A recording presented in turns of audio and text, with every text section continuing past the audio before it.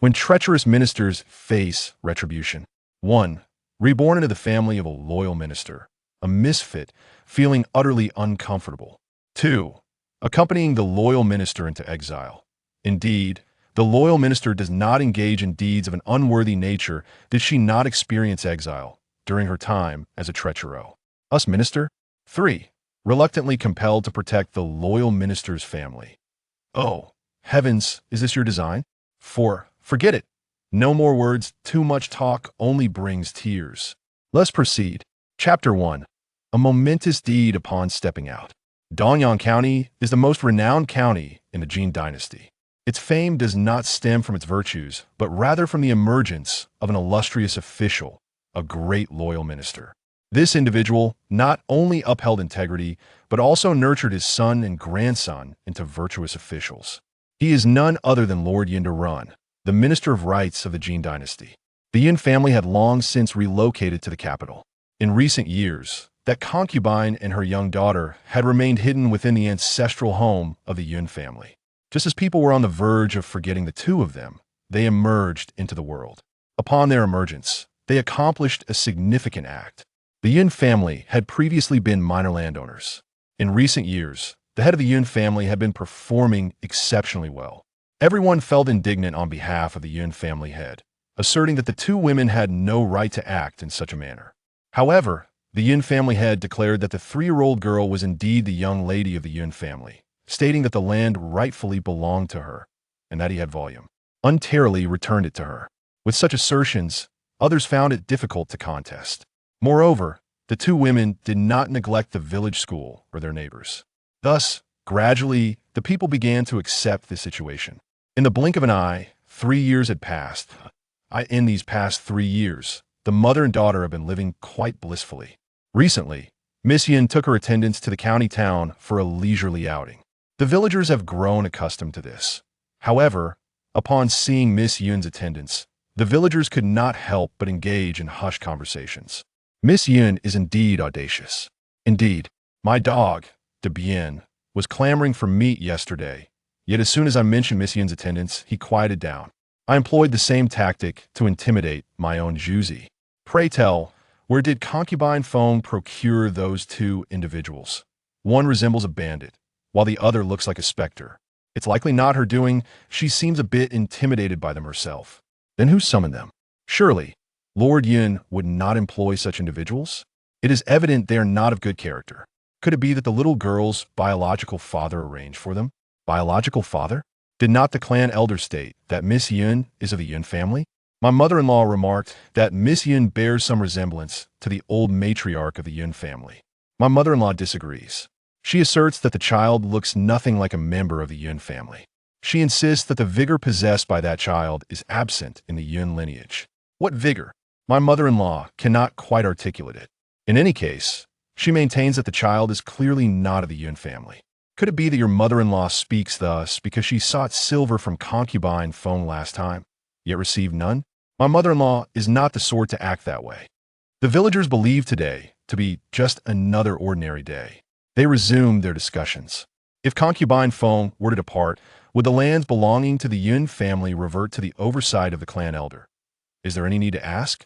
Certainly. Then, is that child truly from the Yun family? Indeed. Otherwise, how could the clan leader of Yun return those lands to her? Upon finishing, the servant hurriedly departed. Just as he left, Yun Yuchi arrived.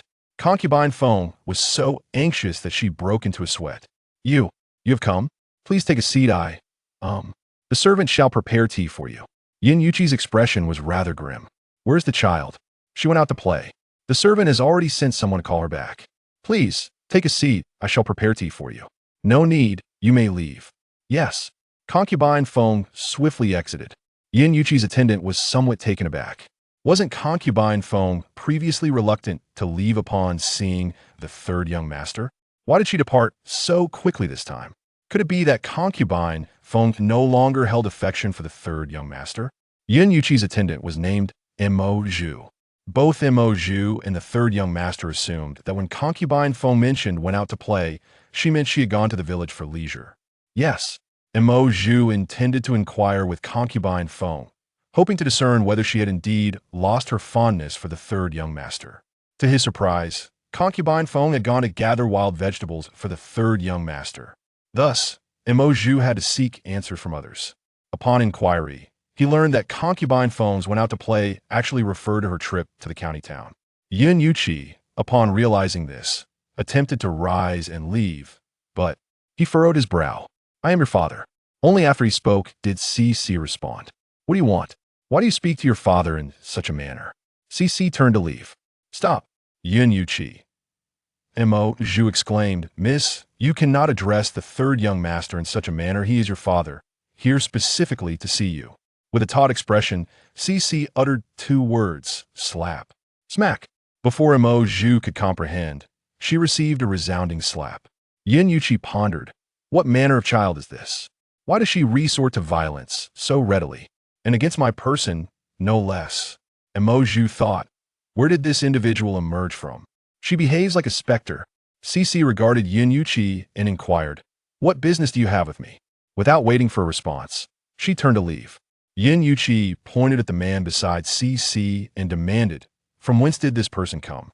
If you do not clarify the situation, you two may remain here indefinitely." Concubine Feng gritted her teeth and replied, "He was picked up." Yin Yuqi was skeptical, yet he had no time to waste with them. Since he was found, let him depart. Mo Zhu, provide him with 10 taels of silver. Understood. Mo Zhu retrieved 10 taels and extended them towards the man. The man did not accept. Yin Yuqi cast a look at Concubine Feng. Concubine Feng replied, "It is futile to look at me. I cannot manage this. I shall prepare a meal. My wild vegetable pancakes are quite delectable." With that, Concubine Feng departed with her basket in hand. Yin Yuqi thought, this woman has the audacity to leave just like that. Mo Zhu wondered, could this man be an acquaintance of Concubine Feng? CC snatched the silver from Mo Zhu's hand and declared, "My mother's wild vegetable pancakes are not free of charge." With that, CC took the man and walked away. Yin Yuqi thought, what kind of child is this? Muju, are the wild vegetable pancakes still chargeable? Have them pack their belongings. We shall set off tomorrow.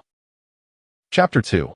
All have their purposes on the other side. As the man stepped out of the house, he looked at CC with enthusiasm and remarked, "Little imp, that fool inside must be hoping that you and your mother will take the fall for someone else. How do you plan to deal with him?" CC nonchalantly replied, "Just watch my mother." No, don't look to your mother. She is certainly not as cunning as you." Just as he finished speaking, Maju emerged from the house. Maju intended to cast a scornful glance at CC but refrained, fearing that CC might provoke Old Bai to retaliate. He bowed to CC, greeting her with, "Good day, young miss," before seeking out Aunt Feng. CC turned to Aunt Feng and said, "Mother, we are his blemish, the stain upon the entire Yun family. His sudden arrival to fetch us." Aunt Feng's smile remained undiminished. "Dear, I know he has ulterior motives, and so do I. I wish to bear you a younger brother." CC pondered that even without a brother, she could thrive splendidly. However, her mother always felt she was too solitary and yearned to give her a sibling. "You could remarry. Old Bai would be a fine choice." Cough, cough. Old Bai, who was nearby eagerly drinking from a teapot, nearly choked. "Little imp, I dare not assume the role of your father." Aunt Feng was equally hesitant to wed Old Bai. "Do not call me daughter, little imp. My daughter is simply a tad more astute than other children. Cece, let me tell you, even children born of the same parents might not get along well, and siblings from different fathers would find it even more challenging to bond. Furthermore, with your remarkable intellect, if your father and I were to conceive another child, it would likely be as clever as you. Yet, if it were someone else, the outcome might not be as fortunate." In her heart, Cece whispered to herself that her intelligence stemmed from the memories of her previous life. She then turned to Aunt Feng and remarked, "He likely intends for us to take the fall for someone else's misdeeds. It's nothing to worry about. If the situation turns dire, you should flee with Lao He and Lao Bai. What about you?" Cece continued, "If I could escape, I would. If not, I shall accept my fate." "Very well. Is there any trouble with the clan leader?" "No, he wouldn't dare to cause any issues." Aunt Feng felt reassured and went off to prepare the meal. Once Aunt Feng departed, Cece cast her gaze upon Lao Bai. "Tonight, we shall relieve him and his entourage of their silver and jade ornaments. If we are to take their place in facing calamity, we ought to receive some compensation. Besides, after taking their money, let us see if they still dare to scowl at us. If they do, They shall starve. Lao Bai chuckled at her words. All right, just you watch. I shall ensure not a single coin remains. Should we also give them a good thrashing? No need. Simply taking their money will suffice. Lao Bai felt a tinge of disappointment, but soon devised a new plan. Since your mother wishes to bear you a brother, I shall slip a little something into that fool's meal. You know how he would love nothing more than to see the two of you perish. No need for that. It is my mother who desires a son, not I. Alas, the game is over. When do you think that fool will realize you are not merely a wild child from the countryside, but a wicked girl at heart? Until he perceives me as his kin rather than a blemish upon his existence. Old Bai sipped his tea. Even in a decade or 8 years, he would still not regard you as family. Perhaps I should teach you the art of coquetry? What would it look like when a little sprite displays her charms? I am eager to see. The expression on the little sprite's face transformed in an instant, exuding both innocence and charm. Very well, please teach me. Old Bai raised his hand to shield his eyes. Do not look at me in such a manner. When you do, I forget you are a little sprite. Cici concealed her expression. It was not that she was incapable of being coy, but rather, she inherently belonged to a different world than the Yun family. In her past life, she had been a treacherous minister, a most notorious one at that. Meanwhile, the matriarch of the clan, after much hesitation, finally arrived. She had long believed that the reason the clan leader hastily returned the land to Madame Feng was due to Madame Feng's seduction of her husband. After so many years with him, she knew well what manner of man he was. The matriarch introduced herself and inquired after the well-being of old Master Yun and the others. She then skillfully steered the conversation towards the Yun family's land. Yun Yuqi felt both anger and astonishment as she learned that Madame Feng had been managing the family estate for the past few years. Who permitted her to do so? As a concubine, what right did she have to oversee the ancestral property of the Yun family? The matriarch feigned surprise and said, You were not aware? I had assumed you had entrusted her with that responsibility. Why would I allow her to manage it? Yun Yuqi directed her gaze towards Mo Zhu. Go fetch her. Yes. Shortly thereafter, Madame Feng arrived. As Aunt Feng was about to inquire about Yun Yuqi's intentions, Yun Yuqi, with a scowl upon his face, interjected. Have you been managing the land here these past few years? Certainly not, for she had been sold to the brothel at the tender age of 3. Who instructed you to manage it? Asked the clan leader's wife. What nonsense. Your daughter was merely 3 years old at that time. Yun Yuqi retorted. Do you take me for a fool? Mo Zhu added. How could the clan leader possibly return that land to you voluntarily? What would he have left to embezzle? What leverage would he possess over the villagers? No, it is not leverage. It is assistance, aid. Both Yun Yuqi and Mo Zhu considered the implications of Old Bai's involvement, feeling certain that he played a role in this matter. Go ahead, Yun Yuqi commanded. The clan leader's wife questioned. Is that it? Rising from his chair, Yun Yuqi declared. Aunt, I was just about to visit the clan leader. Would you care to accompany me? Oh, very well. Upon arriving at the clan leader's residence, Yun Yuqi exchanged a few polite words with him before inquiring whether Aunt Feng had threatened him. If so, he would take matters into his own hands. The clan leader adamantly denied it, asserting that he had voluntarily returned the land to Aunt Feng. Thus, Yun Yuqi departed empty-handed. The following day, before Yun Yuqi had even awoken, Mo Zhu burst in, exclaiming, Third young master. Third young master. Trouble has struck. We have been robbed. The thief has made off with all our silver. Yun Yuqi was left in shock. How dare anyone steal from his home? Alert the authorities. Chapter 3. Is this not inviting a wolf into the fold? Indeed, I shall do so at once. Such audacity to dare thieve from our household. After the departure of Mo Zhu, Yun Yuqi began to ponder. Now, the guardians had not only failed to detect the intruder, but had also allowed someone to steal their silver. Thus, this thief must either be a master of martial arts or an insider. An insider? Yun Yuqi recalled Lao Bai, remembering how he had instructed Aunt Feng to dismiss him, only for her to refuse. He also thought of that little girl, who not only refused to call him father, but also dared to show him disdain, strike him, and insist that he pay for her meals. Adults can feign emotions, but children cannot. The way that little girl treated him was undoubtedly influenced by Aunt Feng. Could it be? Had Aunt Feng surmised that he did not genuinely intend to take them both to the capital, but rather sought to exploit them, leading that man to steal their silver? If the authorities were to uncover that Aunt Feng orchestrated the theft of his silver, then he would have to either expel Aunt Feng or turn her over to the officials, given that she bore him a daughter. If he were to hand her over to the authorities, others would surely condemn him as heartless. since he could not turn her over to the officials. He had no choice but to dismiss her. But what then of his wife and child? Come in. A guardian entered. Third young master, what are your orders? Yes. CC glanced at Lao by atop the roof. Go gather your belongings. All right. This fellow was not entirely foolish. Mo Zhu intended to suggest that there was no need to linger here. The remaining matters could be entrusted to the county magistrate. However, since the third young master had spoken, there must be a reason behind his words. Third young master, that thief has taken all our valuables. We are now without a penny and cannot continue our journey.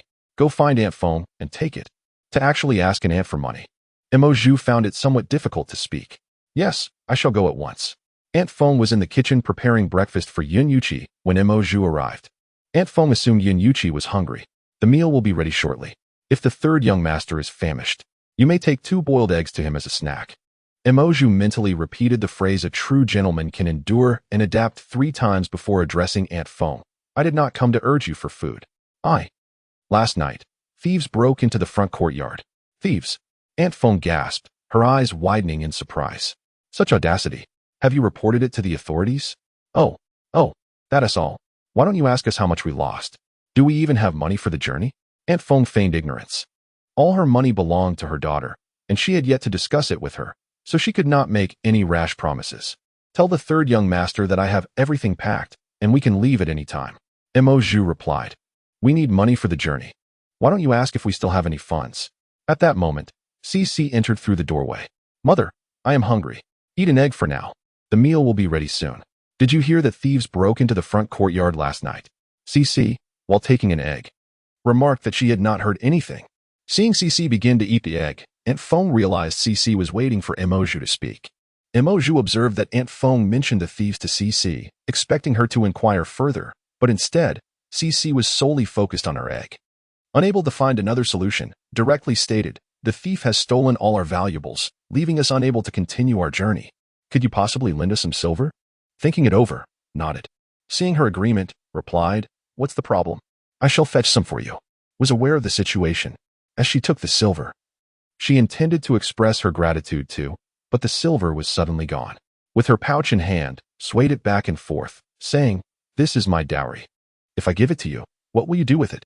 You're only going to need it for a meal on your journey, and I will manage it. If she handed over the silver, what would have been the purpose of efforts last night? Interjected, Indeed, you're right. It's merely for a meal on the road. Child, quickly give the silver to. Thinking it over, tucked the silver into her bosom. Why should I trust you? I don't even know you. Replied, Child, the third young master is your father. To which retorted, That's precisely why I said to manage their meals. Glanced at, realizing that the child had been spoiled by her. See, very well, I shall persuade her further. After relates words too, he began to suspect that the events of the previous night were indeed orchestrated by, who appeared to want him to dismiss her. After all, what child would utter such words? It was undoubtedly her aunt's influence. As contemplated the situation, she refused to be beholden to a young girl. Third young master. We could spare a horse. Selling it would provide us with travel expenses. It's not merely a matter of money. We shall proceed as she suggested. Indeed, the young one shall go and speak with Aunt Fong. Upon learning this, Aunt Fong commenced the preparation of flatbreads. After breakfast, Yun Yuqi paid respects at the ancestral graves and readied himself for departure. The offerings for the graves were procured the previous day. Yun Yuqi entrusted the family estate to the clan leader, who, while assisting Aunt Fong with her belongings, discreetly whispered to Old Bai, Rest assured, I shall reserve the remaining funds for Aunt Fong. Old Bai smirked slyly, acknowledging the cleverness of the young man. Aunt Fong mentioned that she would allocate a share to him. Thank you, Aunt Fong, thank you, he replied as they set to work. Aunt Fong not only loaded 2 sets of pots and pans onto the cart, but also packed a considerable amount of grain and dried vegetables. During their journey, it would be her daughter who would pay for their meals. Observing this, Yun Yuqi silently mused, this woman is quite adept at packing. Once everything was arranged, Yun Yuqi prepared for departure. However, he soon noticed an unexpected addition by Cece's side, a burly individual. Yun Yuqi thought to himself, is this woman out of her mind? Engaging someone like this?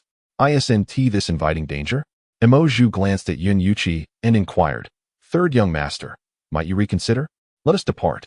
If our family can surmount this challenge, these 2 scoundrels will be of no consequence.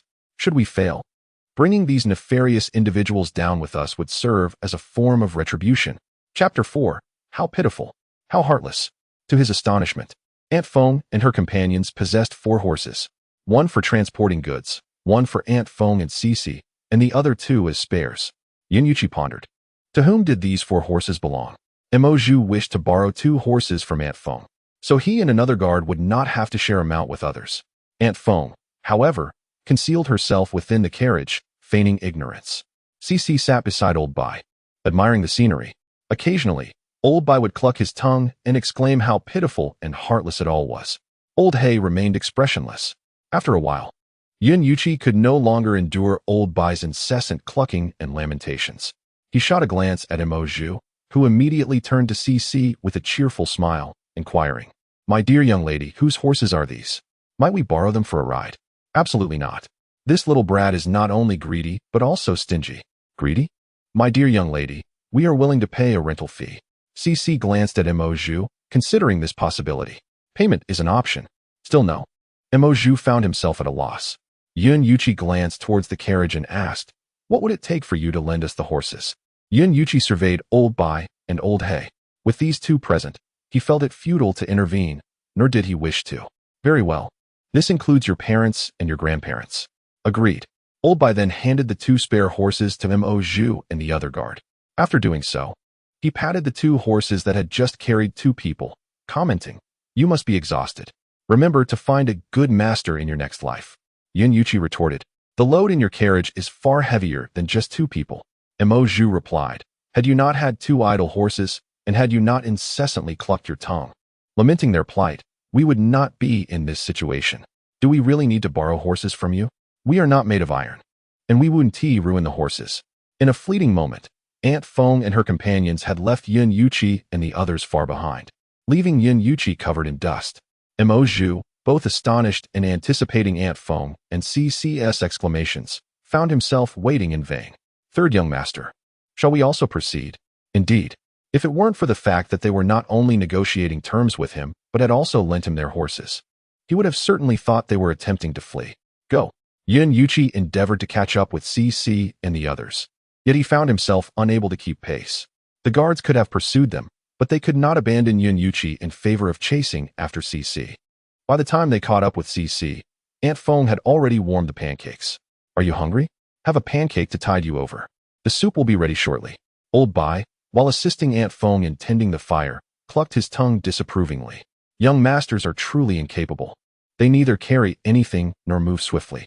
Those who know might think you are hurrying, while those unaware would assume you are merely enjoying a leisurely outing. Yin Yuqi had no desire to engage with Old Bai, nor did he possess the energy for it. He felt utterly exhausted. Where are the children? They went off to play. Where did they go to play? They wouldn't have gone to the county town again, would they? No sooner had he spoken than Old Hay appeared, carrying Cece on his back, while holding 2 wild chickens he had caught from the nearby mountain. Mo Zhu glanced at the guards, suggesting, "Why not join in and catch a couple?" The guards, eager to compete with Old Bai and Old Hay, divided into 2 groups, one to stay with Yin Yuqi and the other to ascend the mountain in pursuit of wild chickens. Unfortunately, they were unaware that Cece and Old Hay had brought bait, food, to lure the chickens. Yin Yuqi and Mo Zhu believed that Cece would not provide them with a meal. To their surprise, Cece directly offered them a chicken. As she handed it over, Cece looked at Yin Yuqi and declared, "I keep my word. I promise to provide for you, and you must also honor your commitments." Yin Yuqi glanced at Aunt Feng and reassured her, "Do not worry." In her heart, Aunt Feng thought, "Why are you looking at me? I shall not interfere. That is a matter between you and your daughter." Furthermore, Aunt Feng had no intention of preparing another meal for the 2 guards, who had merely nibbled on a few biscuits and sipped some soup before they set off. Consequently, both groups journeyed with great seriousness. Before long, they arrived at Sui City. Beyond Sui City lay the capital. Yin Yuqi assumed that Cece would choose to bypass it this time as well. Unexpectedly, Cece pointed at Sui City and exclaimed, "I adore this city. I want to explore it." Aunt Feng continued to conceal herself within the carriage, pretending not to hear. Yin Yuqi frowned. They would soon reach the capital, which was far more entertaining. Why not enjoy themselves there instead? Cece, however, insisted no. Into the city. "Very well," Old Bai replied, driving the carriage towards the city gate. "You may proceed ahead, You are as slow as oxen. Even if we linger here for 3 days, we shall catch up with you. Yun Yuqi also wished to move ahead, but he could not. Upon entering the city, Cece requested 4 rooms at an inn, 1 for herself and Aunt Fong, 1 for Old Bai and Old Hay, and 2 for Yun Yuqi and his companion. After setting down their belongings, Cece took Old Bai and Old Hay out to enjoy themselves. Aunt Fong inquired whether Yun Yuqi required her assistance, to which he replied in the negative, prompting her to seek out the innkeeper to borrow the kitchen for making pancakes. Throughout this journey, I have scarcely spent any money aside from lodging. Whenever I craved meat, I would seek out a hill to hunt a couple of wild chickens or rabbits. When vegetables were scarce, I would procure some from a farmhouse. Also expressed a desire to venture outside. Third young master, shall we take a stroll as well? However, Yun Yuqi lacked the inclination to go out. No, I am weary. If you wish to go, then by all means. If you do not go, how could I? The servant would fetch some hot water for him. Very well. Also, please inquire how many days they have paid for the room. Understood. Shortly after, entered with the water. Third young master, they have paid for 3 days. 3 days? Yun Yuqi recalled what Lao Bai had said at the city gate. It appeared he was not merely speaking idly. Meanwhile, upon exiting, Cece and her companions split up, Cece with Lao He and Lao Bai alone. Did he summon her over out of hunger? Are you not concerned they might sell the child? He was not worried. He needed her to assist in extracting my wife and child. Take some people and search for them. Yes, I shall go at once. Chapter 5. Are you not heartbroken? Accompanied by the guards, searched diligently until they finally discovered Cece and Lao He in a tea house. Cece was engrossed in a storytelling session, while Lao He was shelling sunflower seeds for her. Felt an urge to smile. Yet he couldn't help but feel the weight of his circumstances. The horse he rode belonged to another. The food he consumed was provided by someone else. And the inn they resided in was also paid for by another. Cece had been listening to tales for 3 days, while Lao Bai had roamed the pleasure quarters for the same duration. It was only on the 4th day, when they were set to depart, that Lao Bai appeared, yawning. Old Hay, today you shall drive Miss Xiao Yao, while I retreat to the rear carriage for a bit of rest. After Old Hay settled into the carriage with Cece and Aunt Fong, Old Bai departed to catch some sleep in the other carriage designated for transporting goods. Yun Yuqi and the others presumed that Aunt Fong would enlist their assistance in driving the carriage. To their astonishment, Old Hay appeared to possess an uncanny knack for divination. Whenever the horse pulling the goods veered slightly off course, he would call out, and the horse, upon hearing his command, would refrain from straying. Yun Yuqi and the others could not help but exclaim, "So it seems that even horses fear the wicked?" After dinner, Cece summoned Old Bai into her and Aunt Feng's quarters. "Did you rest well?" "Indeed, I did." "Have you exhausted your funds?" "Completely. Not a single coin remains." "What have you learned?" Zhao Jiao from Tianxiang Tower mentioned that the emperor intends to depose the crown prince in favor of concubine Zhang's son, but Old Yun opposes this. Luer from Huamen Tower revealed that the Zhang family plans to eliminate Old Yun. Honger from Linglong Pavilion remarked that your maternal uncle appears outwardly loyal and honest. Yet he is more slippery than an eel. Old Bai rambled on with quite a bit of information. "And you? After 3 days of listening, what have you disowned?" "I have concluded that Lord Yun, believing himself to have served 2 emperors and gained a reputation as an incorruptible official, thinks he can awaken the old emperor. I have gathered that my maternal uncle intends to extricate his daughter and grandson at the first sign of trouble. I have also realized that upon our arrival in the capital, a spectacle awaits us. Lord Yun is a notable figure, and his relatives are not to be underestimated. Storytellers frequently recount tales of their deeds. From their actions, one can infer the nature of their character. Moreover, those who listen to audiobooks do not merely listen. They also engage in discussions and exchange a few words." Lao Bai gestured towards the neighbor. "Aren't you saddened? After all, she is his daughter." Cece shot Lao Bai a sidelong glance. "How could you ask such a question? Have you not yet awakened? Indeed, how could this little imp feel sorrow? This little imp is only capable of causing others to feel heartache." Lao Bai turned to Aunt Fong and inquired, "What about you? Are you not saddened either?" "I am saddened," Lao Bai was about to affirm when Aunt Fong continued. "However, how much silver have you squandered on my daughter these past 3 days?" "How much?" After Lao Bai departed, Cece looked over at Aunt Fong. "Mother, are you still going?" "Yes, it is imperative to have the support of one's own brothers. I recall being sold by my stepmother precisely because I had neither an elder brother nor a younger brother. Had I possessed a brother, my stepmother would not have dared to sell me."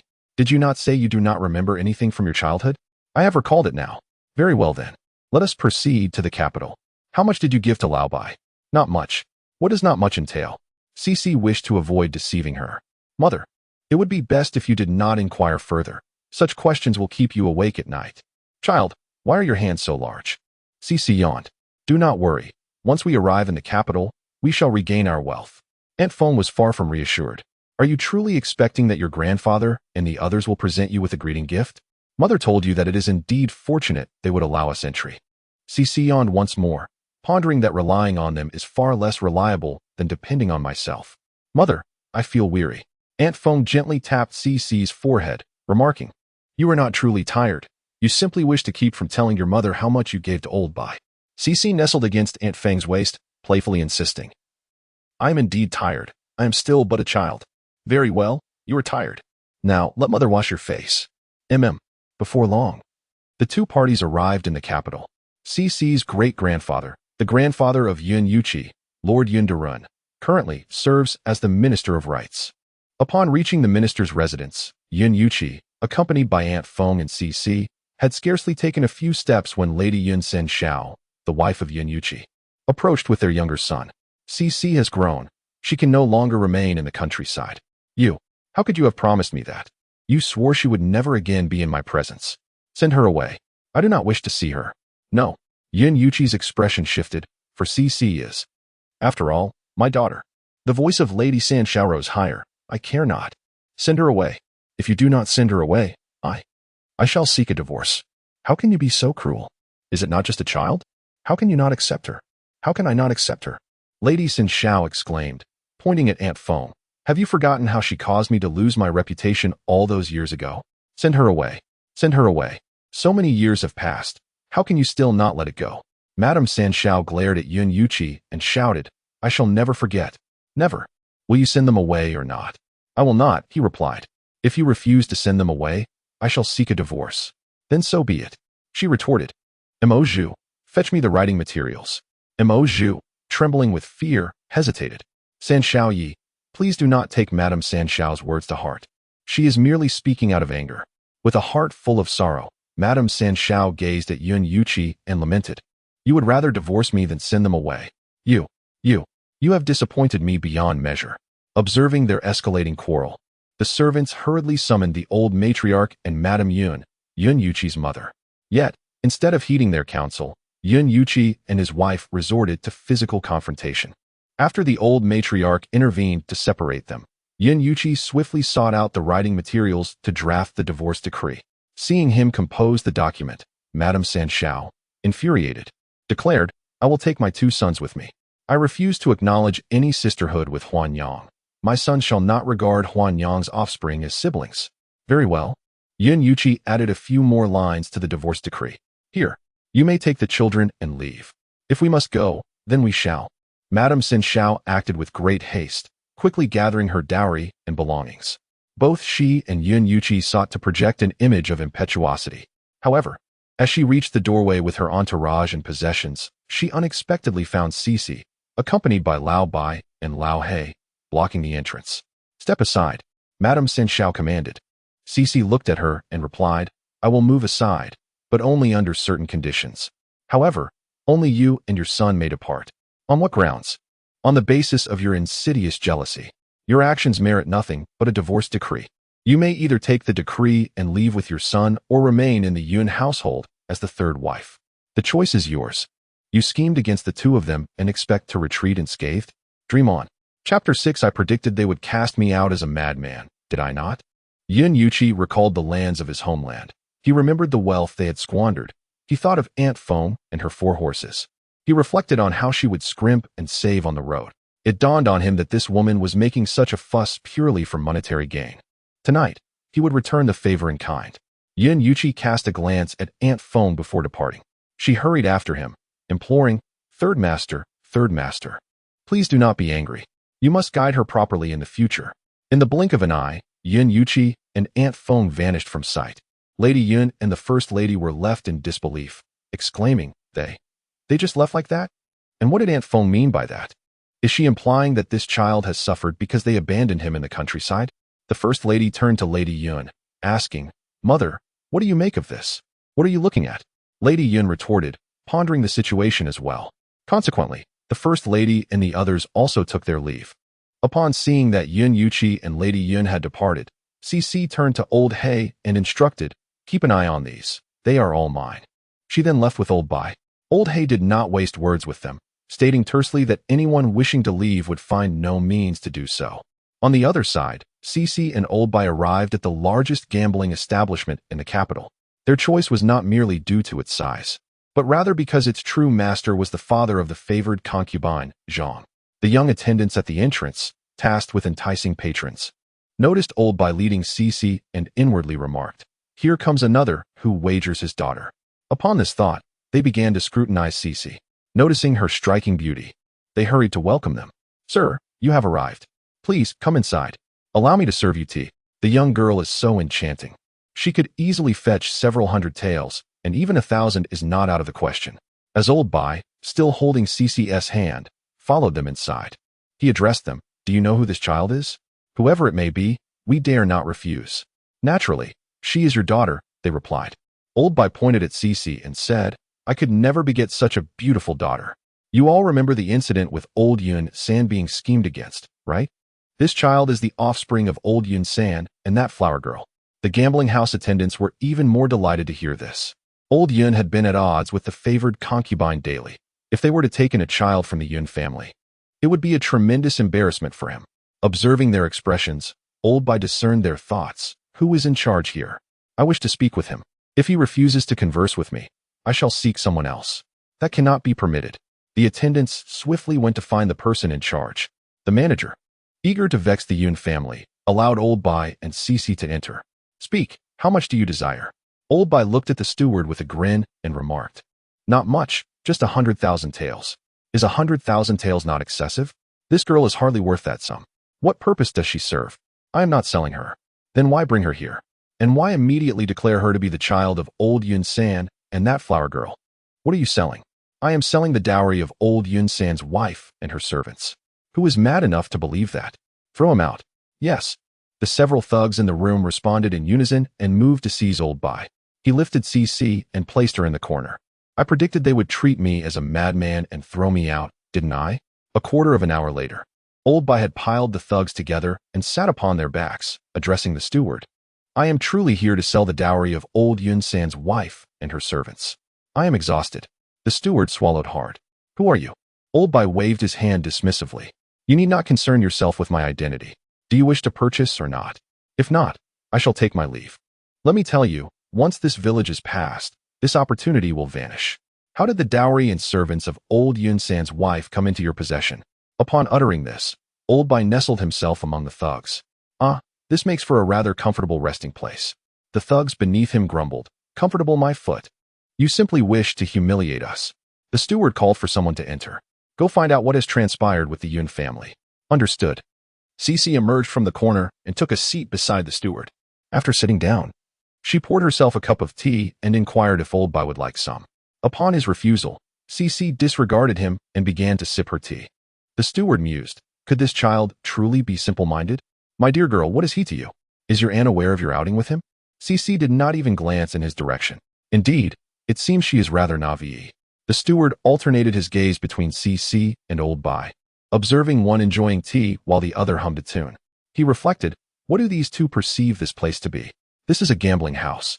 A gambling house. The steward keenly recognized the potential benefits this situation could yield for them.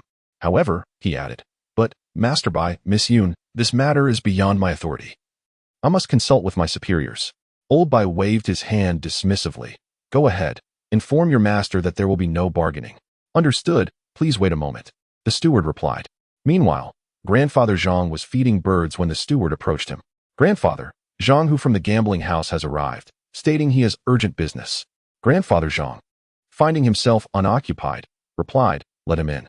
Shortly thereafter, the steward ushered Zhang Hu into the room. Zhang Hu bowed respectfully. "Grandfather, I have important news, very significant." Grandfather Zhang surveyed the surrounding servants, who promptly exited the room. Once alone, Zhang Hu relayed the events concerning the Yun family, detailing CC's intentions to sell the dowry of the third young lady and matters concerning her servants. Grandfather Zhang was elated upon hearing this. "Ha ha ha. This is truly a stroke of fortune. If old Yun were to discover such happenings within his household, he would surely be infuriated. Ha ha ha. It's truly embarrassing to comment on others' affairs when one's own family is in disarray. To govern a nation, one must first govern one's household. If one cannot manage their own family, how can they hold authority? Let us first rectify our home. Ha ha ha. Zhang, who shares this sentiment, prompting him to hasten to speak with the venerable Zhang. What of the silver? Give it to her. If old Yun were to succumb to anger, no one would prevent the emperor from declaring his grandson as the crown prince. Give it to her. Chapter 7. Oh no. We must devise a plan swiftly. Yes, I shall procure the funds at once. Should old Yun meet his demise, he would have accomplished a significant feat. Wait a moment.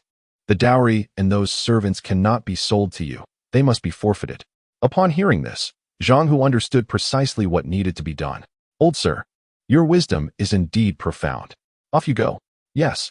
The third young mistress is surnamed Sunday Lao. By cast a glance at CC, realizing this little imp had once again spoken the truth. Very well. Where's the money?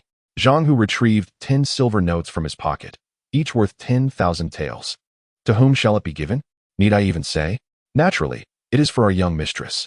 What does she, a mere child, comprehend? Nevertheless, he was not concerned about their trickery. The capital city was his territory. Zhang, who handed the silver notes to CC.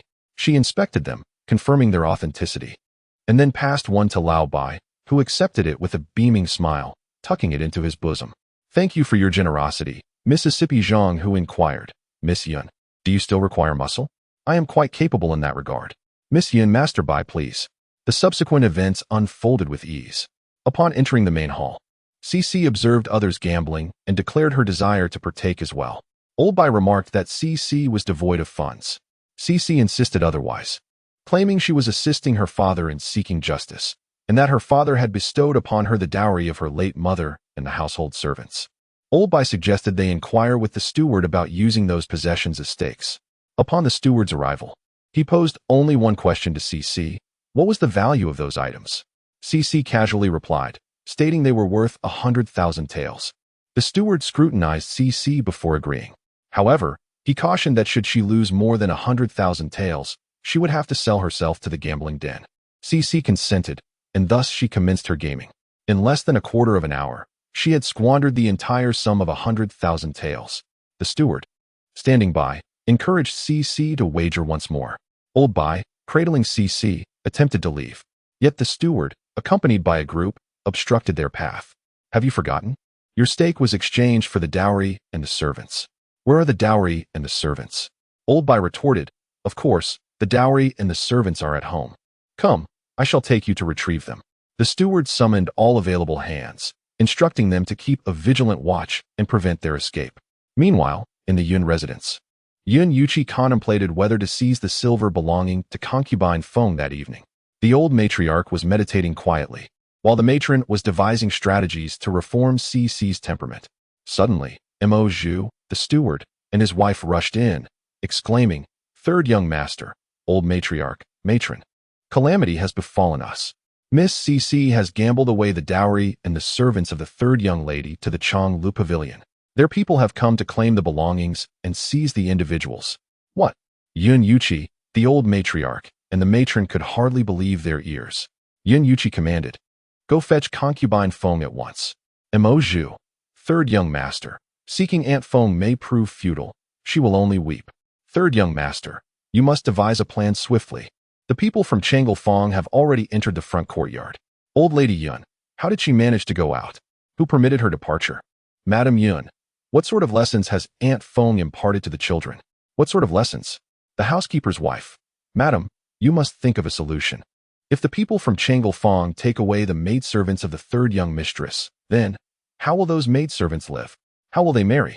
Old Bai and CC, along with the people from Changle Fong, have yet to reach the backyard when Yun Yuchi, Old Lady Yun, and Madam Yun arrive. Yun Yuchi and the others can no longer afford to criticize CC. Please, everyone, hold on. Let us discuss this matter amicably. Yun Yuchi, Old Lady Yun, and Madam Yun. 200,000 taels. They cannot possibly gather 20,000 taels at once. Yun Yuchi wishes to assert that those items and individuals are hardly worth 100,000 taels. However, it is evident that Changle Fong intends to make things difficult for them, to humiliate them. The old lady's heart aches in anger. What kind of calamity has befallen their family? How could they have produced such a bane? Madame Yun contemplates stating that they will only redeem people, not items, yet fears that Changle Fong might demand an exorbitant price. Yun Yuqi and the others find themselves at a loss for words. Meanwhile, the third young mistress, Sun Wanjing, is conversing with her mother about how Aunt Feng managed to captivate old He. Suddenly, the voice of the steward calls out from outside, "Madam, old miss. It is not good. The distant relative's illegitimate daughter has squandered the dowry of the matriarch and the servants belonging to her at Chang Lufeng. Since Chang Lufeng aims to embarrass the Yun family, intending to thwart Minister Yun from preventing the emperor from selecting the son of concubine Zhang as the crown prince, they will undoubtedly spread this news far and wide." What? Upon hearing this, Madame Sun and Sun Wanjing sprang from their seats. The steward rushed in, breathless. "Madam, esteemed matriarch, Chang Lufeng has already gone to the Yun residence to seize belongings and apprehend individuals. You must devise a plan at once. How will the matriarch venture outside in the future? If they remain indifferent, others will surely accuse them of being heartless. The household servants will also feel disheartened." The steward's thoughts mirrored those of Madame Sun and Sun Wanjing, who were nearly driven to despair. However, no amount of anger could alter the situation. Their sentiments aligned with those of Yun Yuqi and his associates. How much did that wretched girl stake? 100,000 taels. What? Indeed. After the steward departed, Madame Sun glared at Sun Wanjing, exclaiming in frustration, "What does the Yun family do besides oppose the emperor? They can't even keep track of a child." Chapter 8. Frustration. Sun Wanjing was equally distressed. She was eager to discover how CC had lost her dowry and her people to Chang Lufeng. "Mother, please calm down. I will send someone to investigate immediately." The Sun family and the Yun family share a familial bond. The Sun family members could readily gather information from the Yun household. Soon, Madame Sun and Sun Wanjing learned how CC had managed to leave. Sun Wanjing was puzzled. "I shall find an opportunity to inquire with Yunqi." The mother and daughter quickly rose to their feet. "Father, please take a seat. There are two individuals. One resembles a bandit, while the other appears ghostly. The bandit is formidable. My men combined cannot match his strength. As for the ghost, I am uncertain. He merely follows that deceased girl, neither engaging nor uttering a word." Sun Wanjing recounted the events. Upon hearing this, Madame Sun immediately exclaimed, "Impossible. How could a mere concubine deduce such matters?" "Why not?" retorted Sun Wanjing. "If she hadn't guessed it, how would she dare instruct her daughter to prevent Wanjing from departing? How could she have the audacity to have Yunqi exchange the divorce decree for a letter of separation?" Madame Sun paused, contemplating. Indeed, which illegitimate daughter would boldly involve herself in the affairs of her father and his legitimate wife? Is it truly so exaggerated? Before she could finish, Madame Sun grasped the implications. "Are you suggesting she is compelling Minister Yun to withdraw from this succession dispute?" Sun Dara nodded. "Mark my words. Tomorrow someone will certainly accuse him, claiming he is lax in managing his household. If he cannot govern his own family, how can he oversee the Ministry of Rights?" Madame Sun replied, "If that is indeed the case, then must we not express our gratitude to her? Although they have distanced their daughter and grandson from the situation, should the Yun family incur the emperor's wrath, her grandson would become a condemned traitor, with no future prospects." Sun Dara nodded in agreement. Both Madame Sun and Sun Wanjing felt a sense of discomfort. To have been maneuvered by another, yet still feel compelled to express gratitude was indeed an unpleasant sensation. "Father, what shall we do next?" "Father, the people from Changlefang have claimed that child has utilized my dowry and my people to offset a debt of 100,000 taels." Madame Sun and Sun Wanjing felt a renewed wave of frustration upon hearing this. Indeed, the people from Changlefang have taken Sun Wanjing's dowry and her away from the Yun family. Sun Wanjing's entourage was utterly bewildered. Yun Yuqi, the old matriarch of the Yun family, and the eldest lady of the Yun family instructed the steward not to allow Cici to leave and then set off to find a solution. Yun Yuqi went to seek out his brother-in-law. The old matriarch sought the Yun scholar, and the eldest lady visited her brothers from her maternal family. The steward thought to himself, "You overestimate my capabilities. How could I possibly restrain her? If she dares to sell even the third young mistress's belongings, she could just as easily sell me. Miss Cici, have you eaten yet? I shall have the kitchen prepare a meal for you. I must tell you, we have a chef in our household who is exceptionally skilled. The matriarch always entrusts him with the cooking when distinguished guests arrive. Cece merely acknowledged with a sound and proceeded to seek out Aunt Fong, accompanied by Lao He and Lao Bai. Aunt Fong was still unaware that Cece had embarked on yet another significant venture. Before Cece could utter a word, Lao Bai interjected. Your daughter has wagered the dowry and belongings of the third young mistress to Changlefang. What? Aunt Feng's eyes widened in shock. Cece, your actions could very well infuriate your great-grandfather. Having navigated the capital's social circles herself, Aunt Feng knew that Changlefang was merely a tool for the Zhang family to amass wealth. Not at all, Cece replied, gazing at Aunt Feng. One who can withstand various temptations and believes that their current actions pertain to the safety of the world will not easily falter. Aunt Feng felt somewhat reassured. Really? Indeed. She has encountered many such individuals in her previous life. That's good, that's good. By the way, what of the third young mistress's maidservants? Will the people of Chang Lufang sell them to the brothels? No, they are all from the Sun family. The Sun family is not an insignificant clan. And with concubine Zhang currently winning people's hearts, the Sun family can easily acquire them with some money. Aunt Feng felt completely reassured. Have your father and the others disciplined you? They are too busy. Indeed. Fortunately, I didn't go out just now. Have you eaten? Not yet.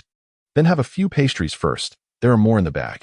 You've already surrendered the bride's dowry and the people to Chang Lufang. So let us hide for a while.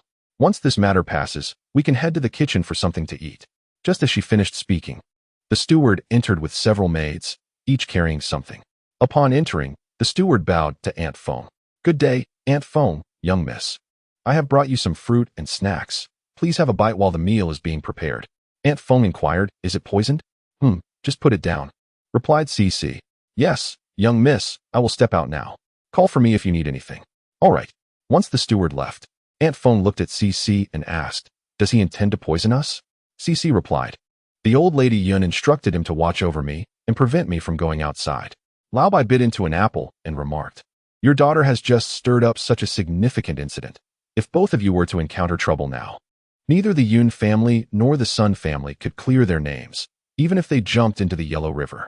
Indeed, Aunt Feng said, picking up a grape. Lao He, you should eat as well. Lao He refused, disliking the sweetness. How much silver did you demand from Changlefang? Cc, 100,000 taels. Lao He, not bad. Aunt Feng, ahem, 100,000 taels. Cc produced a banknote and handed one to Aunt Feng and another to Lao Bai. Lao Bai examined the note for authenticity before returning it to Cc, instructing her to buy some sweets. Aunt Feng promptly tucked the banknote away. Her daughter's hands were too large, and anything left with her would vanish in a few days. Lao He gazed at Lao Bai with an ingratiating expression and remarked, Grandfather, I also have a fondness for sweets. Lao Bai retorted, get lost. Chapter 9. Inviting a spirit is easy, sending one away is difficult. Meanwhile, the steward swiftly arranged two lavish banquet tables. Aunt Feng and Cece occupied one table, while Lao He and Lao Bai sat at the other. After setting the feast, the steward inquired if Cece wished to retain a few maidservants for assistance. Cece declined, prompting the steward to withdraw with the attendants. On the other side, old Lady Yun, and Yun Yuqi had also located the individuals they sought. Yun Yuqi's elder brother-in-law, the eldest son of the Sun family, Sun Hanyu, was at a loss for words upon hearing Yun Yuqi's account. You allowed yourself to be manipulated by a concubine. All those years of study were in vain. I didn't anticipate her audacity. I intended to have the guards remove Wanner's dowry and her from the premises tonight. I never imagined she would capitulate to Changlefang so swiftly. Sun Hanyu regarded Yun Yuqi and said, if she were not audacious, would she dare to conspire against you? Brother, I was negligent. Please, assist me in devising a strategy. The people of Changlefang are clearly intent on embarrassing our family. As for your grandfather, let us not dwell on that. I shall consult my father regarding this matter. It would be best if your family refrains from intervening. The more they involve themselves, the less likely the Chang Lufang will release anyone. Understood. I appreciate your assistance, dear brother. Very well. On another front, the brothers of Madame Yun's maternal family share the same sentiment as Sun Hanyu. It is solely the Sun family that can address this issue. With no other option, Madame Yun is compelled to seek out Madame Sunday. Meanwhile, old Madame Yun has also approached Minister Yun. Upon seeing old Madame Yun, Minister Yun frowned slightly. What brings you here? If there is something, you could have sent a servant to convey the message. Old Madame Yun succinctly recounted the day's events. Please devise a solution promptly. While other matters are manageable, it is the few maidservants of the third son's wife that pose a significant concern. Should those maidservants enter the Changlu Fong, their innocence would be irrevocably tarnished. Those capable of attaining the rank of minister are not lacking in intellect. However, they believe that one who serves the sovereign must consider the sovereign's interests, and those in power must engage in governance. Is the third son contemplating divorce from his wife? Divorce? What nonsense is that? The couple is merely at odds. Among his grandchildren, the third son and his wife share the closest bond. Has the third son allowed his wife to take the children as well? Indeed. Let us not dwell on that. We must swiftly devise a plan. I understand that the Sun family will intervene, but we cannot remain indifferent. The children in question are ours. Minister Yun gazed at old Madame Yun and replied, "What of it if the children are ours? Our children have not wronged anyone nor their servants. They are merely involved with their own belongings and retainers." Old Madame Yun was taken aback. "Husband, how can you express such sentiments? And what is wrong with my words? If the Sun family fears being implicated by me and wishes to distance themselves from their daughter and grandson, they need only express it directly. Why resort to such cunning tactics?" Lady Yun felt that she had experienced more surprises in a single day than throughout her entire life. Are you suggesting that the third master and his wife are merely sulking? Indeed. As a result, Aunt Feng and Cece were unexpectedly dining together, and their feast was quite sumptuous. Yun Yuqi was inclined to overturn their table in frustration. Yet, just as he took a step, Old Hay crushed his wine glass in his grip. Yun Yuqi, have they miscalculated their approach? Aunt Feng hastily rose from her chair, pulling Cece up with her. "Third master, you have arrived? Have you dined yet? If not, I shall ask the kitchen to prepare something for you. These dishes have already been disturbed." At that moment, Yun Yuqi had no inclination to eat. He turned and walked away. Aunt Feng instructed Cece, "Fetch a wine glass for your dark uncle." Lady Yun had just endured a torrent of compliments from Madame's son, only to leave with her spirits dampened. Thus, she sought out Aunt Feng and Cece. History repeated itself. Old Hay's wine glass shattered once more. Without uttering a word, Lady Yun turned and departed. Aunt Feng once again asked Cece to bring Old Hay a wine glass. Yun Yuqi pondered where their missteps lay. How had events spiraled into this chaos? The lady of the house stormed in, irate. "Third master, who are those individuals beside Aunt Feng?" Yun Yuqi was equally curious. "I do not know, yet he wished to. However, while inviting deities is simple, dismissing them is a challenge. Mother, please calm your anger. I will find a way to have them leave. Quickly, ensure they depart. I am utterly exasperated. Very well, I shall seek out my brother-in-law, who has assured me that he will resolve this matter. I concede my error, dear mother. Please do not remain angry. Lady Yun's spirits have somewhat improved. I shall visit your grandmother. In the meantime, you must devise a way to send those two individuals away." "Very well. Lady Yun is currently resting, and the maid has informed me that the matriarch has arrived. Let her in, then." "Certainly. Shortly, Lady Yun will make her entrance." "Mother, I am going to consult with the mother of the third son. She mentioned that they are heading to Changlu Fong, but we must provide the funds for redeeming both possessions and individuals." The matriarch cast a glance at the lady. "Your father-in-law is irate. Who would he be? That child requires proper discipline. How could they venture to Changlu Fong for amusement?" The matriarch remarked to the lady, "Your father-in-law is not angry with that child. Rather, he is incensed with the third son and the Sun family." "Ah." The matriarch relayed the words of Yun Shangshu to the lady. "Would you consider separating from Yun Chi's father?" "Mother, I am a member of the Yun family in life and a spirit of the Yun family in death. Regarding the matter of money, your father-in-law will not provide it. You are aware that he despises when others attempt to outsmart him. This, summon your siblings and the wives of their generation, including Yu Qi." Chapter 10, A Good Omen. Lady Yun acknowledged with a sound. "That is all. Please rest." "Very well." Upon leaving the matriarch, the lady sought out Yun Yuqi once more. Yun Yuqi initially believed that the matriarch would once again broach the subjects of Lao He and Lao Bai. To his surprise, upon her arrival, she immediately dismissed the servants from the room. Once alone, her countenance darkened. Whose idea was this affair? Yun Yuqi feigned ignorance. "Mother, what are you speaking of? I cannot comprehend. Furthermore, your grandfather has stated that the child has lost her own belongings and herself, not those of your wife. If you wish to provide your wife with silver, you must devise a means yourself. The family shall not assist you." Yun Yuqi was taken aback by how swiftly his grandfather had deduced the situation. In Yun Yuqi's mind, his grandfather had always been a conventional man. and such individuals rarely arrived at conclusions with such alacrity. Mother, it is not that I am unwilling to discuss matters with you and father. It is that both of you are just like my grandfather. The discerning can see that the emperor intends to establish Zhang Guifei's son as the crown prince, and it is certain that he will do so. Yet you persist in opposing the emperor. I have also advised both my grandfather and father, but whenever I do, they reprimand me. I bear the surname Yuan. I cannot betray you or our family. However, I do not wish for my wife and children to suffer alongside me. My wife does not share the Yun surname, and my children are still young. I am not inclined to take such actions, but I am being compelled to do so. The people of the capital have long forgotten the duo of mother and child. They are not even listed in the family genealogy.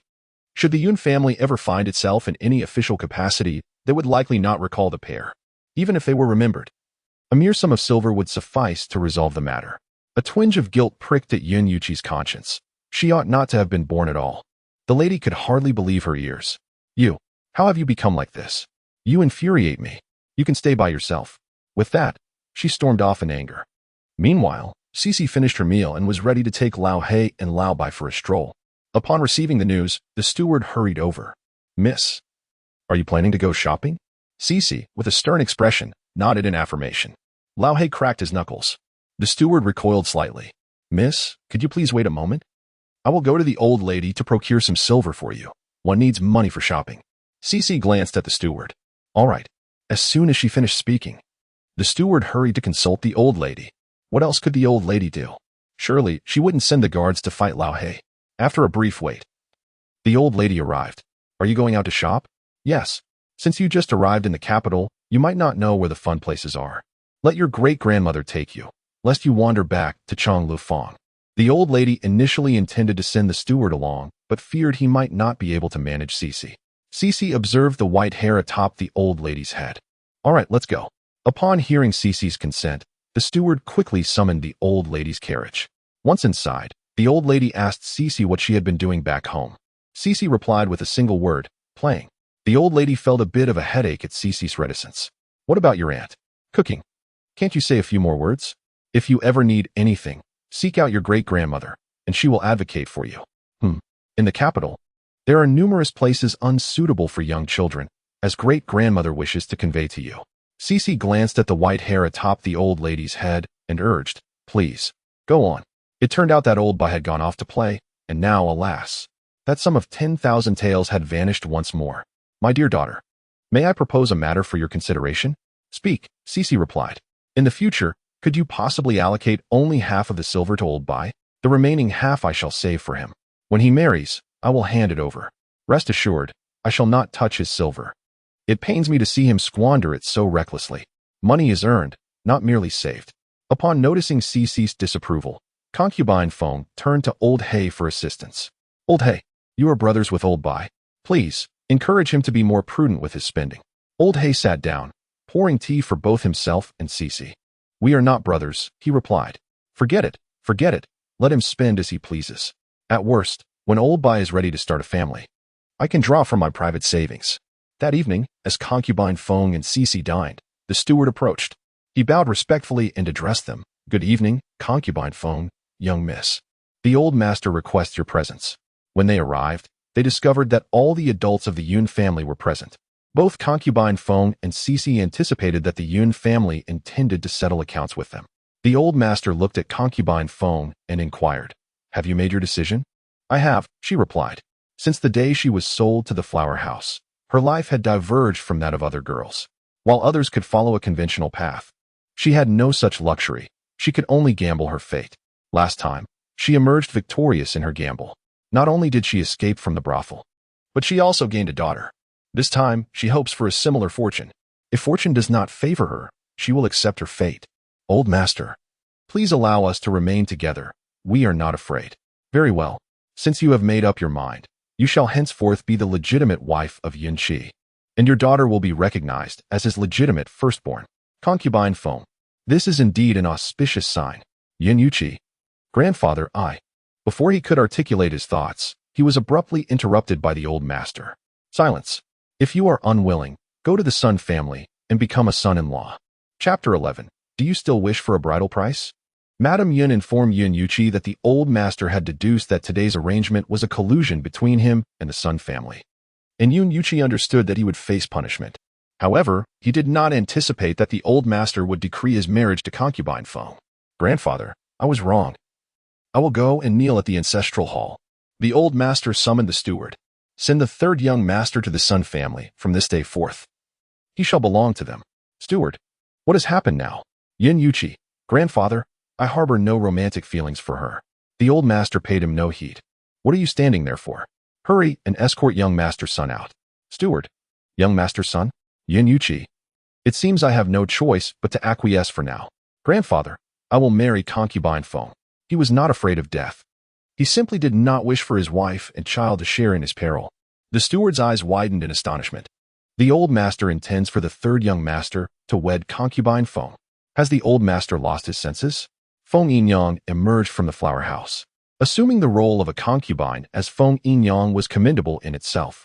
The old master turned to Yun Yuqi and inquired, have you made your decision? Indeed, I have.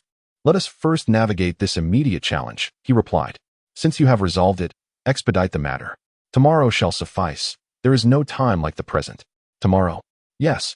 If you are reluctant, you may leave. I do not wish to compel you, nor do I lack for grandsons. I am willing. While his grandfather could insist upon his marriage, he could hardly force him to consummate it. The old master glanced toward the old matron and the first matron. The remaining matters are in your capable hands. I trust there will be no issues. What more could the old matron and the first matron say?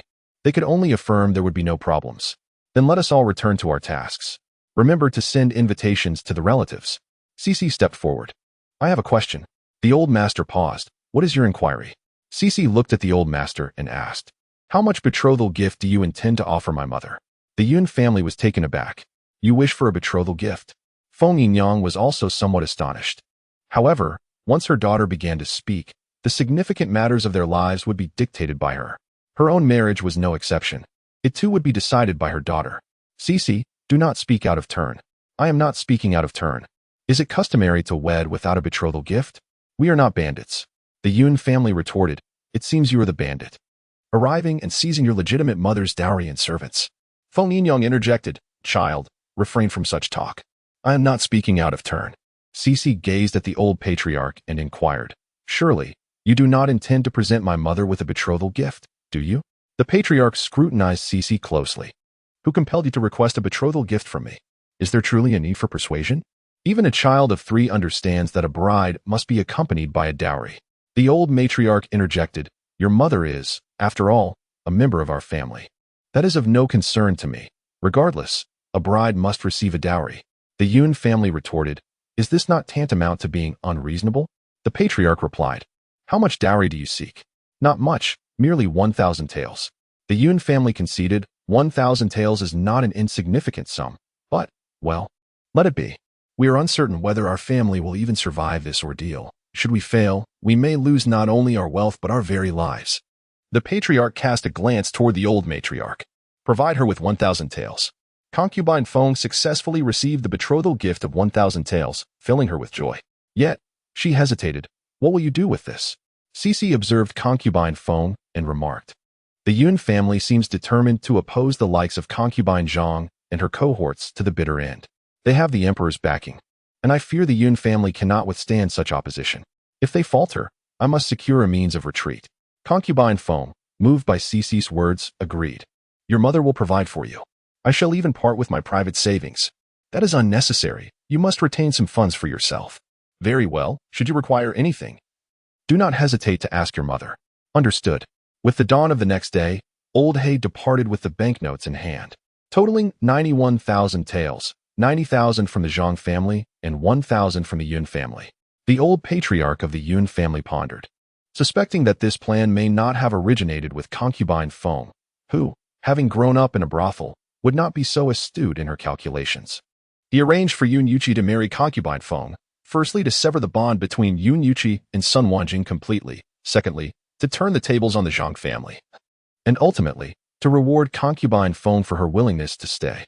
Old Master Yun gazed at old Madame Yun and remarked, this cannot be concubine Feng's idea. She lacks the audacity and the cunning. Then whose scheme is it? Surely it cannot be that young girls. Indeed, one resembles a bandit, while the other appears ghostly. The one akin to a bandit possesses remarkable prowess. It was he who intercepted the dowry and marriage of the third son's wife. She is no longer the third son's wife. Refer to her as Miss Sunday, understood. Very well. It's getting late. Let us retire. Before dawn, the servants of the Yun family were already bustling about. The matter of marriage, regardless of its scale, involved an array of tasks. The relatives of the Yun family were astonished upon receiving the invitations, believing old Master Yun had lost his senses. The Sun family awaited the Yun family to deliver silver. But after much anticipation, they were met with the news of Yun Yuchi's marriage to concubine Feng. The Sun family was taken aback. After pondering for a while, Master Sun discerned old Master Yun's intentions. Once he grasped the situation, he informed Madame Sun and the others that there was no need to wait, for the Yun family would not be delivering silver. Madame Sun was utterly disheartened when they sought to redeem Sun Wanjing's dowry and her servants.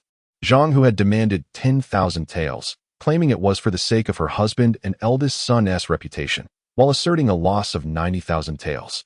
Upon learning of this, concubine Zhang was equally astonished.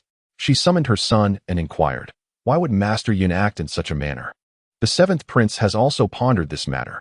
However, regardless of his intentions, our primary focus must be to capture the heart of our sovereign.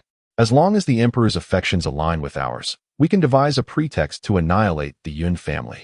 If he remains obstinate this time, we shall no longer tolerate him. We have already shown considerable restraint. Concubine Feng, along with Cici and the butler's aides, Lao He and Lao Bai, are the subjects of particular scrutiny. Old Master Yun furrowed his brow and summoned concubine Feng. Yes. Shortly after, concubine Feng arrived. Old Master, you summoned me? Where have those two gone? Out to play? At this late hour, where could they possibly be? And where did they even come from? You must inquire with my daughter. She picked them up.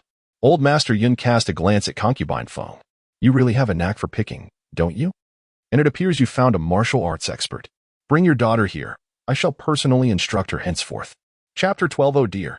Why the sudden ire? Cici remarked, rolling her eyes. At this point, why still bother with her? My great-grandfather is truly a commendable official, wholeheartedly devoted to his emperor, unwavering in his loyalty. Alas, his sovereign has long been misled by concubine Zhang and the seventh prince, unable to discern right from wrong. Cici rose from her seat. Well, I shall head over now. If anyone dares to cast you a disapproving glance, do not hesitate to confront them. You are soon to be the legitimate third young mistress. Very well. Should anyone give me a sour expression, I shall deal with them accordingly. Just then, as old Master Yun instructed his attendant to inform the Minister of Rites that he would not be attending, Cici strode confidently into the room. Did you seek my presence? Old Master Yun furrowed his brow. You ought to refer to me as your great-grandfather. Have you summoned me? Thinking swiftly, Cici remarked, is it merely a title? Is it just a matter of addressing you as you? Great-grandfather, have you called for me? In his heart, old Master Yun mused that this child was indeed teachable. Can you read? Yes. Who taught you? My mother. Most of the girls sold to the brothels were literate, for literacy allowed them to engage in poetry and earn more silver for the establishment. Old Master Yun suddenly recalled that concubine Feng was a product of the meticulously nurtured talents of the 100 Flowers Pavilion. What books have you read? The 3-character classic, the 100 family surnames, and the 1,000-character classic. Nothing else? Nothing else. Your great-grandfather will first teach you to read the lessons for women. Very well. Old Master Yun glanced at the maid in the room. Go fetch a copy of the lessons for women. Yes. Shortly, the maid returned with the book. Once the maid presented the book, old Master Yun began to instruct Cici. She was exceptionally obedient. Whatever old Master Yun said, she accepted without a word of contradiction. Lao Bai stepped outside for a moment. Is this the Yun residence? Upon returning, Lao Bai approached a young servant to inquire about the numerous double happiness characters adorning the estate. The young servant, smiling, replied, Concubine Feng is to wed the third young master. She will soon become the third young mistress. Lao Bai gasped in astonishment. A little imp indeed. She has transformed from a concubine to a young mistress in a single day. Do you know where Miss Cici is now? I do. Miss Cici is currently studying under the esteemed Elder Yun. Upon ascertaining Elder Yun's whereabouts, Lao Bai came to find Cici. Upon arrival, he overheard Cici reciting lessons for women alongside Elder Yun. Lao Bai rubbed his ears, convinced he must have misheard. Such a voice could not belong to the little sprite. The gatekeeper, noticing Lao Bai's presence, inquired, "Are you here to see Miss CC?" "Indeed. Is she inside?" "Yes, but you will have to wait. The elder is currently teaching Miss CC, and when he instructs the young gentlemen and ladies of the household, interruptions are not permitted." "Very well, I shall return shortly. By the way, are there any other students inside?" "Only Miss CC." Lao Bai gasped. Miss CC is the sole student?" "Yes."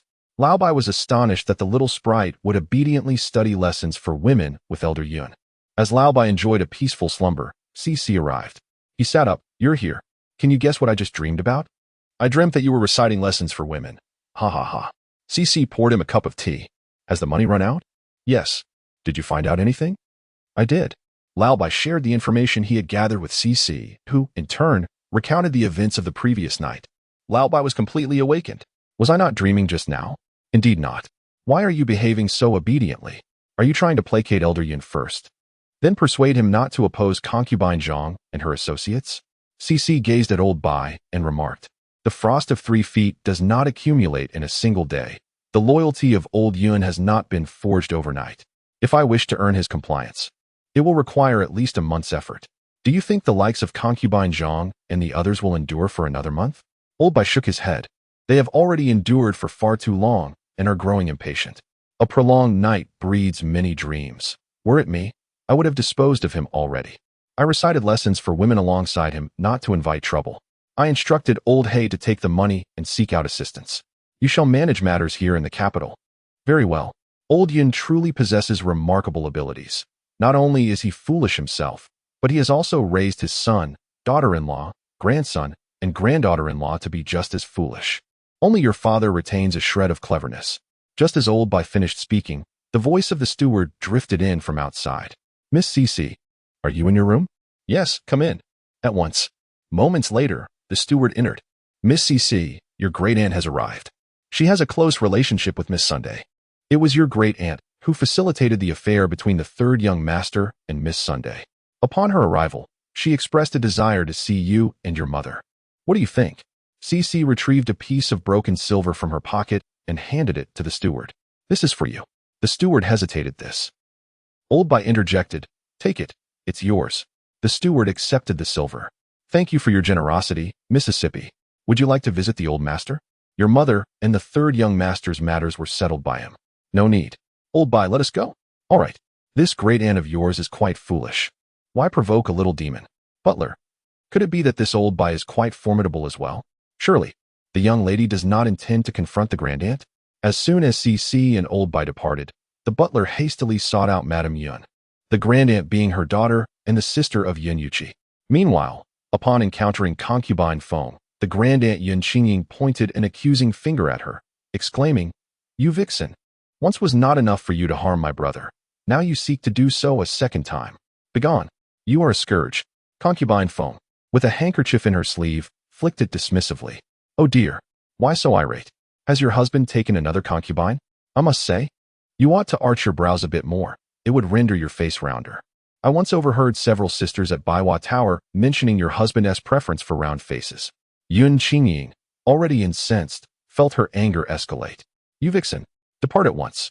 Concubine Feng flicked her handkerchief again. "Oh, do not be so fierce. One might be frightened. I am timid. You, just wait." With that, Yun Qingying stormed off. Concubine Feng returned to her vanity, resuming her grooming. On the other side, as Yun Qingying exited, she spotted CC. "You must be that little gambler, am I right?" Chapter 13. A reversal of fortune. In the courtyard where concubine Feng and CC resided, a tree stood, adorned with a few birds basking leisurely in the sun. CC pointed towards the tree. In an instant, old Bai sprang up to the branches. Before Yun Qingying and her maids could react, old Bai descended from the tree, bringing down several birds along with him. The birds were utterly astonished. Were they disturbing anyone while basking in the sun on the tree? Chirp, chirp, caw, caw, let go, let go. Yun Qingying and her maidservants were equally taken aback. Was this person a ghost? How could they climb so swiftly? After a moment's respite, CC coldly addressed them. "Today is my mother's wedding day, so I shall not hold this against you.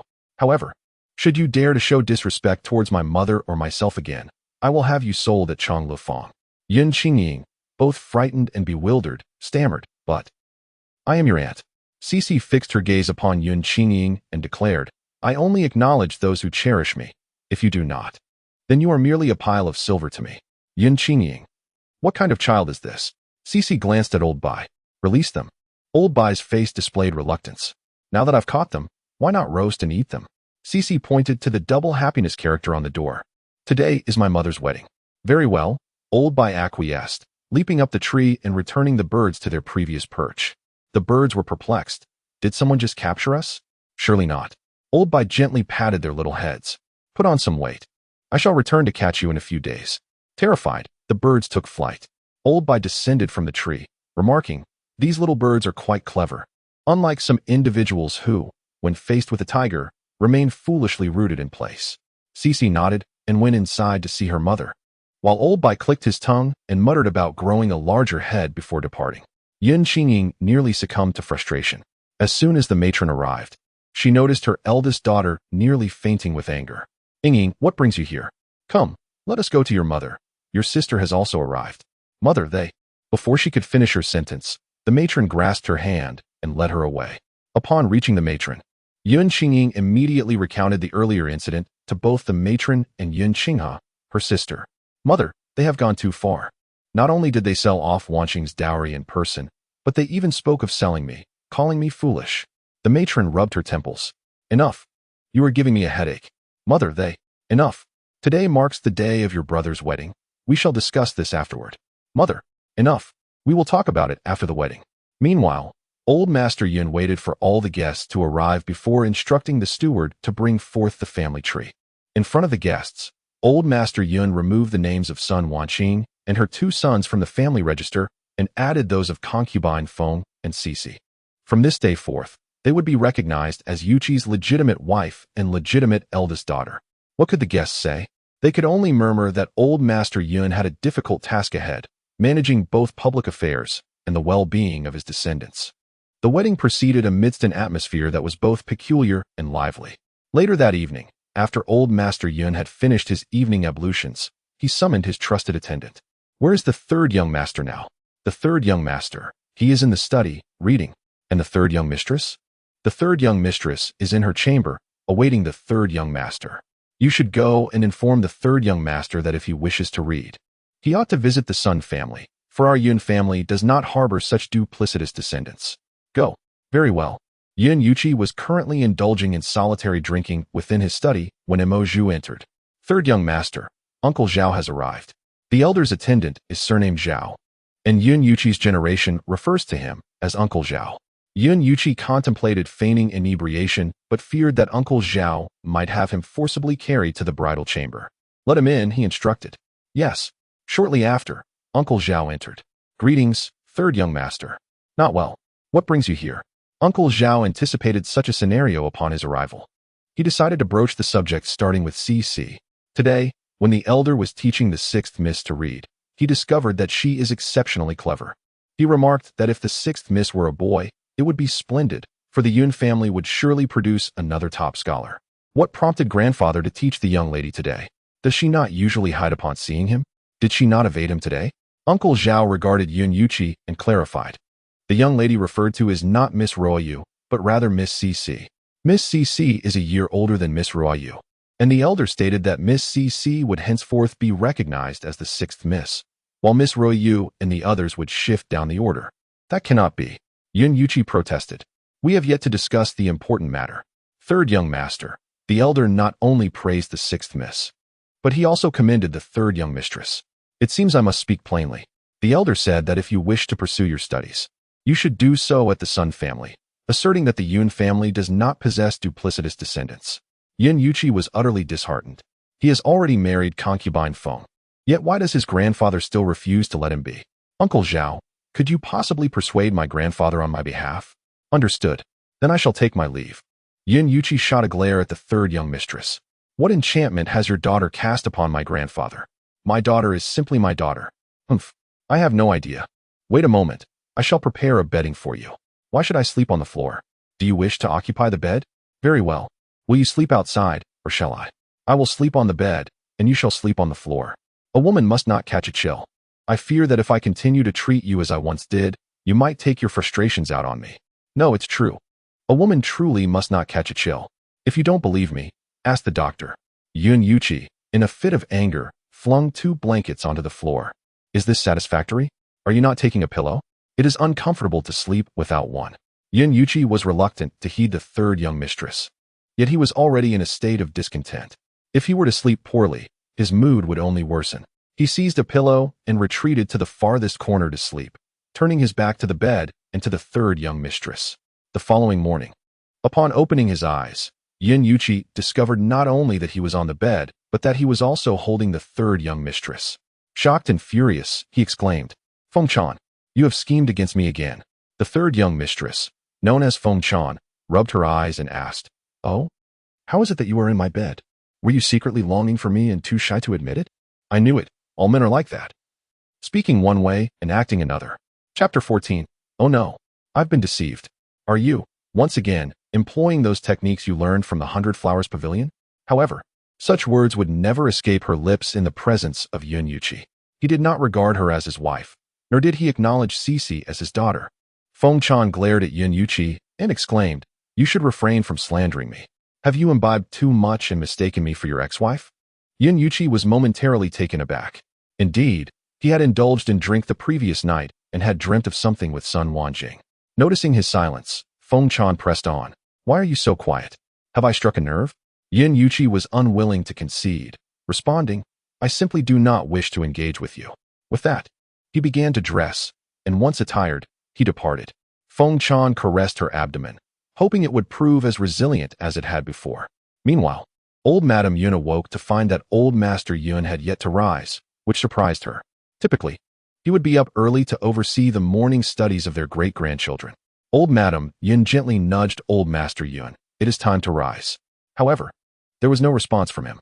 She nudged him again, yet still, he remained unresponsive. Concerned, she placed her hand on his forehead and called out, "Someone, quickly come here." The head maid, Jishu, who was outside with the young maidservants, hurriedly entered the room. "Old Madam, what troubles you? The old master is unwell. Quickly summon a doctor. Hurry." "Yes, I shall do so at once." It was customary for families to recognize their kin the day after a marriage, yet with the old master ill, who would have the capacity to attend to such matters. After finishing her breakfast, Cece glanced at her mother and exchanged a few words before departing with Lao Bai. The old Master Yun had yet to awaken, and the steward was preoccupied with matters concerning him, leaving no time to attend to Cece. As Lao Bai followed Cece out of the Yun residence, he quietly inquired, "Little sprite, why did you cause the old man Yun to fall ill?" "We have taken a substantial sum of 100,000 taels from the Zhang family, and we must ensure they perceive this expenditure as worthwhile. Furthermore, our escape route remains unprepared. We cannot afford for him to create any disturbances. Why not simply eliminate him to prevent any troubles? He cannot die. Why not?" Cece cast a sidelong glance at Lao Bai, implying that the answer was self-evident. The concubines, including Zhang Guifei, felt a mix of joy and disappointment upon learning of the old Master Yun's illness. They rejoiced at the opportunity to finalize the succession matter while lamenting that their carefully arranged plans to manage the household had been disrupted by his ailment. Moreover, why merely fall ill? It would have been far better had he passed away. Not far from the imperial palace, a young eunuch hurriedly carried a food box towards the palace. Suddenly, he tripped over a leg that appeared in his path, causing him to tumble to the ground, and the food box flew from his grasp. Just as he intended to rise and retrieve the box, someone stepped on him. "Fool, call for the lady. Call for her, and I shall let you up." The young eunuch was momentarily taken aback. "Who is this wild girl?" "Little girl, have you just arrived in the capital? Does it matter if I have just come to the capital? Call for the lady." "Little girl, I am in the service of the emperor. Surely you know who the emperor is?" With a swift motion, the girl smacked the young eunuch on the head. "Verbose, are you calling or not? If you don't, I'll have someone crush your food box." "That won't do. Grandmother, be good. Call out again." "Little girl, I have already called." Slap. The little girl struck the young eunuch once more. "You must call when told." "Little girl, I." Before he could finish, the little girl turned to the burly man beside her and said, "Crush that food box." "All right." Crack. The man stomped on the food box on the ground, shattering it. The young eunuch's face turned pale. You are courting death." Slap. The little girl struck the young eunuch again. "Who are you trying to scare?" Call me grandmother. The young eunuch gritted his teeth. Grandmother. Be good. Call out again. Grandmother. Do you dare to accompany me to a certain place? Slap. The little girl hit the young eunuch again. How dare you look down on me? I tell you, there is no place in this world that I would not dare to go. Very well, then let us go. The little girl raised her foot. The young eunuch got up from the ground, first picking up the shattered food box before looking at the little girl and saying, Grandmother, please. The little girl puffed out her small chest. Lead the way. Yes. Moments later, the young eunuch led the little girl and the burly man to the entrance he usually used to enter the palace. The guard on duty, seeing him with two strangers, inquired, Master Su, who are these two individuals? Master Su raised the ruined food box in his hand for the guard to see. He was no longer afraid of them escaping. They trampled on the delicacies of Chief Steward Chi.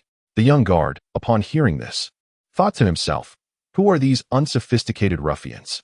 To dare defile Chief Steward Chi's treats, they must truly be tired of living. Eunuch Su was also aware that he could not permit the ruffians inside. My apologies for the trouble. Eunuch Su was being courteous. Eunuch Su, please escort this young girl inside. Very well. Eunuch Su turned to the little girl and said, Madam, please proceed. The young girl glanced at the towering palace walls. Of course, I shall go. Do you think I fear you? After Eunuch Su led the girl away, the guard at the gate ordered that the ruffians be bound. The ruffian struggled a couple of times, received a few kicks, and then complied. Chief Steward Chi, not being young himself, took the opportunity to rest. Upon arriving at the resting area, Chief Steward Chi saw his grandson holding a damaged food box alongside a young girl standing in the room. Chief Steward Chi furrowed his brow. How did the food box become damaged? Who is this child? Eunuch Su replied. She was the one who had it trampled. The young girl interjected. I am the granddaughter of Lord Yun, Yun Derun, and the daughter of Feng Chan and Feng Xian from the Baiwa Tower. Eunuch Su exclaimed. This is bad. I have fallen for this little girl's trick. Chief Steward Chi waved his hand, and all the eunuchs in the room, including Eunuch Su, exited. After they left, Chief Steward Chi looked at CC and asked, Did your great-grandfather send you? CC disdainfully curled her lip. He would never come looking for you. His mind is filled with the teachings of sages. Upon hearing this, Chief Steward Chi laughed. Indeed. Then who sent you? CC approached Chief Chi, tilting her head to gaze into his eyes, and spoke softly. I am here on my own accord. You may regard me as a specter or a prodigy. I have come to discuss business with you. Chief Chi was momentarily taken aback, then began to scrutinize CC intently. Anyone who could maneuver their way into the Emperor's inner circle and remain there for so many years must possess considerable intelligence. It didn't take long for Chief Chi to ascertain that CC was unlike other children. Has the Zhang family's 100,000 taels of silver reached you? Indeed. Do you intend to use that 100,000 taels to purchase the lives of your entire family? Certainly not. CC replied, looking directly at Chief Chi. In business dealings, one must offer what others lack. You do not lack silver. Our family lacks nothing. No, you do. What is it that we lack? Chapter 15. Do you plan to pretend she does not exist? You lack offerings for worship. A shadow crossed Chief Chi's face. Are you not afraid that I shall toss you into the pond to feed the fish? CC chuckled softly. Do you really think I would risk my life for those fools of the Yun family? Chief Chi's instincts and experience told him otherwise. CC continued. Since I have the courage to come here alone, I possess the ability to leave unscathed. I believe this business is viable. You protect the Yun family, and I, my son, and my grandson shall honor you with regular offerings. What kind of protection are you speaking of? Simply allow us to live. Why should it be you, your son, and your grandson? This is what I can guarantee. I shall not promise what I cannot assure. If our family is unable to fulfill this, then what? You are indeed capable. How could the Yun family produce such an anomaly? Perhaps their fate is not yet sealed.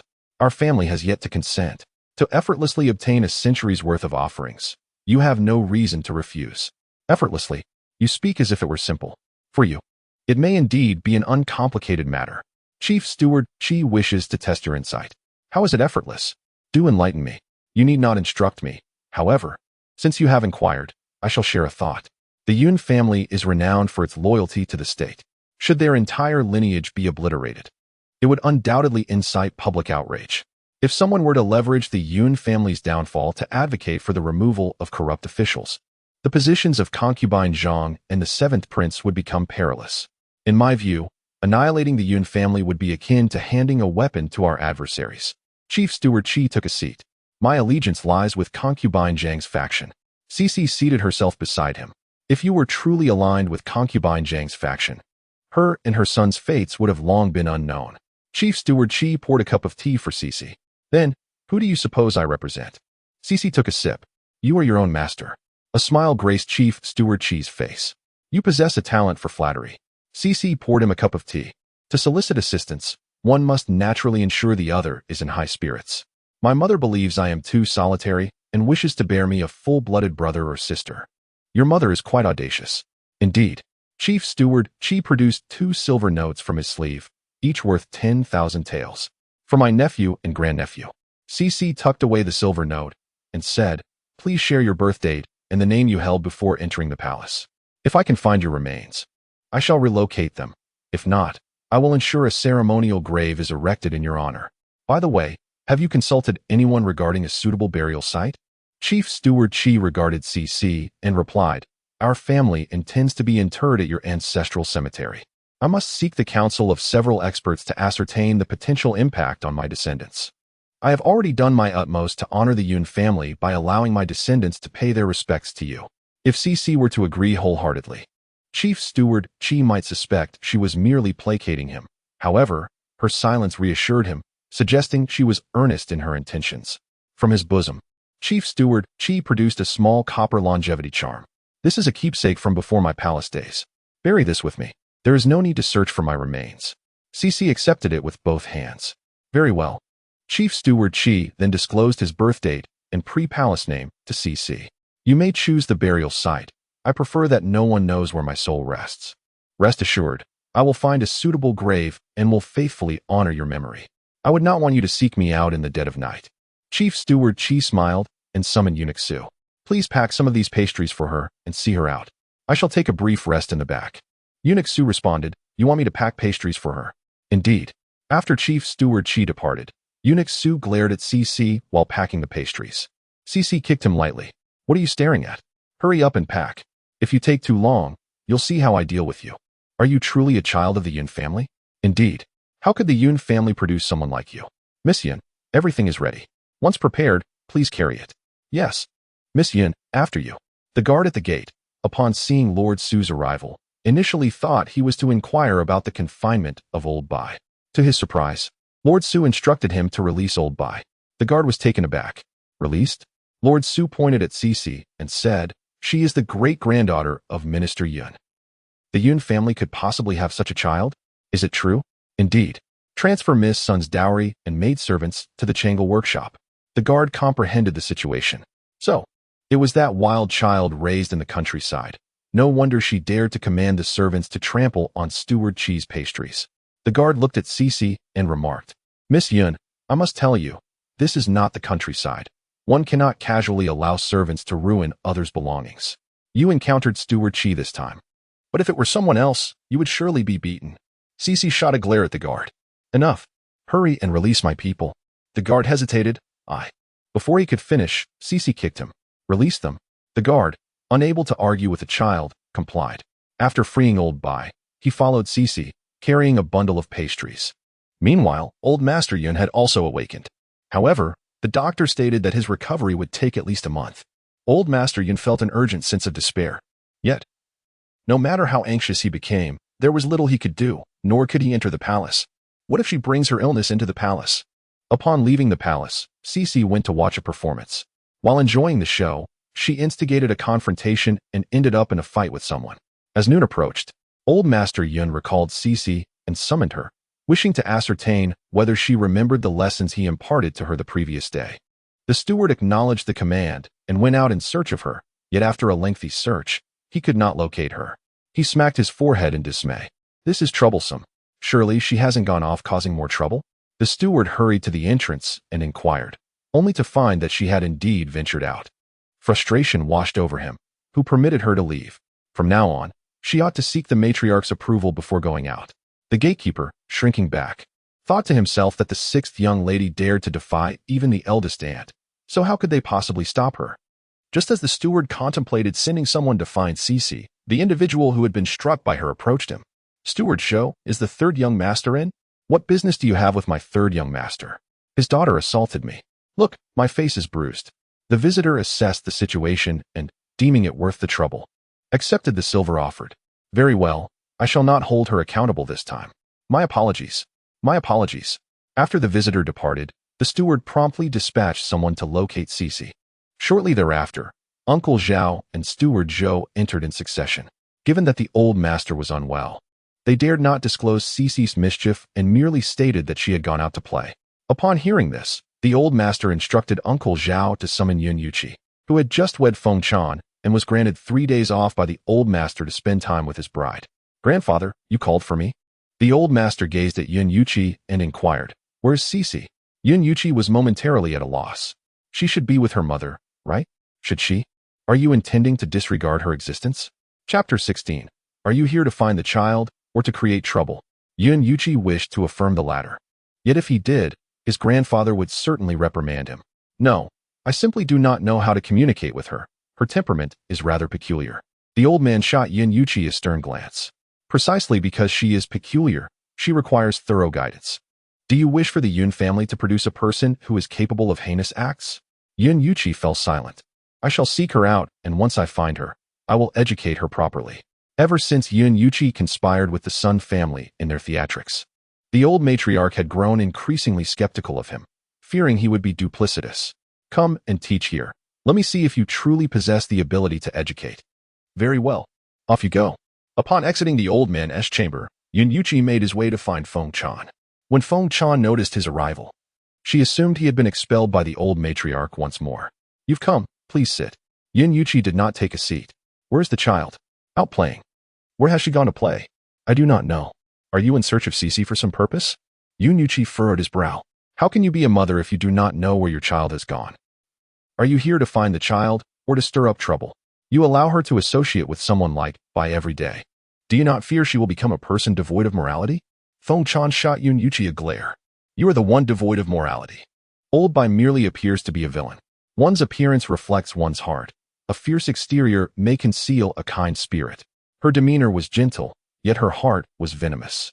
Old Bai's character remained an enigma to her. Whether he was kind or not was beyond her comprehension, yet acknowledging either was out of the question. After all, Old Bai was indeed the father of her daughter. Yun Yuqi mused. I always knew that woman was no good. Before the marriage, she was as innocent as a little white rabbit, but after the vows, she transformed into a ferocious tigress. I can't be bothered with you. If you choose to ignore me, so be it. With the old master keeping you in check, you won't be able to get far anyway.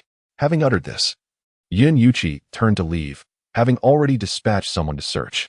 Have you really sent someone to look? Not at all. The steward informed me that Cece was attacked, and she has come knocking at our door, he explained. The old master is unwell, and I dared not mention it to him. You see, you ought to keep a closer eye on the sixth young lady. She is constantly getting into trouble. Yun Yuqi was thoroughly exasperated. Just how much debt did he owe this pair in his past life? One was perpetually scheming against him, while the other consistently brought chaos into his world. Indeed, Yun Yuqi believed he would find her quickly, yet as night fell, there was still no sign of her. Doubts began to creep in. Could it be that Old Bai had sold Cece? Feng Chan was contemplating what to have for dinner when Yun Yuqi stormed in, his expression dark. Who exactly is Old Bai? It's dark already. Even the darkness is of no consequence. Old Bai is quite formidable. Yun Yuqi felt an urge to reprimand Feng Chan. What sort of mother behaves like this? The old master summoned you. Yes. Oh dear. This is going to end badly. Yun Yuqi observed Feng Chan's expression shift and let out a huff. The old master is your support. I shall see how you explain this to him. Just as he finished speaking, Cece entered through the doorway. Explain what? Feng Chan patted her chest, exclaiming, Ah, it's all right now, all right. Your great-grandfather wishes to see you. Let us go. As Cece followed Yun Yuqi towards the courtyard of the old master Yun, she pondered.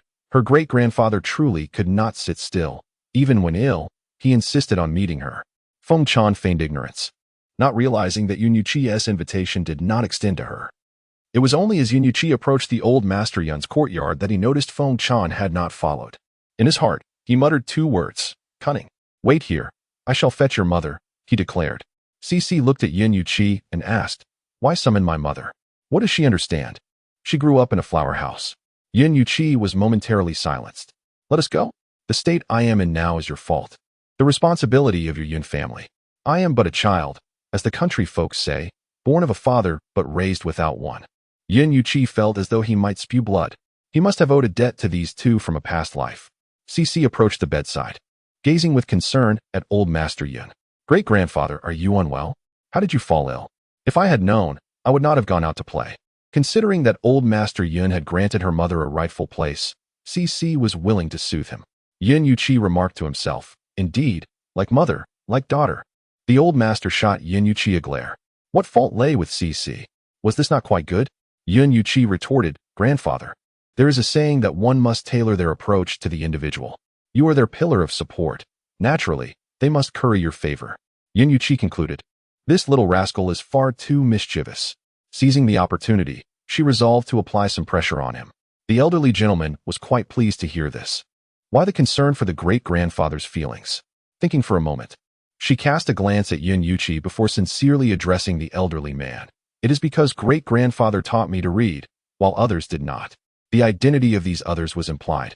Yun Yuqi received yet another glare.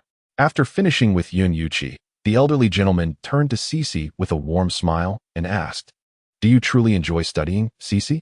From tomorrow onward, I shall have your father teach you, if that pleases you. Upon hearing this, Cece promptly replied, no, that is not agreeable. He does not like me, and I do not like him. I prefer great-grandfather. Great-grandfather, once you are well, will you teach me to read? Is that acceptable? Yun Yuqi received yet another admonishing look. He was thoroughly frustrated. Grandfather, she has been causing trouble outside today. Chapter 17. Unexpected developments. Yun Yuqi was left utterly astonished. He merely wished to lodge a small complaint. But now, if that were not enough, he found himself faced with the prospect of this little rascal potentially having a younger brother or sister. Grandfather, you seem excessively biased towards her and her mother. The elderly gentleman replied, if I am not supportive of them, then whom should I favor? That young lady who, at the slightest hint of trouble for her family, severed all ties? Yun Yuqi was rendered speechless once more. Cece shot him a glance. With such significant leverage against him, did he truly dare to make a complaint? Did he not realize that his grandfather was currently displeased with him? Great-grandfather, I am hungry. He does not like me, and I do not wish to study with him. Then stay at home and keep great-grandfather company, while also studying with him. Off you go. She left. Well, I provided them with a menu to follow. Feng Chan kissed Cece on her chubby little face while holding her. Mother knew it was you who had them do this. Come, let us wash our hands. By the way, did your great-grandfather scold you? He did not scold me. He reprimanded the third young master instead. My great-grandfather instructed me to study alongside the third young master and asked him to give me a younger brother or sister. Really? Feng Chan's eyes widened in astonishment. Did your great-grandfather truly say that? Indeed. Feng Chan kissed Cece's chubby face 2 more times. My daughter, you are remarkable. Mother suspected that you might escape reprimand, but never did she envision that you could persuade your great-grandfather to pressure your father into giving you siblings. It wasn't my doing. It was what my great-grandfather said of his own accord. Feng Chan dismissed this, believing it to be her daughter's accomplishment. It is also due to you. Very well. What did you do at home today? I did not do much. I bowed to your great-grandmother, your grandmother, as well as your second and third grandmothers. Did they give you a meeting gift? They did. Do you want to go? If you go, they will surely give you something. Cece was not interested in such a meager sum.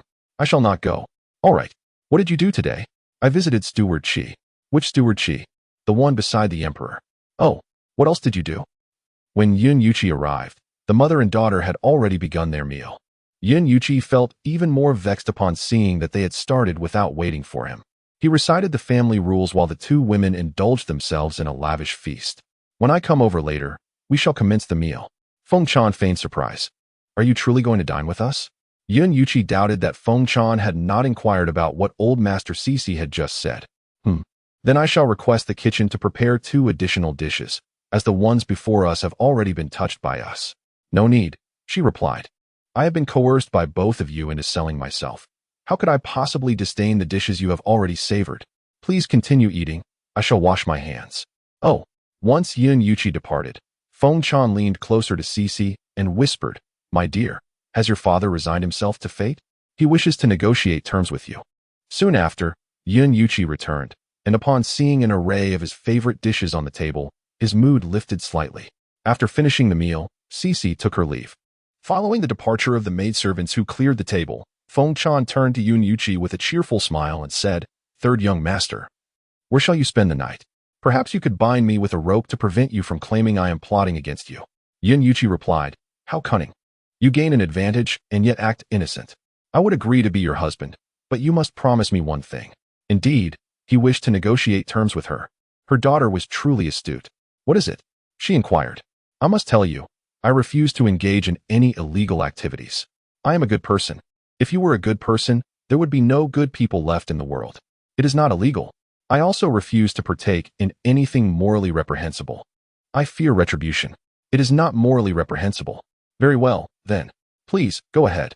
Yin Yuqi gazed at Feng Chan and declared, I would agree to be your husband. However, once the matter of the storage is settled, you must return my lady's position to her. Very well. Regardless of my promise, it seems of little consequence. So straightforward. You must inform grandfather that it was your own volition to restore my lady's position. Very well.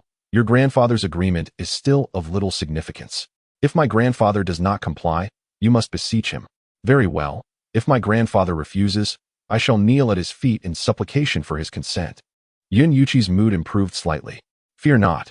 Even if you return the position to my lady, your daughter shall remain a legitimate daughter. I shall ensure my lady records your daughter under her name. I am grateful to you. Truly? How splendid. Third young master, you must be weary. Allow me to prepare a bath for you. After your bath, I shall massage your shoulders. Having already sought reconciliation with her, she could not oppose him any further. Third young master, I am aware that I am unworthy of you. To have spent a few months as your spouse fills me with contentment. What would you like to eat tomorrow morning? I shall prepare it for you. My culinary skills are quite commendable. Meanwhile, the two individuals, each harboring their own thoughts and intentions, behaved like a normal couple as they set about the creation of children. On the other side, after sending the maid away, Cece pulled out her night attire. Old Bai was just about to sleep when suddenly a dark little figure appeared before him. Old Bai immediately clutched his chest. Oh dear. Oh dear. I can't take it. I'm terrified. Cece kicked Old Bai. Are you revived? Indeed. Hee little imp. Did you not say you would not go out today? The old master instructed me to accompany the third young master in his studies. Upon hearing this, Old Bai couldn't help but chuckle. The old gentleman truly lacked insight. Was this little imp corrupted by him, Old Hay, and Madame Fong? This little creature was inherently mischievous.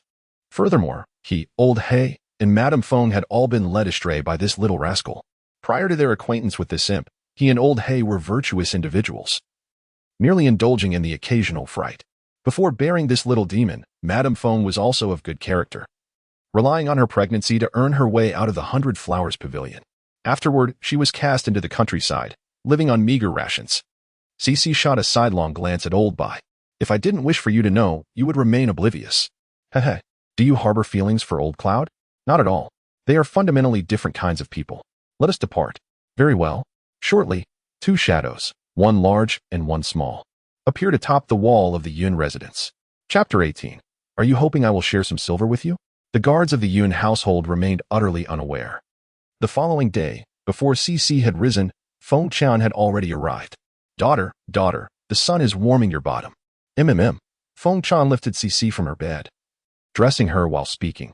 He wishes for me to wait until the heir's position is finalized before returning the title of third young mistress to Miss Sunday. Cece yawned. I understand. I shall treat him a bit better. Your mother has prepared your favorite pumpkin cakes. After dressing Cece, washing her face, and tying her hair into little buns, Feng Chan led her to their dining area. Yin Yuqi was already seated. Awake? Let us eat. Cece replied with a soft and took her seat. Upon taking their seats, the father and daughter simultaneously grasped their chopsticks, reaching for the pumpkin cakes in unison. They each managed to secure a piece, casting glances at one another, neither willing to concede. Their eyes silently urged the other to relinquish their hold. Yin Yuqi declared, I am the elder. To which Cece retorted, you do not treat me as your daughter, so why should I yield? Observing their playful standoff, Feng Chan interjected, oh my. You two truly are a pair of affectionate father and daughter. Your tastes are remarkably alike. Allow me to divide this for you. Upon hearing this, the pair promptly released their grip on the pumpkin cake and turned their attention to the nearby steamed dumplings. However, upon realizing they both reached for the same dumpling, they immediately set it down and shifted their focus to the oil cakes, a delicacy favored by Feng Chan.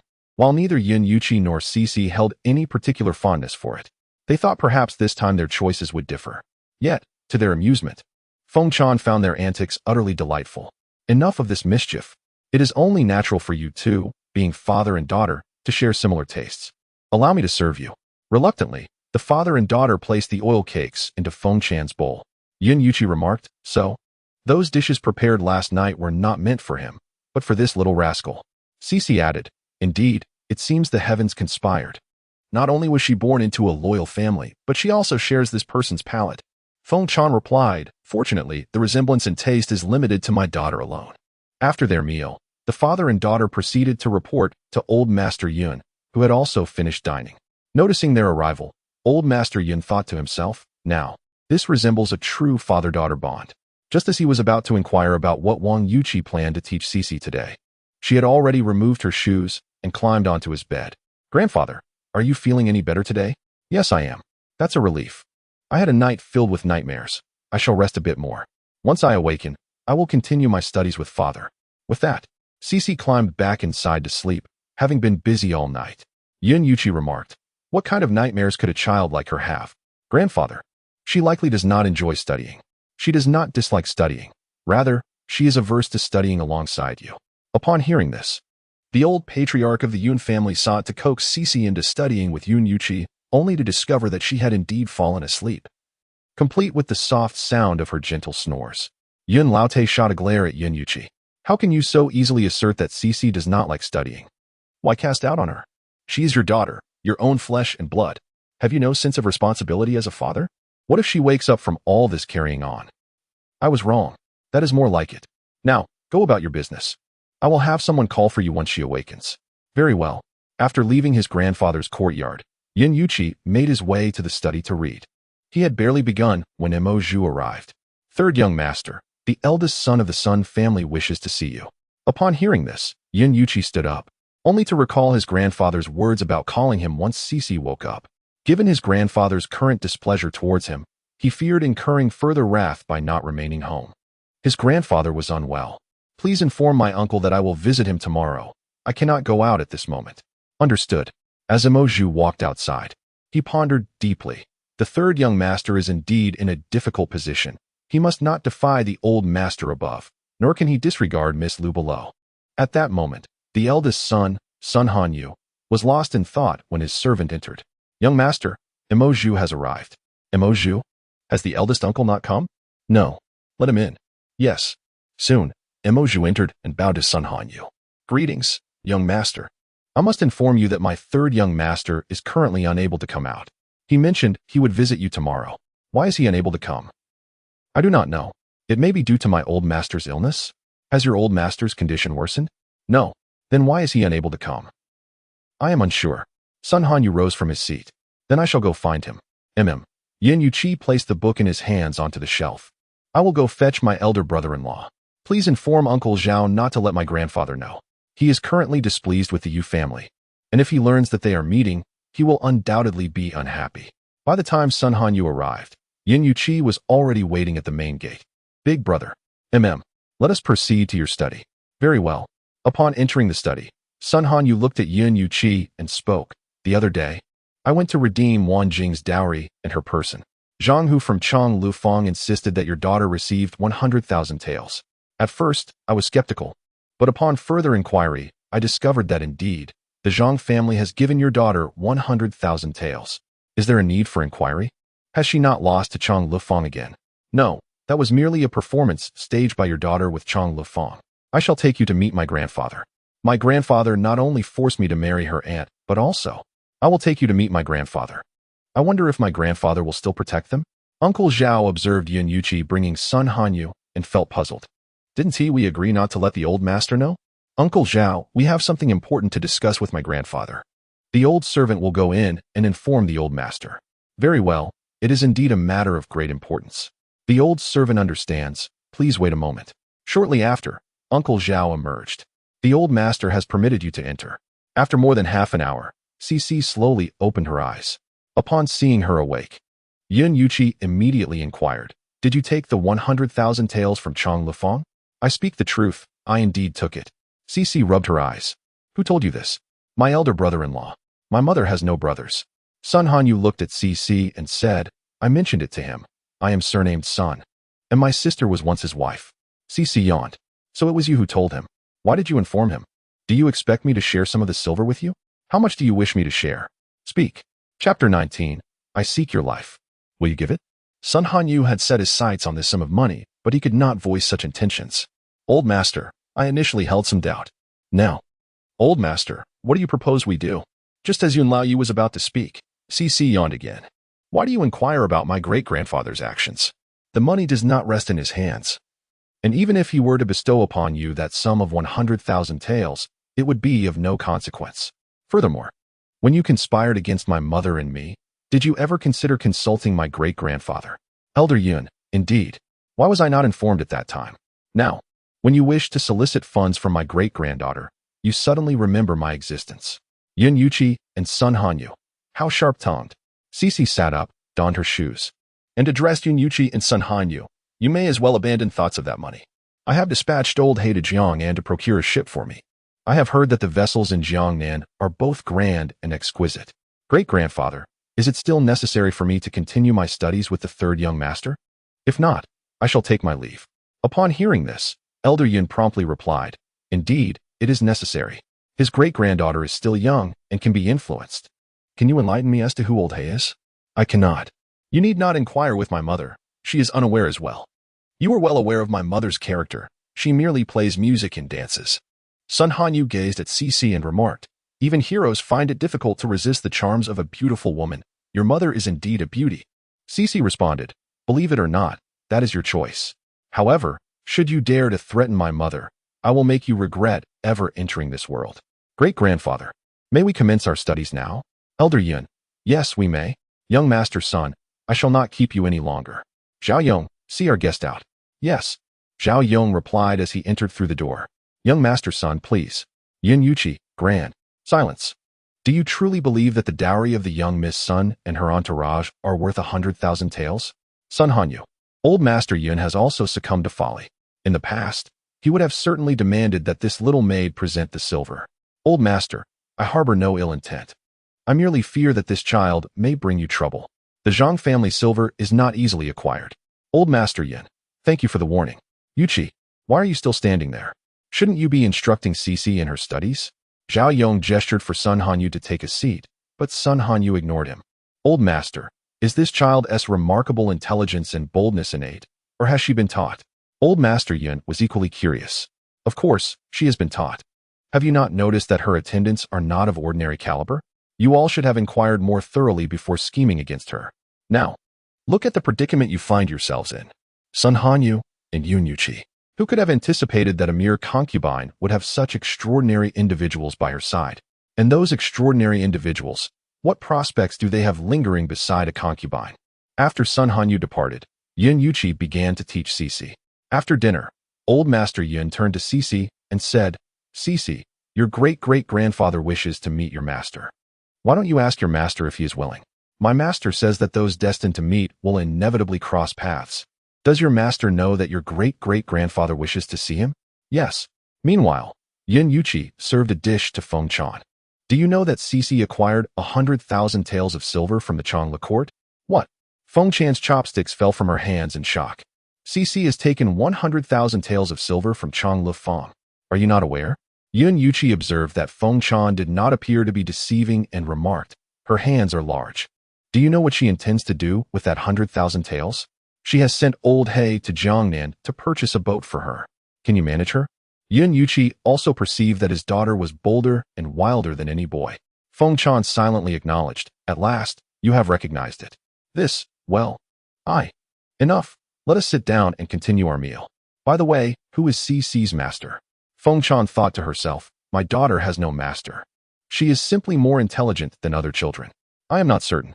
Her master is quite mysterious, elusive, and wears a mask every day. By the way, how did you know that Cece has a master? Did Cece tell you? Yes. What does her master teach her? I do not know. Her master is male. And I am female. I must avoid any appearance of impropriety. Are you not concerned that she might lead Cece astray? Indeed, I am. Then why do you allow him to teach her? I fear that if I do not permit him to teach, he might take Cece away. There is indeed such a possibility. Why does he wish to teach Cece? I do not know. When I asked him, He remained silent. She is unaware of anything that might differ from what her daughter has said. What did old He and old Bai do in the past? I do not know.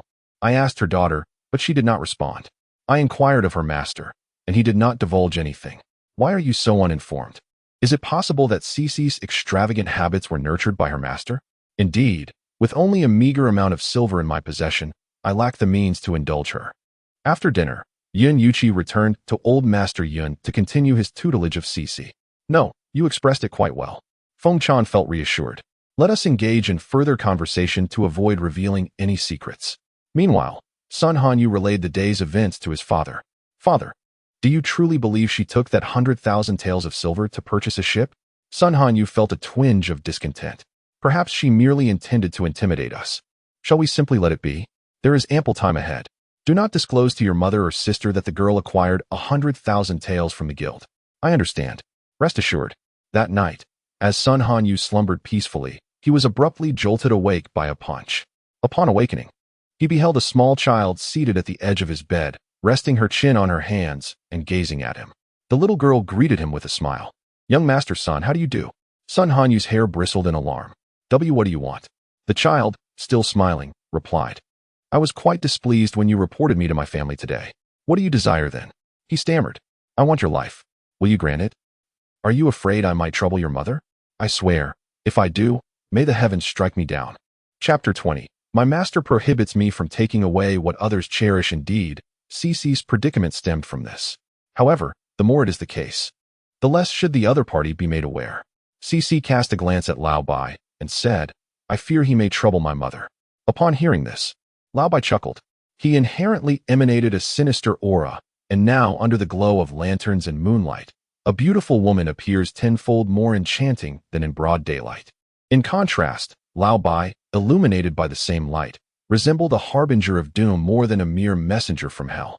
Sometimes, a mere glance or a smile can instill greater fear than 1,000 threatening words.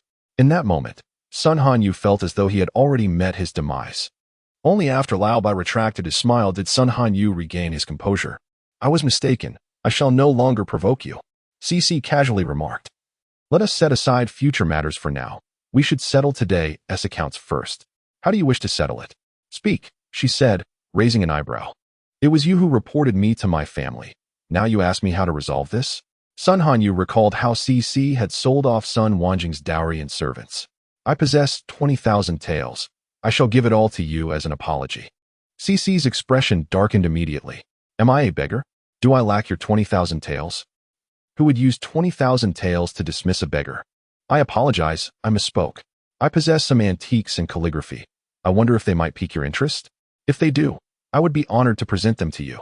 Cece's demeanor softened slightly. My master forbids me from coveting what others cherish. If your master were truly so virtuous, how could he have taught you thus? Then, may I come to apologize in person? It would suffice to say that my great-grandfather is unwell. Should you visit, it would only exacerbate his displeasure. Are you truly concerned about inciting his ire? Then allow me to host a banquet at the finest establishment in the capital to express my apologies. That would be more appropriate. However, if you intend to apologize to a mere child at such a prestigious venue, how shall you maintain your reputation in the city thereafter? When measured against the value of life, matters of pride are but ephemeral. I am truly ashamed that you would consider my grievances. Thus, I shall host a banquet at my residence tomorrow to honor you and your mother. With that, Cece departed. Sun Hanyu. And just like that, she left. Lao Bai couldn't help but reminisce about his first encounter with Cece. Shaking his head, he pondered the futility of such thoughts.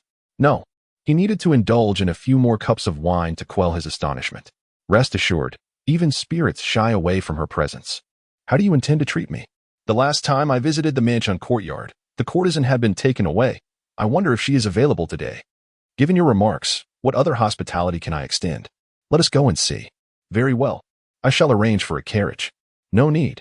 Sun Hanyu assumed Lao Bai's refusal was due to his possession of a horse or carriage. Yet, Lao Bai astonishingly leapt across rooftops with him. He is a scholar. A scholar. Lao Bai, mischievous as ever, chose the most perilous routes. Upon arriving at the mansion courtyard, Sun Hanyu's legs felt as weak as noodles. Not only could he not approach the courtesan, but he also had to cling to Lao Bai for support. Fortunately, luck was on Lao Bai's side. as the courtesan was indeed available today. After Lao Bai departed with the courtesan, Sun Hanyu summoned the matron of the mansion courtyard. "You know who I am, do you not?" he inquired. "Indeed, you are the esteemed son of Lord Sun," she replied. "That is good to hear. I ask you, has the person who accompanied me just now ever visited the mansion courtyard?" "Yes, he has." "And how much silver did he spend?" 3,000 taels. "Do you happen to know if he has frequented any other brothels?"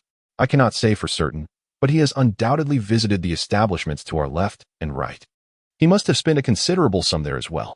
I estimate that altogether, he has likely spent over 10,000 taels across our 3 houses. It seems he is not a victim of extortion, but rather a true spendthrift. It appears that lad has truly taken 100,000 taels to Jiangnan to purchase a boat. He is indeed wealthy and looks down upon his mere 20,000 taels." Sun Hanyu pondered deeply, having spent lavishly as well. The term courtesan also connotes high prices. The following morning, Sun Hanyu's beautiful concubine awoke to find him absent and summoned her maid.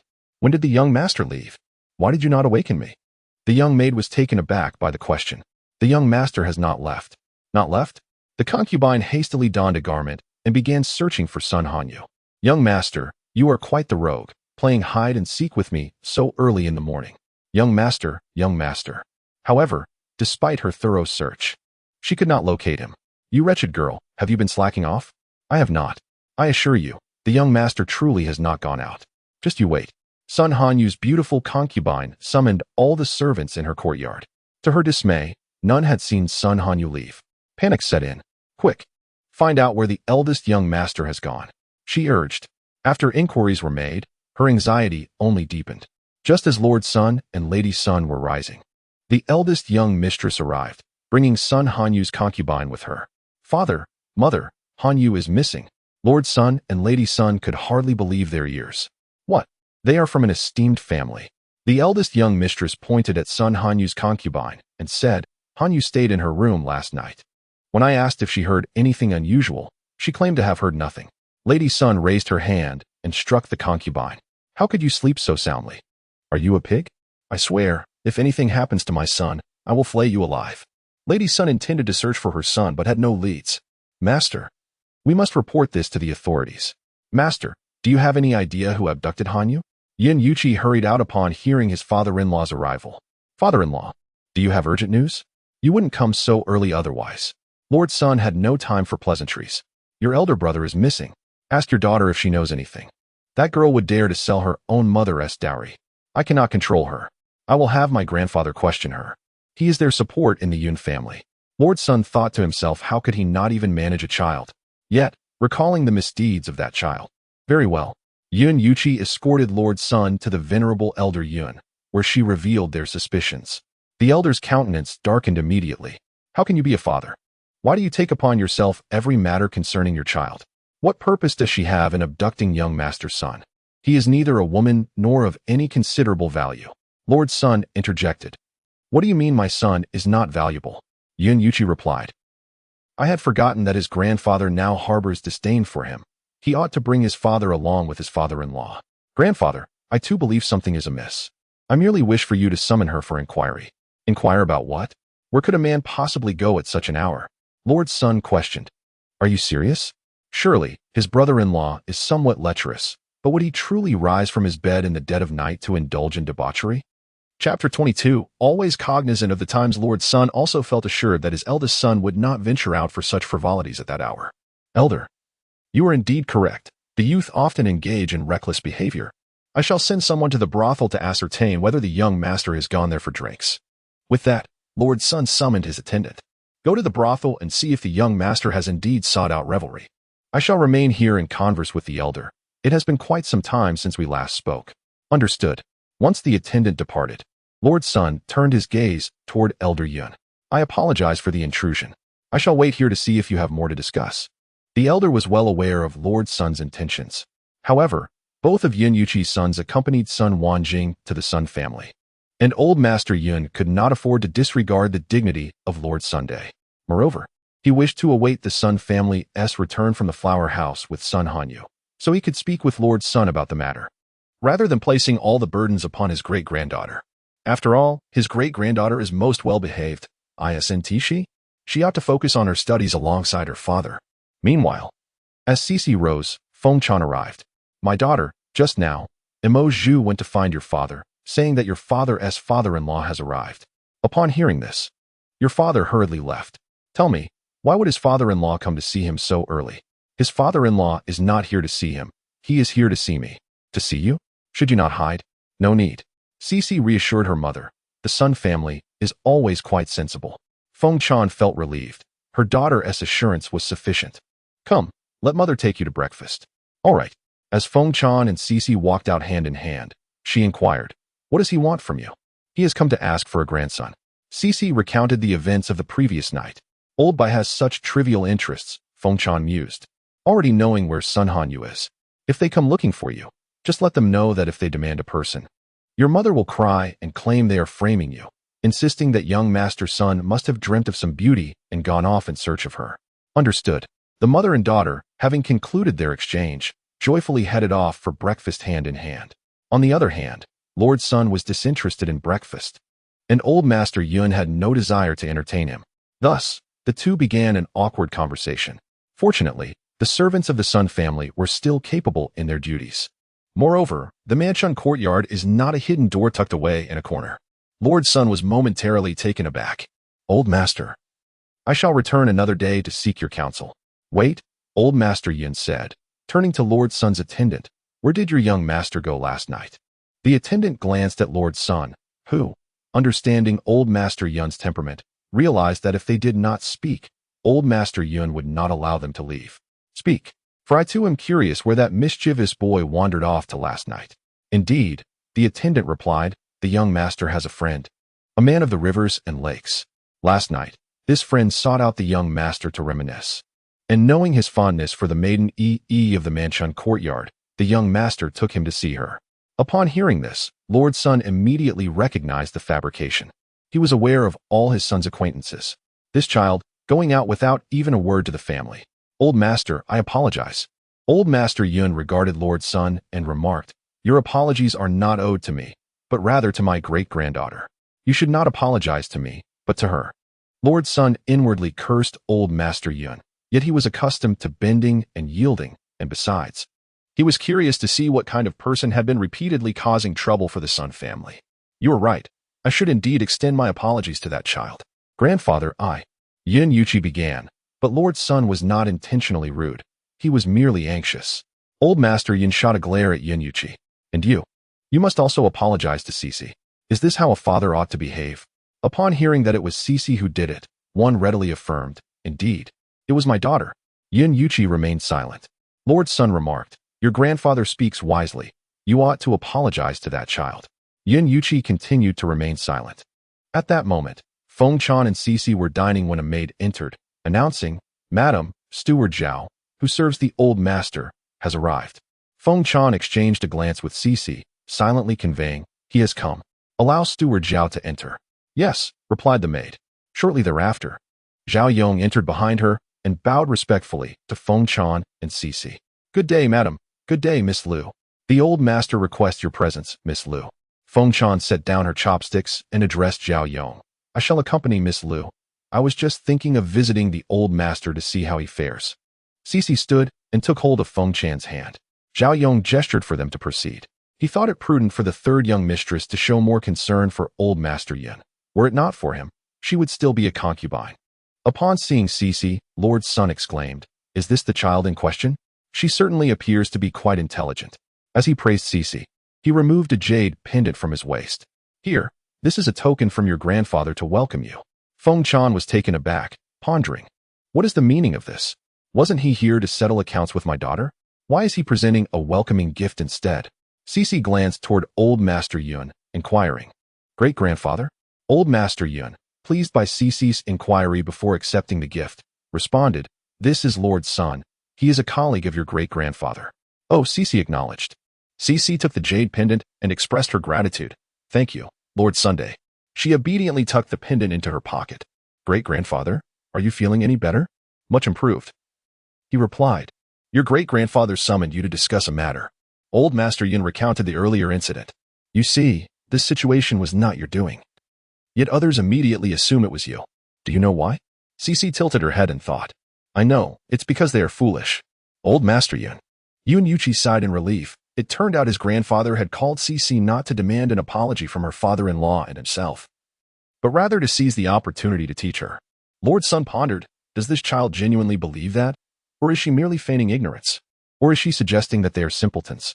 Feng Chan exclaimed, oh, it has been ages since my daughter tilted her little head to look at anyone. I must cherish this moment. Who knows when I will witness it again? Old Master Yun cleared his throat twice. Ahem, they are not foolish.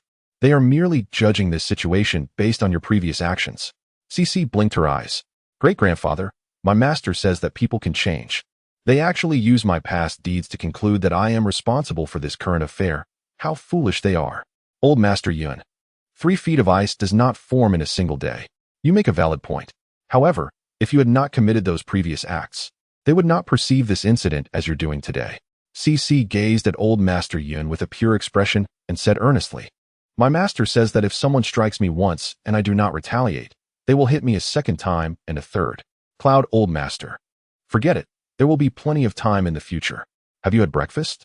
Great-grandfather hasn't he eaten yet? Why not join me for breakfast? Chapter 23. The sky is falling. Cece patted her little belly. I've eaten half. Then let us share the other half with great-grandfather, shall we? All right. Hand in hand. The old and the young cheerfully went off to dine. His son had an affinity for beautiful women, but he had not yet reached the point of rising at midnight to meet one. Moreover, he certainly wouldn't go alone. Sun Hanyu recounted the events of the previous night. Lord Sun. So that little girl nearly frightened his son to death, yet he hurried over to present her with a jade pendant? You acted wisely. We have previously overlooked this matter. We ought to investigate those 2 women before deciding whether to exploit them. Isn't there a fine academy at your father-in-law's place? Write him a letter. We shall send your sister and your 2 nephews there. This way, we can avoid the rumors circulating in the capital and also evade Yun Yuchi. To prevent those 2 from thinking your sister and nephews wish to take Yun Yuchi from them. Sun Hanyu also contemplated sending away Sun Wanjing and her 2 sons fathered by Yun Yuchi. Women and children are often swayed by emotions. Very well. I shall write to my father-in-law right away. Last night, when Lao Bai and I passed by the residence of Duke Ongwa, the guards did not notice us. The guards at Duke Ongwa's estate are far more formidable than our own. I truly wish to know who the master of the 6th young lady is. Lord Sun was also curious. However, Yun Yuchi informed him that even the mother of the 6th miss was unaware of her master's identity. As Lord Sun, along with Sun Hanyu, entered the dining area where Madame Sun and her daughter Sun Wanqing were partaking in their meal, the 2 ladies promptly set down their chopsticks and rose to greet them. After exchanging pleasantries, they all resumed their meal. Once they finished dining, Madame Sun was about to inquire about Lord Sun's whereabouts earlier when he turned to Sun Wanqing and remarked, how hasn't he attended school for several days now? Has he? Sun Wanqing's eldest son was named Yun Jinghao, and her second son was Yun Jingming. Yes, I intend for him to wait a few more days before returning. It would be futile for him to study under these circumstances. It would be even more difficult for him to focus on his studies. Sun Wanqing understood that the if her father mentioned referred to the potential downfall of the Yun family, which would further hinder her son's ability to concentrate on his education. Father, do you mean? Sun Wanqing pondered and found her father's reasoning compelling. All right, I will inform Hao Er's father. Let your elder brother handle it. You are currently at odds with Hao Er's father. She barely uttered a word before her father interrupted her. You must consider the well-being of Hao and Ming Sun Wanqing bit her lip in contemplation. Very well. When shall we set off? In a few days. I will have someone select an auspicious date for you. All right. Thank you, father. With that, Lord Sun rose from his seat. We shall head to the yamen now. You 2 stay home and prepare. The following day, the Sun family saw Madame Sun and her daughter off. After completing his wedding leave, Yun Yuchi attended to official matters for 2 days. Once his work was concluded, he longed to see his wife and son.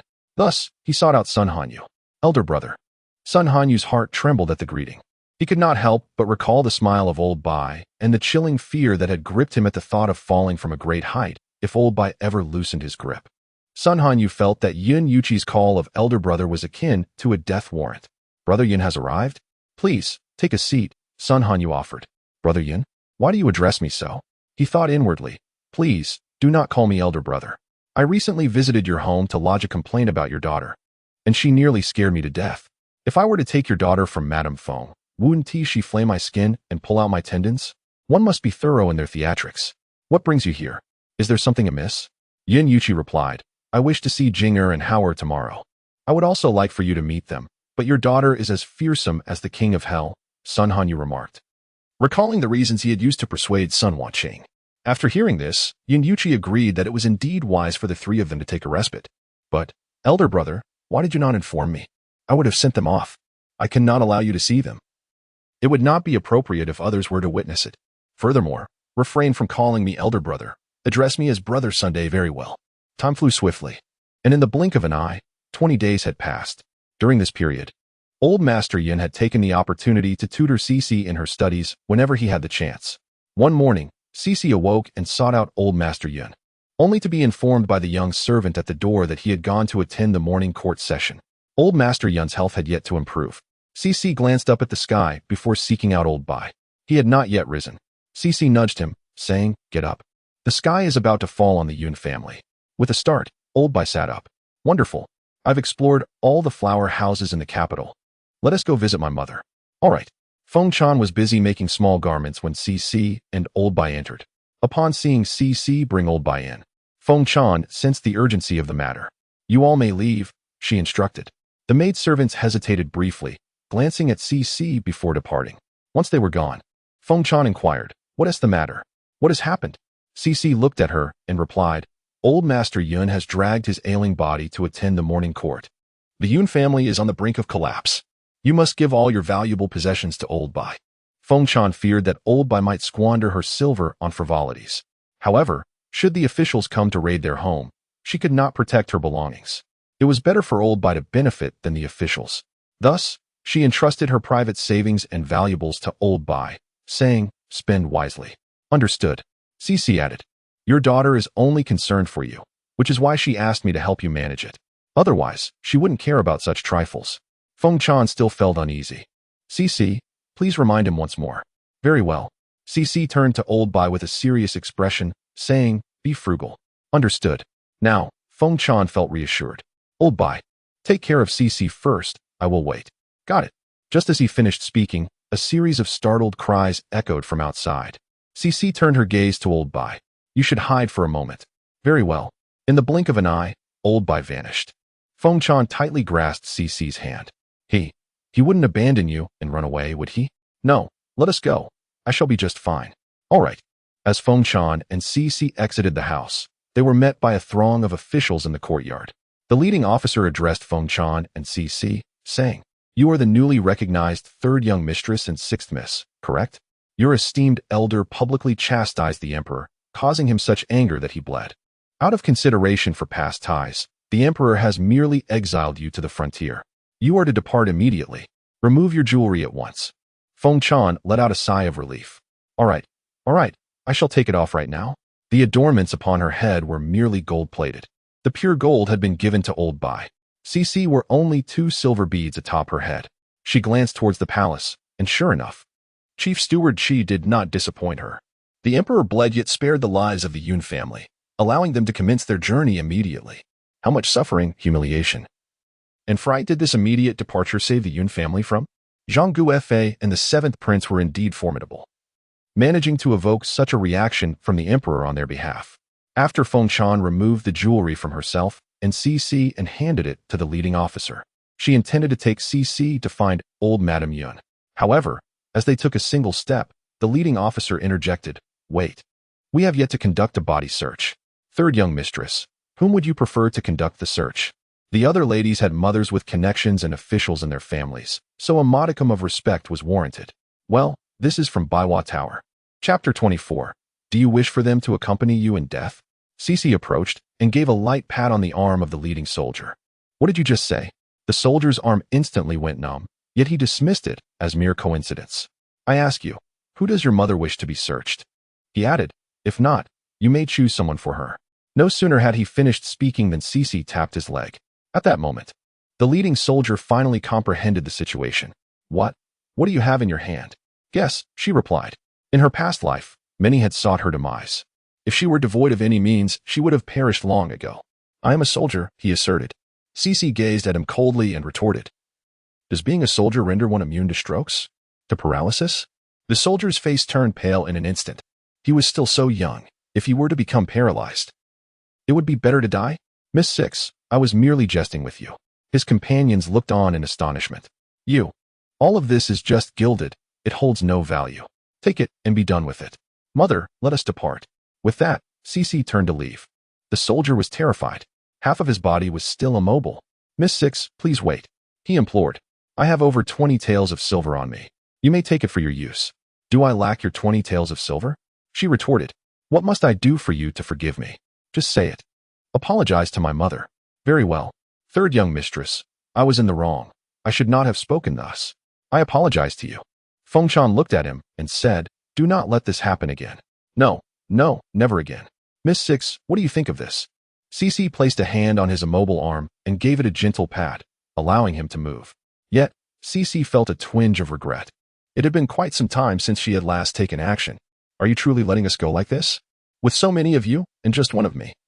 And I am so young. The leading soldier quickly stepped back. Please, do proceed. Very well, until we meet again. Until we meet again. Until we meet again. Until we meet again. What nonsense. Damn it. The one with the least connections is the most untouchable. Please, do proceed. Until we meet again. Mother, let us depart. All right. After Fengshan led Cece away, those close to the commanding soldier immediately gathered around him, asking, Chief, just now. Silence. Get to work. Damn it. Had I known that little girl was so formidable, I wouldn't have come here. Not only did I not gain any advantage, I almost ended up incapacitated.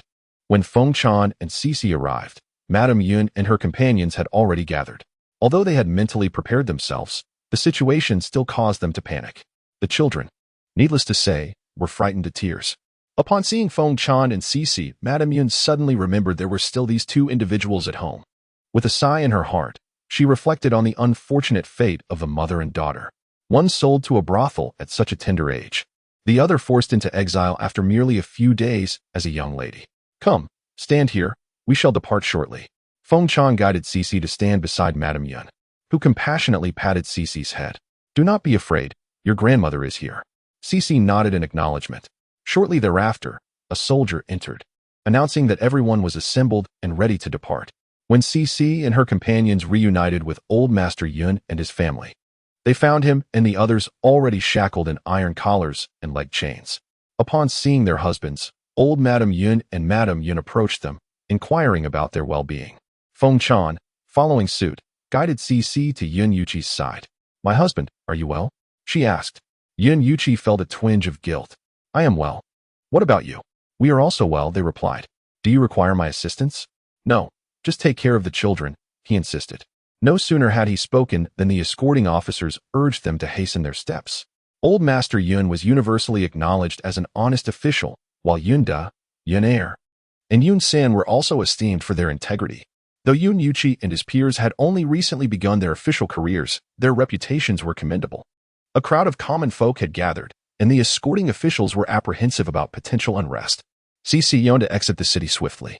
However, as they approached the city gate, the populace obstructed their path. Moved by the sight of so many citizens blocking their way, Old Master Yun felt a surge of emotion. The other members of the Yun family, witnessing the citizen solidarity, began to hope for a turn of events. Fengshan felt a sense of joy seeing the crowd advocating for the Yun family. Daughter, does this mean we might avoid exile? She wondered. No, Cece replied, tugging at Fengshan to part the crowd and approach Old Master Yun. Just as he contemplated the worthiness of their family, Cece urged her mother, Mother, lift me up. I wish to speak a few words with great-grandfather. Very well, Fengshan agreed. Fengshan lifted Cece into the air.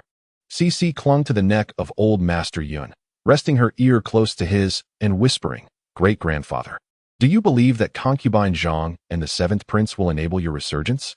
No, replied the old man. Great-grandfather, wasn't the emperor originally planning to execute the entire Yun family today? How do you know? He exclaimed. Great-grandfather, do you think these commoners can withstand the ambitions of concubine Zhang and the seventh prince? They cannot. Great-grandfather, do you wish for these people to accompany you in death? I do not. Great-grandfather, do you desire a river of blood? I do not. How can we make them yield? The officers escorting the Yun family sighed in relief upon hearing the old man's words and echoed in agreement. Indeed, indeed. Quickly, let them pass. Do not delay Lord Yun's punishment. Through the combined efforts of Old Master Yun and the officers, the Yun family successfully exited the city. The officers followed suit. Once the crowd dispersed, Cece immediately approached the officer in charge of their escort.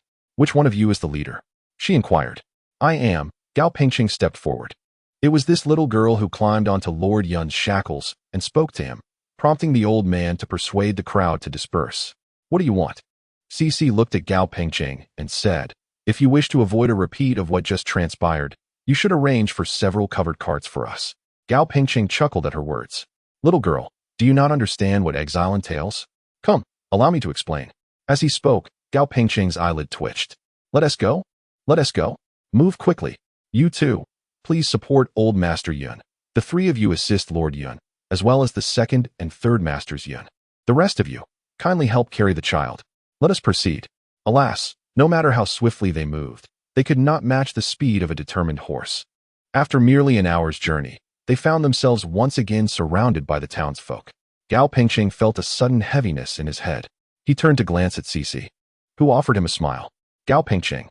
Is this little girl mocking him? Is she? Chapter 25. The Wheel of Fortune turns. Gao Pengqing shifted his gaze to Old Master Yun. "Sir, would you kindly reiterate what you just conveyed to them?" "Certainly."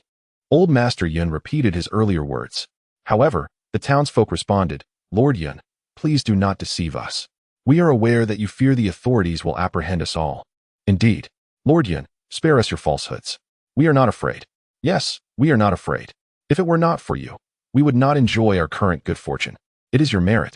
Indeed, you have provided so many valuable insights to the Emperor. How could he possibly exile you to the frontier merely based on your words?" "Old Master Yun, why is this ineffective?" Gao Pengqing. "A true gentleman can bend and stretch. A true gentleman can bend and stretch. A true gentleman can bend and stretch." Having found a lofty rationale for himself, Gao Pengqing maneuvered through the crowd to reach Cece. "Miss Yun, greetings. I truly should have heeded your advice earlier. Might you offer me some guidance? I would be immensely grateful. I am no longer referred to as Miss. Henceforth, please call me Xiaolu." "Very well, Miss Xiaolu. Young lady Xiaolu, could you possibly offer Mr. Gao a suggestion? I would be immensely grateful. This matter cannot be resolved by you. It requires the intervention of my great-grandfather. Please wait here." "Mother." Fengshan led Cece to the side of Old Master Yun and lifted Cece up. Cece leaned against Old Master Yun's shoulder and whispered a few words to him. Upon hearing this, Old Master Yun immediately proclaimed loudly, "Everyone, please be quiet for a moment, as I have a question for you all. Everyone, please be silent." The officials, noticing that Old Master Yun had something to say, hurriedly joined in urging for silence. Soon, the surroundings fell into a hush. Old Master Yun addressed the gathered populace. "Tell me, do you not believe that I possess greater wisdom and insight than you?" Without hesitation, the crowd responded in unison, "Indeed." "Then, would you believe me if I claimed that you have fallen victim to deception?" "This, Sir Yun, how could we have been deceived? You surely cannot find those who would confess to deceiving you, for they fear the authorities might apprehend them. If you doubt this, go seek them out. This, you should search. Very well. Since Sir Yun has instructed us to search, we shall comply. Yang Laosan, who informed you?" "I heard it from Zhang Fugui." "And you, Zhang Fugui, from whom did you hear it?" Before long, the outcome became apparent. "Oh, just moments ago, I saw him standing here. Yet in the blink of an eye, he has vanished. If Lord Yun were to venture to the frontier, our days of prosperity would be lost, and that person would be nowhere to be found. They claim that as long as we are numerous, the authorities would not dare to take action against us. Yet that individual has also vanished. Have we truly fallen into someone else's trap? Most likely. Lord Yun has stated that we have indeed been deceived. Lord Yun possesses greater wisdom and insight than we do. Lord Yun, have we truly been misled? Very well. We shall welcome you. Lord Yun, please take your time." After the crowd dispersed, Gao Pengqing quickly summoned 2 individuals. "Hurry, hire 5 carriages. No, 10. Quickly, 10. Chief, our expenses are quite limited. Do not concern yourself with the costs. Let us first navigate through this predicament. Hurry." "Understood."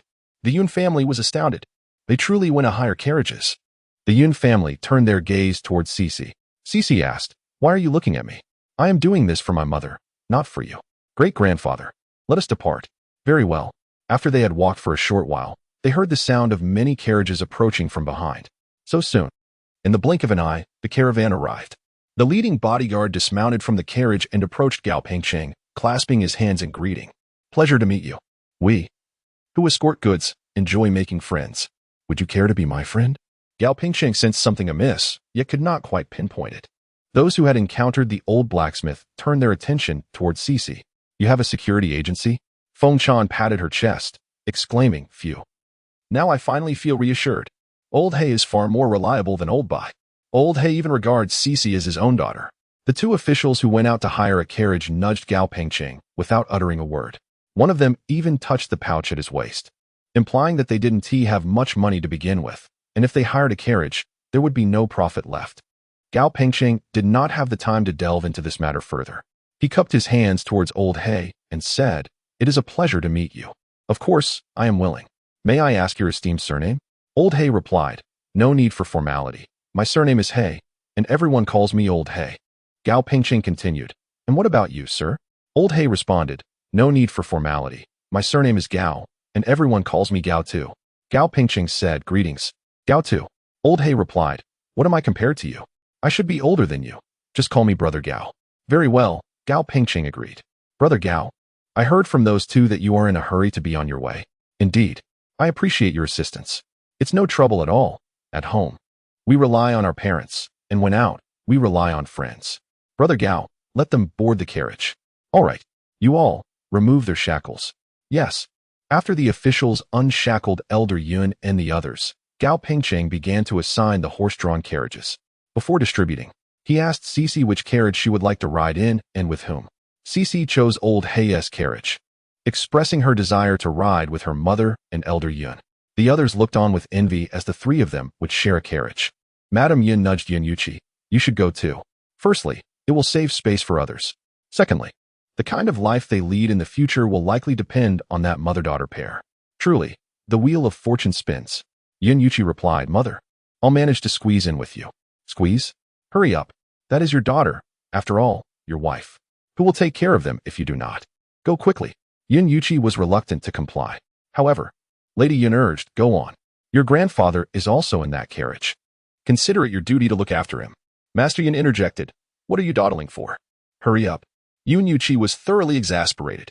Just as Elder Master Yun was about to inquire who had sent the common folk to obstruct their passage, Gao Pengcheng's voice resonated from outside. "Miss Lu 6. Your father wishes to share a carriage with you.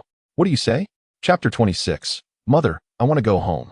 It is too frightening out here." Cici glanced at her mother's abdomen, pondering whether her mother's wish had been fulfilled. "Let him come aboard." "Very well. Third young master, please. Do not call him young master anymore. He is no longer in that position." "Understood. Brother Yun, please." Soon, Yun Yuqi ascended the carriage and took a seat beside Feng Chan. Aware that among the three individuals in the vehicle, only Feng Chan held any affection for him. Once the Yun family settled in, the officials boarded the carriage as well.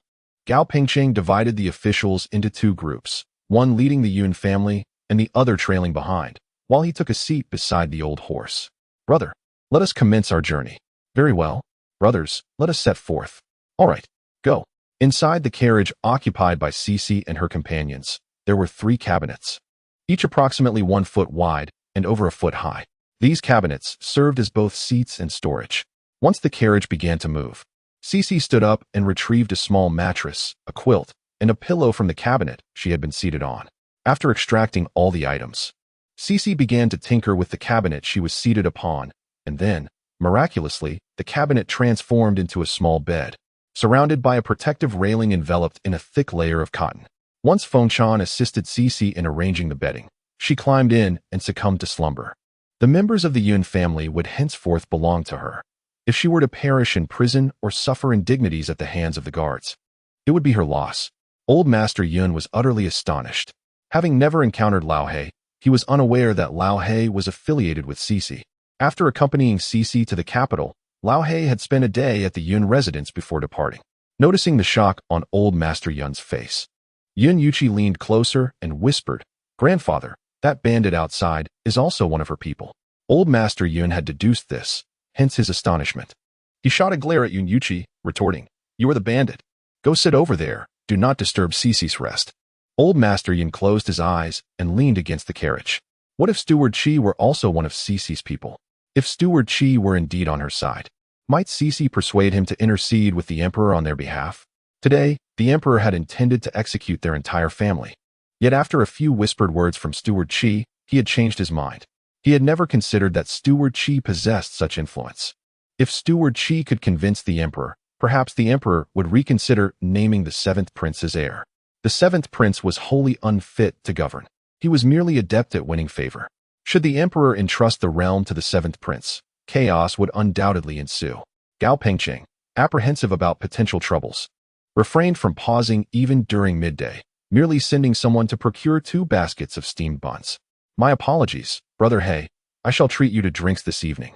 No worries. We are all simple folk. We do not indulge in fancies, as long as our hunger is satiated. After ensuring that Lao He and the others were taken care of, Gao Pengqing delivered 12 steamed buns to Cece and her companions. Feng Chun inquired if Cece wished to eat, to which Cece simply replied with a refusal before drifting back to sleep. This slumber extended until nightfall. In the meantime, the station master, Ma Dabiao, was indulging in liquor within his quarters when a courier entered. Master, a group of exiles has arrived outside. So what? Let them come. Do you expect me to greet them? No, but they appear rather peculiar. Ma Dabiao took a swig of his drink. In what manner do they seem strange? They do not resemble prisoners, nor do the guards appear as guards. Ma Dabiao glared at the courier. Do not be absurd. Go away and do not disturb my drinking. Master, you truly ought to take a look. They are indeed very unusual. Reluctantly, Ma Dabiao rose from his seat. What could they possibly do? They are merely a bunch of exiles. Is there really any cause for concern? Once outside, he made his way towards where the exiles were supposed to be housed. But the courier quickly interjected. Master, they are not there. They are in the hall. What? You allowed them to remain in the hall. Is that a place for them? They are prisoners. We did not intend for this to happen. But, enough of your excuses. How much silver did they offer you? They did not provide us with any silver. Ma Dabiao was unconvinced. His audacity had grown, daring to deceive him. He would deal with it later. After speaking, he strode towards the hall. As Ma Dabiao approached, Cece and the others were resting while waiting for their meal. Gao Pengqing, Old He, Cece, and the venerable old master Yun occupied a table. Gao Pengqing intended to discuss the matter of expenses with Cece and old master Yun. They could forego withholding their meal allowances, but they could not expect them to pay for their own meals. The Yun family occupied 4 tables, while the officials escorting them and Old He's subordinates also filled 4 tables. Upon Ma Dabiao's entrance, Old He was sipping tea while playfully ruffling Cece's hair to wake her up. Cece, being petite, only her head was visible above the chair. The moment Ma Dabiao entered, both Old He and Cece sensed his presence and turned to look at him. Old He, tall and robust, possessed a formidable aura. Ma Dabiao immediately spotted Old He. Upon realizing this, he turned to flee. Brothers, grab your weapons. Bandits have come to the inn. Brothers, grab your weapons. Bandits have come to the inn. Cece thought to herself. Surely he doesn't think I'm just ahead? Old He remarked. Just you? I could eliminate you with a single hand. The Yun family members were bewildered. Old He does have a somewhat intimidating appearance. But it shouldn't provoke such fear, right? The inn's attendants murmured. The innkeeper has had too much to drink. Crash. Gao Pengqing's teacup fell to the table. He recognized the problem. These individuals bore no resemblance to bodyguards. They resembled outlaws. Cece picked up Gao Pengqing's teacup and quietly placed it back in his hand, whispering, My great-grandfather and grandfather have offended many, and numerous individuals seek their lives. If they all perish, you shall find yourself in a predicament. Gao Pengqing stared blankly at Cece. She gently patted his arm and reassured him, Fear not. For we have Lao He to protect us, and he is also here to safeguard you. Gao Pengqing shifted his gaze towards Lao He, who, in an instant, shattered the teacup in his hand. Meanwhile, Ma Dabiao grew increasingly anxious and frustrated as he observed the postman standing idly. Are you corpses? Hurry up and grab your weapons. The postman could no longer endure the situation. Postmaster, they are not bandits. Postmaster, they have a group of children with them. Silence. Did you not see that bandit leader holding the severed head of a child? They brought those children for the purpose of murder. The postman could not help but glance at Lao He and Cece. Lao He barked, What are you staring at? Grab your weapons. Cece added, Why are you looking at me? It is his poor eyesight. Lao He's hand itched for action, while Cece seemed eager for a spectacle. The postman feared Ma Dabiao might cleave them in two. Madame Yun and Lord Yun had yet to recover from the stark contrast of being treated as esteemed guests to being regarded as mere bandits. Ultimately, it was the elder Yun who stepped forward. Rising from his seat, he approached Ma Dabiao and remarked, "Postmaster Ma, do you not recognize me? The last time I visited your post station, you treated me to a dish of venison, claiming it was from a deer you had hunted." Ma Dabiao's demeanor softened slightly, as he was known to keep a stock of game to impress passing officials, knowing that the higher the rank, the more prestigious the game. Since he had served venison to this individual, it implied that he held a significant position. Elder Yun nodded in acknowledgement.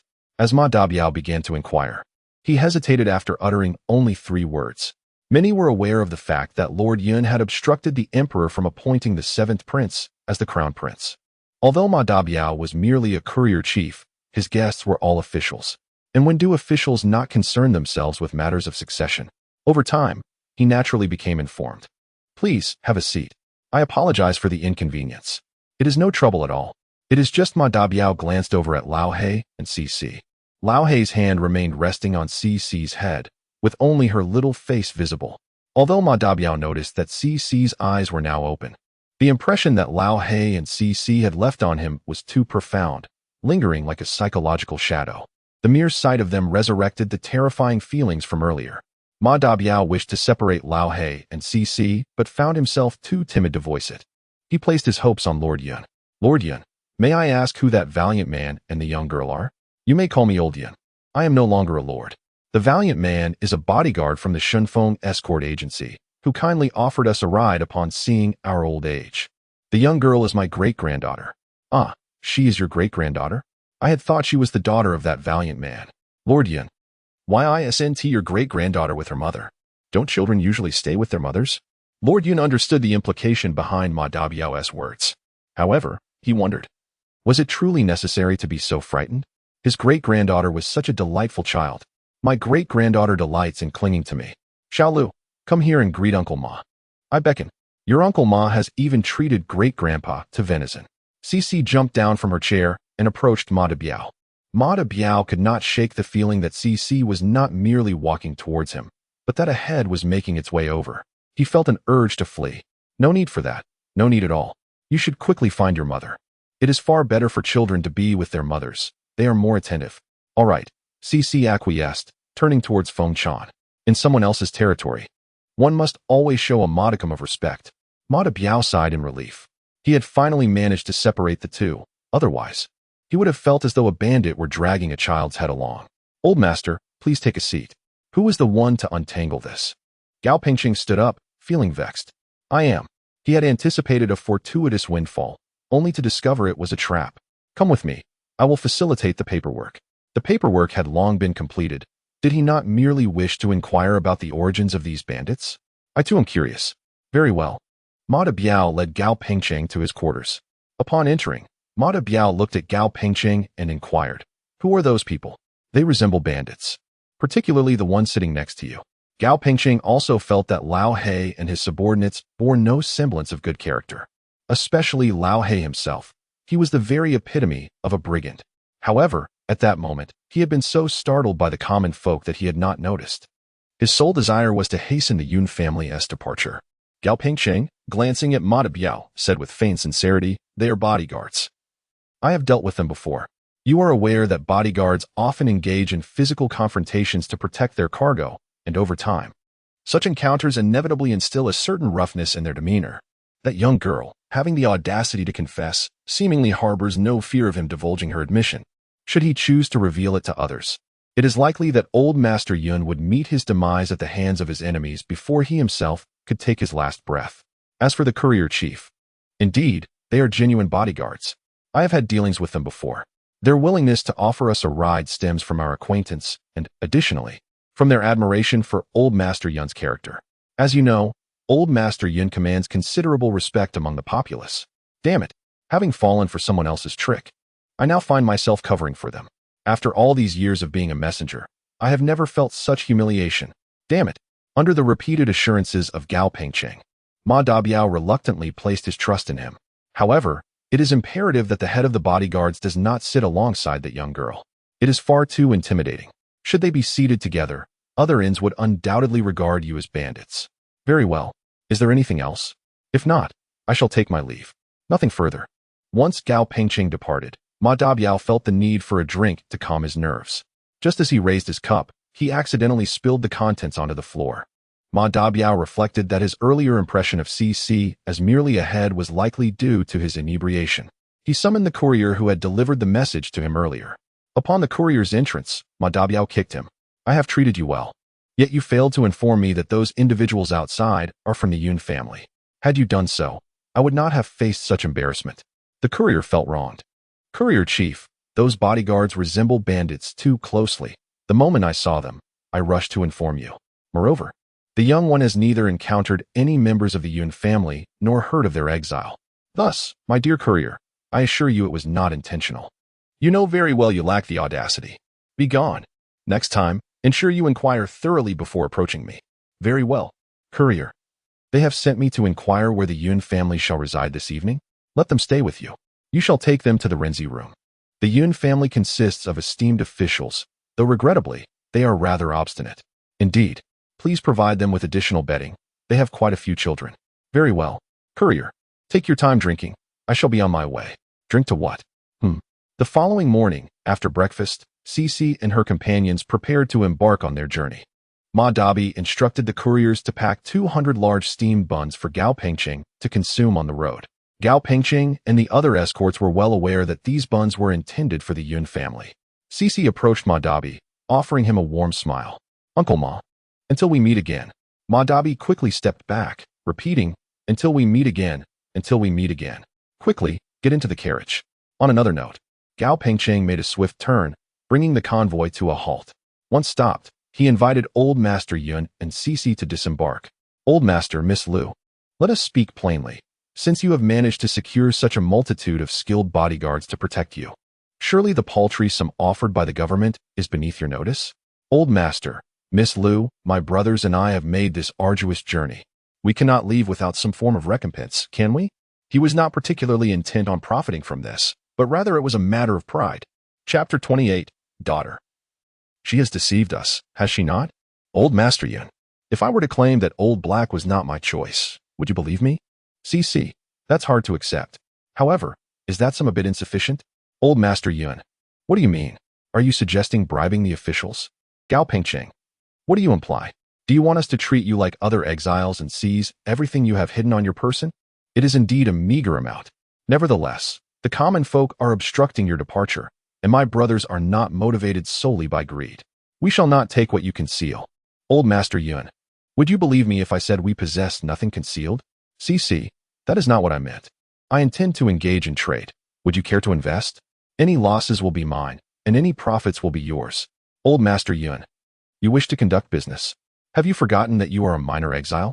Gao Pengqing glanced at Old Black. What sort of business do you envision? Robbery? Old Master Yun, you are the one who suggests robbery. My great-granddaughter would never engage in such activities. She is both clever and well-behaved. CC, robbery entails risks. Old Master Yun, ahem. Even without risks, it remains unacceptable. Xiaolu means that robbery is a crime punishable by law. Gao Pengqing sensed that CC did not mean that literally. He believed her intention was that robbery is not a viable option. So, what business do you wish to pursue? CC looked at Gao Pengqing and replied, I intend to procure fashionable items to sell along the way. Is this truly a legitimate business endeavor? Do you know what sells well? I do not. Old Black knows. Who? Gao Pengqing's eyes widened in astonishment. Elder Yun was equally taken aback. Old He is still engaged in business? Indeed. Elder Yun remarked, one must not judge by appearances. Gao Pengqing pondered. Has Old He truly turned over a new leaf? Or does he wish to straddle both sides of the law? Are you willing to participate? If so, join us. If not, then so be it. I am willing. After all, any losses will be yours, came the response. Since you are agreeable, let us proceed with the funds. Very well. Gao Pengqing handed over the remaining expenses to Cici, who in turn entrusted them to Old He.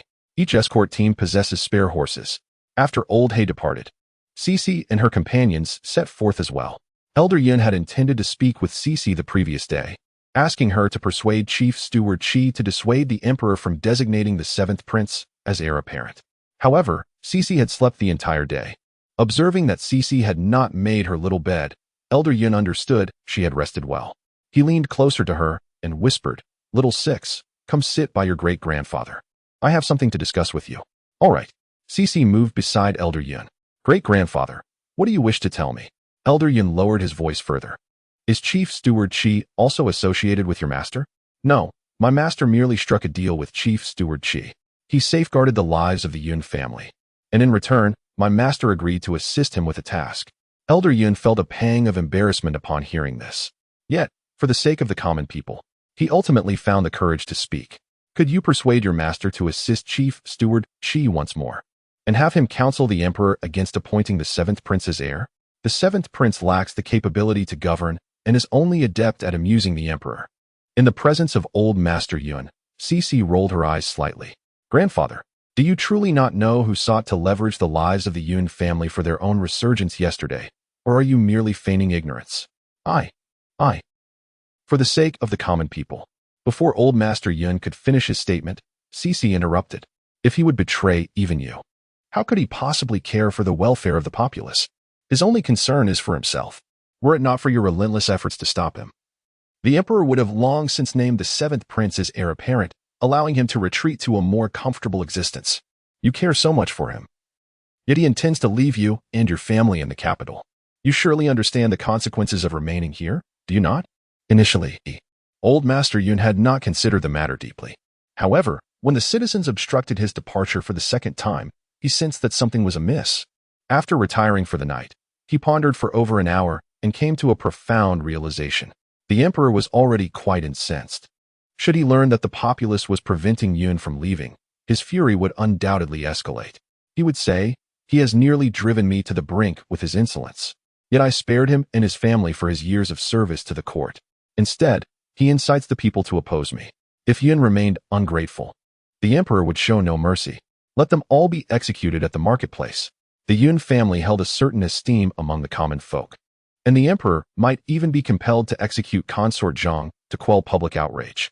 In such a scenario, the seventh prince would not only lose his support, but also be branded as the son of a treacherous consort. What right would a consort's son have to ascend to the throne? After contemplating these matters, old Master Yun found it difficult to suppress his sorrow. Yet he was still stronger than the seventh prince. Cece rolled her eyes once more. What strength is there? Even a mother and son duo who can only flatter cannot be defeated. I have no regard for him and shall not assist in his schemes. After saying this, Cece proceeded to arrange her little bed once more. Old Master Yun observed, "Is my great-granddaughter so indifferent as to prefer slumber over aiding the crown prince?" He turned his gaze towards Feng Chan. "What do you gaze at me for? My hearing is poor. I did not catch your words." "Grandfather, do you not wish to recline for a while? If you desire to rest, I shall squeeze into the back of that carriage." Yun Yuchi interjected, "Grandfather, even if you do not consider your own well-being, you must think of the children in the family. They are still quite young and have yet to taste meat." With the youngest merely 3 months old, old Master Yun closed his eyes. If Cece were willing to assist him, perhaps the emperor might reconsider. Alas, let us hope that the seventh prince, upon becoming the crown prince, will incite change. Let us hope he encounters wise mentors. Let us trust that the emperor's choice is not misguided and that his judgment is sound. Although Cece and the others had traveled for over a day, Gao Pengqing did not dare to slow their pace, fearing someone might obstruct old Master Yun's departure. Thus, Gao Pengqing did not rest at noon, merely pausing to distribute some steamed buns.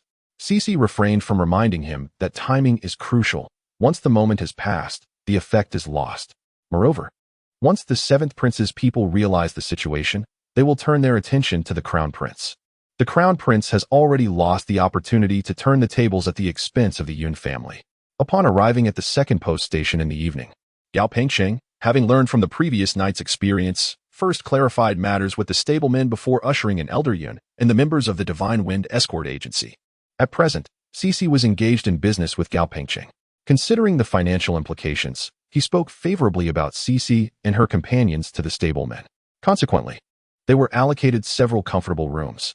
However, this post station was currently accommodating several officials, which meant Cece and her companions could not dine in the hall.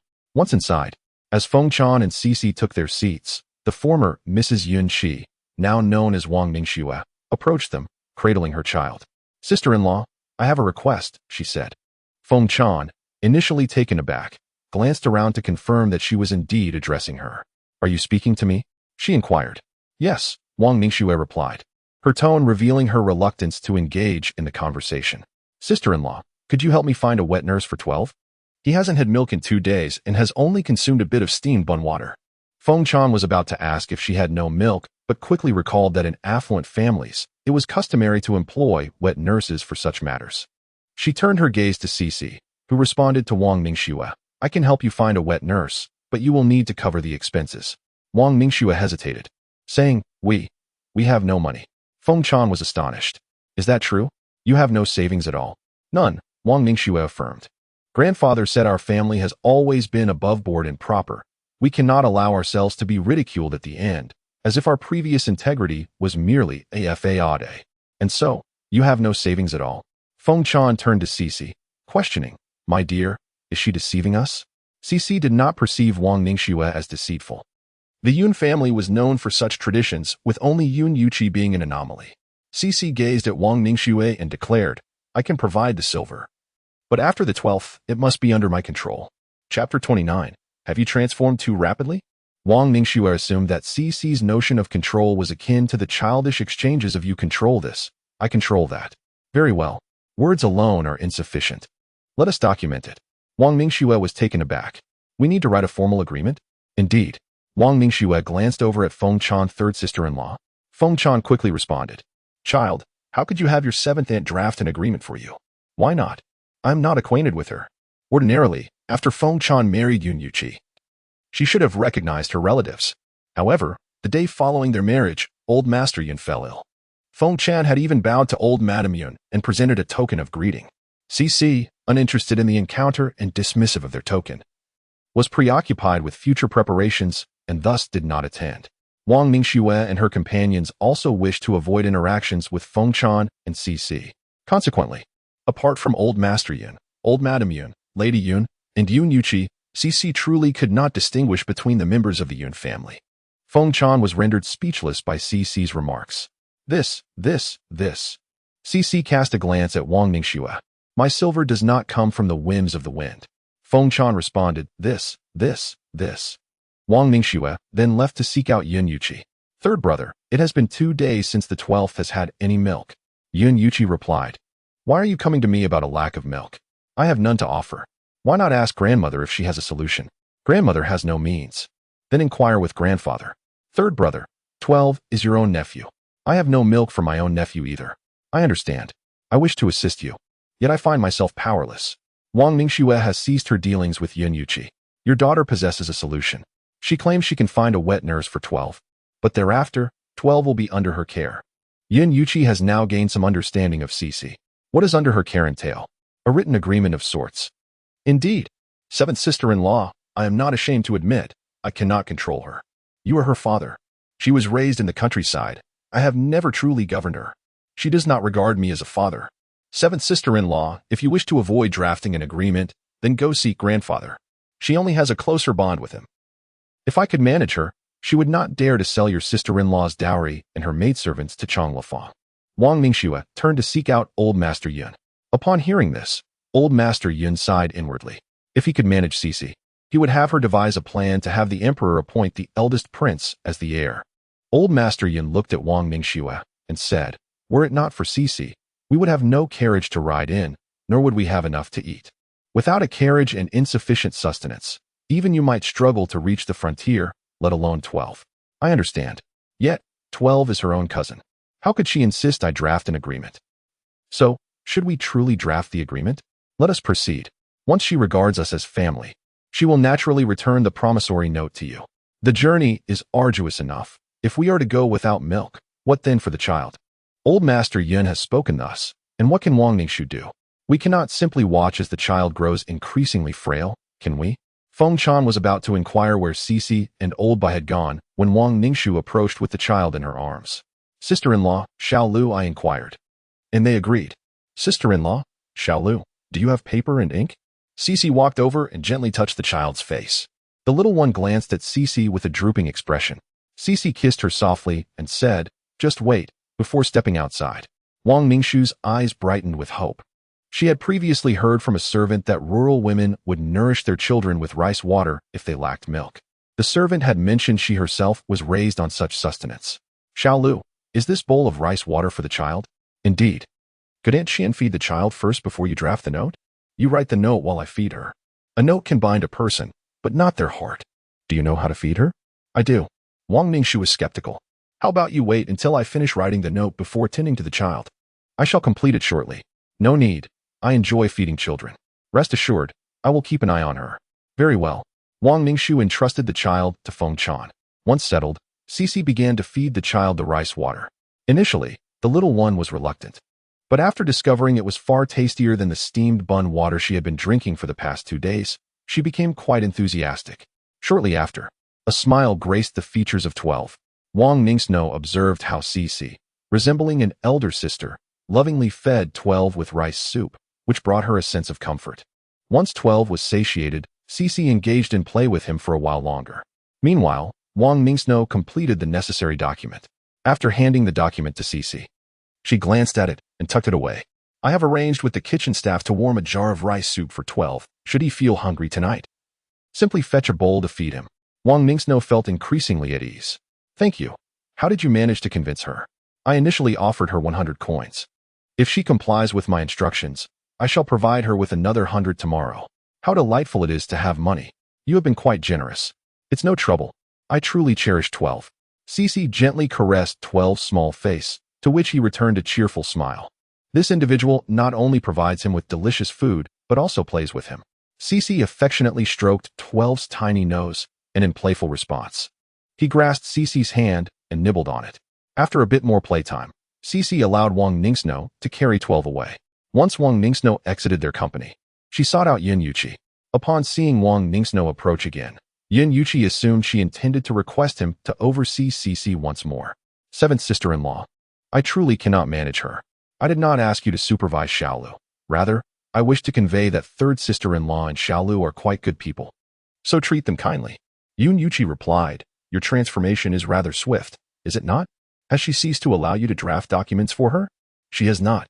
Then how can you still regard them positively? Wang Ningxu furrowed her brow. Brother, I am aware that you hold affection for Miss Sun. Yet it is your sister-in-law and Xiaolu who accompany you in your exile and share your hardships. You must treat them kindly. They are your wife and daughter. Yin Yuqi replied. What hardships have they suffered? They seem to be frolicking amidst the mountains and waters. She even arranged for a small bed and requested you to draft a written acknowledgement. Very well, if it must be done. Once we have warmed their hearts, they will regard us as one family. Do they even possess such sentiments? If they do, they are certainly tainted. 7th sister-in-law, you do not comprehend them. Wang Ningxue gazed at Yin Yuqi and said, I may not know them well, but they have chosen to endure hardships alongside you. For that reason alone, you ought to treat them with greater kindness. Reflect on this. Having spoken, Wang Ningxue embraced 12 and departed. Yin Yuqi muttered, those two are utterly terrifying. They can sell someone and still expect others to count the money for them. Chapter 30. Just when I trusted you, you deceived me. The following morning, after breakfast, the elderly Yun and his entourage prepared to set off once more. Just as Yin Yuqi was about to board the carriage, Cici remarked, you should take the rear carriage. Let 7th aunt carry 12 and join us here. Very well, Yin Yuqi said, turning to seek out Wang Ningxue. Though this carriage was spacious, both the elderly Yun and Cici harbored no fondness for him. It would be preferable to squeeze in with others than to be in the company of those who disliked him. In a short while, he found Wang Ningxue, 7th sister-in-law. Xiaolu has asked you to carry 12 and sit in her carriage. Wang Ningxue responded with delight. Oh, that sounds wonderful. However, why don't you take the seat? I can remain here. Go on, she urged. Her vehicle was equipped with a small bed, and one could suggest she lend it to 12 for a brief rest. A small bed? Wang Ningxue could not contain her surprise. Thank you very much. No need for thanks, just hurry along. All right. When Wang Ningxue arrived, cradling 12, Cici had already set up her little bed. Please place 12 on the bed. Thank you. Cici looked at Wang Ningxue and said, it's nothing. 12 is under my care now. At this juncture, Wang Ningxue felt no resistance to the statement. Then I shall place 12 inside. Cici sat beside old Master Yun, while Wang Ningxue settled next to Feng Chan after placing 12 in the small bed. Sister-in-law, Xiaolu is truly kind to 12. Feng Chan smiled softly. Xiao Lu has always wished for a younger brother. He shall have one. Once we arrive, I will have my husband speak with third brother. Thank you. What is there to thank? We are all family. The conversation between Wang Ningxue and Feng Chan grew increasingly harmonious, while Cici and 12 were enjoying themselves as well. Old Master Yin looked on with great satisfaction. Meanwhile, on the other side, Yin Yuqi initially felt quite pleased. However, she soon discerned the difference between spaciousness and confinement. Yin Yuqi realized that a little neglect was not so grievous after all. Just as she was nearing her limit, the vehicle came to a halt. Yin Yuqi thought something was amiss, only to discover it was simply because 12 was hungry and Cici intended to feed him rice soup. The rice soup had been brought from the relay station and was kept wrapped in a cotton blanket.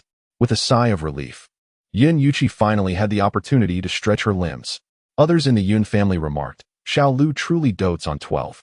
After Cici had thoroughly fed 12, she cradled him and strolled around for a while before embarking on their journey. It was evident that 12 appeared more spirited than in the previous days. Yin Yuqi commented, "This girl is surely doing it on purpose." The others in the Yun family responded, "What ill intentions could Xiao Lu possibly harbor? She merely wishes for a younger brother."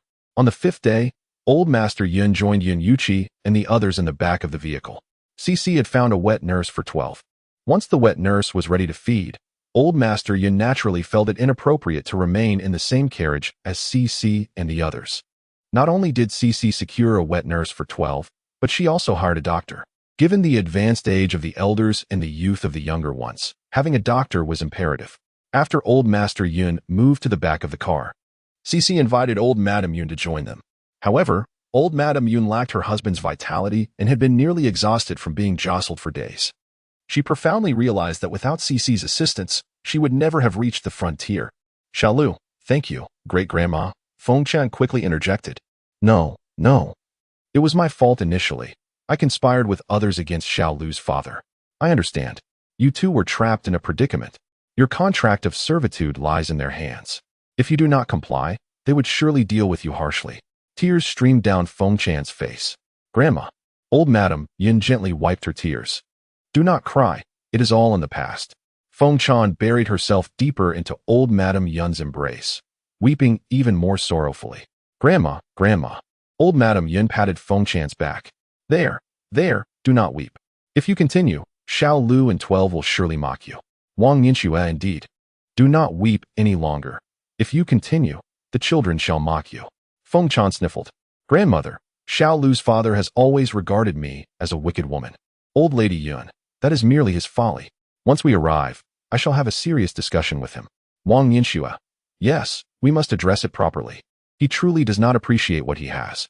How wonderful are San Sa and Xiao Lu. Feng Chan nestled against Old Lady Yun's waist. Xiao Lu's father constantly blames me for aiding others and plotting against him.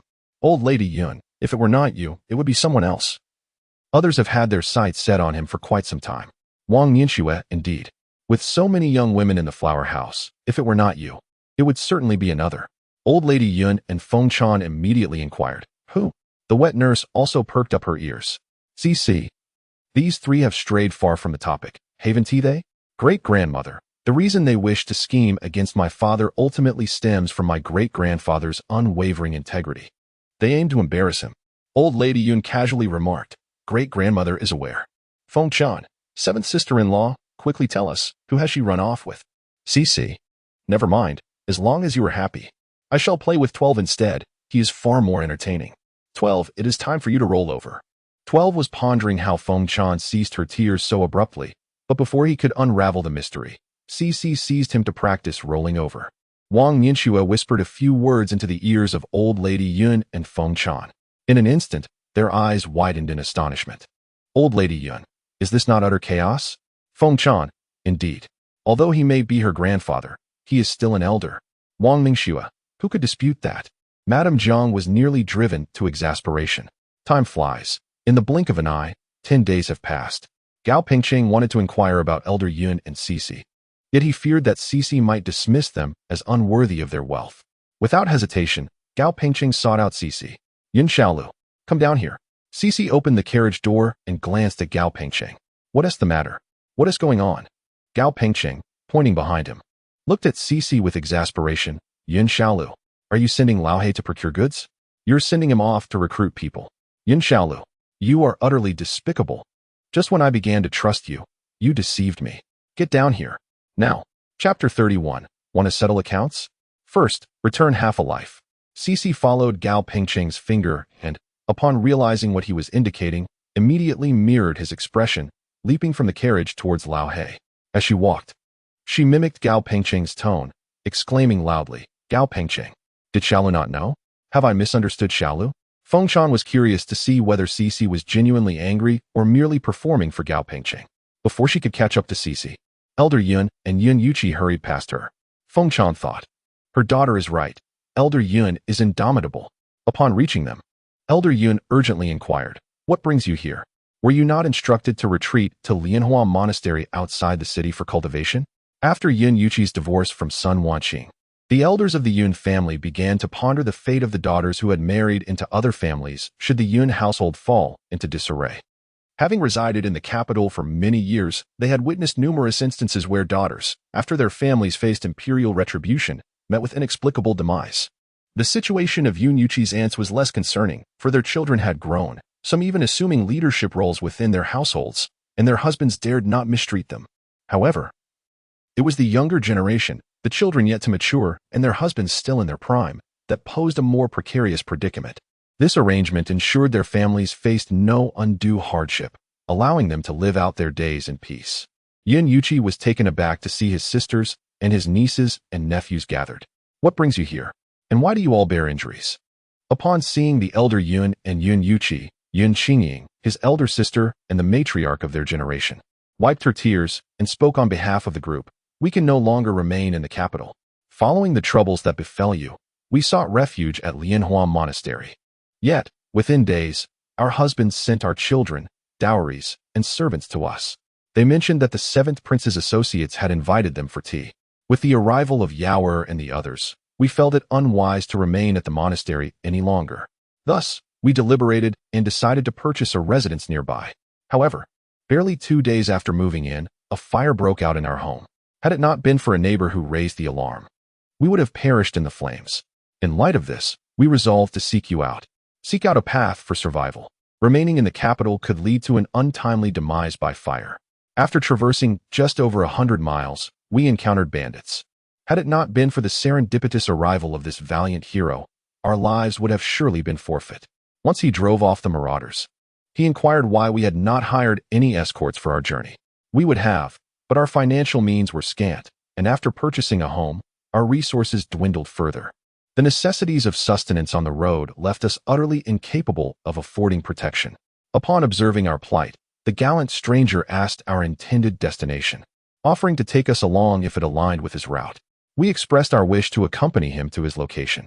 He questioned our motives for venturing there, cautioning us of the dangers near the border, a place typically avoided by most. We explained our desire to seek him out. His reaction was one of surprise, expressing a familial bond. In response to our inquiry regarding his statement, he revealed himself as a member of the family of the 3rd sister-in-law, who was in pursuit of us. To the 3rd sister-in-law, I apologize. During your wedding to Yu Qi, I caused you trouble. Fengshan waved her hand dismissively, assuring that it was inconsequential, as we are all family. She then inquired about our injuries. We reassured her that we were unharmed, our wounds properly bandaged. Upon hearing the words of the elder Yun and Yun Yuqi, the rest of the Yun family descended from the carriage. Yun Qingying's account evoked deep sorrow among the elder ladies, who embraced her and the children, shedding tears. Cici, too, refrained from reprimanding Lao He any further. Since we are family, all grievances were set aside. However, I must make it clear that nothing shall be given without effort. You must contribute. No sooner had Cici spoken these words than Sun Xingyao erupted in anger. Sun Xingyao is the eldest son of Yun Qingying, who is the oldest among the girls of their generation. His son is also the eldest among Yun Yuqi's nephews. Being older, he possesses greater knowledge. Initially, Sun Xingyao, who transformed from a scion of officials to a grandson of a condemned man, harbored a deep grievance, especially with Cici's disdain towards them. He pointed an accusatory finger at Cici and bellowed, "What gives you the right to speak here? You, a mere child born of a flower girl." With a swift motion, Cici leapt up and slapped Sun Xingyao across the face. The surroundings fell into an immediate silence. Sun Xingyao was taken aback. astonished that a girl barely reaching his waist had struck him. Cece, pointing at the old black man, looked at Sun Xingyao and declared, "What authority do you have to shout at me? If it weren't for him, you would have been killed by bandits long ago. Our encounter with bandits is precisely because of your Yun family. If your family did not oppose the emperor, we would not have been forced out of the capital. How could we have encountered bandits if we remained in the city?" Upon hearing this, Cece laughed. "You dare to settle scores with my Yun family? Very well. Let us calculate it thoroughly. Your mother's surname is Yun, and half of your life was granted by her. Since you wish to settle accounts with the Yun family, you must first return the half of your life that they bestowed upon you." Cece fixed her gaze firmly on Sun Xingyao's eyes and continued, "In light of our kinship, I shall be lenient. Old Black, sever one of his ears and chop off an arm and a leg." Old Black swiftly drew his knife. Very well. The Yun family members were left in shock, and Sun Xingyao was rendered speechless from fear. Ultimately, it was Yun Qingying, his mother, who first regained her composure. "Xingyao, quickly apologize to your cousin." At the tender age of 13, Sun Xingyao found himself in this bewildering predicament. The imposing figure of the dark man, wielding a knife, struck terror into Sun Xingyao, who was left in tears. "Mother, save me," he cried. "Quickly apologize to your cousin." "Cousin, I was wrong. I shall never utter such words again. Half of my life is indebted to the Yun family. I should not blame the Yun family. I was mistaken. I should not have said you were born of a flower woman. Your mother is now married to my third uncle. She is my third aunt. I ought to show respect to your mother. Cousin, please forgive me. I was wrong." Cece cast a glance at the dark man. "Hand me the knife." The dark man complied, handing the knife to Cece, while Sun Xingyao nearly fainted from fear. "Remember this, remember." Cece pointed the knife at the other nephews and nieces of Yun Yuqi, saying, "And you all." The other nephews and nieces of Yun Yuqi recoiled in trepidation. This cousin is truly terrifying. Seeing that they were sufficiently intimidated, Cece returned the knife to the dark man. "Weren't you supposed to bring in the goods? Where are they?" "The goods are at the back. Why weren't they brought over together? If they had been, they would have all ended up in the pockets of the station master and the couriers." Cece turned her gaze towards Gao Pengcheng. "Are you at ease now?" "I am at ease. I am at ease." "Do you think I would not be?" Gao Pengcheng had always been puzzled as to why the dark man heeded a mere girl. Now, he understood. This girl was more formidable than the dark man. Just look at how she frightened her cousins. Each one wished to sink into the earth.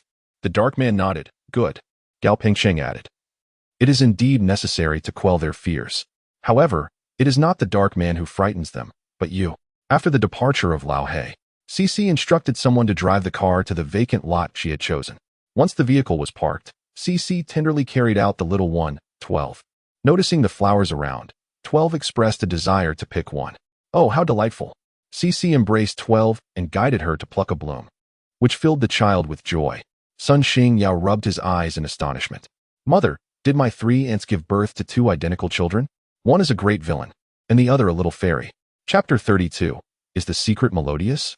Yun Qingying quickly interjected, "Do not speak carelessly. Be cautious, or your 6th cousin might overhear. Your great-grandfather, grandfather, and your uncles are formidable figures.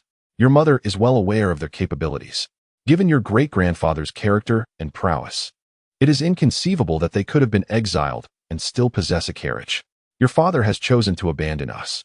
We can only rely on your 3rd aunt and your 6th cousin henceforth. You must heed their counsel. Also, go and apologize to your great-grandfather. Your words may have caused him distress. Your 6th cousin is correct. Half of your fortune stems from the Yun family. When the Yun family thrives, you share in its fortune, and when it falters, you cannot escape unscathed." Old Master Yun contemplated the inadequacy of the 7th prince, who could not even spare a few women and children. Just then, Sun Xingyao approached. "Great-grandfather, I apologize. I should not have spoken thus." Old Master Yun gently caressed Sun Xingyao's face. "Does it hurt?" "It does. I wonder how that little girl possesses such strength. But it does not truly hurt. Do not blame your 6th cousin. Your 6th cousin believes that during challenging times, mutual blame should be avoided, and unity should be prioritized. Hence, her actions of scaring you were motivated by this sentiment." Sun Xingyao feels that Cece did not truly intend to frighten him. "I understand and do not hold any resentment towards my 6th cousin. Grandfather, how is it that she possesses such remarkable prowess? Your 6th cousin has a formidable mentor. It would be unwise to oppose her. She is still young and has yet to master the nuances of restraint. If she misjudges her strength, it could inadvertently harm grandfather. leaving her without recourse. Sun Xingyao could not help but recall the moment when Cece wielded a knife and playfully struck his face. Had her hand trembled even slightly, he might have been permanently disfigured. I understand. I shall be accommodating towards my sixth cousin, as I am her elder. How is your academic endeavor progressing? Although we have been exiled by the emperor, we must not succumb to despair. How could that be acceptable? Please summon your grandfathers and uncles. Very well. Once Sun Xingyu called upon Lord Yun and Yun Yuqi, the elder instructed them to teach the children of the household. After that, he summoned all the children to ensure they would study under Yun Yuqi and the others, including Cece. However, Cece would receive instruction from him, while the other children were grouped by age to learn from Lord Yun and his companions. Is that clear to everyone? Both Lord Yun and Sun Xingyao affirmed their understanding. Cece looked at the elder and proposed, we should also learn martial skills. Otherwise, we may find ourselves relying on others for rescue in the event of bandit encounters. Moreover, we are heading to the border, where conflicts can arise at any moment. You are correct. We shall learn. My father and his peers must also learn. Should war break out, they will undoubtedly be conscripted to serve as shields. Yun Yuqi and his contemporaries remarked, what a pessimistic outlook. Very well. Let your father and his companions also pursue education. Is there anything else? What of my aunt's servants? Should we return their indentures and provide them with some silver for resettlement? Or allow their children to join us in studying literature and martial arts? Let them decide for themselves. Is there anything more? No, that's all. On one side lies freedom, and on the other, the constant threat of conflict and death. Ultimately, the value of life surpasses that of education and martial training. Thus, everyone chose freedom. Cece distributed 30 taels of silver to each person, including the children. Afterward, she inquired where they wished to go. Firstly, they were well acquainted with the capital. Gao Pengcheng observed this with admiration, thinking how generous Cece was. Miss Lu, why are you so kind to them? Cece replied with a smile. I am equally kind to you. Just wait for your share of the profits. Gao Pengcheng scratched his head, feeling guilty. I apologize for my earlier outburst. I should not have raised my voice at you. Throughout this journey, they would be under Gao Pengcheng's care. Smoothing things over with him would only benefit them, especially as his character was commendable. Gao Pengcheng felt delighted, saying, we must learn more. Miss Lu, you are truly good to us. Cece responded. You have been quite good to us as well. Without you, we would not have a clean place to stay every day. After exchanging a few more words, they set off on their journey, filled with joy. In the evening, Gao Pengcheng devised a way for the station's attendants to arrange several fine rooms for Cece and her companions. Feng Chan seized an opportunity to pull Cece aside. My dear, why do you wish to send those servants away? Cece raised a finger. Firstly, although they are servants, they hardly engage in labor, and their presence at the frontier would contribute little. Then, Cece extended another finger. Secondly, if they remain, my aunt and Sun Xingyao will continue to perceive them as ladies, as signs of officialdom. Their departure will awaken my aunt and Sun Xingyao to the stark truth of their circumstances. Next, Cece lifted a third finger. Thirdly, the money I spent bringing them to the frontier far exceeds what it would cost to hire others. Moreover, the new recruits would be more capable and better acquainted with the frontier. After stating this, Cece raised a fourth finger. Lastly, granting them their freedom not only earns their gratitude but also paints me as a benevolent individual in the eyes of Gao Pengcheng and the others. Feng Chan ceased to feel regret. However, she felt a twinge of concern as she observed Cece distributing silver to those servants. Mother has always said, why give them silver for nothing? They are not our own. Come, let us dine. Very well. Cece cast a glance at the corner before departing. It was only after Cece and Feng Chan had vanished from sight that Sun Xingyao emerged from the shadows of the corner. When Cece had glanced in that direction, Sun Xingyao had nearly been struck with terror, fearing he had been discovered. He touched his ears and arms, ensuring everything was intact before releasing a sigh of relief. Ah, time to eat, time to eat. After finishing his meal, Sun Xingyao yearned for a moment of respite. However, as he turned a corner, he unexpectedly encountered Cece, who was cradling the child, 12. Sun Xingyao's eyelids fluttered. Cousin Lu, hello. Cece greeted him with a radiant smile. Hello, big cousin. Is the secret melodious? Oh no, Cousin Lu, it was not my intention. Cece gently shook 12's tiny hand. But you have heard it already. Sun Xingyao recalled his mother explaining why Cece was so kind to 12. Chapter 33. Do you wish to be his ghost or my companion? Or perhaps, should I, like 12, have my mother draft a written agreement for you? Cece rolled her eyes at him. At your age, Do you still require your mother to assist you with a written agreement? Then I shall compose one myself. No need for that. What does my cousin imply? How old are you? Why inquire about his age? I am 13. 13? In 2 years, you could be wed. Sun Xingyo sensed impending trouble. I am not in haste to marry. I aspire to establish my career before starting a family. Cece bestowed upon him a sweet smile. Very well, ambitious indeed. Thank you, cousin, for the praise. There's no need for gratitude. I shall entrust you with a few tasks. Should you execute them well, I will find you a suitable bride. If you falter, I shall bind you and cast you onto the bed of Mother Yacha. Sun Xingyao was utterly taken aback.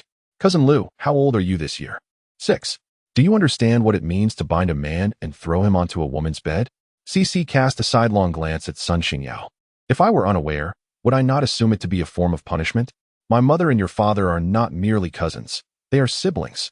I am your direct cousin, not a distant one. Hence, when I mentioned casting you onto the bed of the Mother Yacha, I did not imply marrying her. Is there a distinction? Will the Mother Yacha spare me? No. She will compel me to wed her. What is it that you wish for my assistance with? Moreover, can we commence our martial arts training tomorrow? Just wait until my skills surpass yours. Then we shall see how you intend to cast me onto the bed of the Mother Yacha. Cece gazed at Sun Xingyao and continued. You ought to manage your cousins and distant relatives properly. They must remember that it is the Yun family that has sheltered them, provided for their needs, educated them, and taught them martial arts. They should not indulge in the generosity of the Yun family only to turn back and pay homage to those who have forsaken them. Very well, I shall make an effort. But cousin, why must you entrust this task to me? Cece regarded him and replied, You are all outsiders. You inherently form a faction of your own. Shouldn't you strive to amalgamate us into one cohesive group? Cece shot another sidelong glance at Sun Xingyao. Why should I exert myself for that? As long as you remain ungrateful, that is sufficient. The Yun family does not lack for your few individuals. Often, the more one strives, the further they drift apart. Furthermore, in all matters, there must be a hierarchy, otherwise, chaos ensues. Sun Xingyao, realizing his own folly, declared, It seems I have been overly sentimental. I bid you farewell. Cousin, is there anything else? If not, I shall take my leave to rest. Go ahead, she replied. After Sun Xingyao departed, Cece carried the child 12 to seek out Old He. Old He was engaged in conversation with Gao Pengcheng, who no longer felt any fear towards him. Gao Pengcheng perceived Old He as a quintessential example of a fierce exterior concealing a benevolent heart. He mused that if Old He's heart mirrored his face, he would certainly not have come to the aid of Yun Qingying and her companions when they were besieged by bandits. Seeing Cece approach with 12, Gao Pengcheng chuckled. Little Lu, do you have such an affection for infants? What are you two discussing? Where have you traveled? I would love to hear about it. Certainly, replied Cece. Gao Pengcheng and Old He continued their conversation for over a quarter of an hour before parting ways. Let us seek out my great-grandfather, Old He suggested. Very well. Cece agreed. After handing 12 over to Wang Ningshu, Cece accompanied Old He to visit Elder Yun. Old He carried a bag with him, which appeared so light that everyone assumed it contained blankets or similar items. Elder Yun resided in the same house as his 3 sons. Upon seeing Cece and Old He arrive together, he sensed they had matters to discuss and instructed his sons to leave. Once they had departed, Old He unfastened the bag and revealed a person inside. Who is this? Elder Yun inquired, recognizing him as one of the bandits encountered by his granddaughter. Is he a genuine bandit or a pretender? I have yet to inquire, Old He responded, giving the man a couple of slaps that roused him from unconsciousness. Upon awakening, the man attempted to take his own life. Do not waste your efforts, Old He admonished. I have taken everything you possess, even if you wish to die now. You would find it impossible. The man ceased his struggles. Even if you resort to torture, it will prove futile. I shall remain silent. Cece crouched beside him and remarked, You have already spoken. Impossible. How can it be impossible? If you were truly a bandit, upon capture, you would neither take your own life nor proclaim. Even if you torture me, I will reveal nothing. You would only plead for your release. Furthermore, a bandit would not possess a pill capable of delivering instant death. Additionally, if we were to apply severe coercion, you would ultimately reveal that you are aligned with the 7th prince if the pain became unbearable. He began to utter a response but fell silent after only 3 words. Cece smiled. You wish to inquire how I possess such knowledge, do you not? I did not imply that. Cece fixed her gaze upon his eyes and questioned, Is it truly worth serving such a person? My great-grandfather sacrificed his very life for him, yet he seeks to annihilate my aunt and her kin. Cece repeated her inquiry. Is it truly worth serving such a person? Elder Yun found it hard to accept. Your aunt claims that it was the people of the seventh prince who compelled your uncle to part ways with her. Cece turned her attention to the assassin once more. You have secured evidence of the seventh prince's involvement in the arson against my aunt, have you not? How do you know everything? My people have been monitoring you closely. Do you truly believe the seventh prince's followers to be so inept as to fail to extinguish a few women and children? If you were indeed one of them, would you allow the neighbors the opportunity to alert my aunt? No, you would not. What evidence did you leave behind? Indeed, when the seventh prince's people saw my aunt and the others escape, they realized that my aunt had powerful protectors and dared not act against them.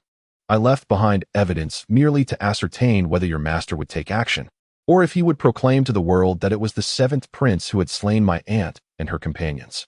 Are you human or specter? Cece smiled softly. Whether I am human or specter is of little consequence. What matters is whether you wish to be a ghost of the Grand Prince or to be mine, Yin Shaolu. I grant you an entire night to ponder this. Should you choose to be mine, I shall cherish you as I would a family member. Conversely, if you opt to serve the Grand Prince, I shall prepare a sumptuous farewell feast for you, procure a fine coffin, and find an auspicious resting place for your next life to ensure a fortunate rebirth. With that, Cece turned her gaze toward Old Hay. I have spoken, take him away. Very well. After Old Hay removed the man, Cece addressed Old Lord Yun. Grandfather, do you still believe the Grand Prince surpasses the seventh prince? Would you still gamble the entirety of the Yun family for the Grand Prince? Grandfather, reflect carefully on the path our family should take moving forward. Chapter 34. You might as well torment me to death. Old Lord Yun has loyally served the throne for many years and cherished the nation for just as long. Cece understood that he would not easily alter his convictions. Nevertheless, a dynasty does not collapse overnight. She merely needed to make her grandfather wiser before the fall of the kingdom. On the following day, as dawn began to break, Sun Xingyao arrived to knock on Cece's door. Aunt San, Cousin Lu, isn't it time for practice? We have a journey to undertake soon. With a playful gesture, Fengshan rubbed Cece's chubby cheek. Why is your elder cousin so eager? Is he afraid I might tie him up and toss him onto the bed of the Mother Night demon? Mischievously, others sharing the room with Fengshan and Cece mused inwardly. Your daughter's mischief is unlike that of other children. While others may simply climb onto rooftops or peel off tiles, your daughter's audacity demands an ear, an arm, and a leg from her elder cousin at the very mention. Cece rubbed her eyes and sat up in bed. Stop calling out. Go awaken all the children over 3 years old and the men in the household, including your great-grandfather. The older one gets, the more one must keep moving. Does great-grandfather need to practice too? Yes. Old Master Yun was not particularly surprised to hear from Sun Xingyao that Cece wanted him to join in the practice. After all, in the event of an external threat, age would offer no reprieve. Cece dressed promptly and went to summon Gao Pengcheng. Uncle Gao, it's time to practice. Gao Pengcheng sprang up readily. Who would he want to learn from a free master? Only a fool would decline. Once everyone had gathered, Cece organized them into groups. The children focused on fundamental skills, while Yun Yuqi and his peers, along with Gao Pengcheng, concentrated on offensive techniques. Meanwhile, the older generation, including Yun Dalao, focused on self-defense. And Old Master Yun engaged in pure physical conditioning. Practicing martial arts? Isn't the Yun family known for its scholarly pursuits? Indeed, they were concerned about disturbing you. So they went outside to practice. Lord Lu stroked his beard, pondering whether the Yun family intended to abandon literature for martial pursuits, seeking to return to the court through military achievements. After the courier departed, Lord Lu summoned his confidant. Go deliver 300 taels of silver to the Old Master Yun, but ensure no one sees you. But, my lord, we have no ties with the Yun family, and they have already been punished by the emperor. Lord Lu stroked his beard thoughtfully. As long as one is alive, there is always a chance for redemption. Old Master, you must accept it. If not for yourself, then for your great-grandchildren. They are still young. Children must not go hungry or suffer from the cold. Yet, the Old Master Yun still refused to accept the offer. Lord Lu furrowed his brow in frustration. This old man, even after being exiled to the frontier by the emperor, remains oblivious. If he continues this way, he will eventually face total annihilation. Meanwhile, after Old Hay finished instructing Gao Pengcheng and the others, he brought the assassin before Cece. Cece gazed at the assassin and inquired, Have you made up your mind? I have decided, I wish to pledge my loyalty to the crown prince.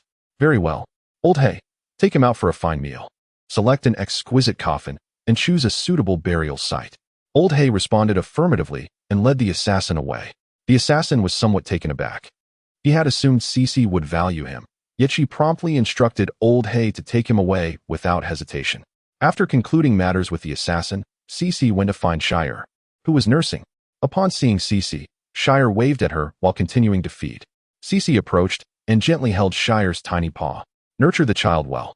Once Sixth Sister is satiated, she shall engage in playful frolic with you. Does 12 still struggle to comprehend the words of Cece?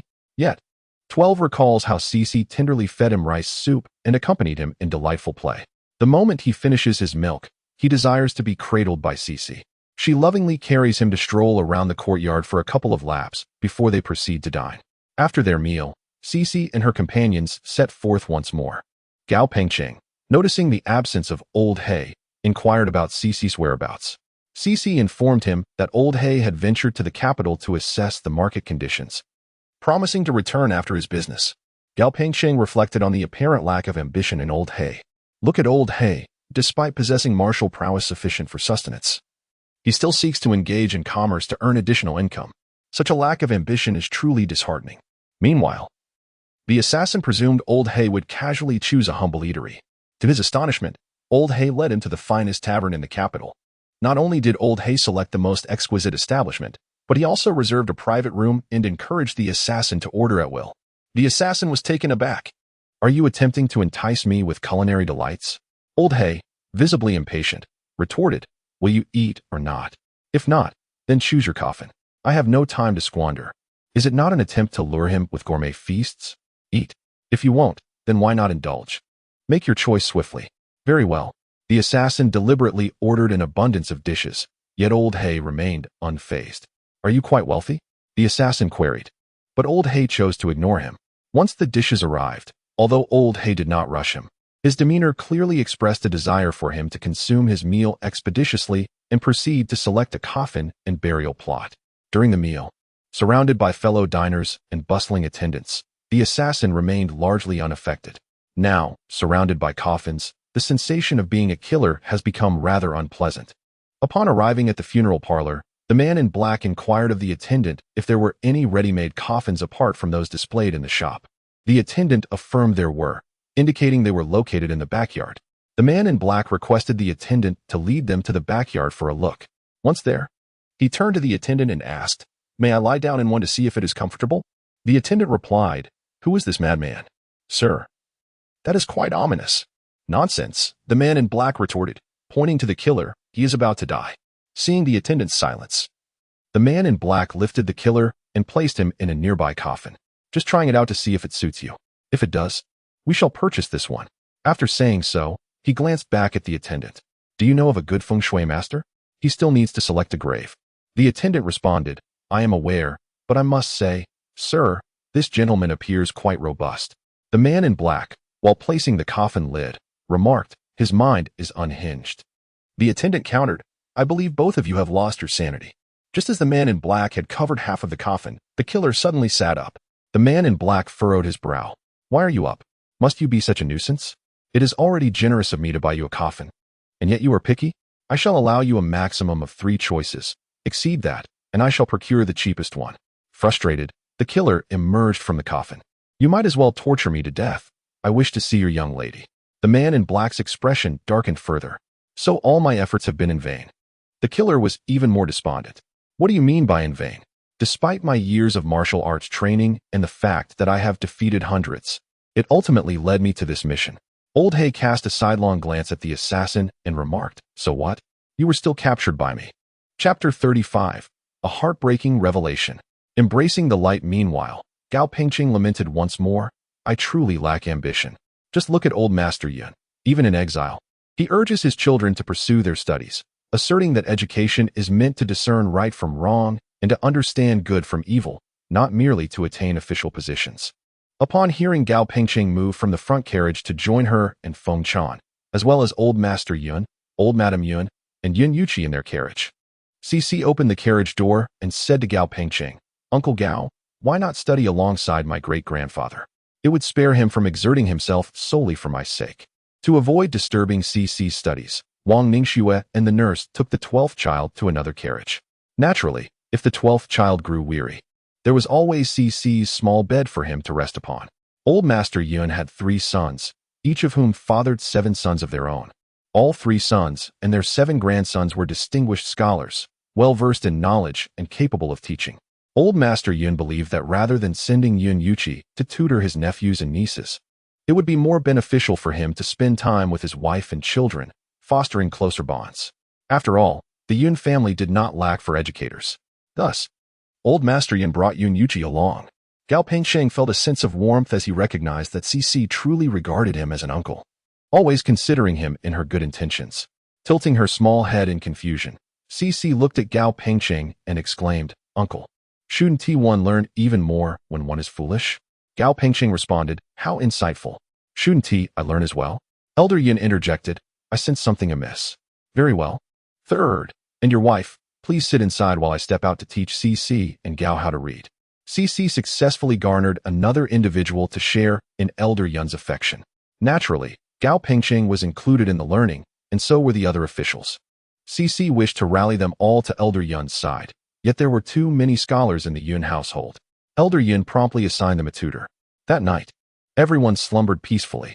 CC's nose twitched as she awoke and donned her clothes before stepping outside. Upon her emergence, she spotted Old Hay standing at the entrance, holding a bag.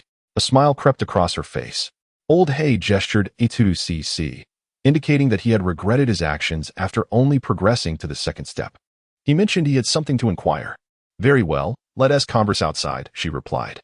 Although Old Hay had rendered the NS occupants unconscious, one could never be too cautious.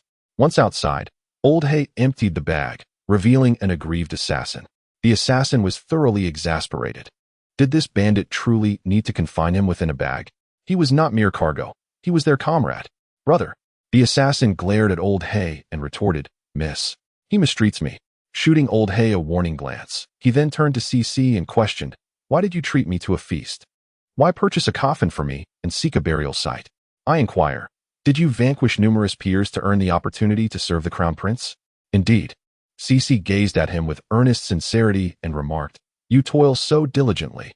What a misfortune it would be if, in the end, you could not even enjoy a proper meal, find a decent coffin, or rest in a suitable grave. What a loss your life would be." The assassin felt a pang of sorrow upon hearing this. Individuals like them often met their end without even a patch of earth to call their own, left to be devoured by wild dogs. "Why are you so kind to me?" he stammered. "I declared my intent to become the Crown Prince's ghost. I possess wealth." "Is that the reason?" "Indeed," she replied. "I have wealth, and I find it a pity that after so many years of toil, you might end up as carrion in the wilderness. I merely wish for you to enjoy a splendid meal, rest in a fine coffin, and reside in a good grave. Is it not because you believe me to be a noble man?" CC cast him a sidelong glance. "What do you consider noble?" "Aiding the wicked. Moreover, if I truly regarded you as noble, lacking the means, I would be unable to treat you to fine meals, comfortable coffins, or respectable graves." He had assumed she admired him, viewing him as a noble figure, yet, in truth, she was merely generous, performing acts of kindness. "Miss, could you refrain from mentioning resting in a fine coffin or residing in a good grave? Your words make me feel as though I have already departed this world." "Very well. Are there any other inquiries?" "Yes. Why must I choose my own coffin and grave?" CC rolled her eyes. "Is that not a trivial question? Naturally, I wish for you to experience regret. If I were to stab you, would you not retaliate? Would you not harbor hatred towards me? You may select your own coffin and choose your burial site. Such choices might provide a profound experience of what it means to confront death. You would not harbor resentment towards me, would you? Is this merely idle chatter?" CC gazed at the assassin and remarked, "Naturally, the items you utilize should be chosen by you. I have already provided the funds. Do you expect me to assist in your selection? I hardly possess the time for such matters. Furthermore, I am unaware of your preferences." This reasoning holds merit, yet an unsettling feeling lingers. CC stifled a yawn. "Are there any other concerns?" "None." "Then you shall accompany Lao He from now on." "Lao He," more the assassin's visage. "Make it so that even his parents would struggle to recognize him. By the way, do you have any family? If so, how do you intend to provide for them?" "I have no family. May I not handle it myself?" "You lack Lao He's expertise. Lao He, showcase your skills for him. Very well.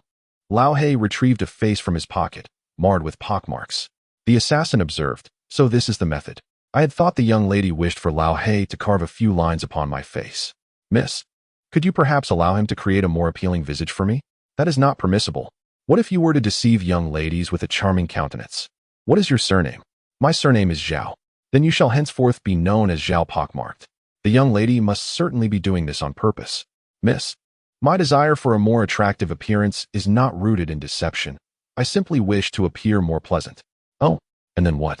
If you become more handsome, you would no longer belong to our circle. Miss, you possess remarkable beauty, he remarked. Thank you, Mississippi. Well, do you not wish to inquire about the Crown Prince? I do not. My decision to shelter you is not rooted in your association with the Crown Prince. Rather, it stems from the belief that after striving for so many years, you deserve not to perish in vain. Zhao Matsi felt a warmth envelop his heart upon hearing these words. Are you not afraid that I might betray you just as I betrayed the Crown Prince? Thinking for a moment, CC smiled gently. Do you believe it is right for the Crown Prince to have sent you to assassinate my aunt and her kin? No, it is not right.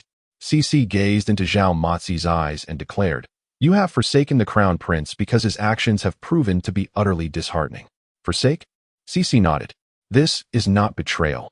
It is a transition from darkness to light. Remember, the individual who once aided tyranny is no more. You are now Zhao Matsi. Chapter 36. Playing the fool very well. I shall henceforth be Zhao Matsi. The turmoil of relinquishing his ties to the Crown Prince was already overwhelming. To further compel him to betray the Crown Prince would leave him feeling less than human. Miss, may I pose another question? Ask away. Zhao Matsi gestured towards old He and inquired, is his face also a fade? No. How uncomfortable it must be to behold a false visage daily. You have no choice. Even if it is awkward, I cannot disregard your life. Moreover, wearing a disguise requires certain considerations, such as avoiding excessive perspiration and refraining from washing one's face with water that is too hot. Furthermore, I do not allow the old black to make you presentable. Firstly, to prevent you from deceiving women, for a woman can be fierce enough to tear the flesh from your body. Secondly, I wish to shield you from the prying eyes of others. Should they gaze upon you for too long, they might discern the falsity of your visage, placing you in peril. After Cici departed, the old black again approached Zhao Matsi with a bag in hand. Zhao Matsi took a step back, inquiring, what are you planning to do? I am now allied with you. I am your brother. Yet, you still lack any standing. Zhao Matsi, momentarily distracted, found himself once more ensconced within the bag by the old black. Frustration enveloped Zhao Matsi. Hey, it is nighttime. Caution is the mother of safety. Caution my foot. When you took me out for a meal during the day, where was your caution then? At that time, you were not one of us. Why should I care about your well-being? But things have changed. Now you are my brother, and I must consider your welfare. So, you expect me to express gratitude? Hey, be gentle, be gentle. I understand. Sit tight. I am about to set off.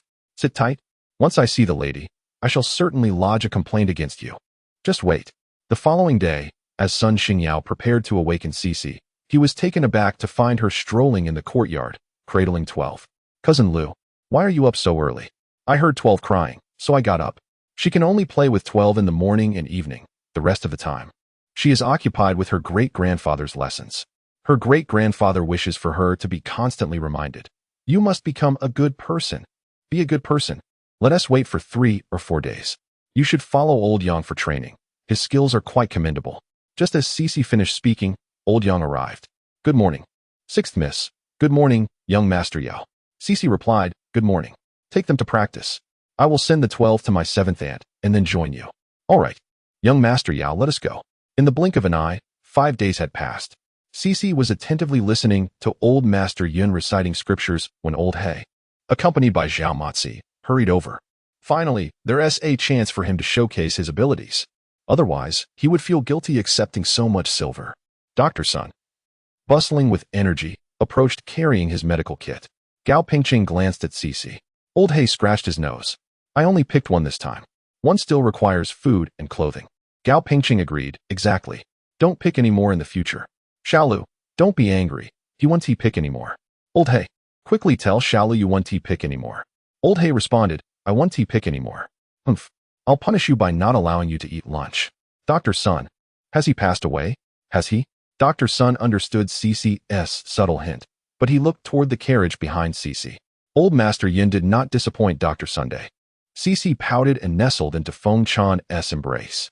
Feng Chan gently rocked Cece, saying, "Your great-grandfather is right. Heaven bestows kindness upon living creatures. Instead of punishing old He by denying him food, let us have him catch a wild boar for us, shall we?" Gao Pingcheng chimed in. Yes, yes. Let old He go catch a wild boar. Cece agreed. All right. Old Master Yun remarked. I can't shake the feeling that something is amiss. Forget it. The journey is inherently arduous. Catching a wild boar for sustenance is quite beneficial. What if one were to fall ill otherwise? Old He, are you weary? If so, we may postpone until tomorrow. Old He replied that he was not fatigued, and thus they continued their ride. The old lord spoke, and Dr. Sun was relieved of his moral burden. My lord, this individual is not ill. He has merely fainted from several days of starvation. Then let us provide him with some sustenance. Once he regains consciousness, offer him food and allow him to leave. Agreed. Before long, Zhao Matzi awakened and immediately began to devour his food ravenously. Despite Dr. Sun's advice to take it slow, he paid no heed. Cece leapt down from the cart and kicked him. Did you not hear the doctor tell you to slow down? Zhao Matzi, clutching his provisions, shifted his position. Cece kicked him again. Do not eat so quickly. If you continue at this pace, I shall withhold your food. At that, Zhao Matzi dared not eat so hastily. Cece crouched in front of him and inquired, How many days have you been starved? 3 days. You fool. Couldn't you have thought of another way? How pitiful. Well, if you eat my food, then you are now my responsibility. I. Smack. Cece playfully tapped his head. What do you mean I? Can you find food for yourself out there? I cannot find anything. Then why not follow me? Without me, you would starve. Do you wish to perish from hunger? Zhao Matzi shook his head fervently. No, I do not wish to. Then follow me, and you shall have meat to eat. Zhao Matzi's eyes sparkled with excitement. Following you means there will be meat? Well, I will follow you, said Cece, playfully tapping Zhao Matzi on the head. Good. Do you have your household registration? I do, Zhao Matzi replied, pulling out a cloth pouch from his pocket. Cece opened it and glanced inside. Are you the only one in your family? We'll be able to eat soon. How could you be so foolish, yet remember to carry your registration? Guzi said that one must take their household registration when going out. I am not foolish. My grandmother says I am quite clever. All right, you are clever. Are you strong? Yes. Then you shall help me carry things. Okay, I will carry things for you if you give me meat to eat. Agreed. Old Master Yun observed. This child, how can she deceive someone into working for her with food? Xiao Lu, he is somewhat simple-minded. Old Master Yin continued. Do you have a valid reason for this? Cece replied, Great-grandfather, you wouldn't want him to starve just because you think he is simple-minded, would you? Old Master Yun fell silent. Cece added, Great-grandfather, did you not say that heaven has compassion for the living? Zhao Matzi interjected, Bad person. I want to eat meat. I do not wish to starve. Old Master Yun sighed. Very well, although Xiao Lu's reasoning may be flawed. This child might indeed starve if he does not stay with them. Let him remain, but do not take advantage of his simplicity. Zhao Matzi asserted, I am not foolish. All right, you are not foolish. After eating his fill, Zhao Matzi set off again with Cece and the others. Feng Chan seized an opportunity to discreetly pull Cece aside and inquired softly, My dear, is he truly foolish or merely pretending? Merely pretending, Cece replied. A sense of relief washed over Feng Chan. While a fool may elicit sympathy, their folly could also lead to mischief. Why does he feign ignorance? Did you encourage him to do so? Not at all.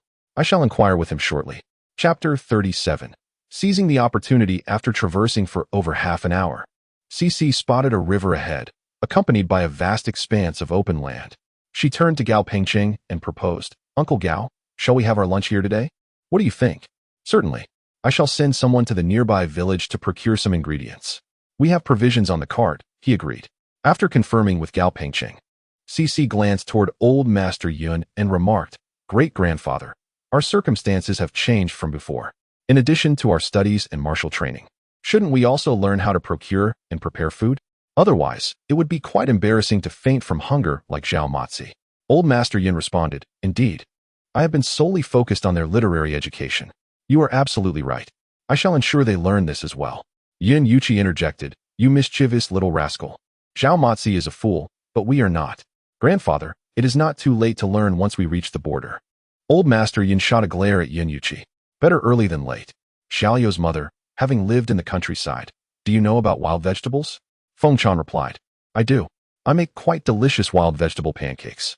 Then take the women of the household to gather wild vegetables. Old lady, you should join them, he instructed.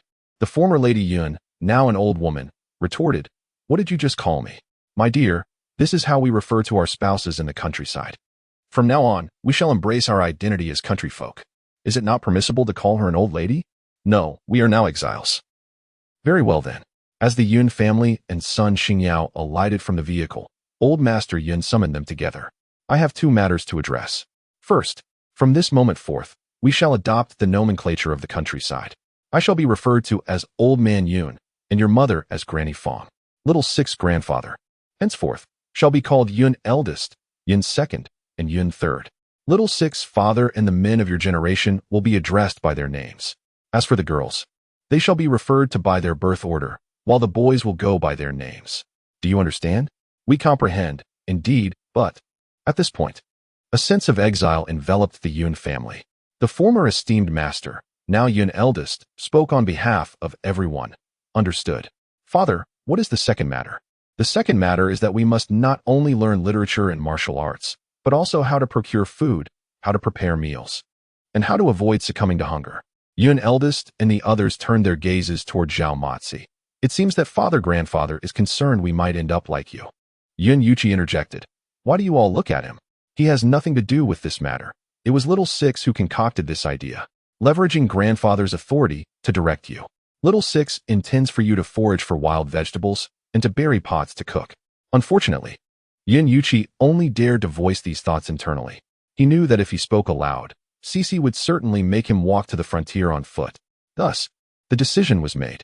Old Master Yun, Old Man Yun is a serious individual. Upon hearing this, Old He could not help but chuckle. Very well, Yun Yuqi remarked. If this continues, that little girl will surely coax her grandfather into letting them hunt on their own.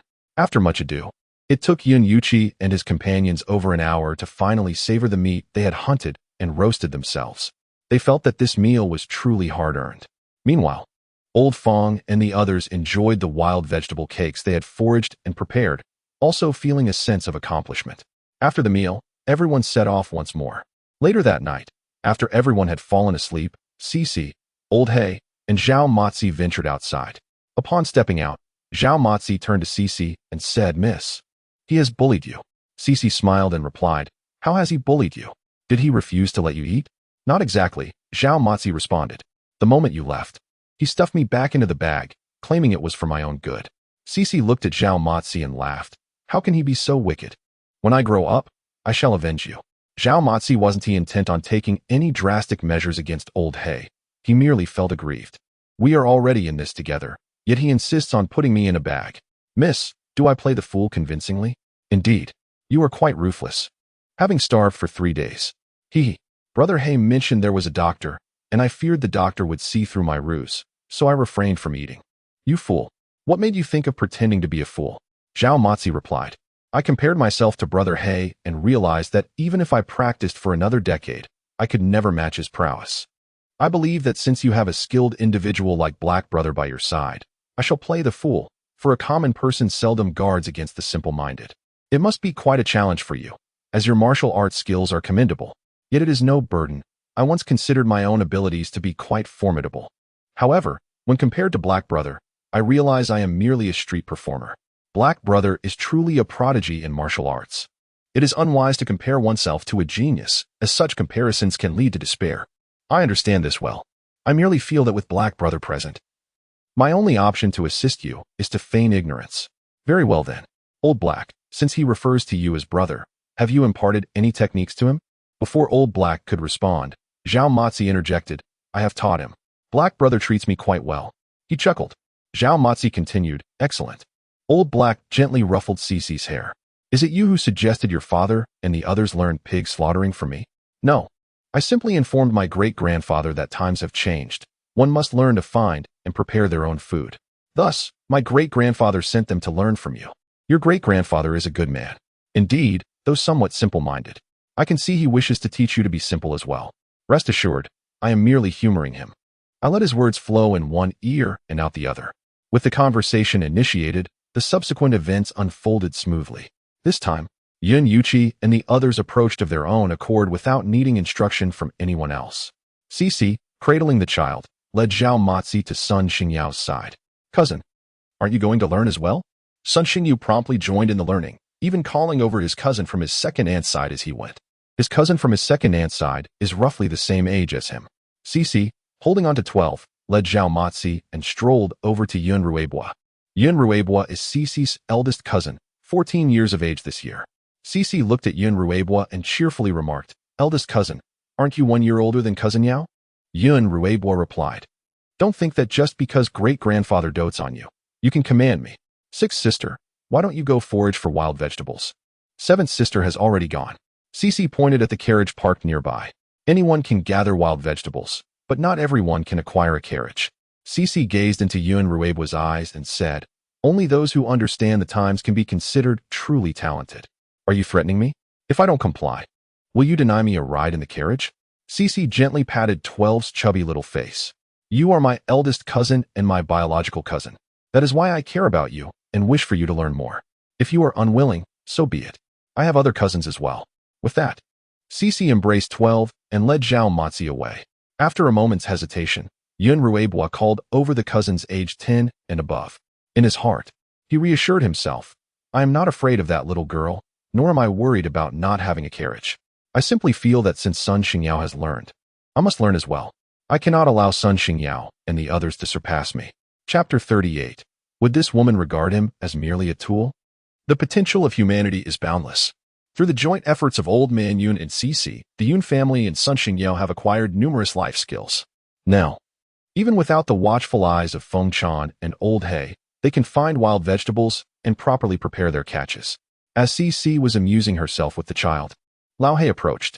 "Dr. Sun had just sought me out, expressing his embarrassment at having consumed so much in the past month. Unable to accept such a substantial sum of silver, Dr. Sun was summoned by Lao He." Cici glanced around. Noticing Feng Chan teaching Wang Ningxue and the others how to cook, Cici waved at Feng Chan, calling, "Mother, come here." Feng Chan responded and exchanged a few words with Wang Ningxue before approaching. Once there, she gently touched the chubby face of the child while looking at Cici and inquired, "Why do you call for your mother? Are you hungry?" "Not at all. Please ask Dr. Sun to check your pulse." "What need is there for a pulse check?" Cici shook the child's little hand toward Feng Chan. Dr. Sun was busy organizing his medicinal herbs when Feng Chan arrived. "Dr. Sun, do you have a moment? I would like to request a pulse check." How could he have forgotten this? It is customary for families of means to have their safety pulses checked. Soon, he would check the pulses of the Yun family as well. Those of advanced age invariably bear minor ailments that require some attention. Feng Chan, noticing Dr. Sun's silence, assumed he was preoccupied. "If you are busy, I can return later. I am available. Please, have a seat." "Good." Feng Chan was eager to ascertain whether she was expecting. Dr. Sun intended to simply check for a safety pulse, but to his surprise, he detected a joyous pulse instead. Dr. Sun was elated. "Congratulations. You are with child." "Really?" "Indeed.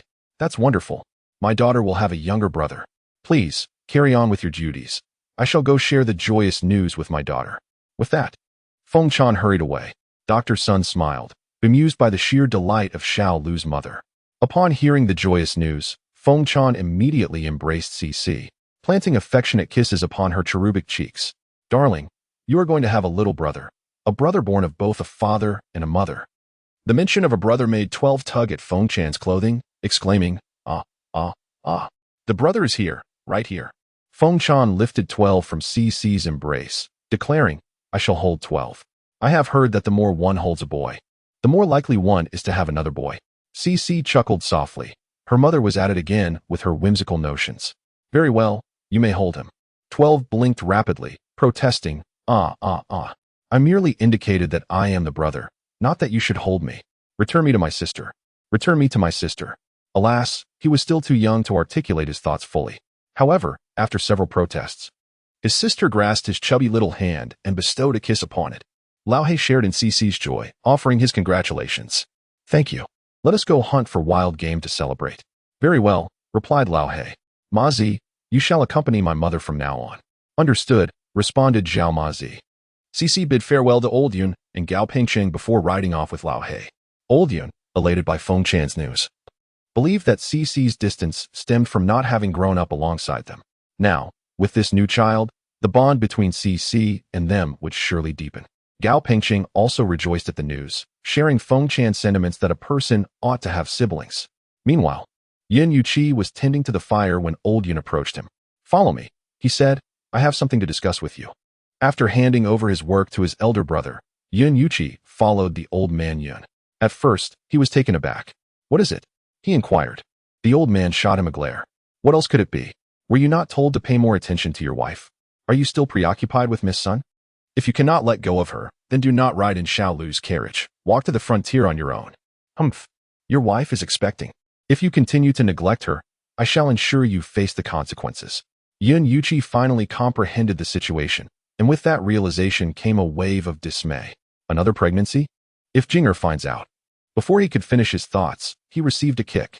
The old man glared at him and commanded, "What are you standing there for? Go take care of your wife.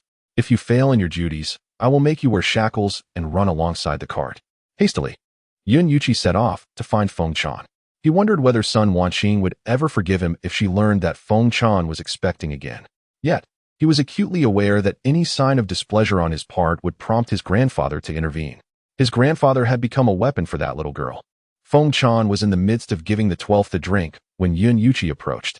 "Grandfather told me you are expecting," he said. "Yes, thank you," she replied. "Thank me?" A thought flickered in Yin Yuqi's mind. Does this woman view me as a mere tool? Why is she thanking me? Of course, I must thank you for providing my daughter with a little brother. You have come to congratulate me, right? Yes. Fortunately, he was not regarded merely as a tool. Otherwise, he would rather walk than sit in their carriage. My grandfather has sent me here to take care of you. I am still in my early months, and I require no one to attend to me. You may attend to your own matters. Yin Yuqi also wishes to depart. However, his grandfather had just taken a step. I have nothing pressing to do. I shall keep you company and engage in conversation. What would you like to discuss? What should we talk about? Let us speak of that little rascal. To know oneself and one's adversary is the key to victory in 100 battles. Perhaps we could reminisce about CC's childhood. Feng Chan would not indulge him. Children simply eat and sleep, sleep and eat. Instead, let us compose poetry. I shall begin with a verse. Meanwhile, in Dongli County, the county magistrate Qi Ziyuan was also in celebration. Ha ha ha. That old fellow Endearing has already passed Jinchuan Post. Madam Qi poured a bit of wine for the county magistrate. Does this not imply that in a couple of days he will reach our territory? Indeed, when he arrives in our domain, I shall entertain him splendidly. Were it not for him, I would still be an assistant minister, and you would still be the assistant minister's wife. How does my lord intend to deal with him? Madam Qi was taken aback. Has he not always acted like a sage? Why does he not make the journey to the border himself this time? Of course, he fears dying along the way. 2 days later, Cici and her companions entered the realm of Dongli County. Upon receiving the news, Qi Ziyuan hastened over with his men. Endearing, is this a banishment you are undertaking? Or have you merely brought your entire family out for an excursion amidst the mountains and waters? Gao Pengqing had just intended to speak favorably of Qi Ziyuan when he was abruptly apprehended. How much silver did Endearing bestow upon you to afford him such ease? Is this banishment? This is treachery against the sovereign. The old man Yun emerged from the carriage. Qi Ziyuan, your ire is directed at me. Do not involve the innocent. Indeed, the constables responded and moved to seize him. Hold on. Cici stepped out from the carriage. Greetings, Sir Qi. This is your territory. And if you do not permit us to leave, we shall be unable to do so, correct? Quite so. May I request a moment for tea? Who are you? Why should I grant you time for tea? My identity is of little consequence. What matters is that even if you granted us a day, we would not dare to break through. Do you not find our struggle here rather amusing? The Yun family and Sun Xingyao were taken aback. Hey, which side are you on? Qi Ziyuan laughed heartily. Very well. I shall grant you a moment for tea. I am quite eager to see what tricks you will conjure. Chapter 39. A Desire to Spit Blood. Cici bowed respectfully to Qi Ziyuan. Thank you, my lord. No need for thanks. You should hasten your deliberations. I shall afford you a brief moment. Understood. Cici leaped down from the carriage, calling out, Come, come, everyone, come down. The Yun family and Sun Xingyao descended from the carriage, and Gao Pengqing's followers approached as well. The men of Lao He were eager for action. Zhao Matzi contemplated striking Qi Ziyuan down from his mount. As the crowd gathered, Cici realized she could not see everyone. So she instructed Lao He to bring over a horse. Once Lao He led the horse to her, Cece asked him to lift her onto its back. After settling herself, she waved her small hand, urging everyone to speak up about how to resolve the matter at hand. The cause of the situation was well known. Her great-grandfather had offended Lord Qi. Before Cece could finish her thought, Feng Chan interjected, suggesting, "Why don't we apologize to Lord Qi and offer our regrets?" Just as old Yun was about to respond, Cece turned to Qi Ziyuan and inquired, "Lord Qi, do you think that would suffice?" "That will not do," he replied curtly. "Then let us brainstorm further. Come, everyone, let us consider other options." Lao He proposed. "Why not eliminate them all?" As soon as he spoke, Cece quickly objected, No, that is out of the question. Lord Qi is an official of the court. We cannot resort to murder. Let us think again." Old Yun then said, "I have offended him. I shall go with him." Just as Old Yun's companions were about to dissuade him, Cece looked at Qi Ziyuan and asked, "Lord Qi, what if we hand over my great-grandfather to you? Will you allow us to leave?" Qi Ziyuan coldly scoffed, "None of you shall leave today. That is unacceptable. Let us think of another solution. Come, everyone. Let us explore other possibilities." Sun Xingyao suggested, "Perhaps we should ask Lord Qi what would make him willing to let us go." "Very well," Cece replied, turning her gaze back to Qi Ziyuan. "Lord Qi, what would it take for you to allow us to depart? If you can restore my official position, then I shall permit your exit," he stated. The Cloud family and Sun Xingyao exchanged words. "Isn't this just nonsense? We are akin to clay figurines crossing a river, barely able to protect ourselves. Is that acceptable? Can you think of any alternative solutions?" Wang Ningxue proposed. "How about we refrain from taking vehicles in the future?" She glanced at Qi Ziyuan. "Lord Qi, shall we not use vehicles anymore? That is not feasible. You have already traveled by carriage, which constitutes an act of treason." Yun Ruibo clenched his fist. "At worst, we could accompany him. Could he truly kill us?" Cece, in exasperation, threw one of her shoes at Yun Ruibo. "You fool. Do you think the prison only contains instruments of torture? There are also thugs inside. A single visit could cost you an arm or a leg, and your sisters would have little hope of marrying into a respectable family afterward. Furthermore, with Lord Qi's current demeanor, how many of us could possibly emerge unscathed?" Yun Ruibo retorted, You actually threw a shoe at me. And what of it?" Cece removed her other shoe and hurled it at him again. "You imbecile. Is this truly the time for heroics? Do you possess the capability to act the hero?" I lack the ability. You are the one with the talent. If you manage to resolve today's predicament, I shall heed your words from now on. Old Hay, lend me your shoe."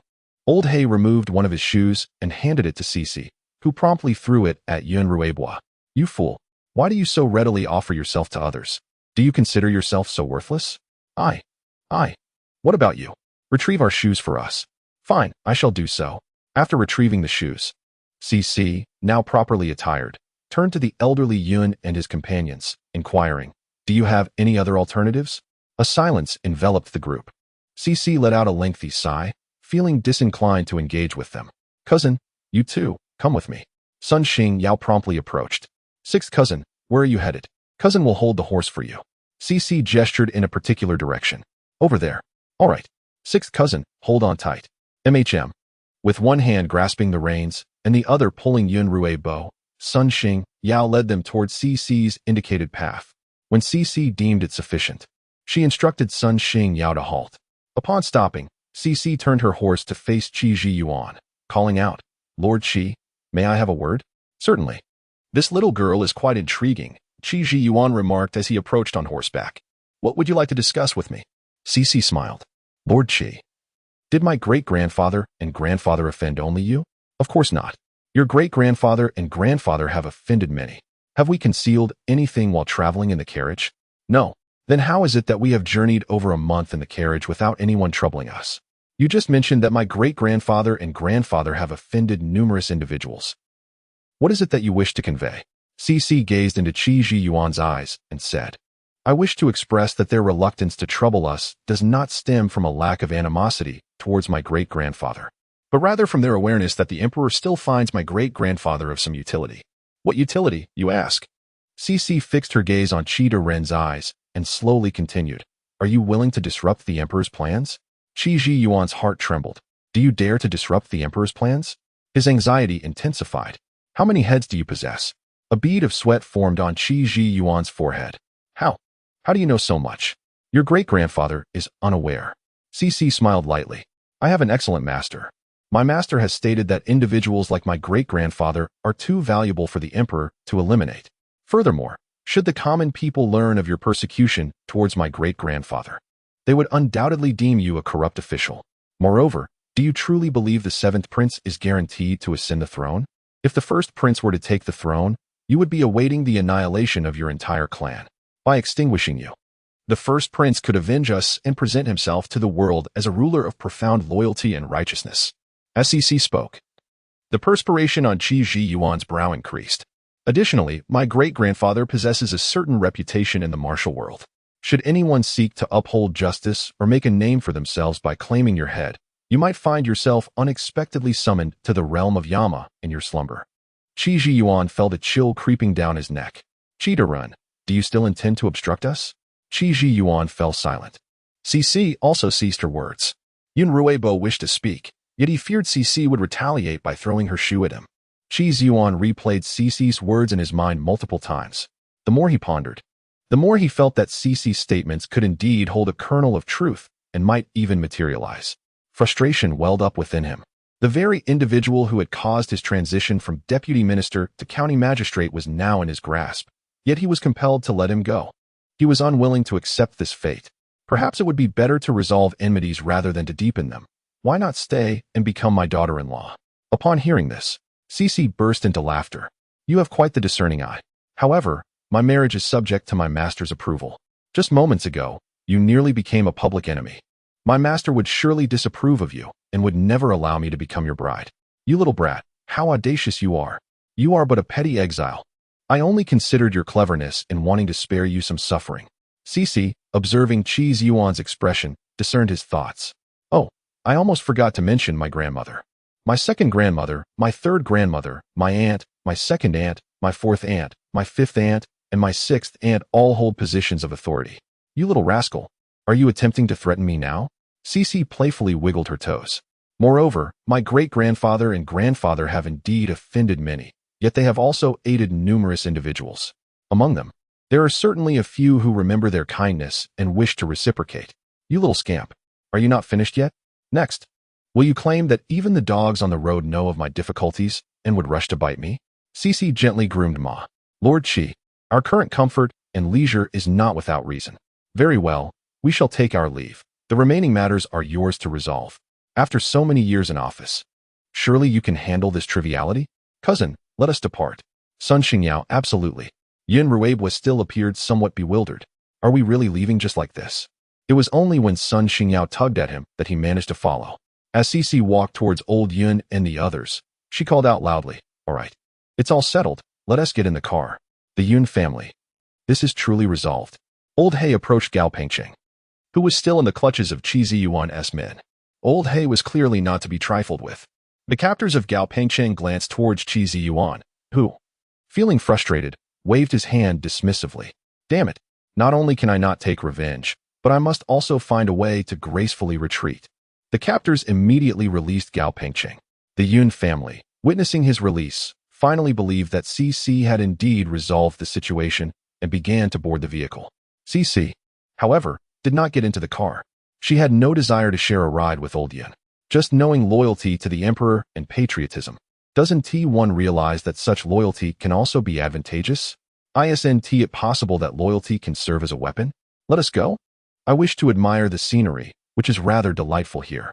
Old He rode up beside CC and affectionately ruffled her hair. Soon, we shall roast a goat to eat, and they shall not partake. Sun Xingyao, responsible for leading CC's horse, pondered. Is cousin finding them foolish? Besides Sun Xingyao, Yun Ruebwa inquired. Who are these people surrounding cousin? The steward approached. My lord, are we simply letting them go? Otherwise what? That young girl's master once saved my grandfather's life. Lady Qi was momentarily taken aback. Did the Yun family not pass by us? They did. Then, why do you wear such an expression? Lord Qi glanced at the maids and servants in the room. After they left, Lord Qi recounted the earlier incident. You see, I mentioned seeking trouble with the Yun family, and you did not even attempt to dissuade me. Lady Qi wished to reply that as a mere woman, she understood little of such matters, yet, she feared that Lord Qi might unleash his frustrations upon her. I was mistaken. Pray, who is that young girl's master? How would I know? Meanwhile, Yin Ruibo was pondering the same question. The elder Yin wished to inquire how Cece managed to escape. But in the blink of an eye, she had vanished without a trace. The elder Yin was left with no choice but to question Sun Xingyao and Yin Ruibo. Upon receiving their responses, the members of the Yun family could not help but feel a swell of pride. Yin Ruibo, too, felt a sense of pride. However, he was even more curious about the identity of Cece's master. Great-grandfather, who is my sixth sister's master? I do not know. Your sixth sister did not disclose that information. Yin Ruibo turned his gaze toward Yin Yuqi. Third uncle, you must know, right? Yin Yuqi replied. That young girl does not regard him as a father at all. Not even your third and is aware. So mysterious? It appears that he is indeed an exceptional individual. Most extraordinary people tend to be quite low-key, preferring not to attract too much attention. Your sixth sister is truly fortunate. Indeed. Yin Yuqi sought to swiftly change the subject. What did old Hei say to your sixth sister just now? The roasted lamb is not for us. It would be better not to change the topic. Your sixth sister has accomplished such a great feat today. She certainly deserves a roasted lamb as a reward. Sun Xingyao. Uncle San truly knows how to comfort himself. Old Hei and sixth cousin clearly think they are of no use. Yin Ruibo. Indeed. He still believes that sixth sister can only be domineering. Unexpectedly, with just a few words, she managed to subdue that fellow surnamed Qi. Cece's spirits have lifted. Gao Pingqing, accompanied by others, cheerfully brought over the lamb and wine. Xiao Lu, you are truly impressive. Cece smiled with pride. Of course. Let us go roast the lamb. Master Yang, you all come over too. This lamb is so plump that Uncle Gao and the others won't be able to finish it. Right, Uncle Gao? Yes. Come over, come over. Gao Pingqing waved at Master Yang and quietly asked, shouldn't we call your father and the others? Indeed. Then let them reflect on themselves properly. Once the lamb was roasted, Cece cut 2 portions of ribs for Zhao Matzi. This portion is for my mother, and this one is for the 12th wet nurse. My mother is pregnant, and the 12th wet nurse needs to nourish the 12th child. Oh, Zhao Matzi, holding the ribs, walked over to Feng Chan and the 12th wet nurse, loudly explaining why they were receiving ribs. Feng Chan, this. Old Lady Yun. He is correct, you are now with child. Feng Chan, then. Old Lady Yun, hurry and eat. It won't taste good if it gets cold. All right. Seeing Feng Chan begin to eat, the 12th wet nurse also started to partake. Little Lu was so fond of 12. She simply could not let him go hungry. Cece was engaged in conversation with Gao Pingqing when a tiny figure approached and wrapped their arms around her legs. Sister Lu, you are so amazing. I like you so much. Cece playfully pinched the little one's nose. Sister Lu likes you too. Here, have some meat. The little one joyfully leaped into Cece's embrace. Sister Lu, you are so kind. I enjoy gnawing on lamb legs. Then I shall fetch you a lamb leg. However, you are still quite small and cannot finish an entire leg, so I will trim some meat off for you. This little creature was not only bold but also sweet-tongued. Being the first to approach and hug her leg, she felt compelled to treat him kindly. Chapter 41. Is this a matter of money? This is an act of kindness. Yun Ruiqian nestled against Cece's waist, nuzzling her. Sister Lu, you are so wonderful. I envy 12 so much. I wish I could be as small as 12. Yun Ruiqian, the eldest son of Lu Tangshu, Cece's second grandfather's family, was 5 years old and the 9th in the line of boys in Cece's generation. Cece pinched Yun Ruiqian's cheek. Sit tight. Sister Lu will get you a lamb leg. Okay. Can I play with you in the future? Of course. After Cece trimmed some meat from a lamb leg, she handed it to Yun Ruiqian, who gleefully nibbled while beaming at her. Cece also took a lamb leg and began to gnaw on it. Yun Ruiqian was even more delighted to see that Sister Lu enjoyed lamb legs too. Other children, witnessing Yun Ruiqian receiving a lamb leg, gathered around. Sister Lu, I like you too. Cousin 6, I too wish to join in your merriment.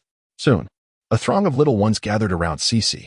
She distributed a rib to each child, allowing them to gnaw on it. The 12th sibling became anxious. Move aside. Get away. Sister is mine. Mine. Wang Mingxue feared that should Cece take on another younger sibling, she would no longer favor the 12th. Thus, whenever the 12th caused a ruckus, Wang Mingxue would take her to seek Cece. Little 6, the 12th desires meat as well. Cece took the 12th into her arms. However, can she consume meat at this age? No. If you provide her with a clean bone to gnaw, she will cease her fussing. Very well. Cece handed a bone to the 12th, who clutched it in one hand while grasping Cece's garment with the other. Sister is mine. You shall not steal her from me. The older children, slightly embarrassed, refrained from pushing their way in. Cece paid them no mind. After their meal, Cece's party set off once more. Finally, Old Master Yun found an opportunity to pose a question to Cece. Little Six, did your master foresee that Qi Ziyuan would trouble us? Cece thought to herself, is that even a question? Great-grandfather, having offended so many, it is inevitable that one or two fools would arise. Do you imply that Qi Ziyuan could be one of them? Indeed. Moreover, were I Qi Ziyuan, I would not accompany you openly. Yun Yuqi and old Lady Yun were also present in Cece's carriage. Yun Yuqi inquired, then, what might they do? Cece gazed at Yun Yuqi and replied, were I Qi Ziyuan, I would hire bandits to eliminate all of you. Yun Yuqi, fortunately, Qi Ziyuan is not as malevolent as you. However, his grandfather and father have offended more than just one Qi Ziyuan. Therefore, let us refrain from sending old He to hunt in the future. There is only a thief for 1,000 days, but no defense against thieves for 1,000 days. If one wishes to survive, it is imperative to diligently practice martial arts. After speaking, Cece took out her small bed. I am tired. I shall rest for a while. Yun Yuqi hoped that Old Master Yun would advise Cece against allowing old He to venture outside. Grandfather, Little Six is correct. From tomorrow onwards, aside from practicing martial arts, we shall accompany the carriage for an additional 2 hours. Your grandmother and I will also join. Cece's spirits lifted a bit. Yun Yuqi, after dinner that evening, Old Master Yun announced this decision. The Yun family, needless to say, if outsiders intend to attack, they would likely target them first. Sun Xingyao and his companions, having experienced being pursued, understood that running swiftly could indeed save a life. Gao Pengqing and others contemplated and decided to accompany the carriage as well. The matter concerning Qi Ziyuan made them realize that they were now bound together with the Yun family in a shared fate. Thus, beginning the following day, Cece and the others' routine transformed into rising early to practice martial arts for an hour, followed by breakfast, and then setting off. After departure, they would read for an hour. Afterward, they would follow the carriage, with the younger and older ones running a bit less. Those of Yun Yuqi's generation and Cece's generation aged 13 and above were required to run for a full hour. After running, they would have lunch. Following lunch, they would read for another hour. After 1 hour, they would run again. Except for Feng Chan and 12, along with 12's nurse, everyone else was obligated to run. Feng Chan was pregnant, and 12 was not yet able to run. Dr. Sun originally had no reason to run. However, he felt compelled to follow the example set by Old Master Yun. As Shin Tingwen was resting with his eyes closed, he was suddenly startled by a cacophony of noise. He rapped on the carriage, inquiring about the source of the commotion. Is it the Yun family? Haven't they been exiled by the emperor? Indeed, my lord. Could it be that the officials are deliberately making things difficult for them? Shin Tingwen furrowed his brow. Minister Yun, devoted to the welfare of the people, never anticipated such a fate of exile. Stop them, he commanded. Yes, sir. Old Master Yun was running with great vigor when he was unexpectedly halted. Who are you? Shin Darren stepped down from the carriage. Old Master, do you remember me? Old Master Yun glanced over and replied, I do.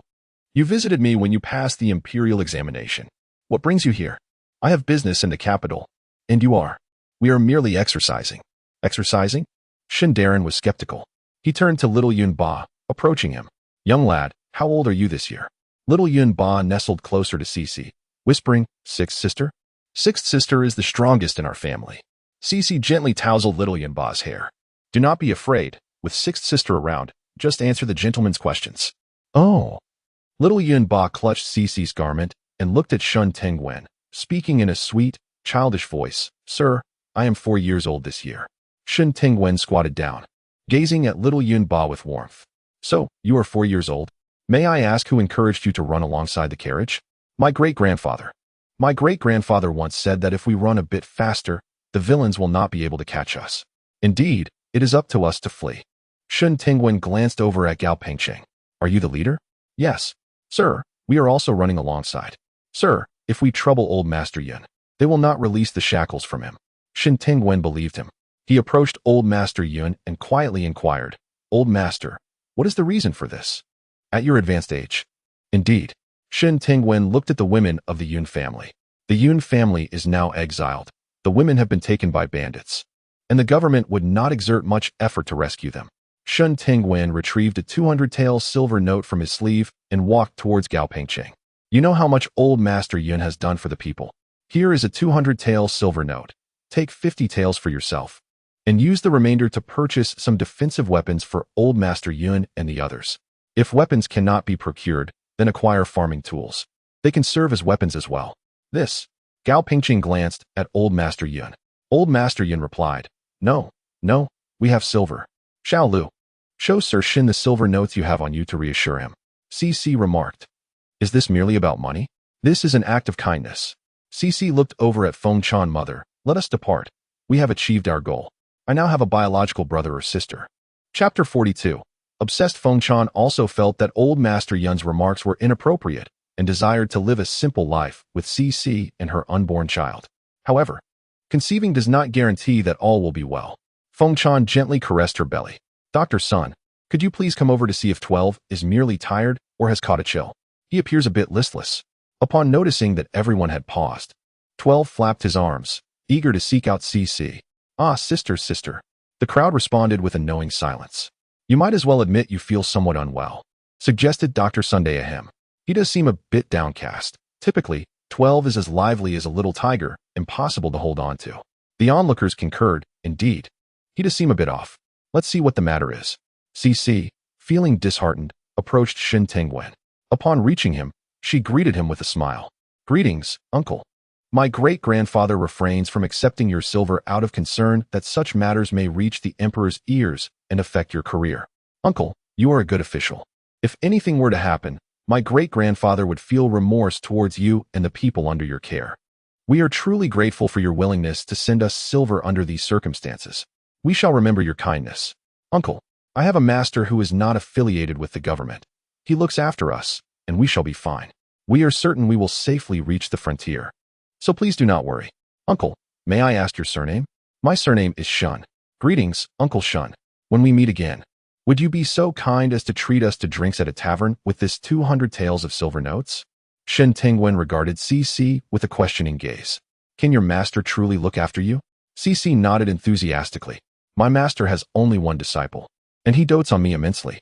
My master once remarked that in order to spare me from suffering, he would willingly sacrifice all his possessions without a trace of regret. Shin Tingwen cast a glance towards old Master Yun. Old Master Yun responded, Her master treats her exceedingly well. All the carriages we are riding in were arranged by him. CC interjected, Uncle Shun, if you were unfamiliar with us, you would undoubtedly think we were merely out for leisure, never suspecting we were exiles. Shin Tingwen observed closely. Indeed, the Yun family bore no resemblance to exiles whatsoever. Old Master Yun continued, Very well, I also wish you, Lord Shin, all the best in your endeavors. CC added, Uncle Shun, the idea you mentioned earlier about purchasing farm tools is quite splendid. We shall go buy them shortly. Shin Tingwen held old Master Yun in high esteem and felt a sense of joy in being able to assist him. Let us procure more. Preparation is the key to avoiding misfortune. Indeed. Uncle Shun, we shall not keep you any longer. Very well. Shun Tingwen offered a respectful gesture to old Master Yun and the eldest Yun. Take care. CC, with a cheerful smile, remarked to Shun Tingwen, Uncle Shun, remember to treat me to a meal next time we meet. Shun Tingwen returned the smile. Certainly, I shall take you to the finest restaurant. Thank you, uncle. Until we meet again. Once Shun Tingwen departed, old Master Yun intended to lead everyone in continuing their run.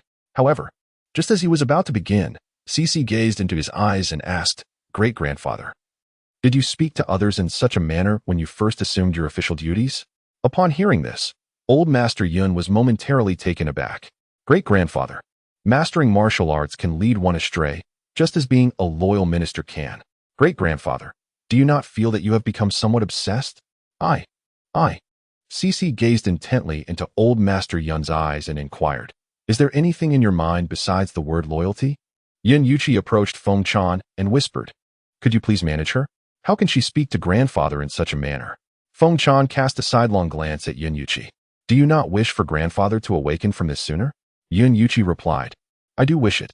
However, she is but a junior. You are correct. He thought to himself, just as he was about to suggest that she apologize to grandfather.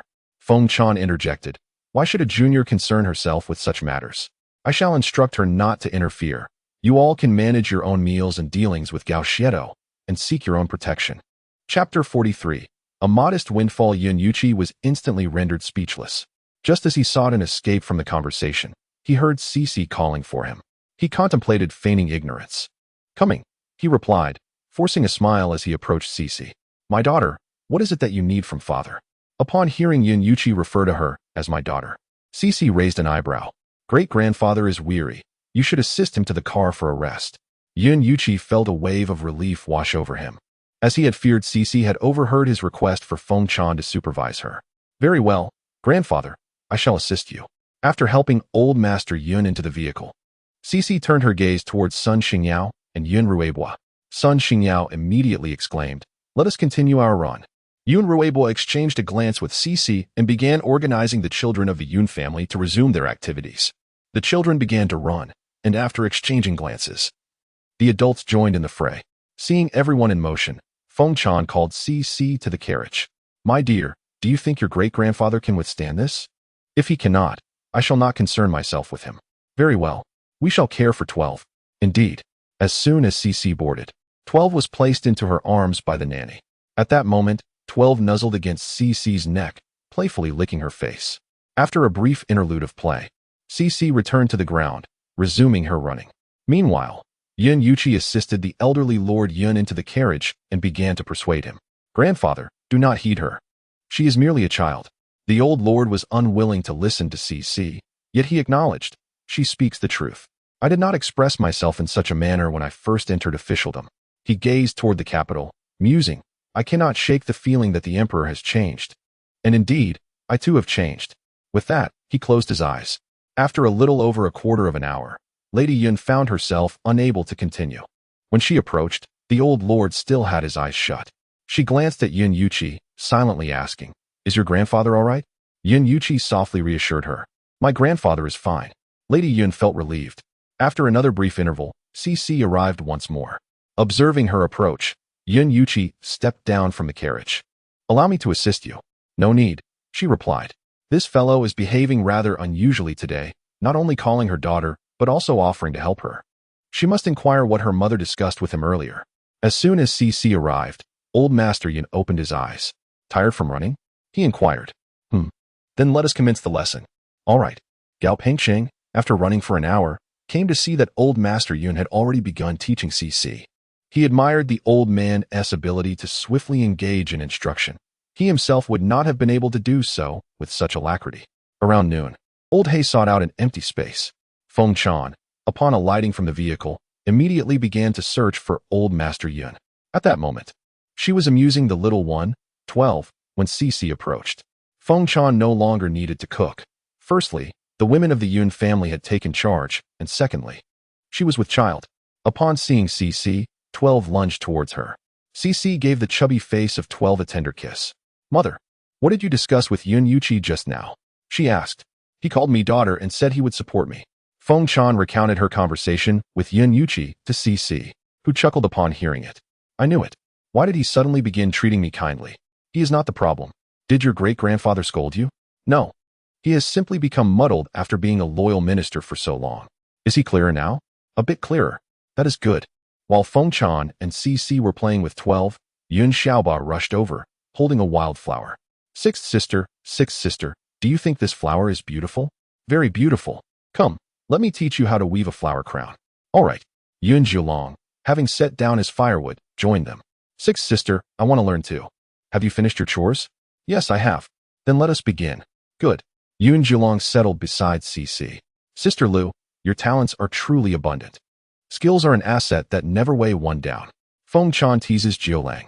Jiulang, do you wish to weave a garland for yourself? Yun Jiulang, now 5 years old, has begun to comprehend the distinction between boys and girls. No, I intend to craft one for Sister Lu. Cici chuckled upon hearing this.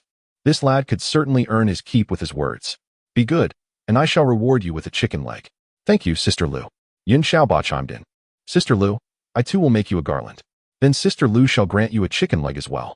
Thank you, Sister Lu. When Wang Ningshui arrived to summon Feng Chan and Cici for their meal, she was greeted by the sight of Cici, Xiaoba, and sure air all adorned with garlands. Wang Ningshui couldn't help but laugh. You silly child, your sister Lu and sister Ba are girls. You are not a girl. Only girls wear garlands. Scherer, not comprehending Wang Ningshue's words, simply felt that if his sister was wearing one, he must wear one too. Seeing Wang Ningshue smile, he joined in her laughter. After their meal, the group set off on their journey.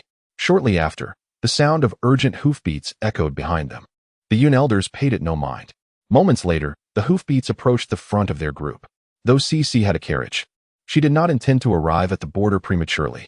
Thus, aside from a few days, she maintained a steady pace on foot. After an hour of reading, Cici's party was soon overtaken by a young lad of about 15 or 16 years. Tears streamed down Tian Weiyu's cheeks. Brother Cheng, Tian Weiyu is the eldest daughter of Yun Qinghui, who is the eldest daughter of Cici's second grandfather. Tian Weiyu and Sun Xingyao share the same age, though Sun Xingyao is 2 months older than her.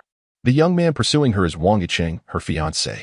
Tian Weiyu has known Wang Yicheng since childhood, and they have always shared a close bond. However, Brother Cheng, I do not wish to burden you, Tian Weiyu confided. Wang Yicheng gazed into her eyes and replied, I am unafraid. Her tears flowed even more profusely at his words. Wang Yicheng tenderly wiped her tears away, assuring her, it is all right, it has all passed. Among those accompanying Wang Yicheng was a middle-aged man who addressed Tian Weiyu, saying, Miss Tian, my young master has run away from home. I will persuade them. No, that cannot be. Wang Yicheng pleaded with Yun Qinghui for a long time. Yet she would not allow him to take Tian Weiyu away. Realizing the futility of his efforts, Wang Yicheng declared, then I shall go to the border with Yuer. The middle-aged man grew anxious upon hearing this. Young master, you cannot do that. Silence. I will not part from Yuer. Yun Qinghui was taken aback by Wang Yicheng's declaration. After much persuasion from both her and the middle-aged man, Wang Yicheng remained resolute. With no other recourse, Yun Qinghui sought out Cici. Xiao Lu, could you devise a plan for Tengu?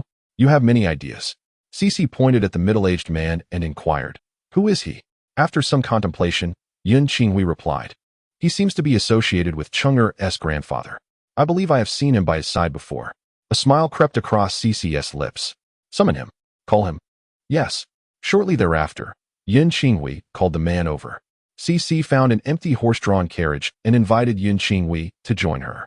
Once aboard, Cici settled herself in the center. After adjusting her position, she turned to him and remarked, it is inadequate to merely offer a grandson if you wish to board our Yun family vessel. Wang Yong's eyes flickered with confusion. What do you mean? I do not comprehend. He was momentarily taken aback. Cici rose from her seat, commanding, Old Hay, bring before she could finish. Wang Yong pulled out a bundle of silver notes from his pocket. Here are 20,000 taels. This is Cici raised an eyebrow. What is it? It is a contribution from my esteemed elder. Cici's expression darkened immediately. We do not require your 20,000 taels. Old Hay, wait. I misspoke. This 20,000 taels is for our passage. Please accept it. Cici took the banknotes. If you wish to board our Yun family vessel, do not attempt to play games with us. Indeed, I assure you, I will not mention this to your young master. This is a matter between adults. Wang Yong glanced at Cici's stature. If you are an adult, then I am a millennia-old demon. You are but a parrot. Thank you. And what remains? The remaining matters are not your concern. Understood. I shall take my leave. Very well. Once Wang Yong departed, Yun Qingying immediately voiced her curiosity. Little Six, what were you discussing? Why did second aunt not comprehend a single word? Cici pondered, contemplating how much clarity Yun Laote had regained. Just a moment. Oh. Cici pushed open the door of the carriage and glanced at the venerable Lord Yun. Great-grandfather, do you have a moment? I wish to discuss something with you. Yes. Once Lord Yun settled in, Cici waved the silver notes in her hand. Great-grandfather, I just made a little fortune. Little fortune? Yun Qinghui interjected, astonished. Are you referring to 20,000 taels as a little fortune? Grandfather, the total of those notes amounts to 20,000 taels. 20,000 taels? Lord Yun echoed, incredulous as Cici shook the silver notes again. Tell me, why did the Wang family give me 20,000 taels of silver? Grandfather, is she testing you? Yun Qinghui remarked, noting that in their family, it was usually her grandfather who tested others. Chapter 44. The last bit of loyalty has vanished. Lord Yun gently ruffled Cici's hair. Return the silver notes to them. I won't return them. This is not merely about the money.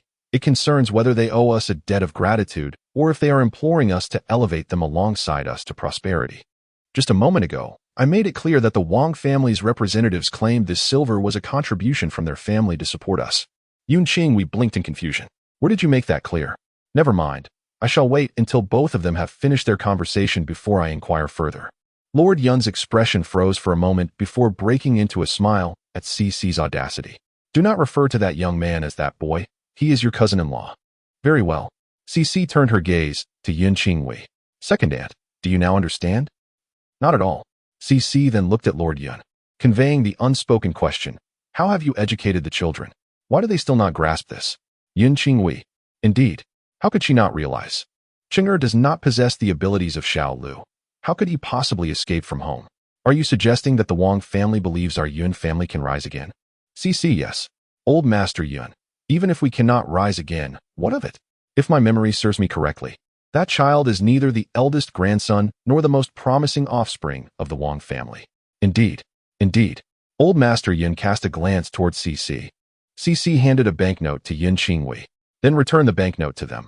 I shall have old He knock that boy unconscious. What then? CC gazed into Yun Qinghui's eyes and said, there is no such thing as absolute certainty in this world. Could you possibly have your cousin's husband stay with us indefinitely? No.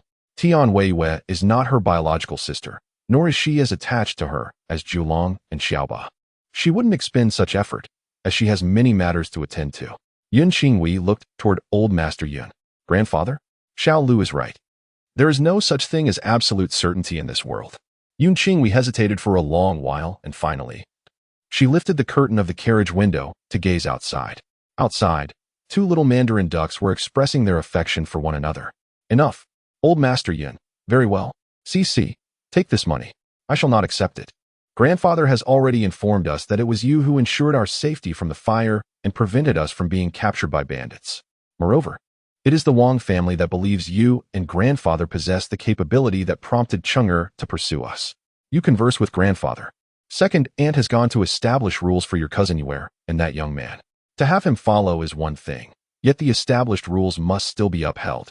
After speaking, Yun Qingwei went to find Tian Weiwei and Wang Yicheng.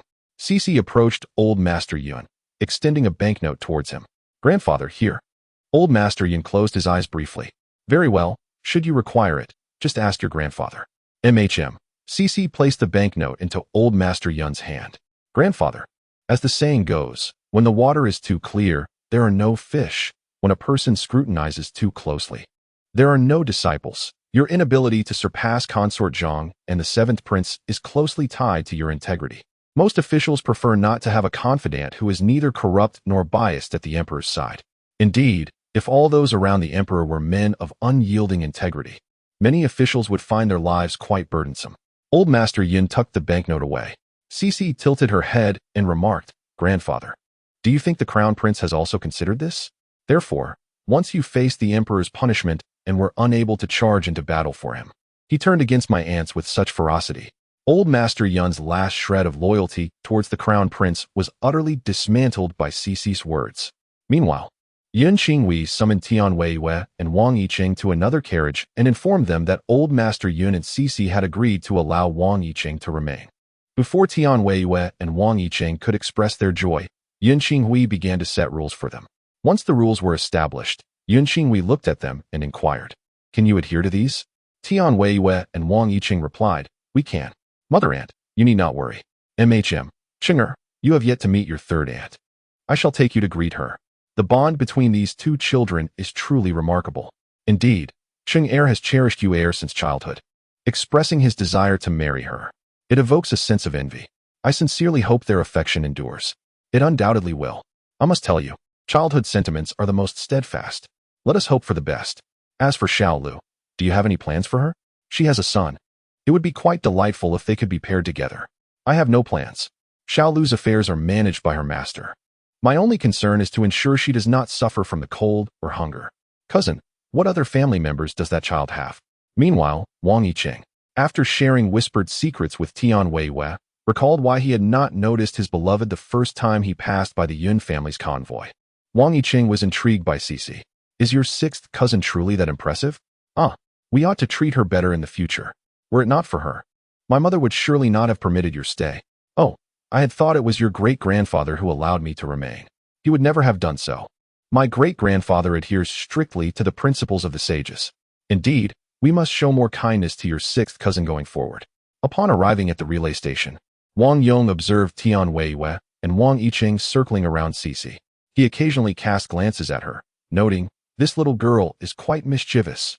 She accepted 2,000 taels of silver from the Wang family and treats their young master as a servant. The following day, Cici included Wang Yiqing in the training squad. Wang Yong's spirits had lifted somewhat.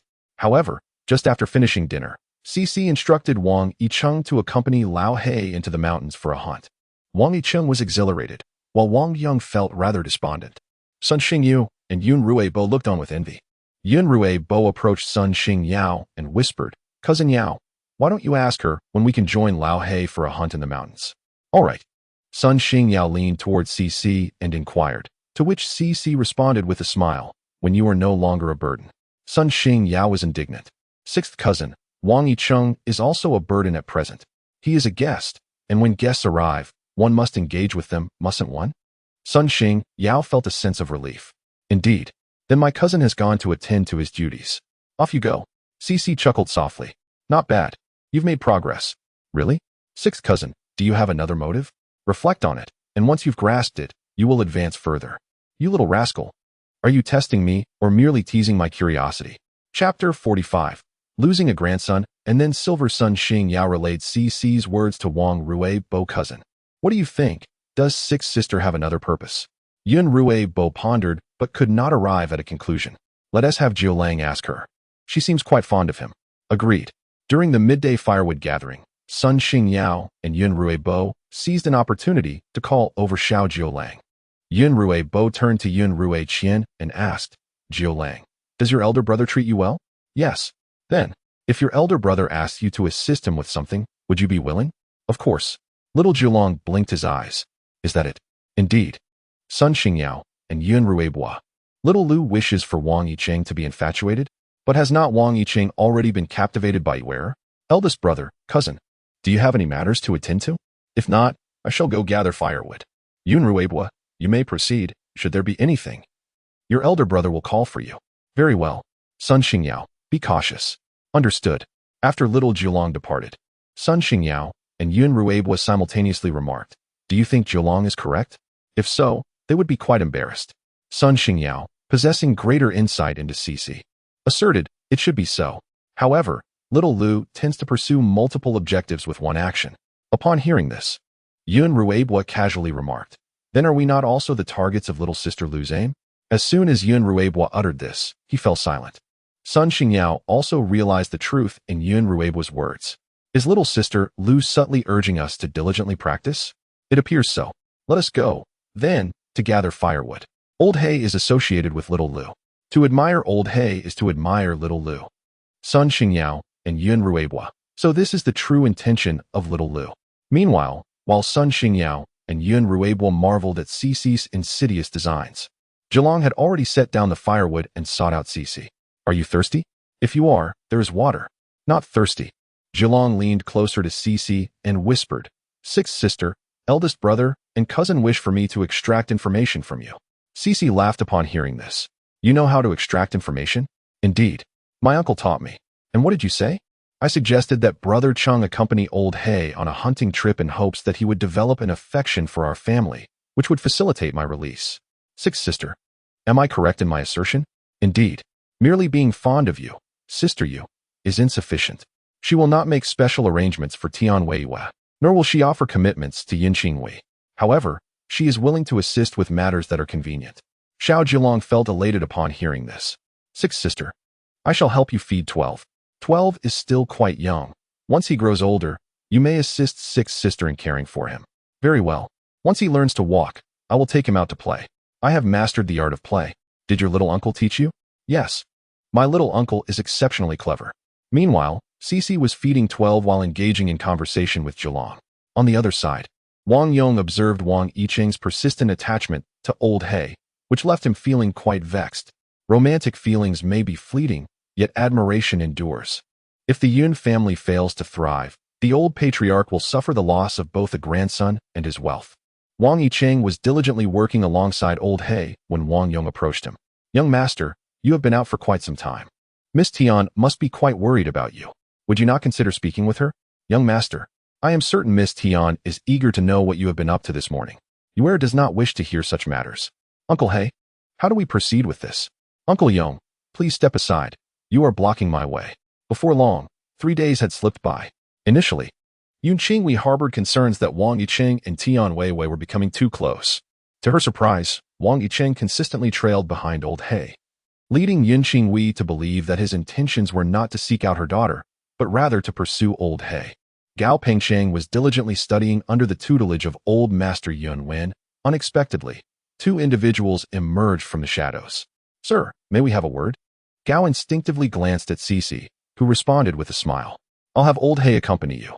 All right, I shall see what they desire, he replied, leading old He towards the 2 men. What is it you wish to discuss? I am the Jiedo, he announced. One of the men leaned in closer to Gao and whispered, Jiedo, you are in charge of the Yun family, correct? Indeed, Gao confirmed. Chapter 46, You little rascal. Seeking a fight, are you? Gao Pengsheng had encountered such situations before. Typically, these scenarios arose when grandparents were unwilling to see their daughters or grandchildren suffer. After 2 or 3 months, they would often seek someone to impersonate a benefactor to buy their kin back, only to concoct a false identity and transport them elsewhere. Gao surmised that these 2 men were likely dispatched by the Yun family's relatives. There remained a slight possibility, 2 out of 10, that some individuals took pleasure in purchasing the families of convicts, albeit a rare occurrence. Furthermore, these men could just as easily be foes of the Yun family. The practice of abducting individuals midway was hardly a secret, if relatives could conceive of it. So too could adversaries. Gao accepted the banknotes from them. How many do you wish to purchase? The children of the Yun family, despite having transport and ample food, bore the stigma of being exiles, rendering them ineligible for the imperial examinations and unable to leave their place of exile. Thus, Gao was uncertain whether old Master Yun and Cici would consent to allowing these men to procure the Yun children. The man who had handed Gao the silver notes visibly relaxed upon seeing him accept the money. We yearn for both the 6-year-olds and those younger, do you agree? Should we include the infants as well? Indeed. What favor has your master received from the Yun family? That individual even slipped a silver note to Gao Pengcheng. Sir, while my master wishes to repay the kindness, he also fears causing trouble for his wife and children. Sir, I kindly ask for your understanding. Thank you for your consideration. Elder Yun, let them depart, and please extend my gratitude to them. Elder Yun's words did not surprise Gao Pengsheng in the least. He glanced over at Cici. Cici mentally calculated. Every household has children aged 6 and under. Is this meant to leave a legacy for each household? She surveyed her surroundings. This location was rather cleverly chosen, with barriers both in front and behind, and an open space beside. Cici pointed to that open area and suggested, Uncle Gao, let us rest over there. Very well. Gao Pengsheng instructed everyone to move the carriages to that open space. The 2 individuals observed as Gao Pengsheng directed the carriages to the clearing. Elder Yun wished to declare that the Yun family does not engage in unlawful activities. However, upon glancing at the carriage beneath him and contemplating the 12, never mind. Little 6 is right. A body of water that is too clear harbors no fish. An excessive scrutiny breeds no followers. Yun Yuchi was also in Cici's carriage. Seeing Elder Yun relent from his stance, Yun Yuchi breathed a sigh of relief. Daughter, do you wish to inquire about their origins? Indeed. Could you have my aunts, my eldest, 2nd, 4th, 5th, 6th, and 7th aunts, approach those 2 individuals to see if they recognize any adornments they may possess? The 2 individuals approached as they parked in the open space. All right, father. I shall go. Yin Yuchi conveyed Cici's words to Wang Ningxue and the others, who then made their way over. Upon noticing their advance, the 2 began posturing. Wang Ningxue and her companions remarked, there is no need for such theatrics. I can recognize you all the same. Xiaolu, the hat atop that person's head was a tribute I bestowed upon my father. Xiaolu, the gourd at that person's waist is a cherished toy from my childhood. Xiaolu, the beads adorning that person's wrist were a gift to my mother. Xiaolu, the floral embroidery on that person's sleeve was crafted by my mother. Xiaolu, the hairpin atop that person's head was sculpted by my brother. Xiaolu, the smoking pipe hanging at that person's waist was a creation I made for my grandfather in my youth. Cici glanced over at old Master Yin. Great-grandfather, your discerning eye for choosing a match is truly commendable. Old Master Yin cast a sidelong glance at Yin Yuchi. There are times when one misjudges. Yun Yuqi feigned ignorance. Grandfather, what do you think of this matter? Wang Ningxue and her companions were taken aback, as they had anticipated that old Master Yun would simply dismiss the two individuals. Cece chuckled softly. Indeed, there is progress. If you wish to send the child away, I can have old He dispatch someone to ensure they safely deliver the child to your relatives. Very well. After their departure, old Master Yun closed his eyes. Cece smiled, pondering whether her great-grandfather preferred to avoid the sight or felt himself in decline. Shortly thereafter, Wang Ningxue and the others convened to discuss matters further. They reached a consensus. The eldest granddaughter-in-law of old Master Yun, Wei Chaoyu, spoke on behalf of everyone, stating, "We shall not send the children away." Old Master Yun felt a sense of comfort upon hearing this, while Cece smiled in response. Were these individuals displaying wisdom or merely concerned about tarnishing the Yun family's reputation? Yun Yuqi could not help but inquire, why? Wei Chaoyu looked at Yun Yuqi and replied, "There are several reasons. Firstly, we believe that with Xiao Lu's master present, the children, including those aged 6 and under, will grow up safely. Secondly, our parents and siblings care for us, and we do not wish to burden them further. Thirdly, if we were to send Xiao Lu and the others away, they would still have to hide. Fourthly, we do not desire to be separated from the children. Lastly, even if Xiao Lu stays with us, it does not necessarily mean they will lack prospects." Yun Yuqi mused, "Indeed, given my daughter's demeanor, even if she were exiled, she would not behave like other exiles, obediently toiling on the barren land assigned to them by the authorities." Old Master Yun pondered. "Should I feel pleased or troubled by this?" Cece remarked, "Such trust in me? Very well. Have you made up your minds?" "Yes, we have." "Then let them come over and call forth those hidden behind them. Those concealed individuals? The tokens cannot have coincidentally gathered around just the two of them." "Indeed. I shall go speak with them." "All right." Wang Yicheng, now old He's #1 admirer, eagerly exclaimed, "Sixth sister, I wish to accompany Uncle He." "Perhaps next time," he replied, a hint of disappointment evident in Wang Yicheng's voice. "Very well, Uncle He, do take care." Moments after the departure of Uncle He and his companions, Cece heard Zhulong let out a loud exclamation. A smile crept upon her lips. It seemed that among the visitors, Zhulong's most cherished uncle was present. Indeed. As she pondered this, Zhulong's voice rang out, "Uncle, what brings you here? Will you stay now that you've come? Brother Qing is here too. You won't leave, will you?" The smile on Cece's face widened. "What a splendid idea. Uncle, we are having a splendid time. Isn't grandmother trying to find you a bride? You should let her find my sixth sister for you. My sixth sister is quite remarkable." Cece thought to herself, "You rascal. Looking for a fight, are you? Uncle, let me take you to meet my sixth sister." "Sixth sister, my uncle has arrived." "Sixth sister, he is wonderful. Please consider being my uncle's bride. He is truly splendid and quite playful." Cece glanced over at Zhulong's uncle, and upon recognizing him, she decided to reward Zhulong with 2 large drumsticks later. Chapter 47. What are you looking at? It's not like I taught you. In her previous life, Cece had a few close friends. Zhulong's uncle possessed eyes that were strikingly similar to those of one of her dear friends. To encounter such familiar eyes across a lifetime brought her great joy. Embracing her 12 companions, Cece approached Zhulong and his uncle. "Hello, uncle." Sumu Yu, too, looked at Cece with curiosity. Based on his understanding of the Yun family, it was evident that they could not have afforded such a multitude of carriages and bodyguards in the past. Now, with the family exiled by the emperor, they somehow managed to hire so many bodyguards and procure an abundance of carriages. Sumu Yu suspected that this situation was undoubtedly linked to Feng Chan and Cece, as they were the only ones who had joined the family later. Moreover, among the numerous illegitimate daughters in the capital, who would dare to sell their legitimate mother's dowry and servants, Cece not only sold them, but also faced no repercussions, instead becoming the legitimate eldest daughter of Yun Sanshao. At first, Su Muyu believed that Cece was merely spoiled in the countryside, unaware of propriety. It seemed that the old Master Yun had been incensed by Yun Sanshao and Miss Sun, compelling him to pressure Yun Sanshao into marrying Feng Chan. However, it appeared that Cece was not merely unruly. She was entirely unafraid of the Yun family and the Sun family. Just as Su Muyu was about to greet Cece, the young man beside him pointed at the astonished 12 and exclaimed, "Second sister, is this the child you bore?" Wang Ningxue replied with a smile, "Indeed. Is he not plump? Indeed, he is even chubbier than my elder brother's Xiangu. If our mother knew he was fatter than Xiangu, she wouldn't have allowed me to come. She fears he might not be able to bear it." Second sister, how did you manage to raise him to such a size? It wasn't me, it was Xiao Lu. Who is Xiao Lu? Cece replied, it's me. You? Wang Xihan was incredulous. You can raise a child? You're not even as tall as my leg. I have money. What does that have to do with anything? Wealth enables one to hire a wet nurse, allowing her to indulge in delectable delicacies daily. A well-fed nurse naturally ensures that the infant thrives and grows plump and healthy. They have even employed a wet nurse. Su Muyu. Our journey has seemingly been in vain. Wang Xihan and Su Muyu, of similar age and prior acquaintances, found their bond strengthened after their sisters married into the Yun family. Following the upheaval within the Yun household, the two conspired to determine how they might assist their sister and their young nephew and niece.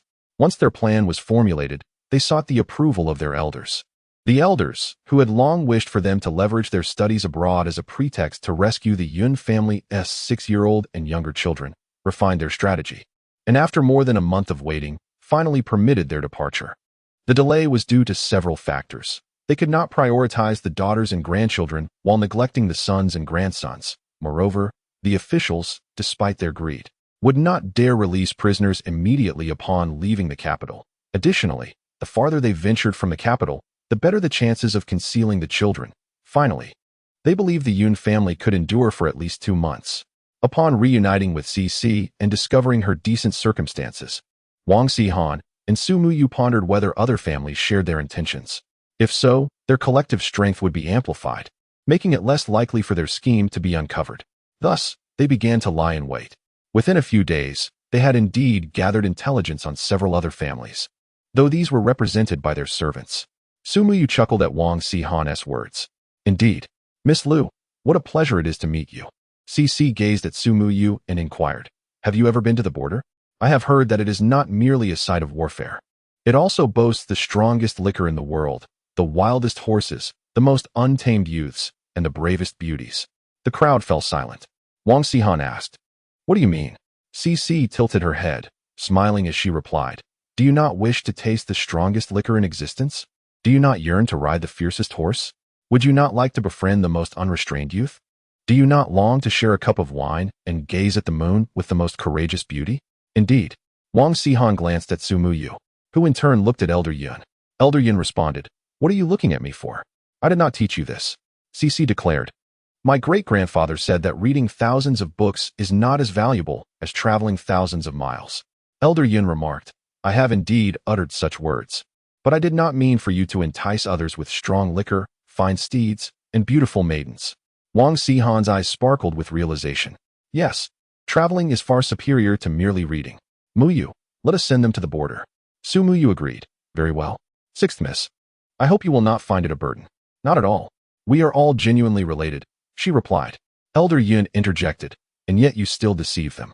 These two children are already uncles and still indulging in play. Jiu Lang, pleased by Su Muyu's proposal, exclaimed, Uncle, you are coming with us to the border, right? Right? Su Muyu affectionately ruffled Jiu Lang's hair and confirmed, yes. Jiu Lang leaped with joy. Wonderful. Mother, Uncle is not leaving. He will accompany us to the border. Wang Mingxua, look at how delighted you are. Have you learned to roast wild chicken? Well, I might be able to do it now. However, my roasting skills have yet to match those of my sixth sister. She mentioned that if I roast 500 more, I could reach her level of culinary excellence. Meanwhile, Cece is engaged in conversation with Shire and Su Muyu. On the other side, Old Master Yun summoned Su Wenhui and Wang Ningxua. Su Wenhui is the mother of Jiu Lang. Old Master Yun inquired, are both of you willing to let Muyu and Sihan accompany us to the frontier? As soon as he finished asking, Su Wenhui and Wang Ningxua replied in unison, we are willing. Old Master Yun, why such a hasty response? Have you not given it further thought? The frontier is not as splendid as Xiao Lu described. Su Wenhui, there is no need for further consideration. We are aware that the frontier is not as appealing as Xiao Lu portrayed it. Wang Ningxua, we simply believe it would be beneficial for Sihan and Muyu to accompany us. After all, Rui Bo and Xing Yao have significantly changed for the better after journeying with us for over 2 months. That is indeed true. Rui Bo and Xing Yao have become more capable and responsible. Very well then. Lao He glanced at Cece occasionally, then at Su Muyu, before putting down his work and approaching Cece. Do you have feelings for that young man? Cece smiled at Lao He and replied, I am fond of his eyes. They resemble those of a dear friend from my past. How so? She has seen many handsome men. I am still just a child. All right. As Feng Chan approached to inquire the same question from CC, she thought to herself that her daughter's good behavior must be a ploy to appease old He. My dear daughter, what would you like to eat? Mother shall fetch it for you. Chapter 48. The mantis catches the cicada. While the yellow bird waits, I desire roasted corn, CC replied. They had come across a village the previous day where the corn was thriving, and they had procured a cartload of tender corn from a local family. They had boiled it yesterday, and today they would roast it. Very well. I shall get it for you. Old He, what do you wish to eat? I too wish for roasted corn. All right, I shall bring it for you both. After Feng Chan departed, old He turned to CC and remarked, when Yun Mingji served as the magistrate in Pingyang, he executed a scion of the Zhao family. Upon learning of the Yun family's exile by the emperor, the Zhao family sought vengeance. Just now, Lao Bai sent word that the Zhao family has allied with the bandits from Heihu Mountain. Yun Mingji was CC's granduncle. Old He spoke of the Zhao family, a prominent clan with members in both government and commerce. Initially, when the Zhao heir committed murder, they sought someone to take the fall, but Yun Mingji refused. Lao Bai mentioned that the bandits from Heihu Mountain received 50,000 taels of silver from the Zhao family. 50,000 taels? Do those bandits not realize we have so many people? They are aware. Our escort agency has not undertaken many assignments and lacks a reputation in the martial world. The Zhao family does not require them to eliminate the entire Yun family. Just a few will suffice. Hence, they agreed. CC pondered. I recall that the bandits from Heihu Mountain are registered with the authorities. Indeed, the chief possesses 3,000 taels, the second in command holds 2,000 taels, and the third in command has 1,000 taels. The others each receive 100 taels. Thus, let us amass a modest fortune. Very well. Lao He gestured towards Old Master Yun and the others. Should we prepare them in advance? No need. Only when faced with sudden attacks will they truly grasp the gravity of the situation and strive harder. At that time, arrange for a few individuals to carry the younger children. Those being held will not be as frightened. As for the older ones, let them practice how to escape and combat adversaries. Agreed. Have Lao Bai seize the opportunity to ambush the bandits while they are preoccupied with the Yun family and relieve them of their wealth. Understood. Just as Lao He finished speaking, Feng Chan arrived with food. She not only brought roasted corn, but also 2 grilled meat pies for Lao He. Here. You are too big to survive on roasted corn alone. Lao He accepted the offerings. CC patted a nearby stone. Mother, please sit. I have something to discuss with you. Very well. Once Feng Chan settled down, CC relayed to her the conversation she had with Lao He. Do not be afraid. With Zhao Mazi around, those bandits will not come near you. What about you? I will stay with Lao He. Feng Chan felt reassured. Quickly, eat before it gets cold. By the way, where is the wet nurse? The wet nurse must not be frightened. It is detrimental to her milk supply. Have her accompany you. If she remains fearful, I shall find another for the 12th. All right. The 12th, seeing CC eating corn, also desired some. I want to eat too. I want to eat too. The 12th clutched a piece and, upon taking a bite, realized it was too tough to chew.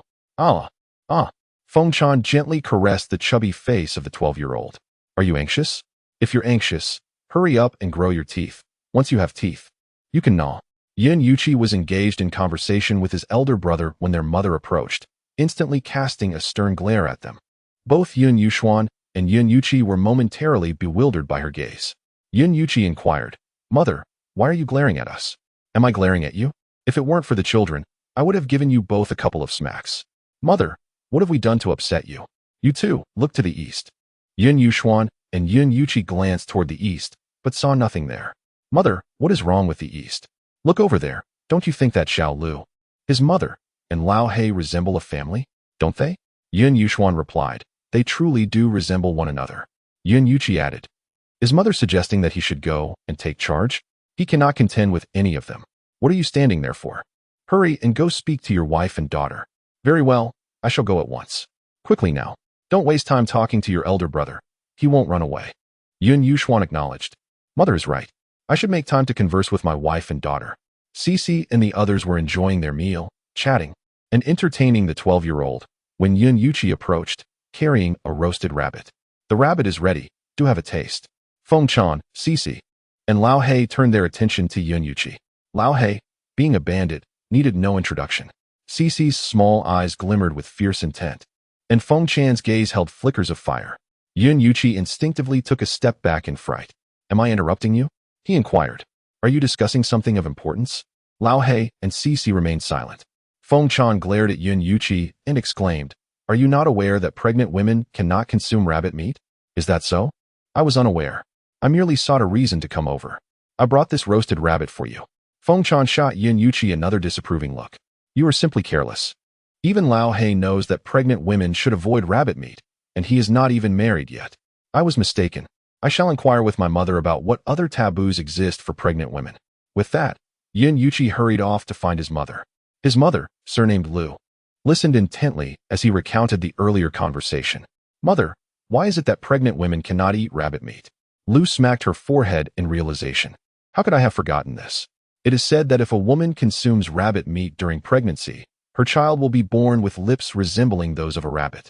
Yun Lu replied, "Such beliefs are prevalent in folklore, yet they lack credibility." Lu countered, "Whether credible or not, it is a widely held belief." Yun Yuqi then asked, "Mother, please enlighten me on any additional taboos, so I may avoid any faux pas while trying to please my wife and prevent her from thinking I am inattentive." "Very well." Lu began to explain further precautions for pregnant women. Meanwhile, Wang Sihan gently nudged Wang Yicheng's arm and whispered, "Be honest. Are you here to pursue your wife, or merely using that as an excuse for a leisurely outing?" "Of course, I am here to pursue my wife," Wang Yicheng replied. But Wang Sihan remained skeptical. "You are currently pursuing, yet cannot marry. Surely, you wish to seize this opportunity to indulge in leisure." "No, indeed." "Yes, it is." "No, it is not." "Very well, I shall cease this conversation, for you would not comprehend. TCH, you simply refuse to acknowledge it. Muyu, do you not concur that he is merely seeking an opportunity for amusement?" Su Muyu smiled lightly. "Yicheng, are you well acquainted with the sixth miss?" "I find her rather exceptional. Quite familiar. Allow me to share with you. Do not be deceived by her youth, for she is remarkably formidable." The sixth Mississippi. Wang Yicheng relayed all he had observed and what he had gathered from Tian Weiyu to Su Muyu and Wang Sihan. Upon concluding, Wang Sihan remarked, "This little niece is quite impressive. I hold a fondness for her." Su Muyu, upon reflection, noted that the comfort experienced by the Yun family indeed stemmed from the sixth miss and her mother. Who is the master of the sixth miss? How delightful it would be to meet them. With the addition of Wang Sihan and Su Muyu, Cece's entourage expanded further. Half a month later, Cece's group found themselves encircled by the bandits of Black Tiger Mountain. The bandits, upon observing Cece's party with their carts, horses, and women, perceived this as a golden opportunity, believing they had encountered a lucrative prize. Thus, with a mere gesture from the chief, the bandits surged forth, armed and eager, fearful that the silver and women might slip away to others. Chapter 49. How daring to return. Jiu Lang and Xiao Ba had scarcely had time to feel fear before they were enveloped in the embrace of Lao He. One arm cradled 12, while the other brandished a concealed weapon. Sun Xingyao and his companions possessed more experience than the Yun family. As soon as the bandits made their appearance, they swiftly armed themselves with tools, urging those around them to hasten in securing weapons to safeguard themselves and their families. Although Gao Pengcheng and his group had never encountered such a situation, they wielded knives and were officials, hence they remained more composed than the Yun family. Once Old Master Yun realized the gravity of the situation, he immediately began to direct the response. "Stay calm. Stay calm. Eldest, you take the adult men to the front. Eldest daughter-in-law, gather the adult women to assist the eldest. Yaoer, Ruebua, you protect your younger siblings first. Stay calm. Stay calm. Panic will lead to disaster." Upon hearing Old Master Yun's commands, the Yun family and Sun Xingyao's group regained a measure of composure. Yun Yuqi glanced towards Cece, who responded with a smile. Yun Yuqi thought to himself, "This little rascal isn't planning to sit idly by, is she?" Just as he pondered this, the bandits charged forward. "I want that girl in the pink dress. Don't you dare snatch her away. I'm after the one in purple. Silence. Whoever grabs her first takes her." In the blink of an eye, the two factions clashed. The Yun family and Gao Pengcheng's group struggled to cope with the onslaught. Fortunately, Old Hei's men occasionally intervened to provide support. Otherwise, they would have surely suffered casualties. Wang Sihan and Su Muyu found themselves in a relatively better position, as they were capable fighters and had brought several bodyguards with them. Upon spotting the bandits, they instinctively sought out their sister and their niece and nephew. only to discover that their sister and the children were also surrounded by others. Although those individuals did not slay the bandit in a single stroke, they were capable of timely intervention whenever the bandit was about to seize their sister or niece. Wang Sahan urged his guards to protect him as he rushed to Su Muyu's side. Muyu, have you noticed that something seems amiss? Su Muyu had indeed observed the peculiar situation. I suspect that the sixth miss intends for everyone to hone their skills. Hone our skills? By practicing on bandits? Indeed. Look, does it not appear as though the sixth miss and Uncle Hay are positioned to command? It does. So, shall we refrain from offering assistance? Let us simply take care of ourselves. Very well. After a brief moment, the leader of the bandits realized that something was awry. Despite being within reach and capable of striking, his attempts were thwarted. He simply could not make contact. Upon this realization, the leader sought to retreat. But as soon as he uttered a single word, the concealed weapon in Old Hay's hand was unleashed. In an instant, the leader met his demise. Shortly thereafter, the third in command, who charged down with his men, also recognized the unusual circumstances. Boss, the situation, bang. The second in command fell lifelessly as well.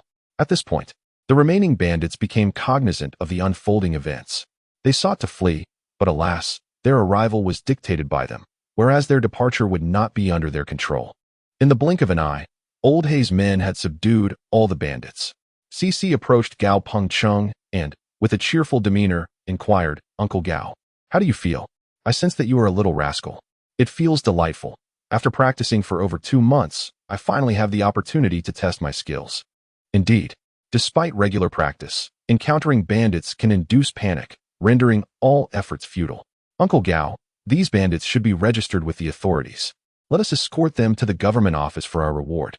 The bandits realized they were merely sheep to be sheared. Gao Pengcheng remarked on the favorable nature of this assignment, while Su Muyu noted the girl's resourcefulness. Shortly thereafter, Gao Pengcheng and CC led a group of over 10 individuals, escorting the bandits away. Old Master Yin wished to admonish CC for being a minor offender and wandering freely. However, he decided against it, opting instead to ascertain whether the children were frightened or the adults injured. Furthermore, he needed to encourage everyone to reflect on the shortcomings of this encounter and consider improvements for the future. Meanwhile, the second in command, tasked with guarding the home, was indulging in drink when an unexpected visitor appeared. Startled, he inquired, "Who are you? How did you get in?" The intruder replied, "It matters not who I am. What is essential is that I have come to take your life." With that, the assailant lunged at the second in command. A mere 15 minutes later, the second in command lay lifeless. The intruder crouched down to check for breath, confirming the absence of life before rising. As he wiped his sword with a cloth, he scoffed, "Fool. Do you think the wealth of the Zhao family is so easily obtained? We would never leave evidence for others to seize." With that, the intruder turned and departed.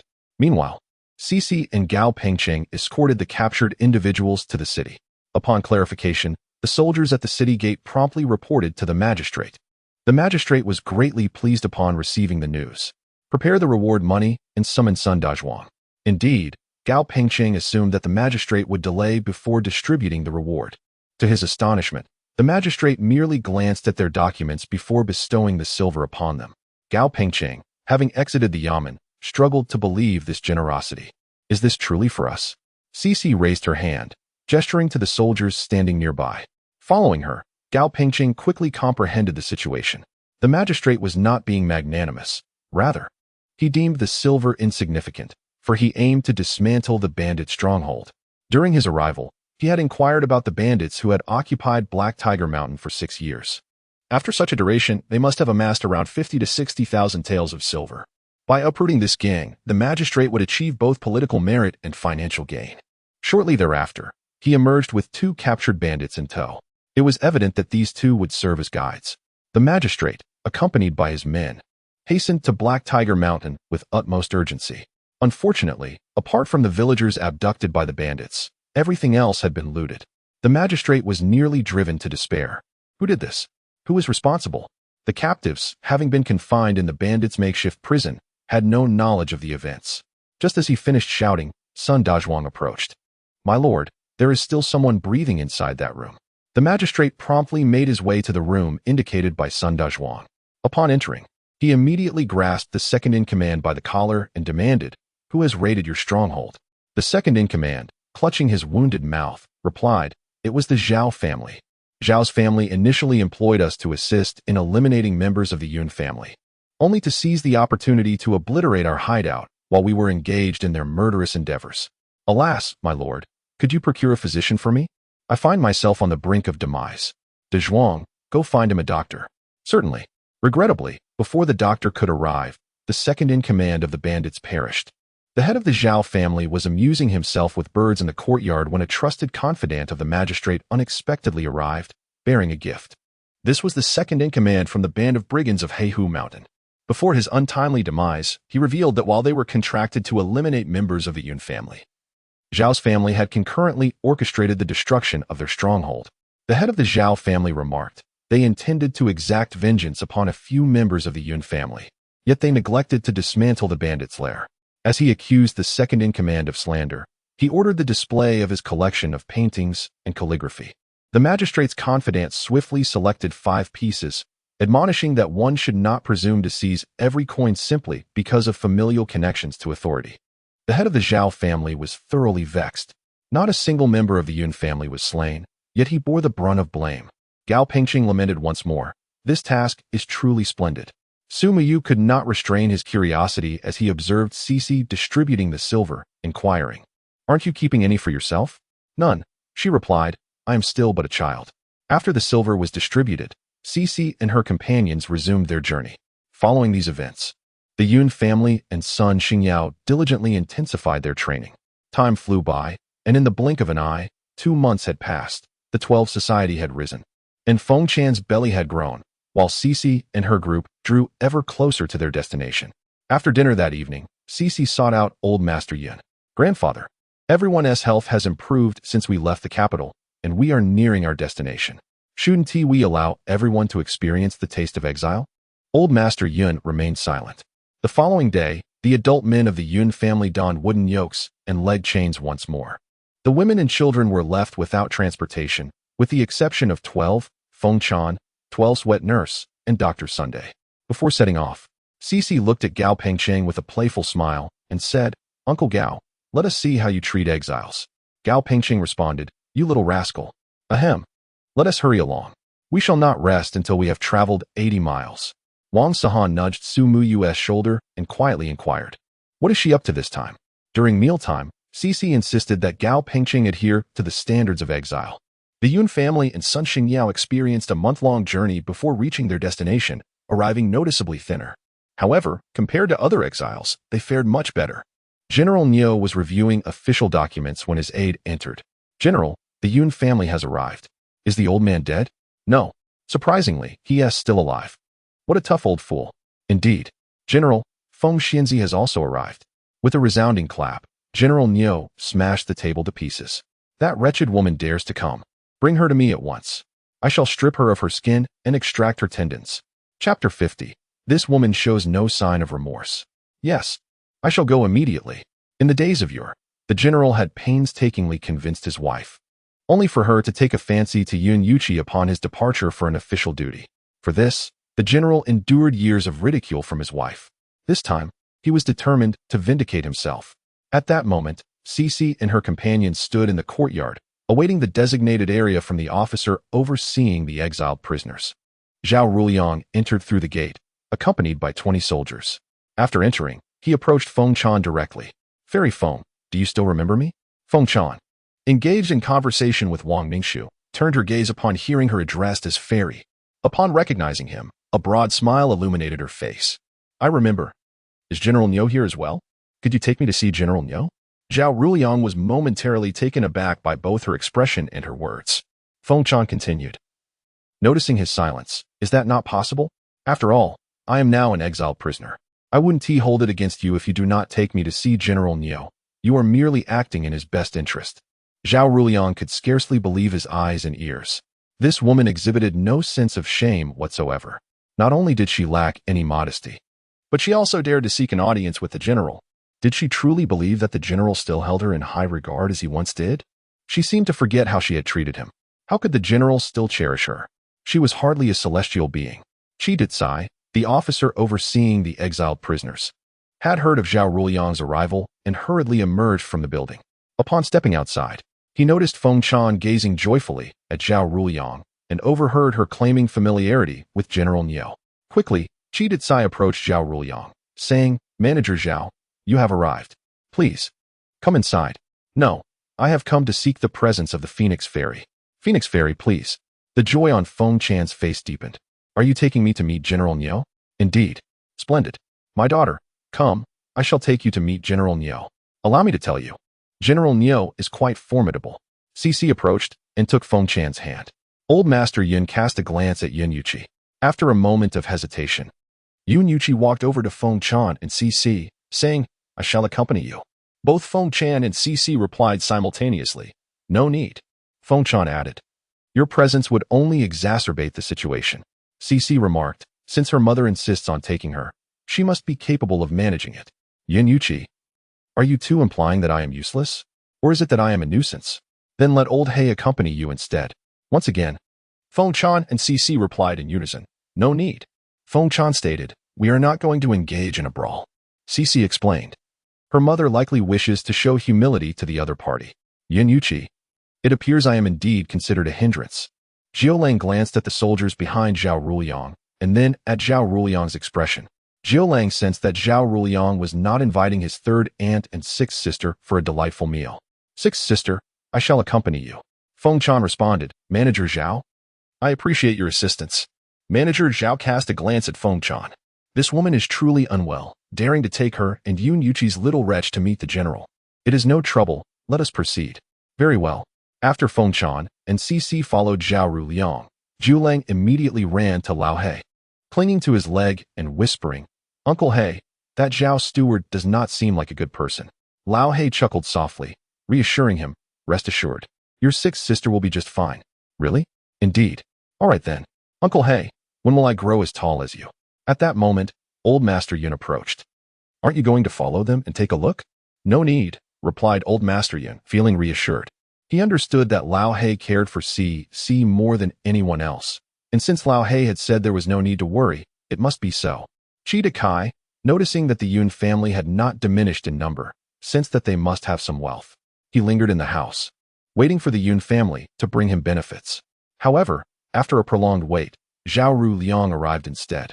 Had he known, he would not have shown the Yun family his might and would have approached them for favors sooner. If he had done so, the Yun family would have had to offer him something. Now, he was left with nothing at all, leaving Qi Dicai thoroughly disheartened. Meanwhile, Zhao Ruliang led Feng Chan and CC to General Niu's door, greeted him, and then ushered them inside. Upon entering, Feng Chan looked at General Niu and smiled. "Good day, General. You seem even more imposing than before." "General, this is my daughter." "How many children do you have now?" General Niu was momentarily taken aback by Feng Chan's exuberance. He questioned his own senses. "General, do you have a daughter? Is she obedient?" "My daughter, however, is quite the handful. I am nearly driven to despair." "General, do you possess any effective methods? If so, please enlighten me. I truly find myself at a loss. To strike or not to strike, that is the dilemma. I am reluctant to do either." "General, do you discipline children?" "General," Zhao Ruliang, observing the bewilderment of General Niu at the hands of Feng Chan, quickly interjected, "General, I have brought the fairy Feng for you." "Fairy Feng." Immediately, confusion clouded Feng Chan's eyes. "General, why do you wish to flay my skin and extract my tendons? I have not offended you." With a resounding crack, the newly replaced table shattered once more. General Niu, pointing an accusatory finger at Feng Chan, glared at her furiously. "How dare you assert that you have not wronged me?" Feng Chan blinked in surprise. "I truly have not wronged you." General Niu retorted, "Nonsense." Zhao Ruliang continued, "My wife has pledged her loyalty to you, yet she has betrayed our general. I initially thought you were merely deceiving me. If I had known you were sincere, I would not be in this predicament. I, how foolish I am. Why did I not trust you? Had I believed in you, we would not have endured such suffering. How could I be so lacking in wisdom? If only I had been a bit more astute, if only I had placed my faith in you. Our daughter would have already grown so much." Cici beamed at General Niu. "Godfather, hello. My mother has spoken of you to me. She told me that you are the most imposing, valiant, and intelligent man she has ever encountered. My mother said you are the deity of her heart, unattainable." Zhao Ruliang exclaimed. "Godfather." General Niu was left speechless, pondering. The deity of her heart. Unattainable. Chapter 51. Do you wish to change your identity? As soon as Cece finished speaking, Feng Chan swiftly covered her mouth. Children do not understand. Please do not be angry. Cece whimpered softly. If you don't behave, mother will punish you. With a roll of her eyes, Cece ceased her whimpering. Feng Chan, still covering Cece's mouth, turned to General Neo with a sorrowful expression. I had hoped to reminisce with you, but now. General, I shall not intrude further. Please, carry on with your duties. With that, Feng Chan lowered her head and took Cece away. Zhao Ruliang observed. Is she truly leaving just like that, General? General Neo remained lost in contemplation about Cece's words. Could it be that Feng Chan believed herself unworthy of him, thus settling for Yun Yuqi instead? That seemed plausible. How could he allow her to depart so easily? Yes, I shall attend to it immediately. Feng Chan, head bowed, whispered, I have disappointed the general. I cannot bear to face him. The general has requested your presence, please. Very well. Upon returning, Feng Chan stole a glance at General Neo before looking down once more. General, I cannot meet your gaze. I am too foolish. General Neo's emotions were in turmoil. He pondered what he should say to Feng Chan. He mused that had he first secured Feng Chan's release and then discussed matters with his wife, it would have been better. He cast a glance toward Cece. If only he had acted decisively in the first place, this little girl would be his daughter. How old are you? 6. What is your name? Cece. Cece? Who named you? My mother. General Neo turned his gaze back to Feng Chan. Why did you name her Cece? Naturally, it was to charm others. General, please refrain from questioning further. I apologize. General, it is I who have let you down. General Neo cast another glance at Cece. How wonderful it would be if she were his daughter. Zhao Ruliang, noticing the increasingly peculiar gaze General Neo directed at Feng Chan and Cece, hurriedly interjected, General. Madam has been the subject of ridicule due to this matter for several years. General Neo remained indifferent. Do not refer to her as the Fairy of the Phoenix. She is no longer associated with the 100 Flowers Pavilion. General Neo shot a glare at Zhao Ruliang. He then turned to Feng Chan and inquired, Do you wish to assume a different identity? Before Feng Chan could respond, Zhao Ruliang became anxious. General, it is already generous of you not to hold her past against her, but he was cut off by General Neo's command to silence. Feng Chan lifted her gaze to General Neo and said, General, I appreciate your intentions, but I cannot burden you further. You are a general. Should it come to light that you aided the family of a convict, it would ruin your career. I have already wronged you. I cannot allow you to risk your future on my behalf. Zhao Ruliang added, Indeed, General, you must not jeopardize your career. Suddenly, Cece exclaimed, Godfather, I am hungry. Do you have anything to eat? Zhao Ruliang, now eager to divert the conversation away from Feng Chan, quickly suggested, Yes, General. You and Lady Feng have not seen each other in many years. Shouldn't you arrange a banquet to reminisce with her? As you converse, perhaps emotions will settle. General Neo was reluctant to let Feng Chan depart so easily, yet he found himself at a loss for a compelling reason to retain her. Consequently, he heeded Zhao Ruliang's counsel. Let preparations be made, he instructed. First, procure some delicacies for Cece. Zhao Ruliang summoned someone and issued a few commands, hesitating to leave. Apprehensive that his absence might prompt the general to consider altering Feng's identity, remaining present allowed him to intervene if necessary. Shortly thereafter, the general's personal guard entered, bearing a platter of pastries. Cece took a piece and, dragging a chair over to General Neo, seated herself beside him. Godfather, she began. My mother mentioned your prowess in battle. Could you regale me with tales of warfare? I have yet to hear any. Her affection for her mother compelled her to seek a means to channel the general's feelings elsewhere. Otherwise, he might persistently pursue her mother. If her mother desired a life with him, what would become of Yun Sanshao?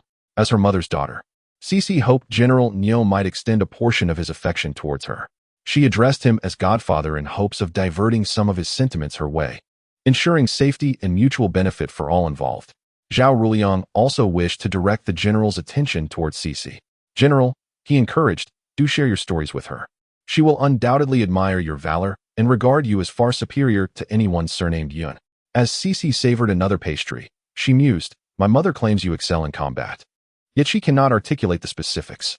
With Cece and Zhao Ruliang's collaborative efforts, General Neo began to recount the battles he had previously fought, while Cece interjected with questions from time to time. Unbeknownst to them, over a quarter of an hour had elapsed. General Neo's personal guard entered, announcing that the food and wine were ready. Zhao Ruliang instructed them to bring in the feast. Cece poured a cup of wine for General Neo, exclaiming, "Godfather, your storytelling is truly delightful. May I accompany you to battle? I relish the thought of warfare." "Not at all. You are a girl." Cece tilted her head, gazing at General Neo, inquiring, "Can girls not engage in battle?" "Indeed. Then I shall simply listen to your tales, Godfather. If I find the time, I will come to seek your counsel on matters of war, if that pleases you." "Certainly." General Neo offered Cece a chicken leg. "Where has your overseer instructed you to cultivate wasteland?" "I do not know. He is yet to inform me." General Neo cast a glance towards Zhao Ruliang, who promptly replied, "I shall have him select a favorable plot." As Cece nibbled on her chicken leg, she declared, "Godfather, I wish to choose the land myself." "Can you truly select a plot?" "Indeed. Once I have made my choice, I will invite you to inspect it." General Neo responded, "Very well. Should it prove unsatisfactory, I shall have him arrange for a different one." "Agreed. Godfather, eat some meat." Zhao Ruliang observed Cece alternating between meat and vegetables, feeling quite exasperated.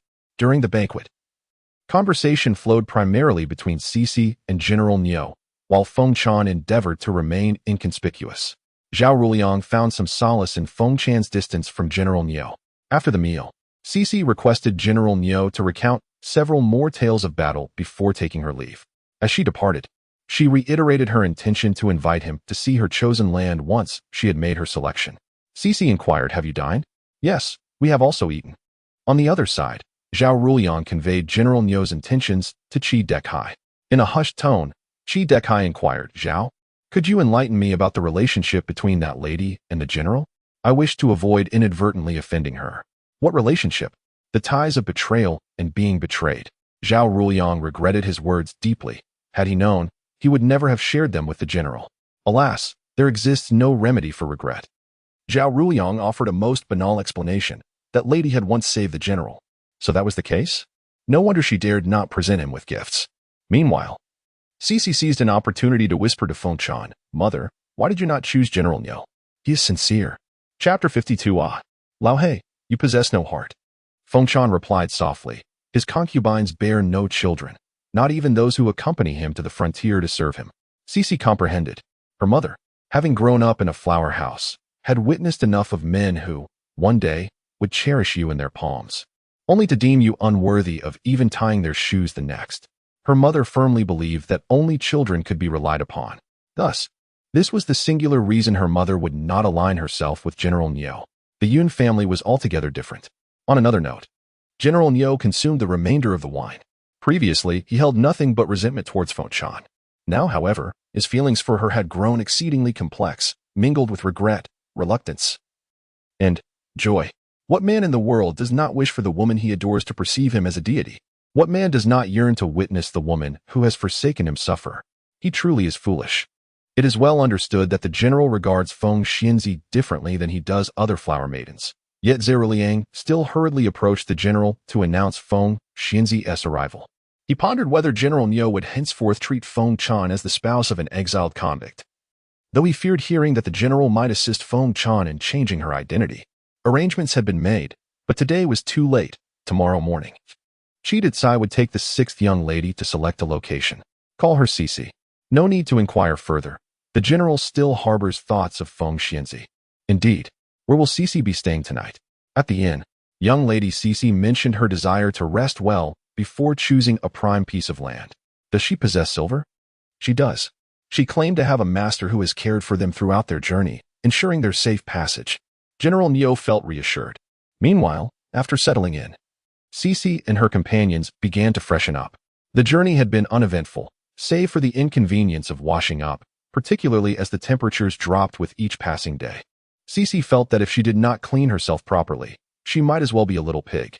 After freshening up, Cece intended to summon Lao He to discuss forthcoming matters when Lao Bai suddenly appeared.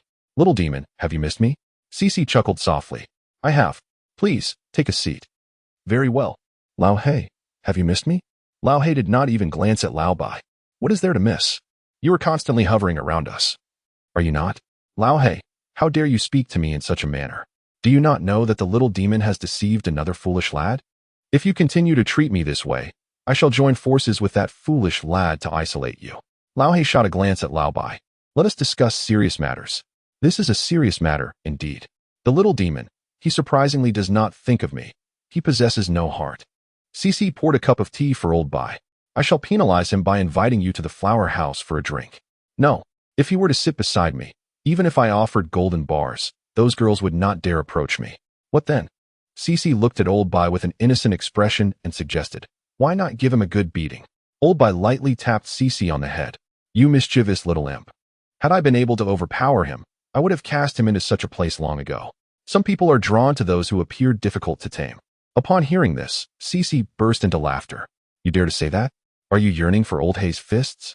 Old Bai immediately darted behind Cece. Let us speak of serious matters. Serious matters.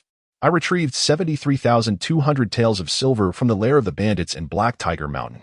I allocated 30,000 taels to the subordinates, leaving me with 43,200 taels. Just give me 40,000. The remainder can be for leisure. Excellent. Now, let us deliberate on our next course of action. Great. Old Bai used his foot to pull a chair and sat beside Cece. Speak. What shall we do next?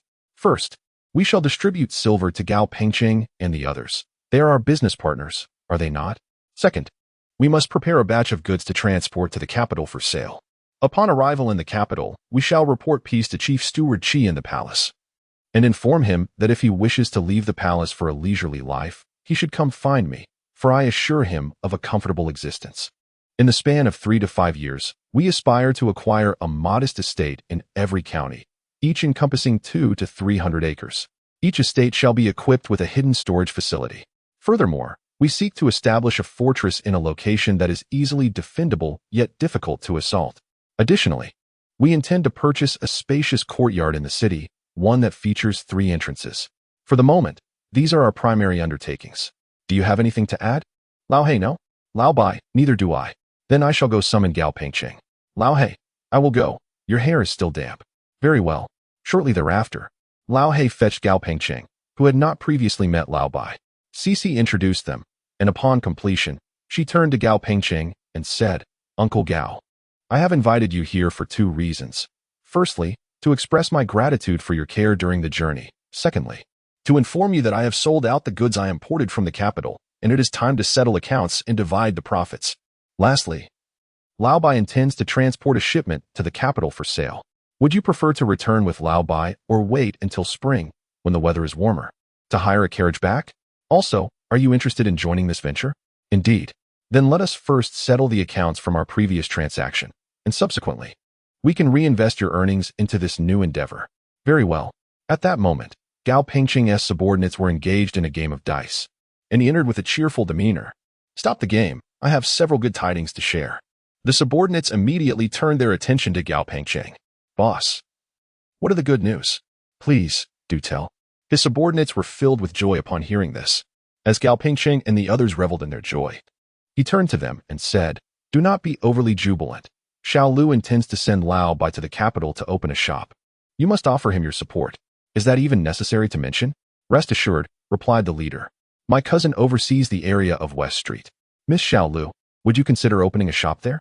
Meanwhile, Lao Bai stood before Cece, tugging at her sleeve as he spoke animatedly. She does not wish to go to the capital. She is not cut out for business, and she cannot bear to part from you. She desires to remain by your side. Cece raised her arm and playfully patted Lao Bai's chest. Darling, when you go to the capital, make sure to visit Chief Qi every 10 days or so and share with him the happenings from outside. But she truly does not want to go. She cannot bear to leave you. Fear not, I will find time to visit you in the capital. No, she cannot bear to leave you. Oh, Lao He, you lack compassion. Before Lao Bai could finish his sentence, Lao He seized him by the collar and hurled him out of the window. Enough, go rest now. We must choose the land tomorrow. Chapter 53. Unprepared for the small threats, Feng Chan had not seen Lao Bai for several months. I have dined. I am off to digest, she said. Go ahead. Feng Chan was aware that Lao Bai had been protecting them for these past months and had not ventured out for leisure. The next day, shortly after Cece and the others finished their meal, Qi Dekai arrived. Madam Feng, are we ready to depart? We are. Thank you for your assistance. It is no trouble at all. Please. I shall not go. My grandfather, my father-in-law, and my daughter will suffice. Soon, Cece and her companions will set forth. Cece rides upon the steed named Old Black, while Yun Ruebua, Sun Xingyao, Wang Yicheng, Wang Muhan, and Su Muya ride on horseback. Yun Laote and Yun Mingde travel in a carriage, with Yun Mingde being the eldest son of Yun Laote and Cece's grandfather. Yun Yuxuan is tasked with driving the carriage, being Cece's own uncle. Chi Ditsai contemplates as he guides Cece and her companions out of the city, pondering whether to deceive them into selecting a piece of worthless land. After all, these young masters are oblivious to which land holds value. Meanwhile, Zhao Ruliang's wife remarks upon noticing his distracted demeanor. "Why haven't you gone to attend to the general? Have you angered him? How could I dare to provoke the general's ire? I was merely considering how to persuade him should he wish to change Feng Xianzi's identity." Upon hearing this, Zhao Ruliang's wife chuckles. "Look at how troubled you are. Do not worry, the lady has already made arrangements." "Ah, the lady has already arranged everything?" "Indeed." Upon learning that the Yun family had been exiled here, she sent for concubine Chu.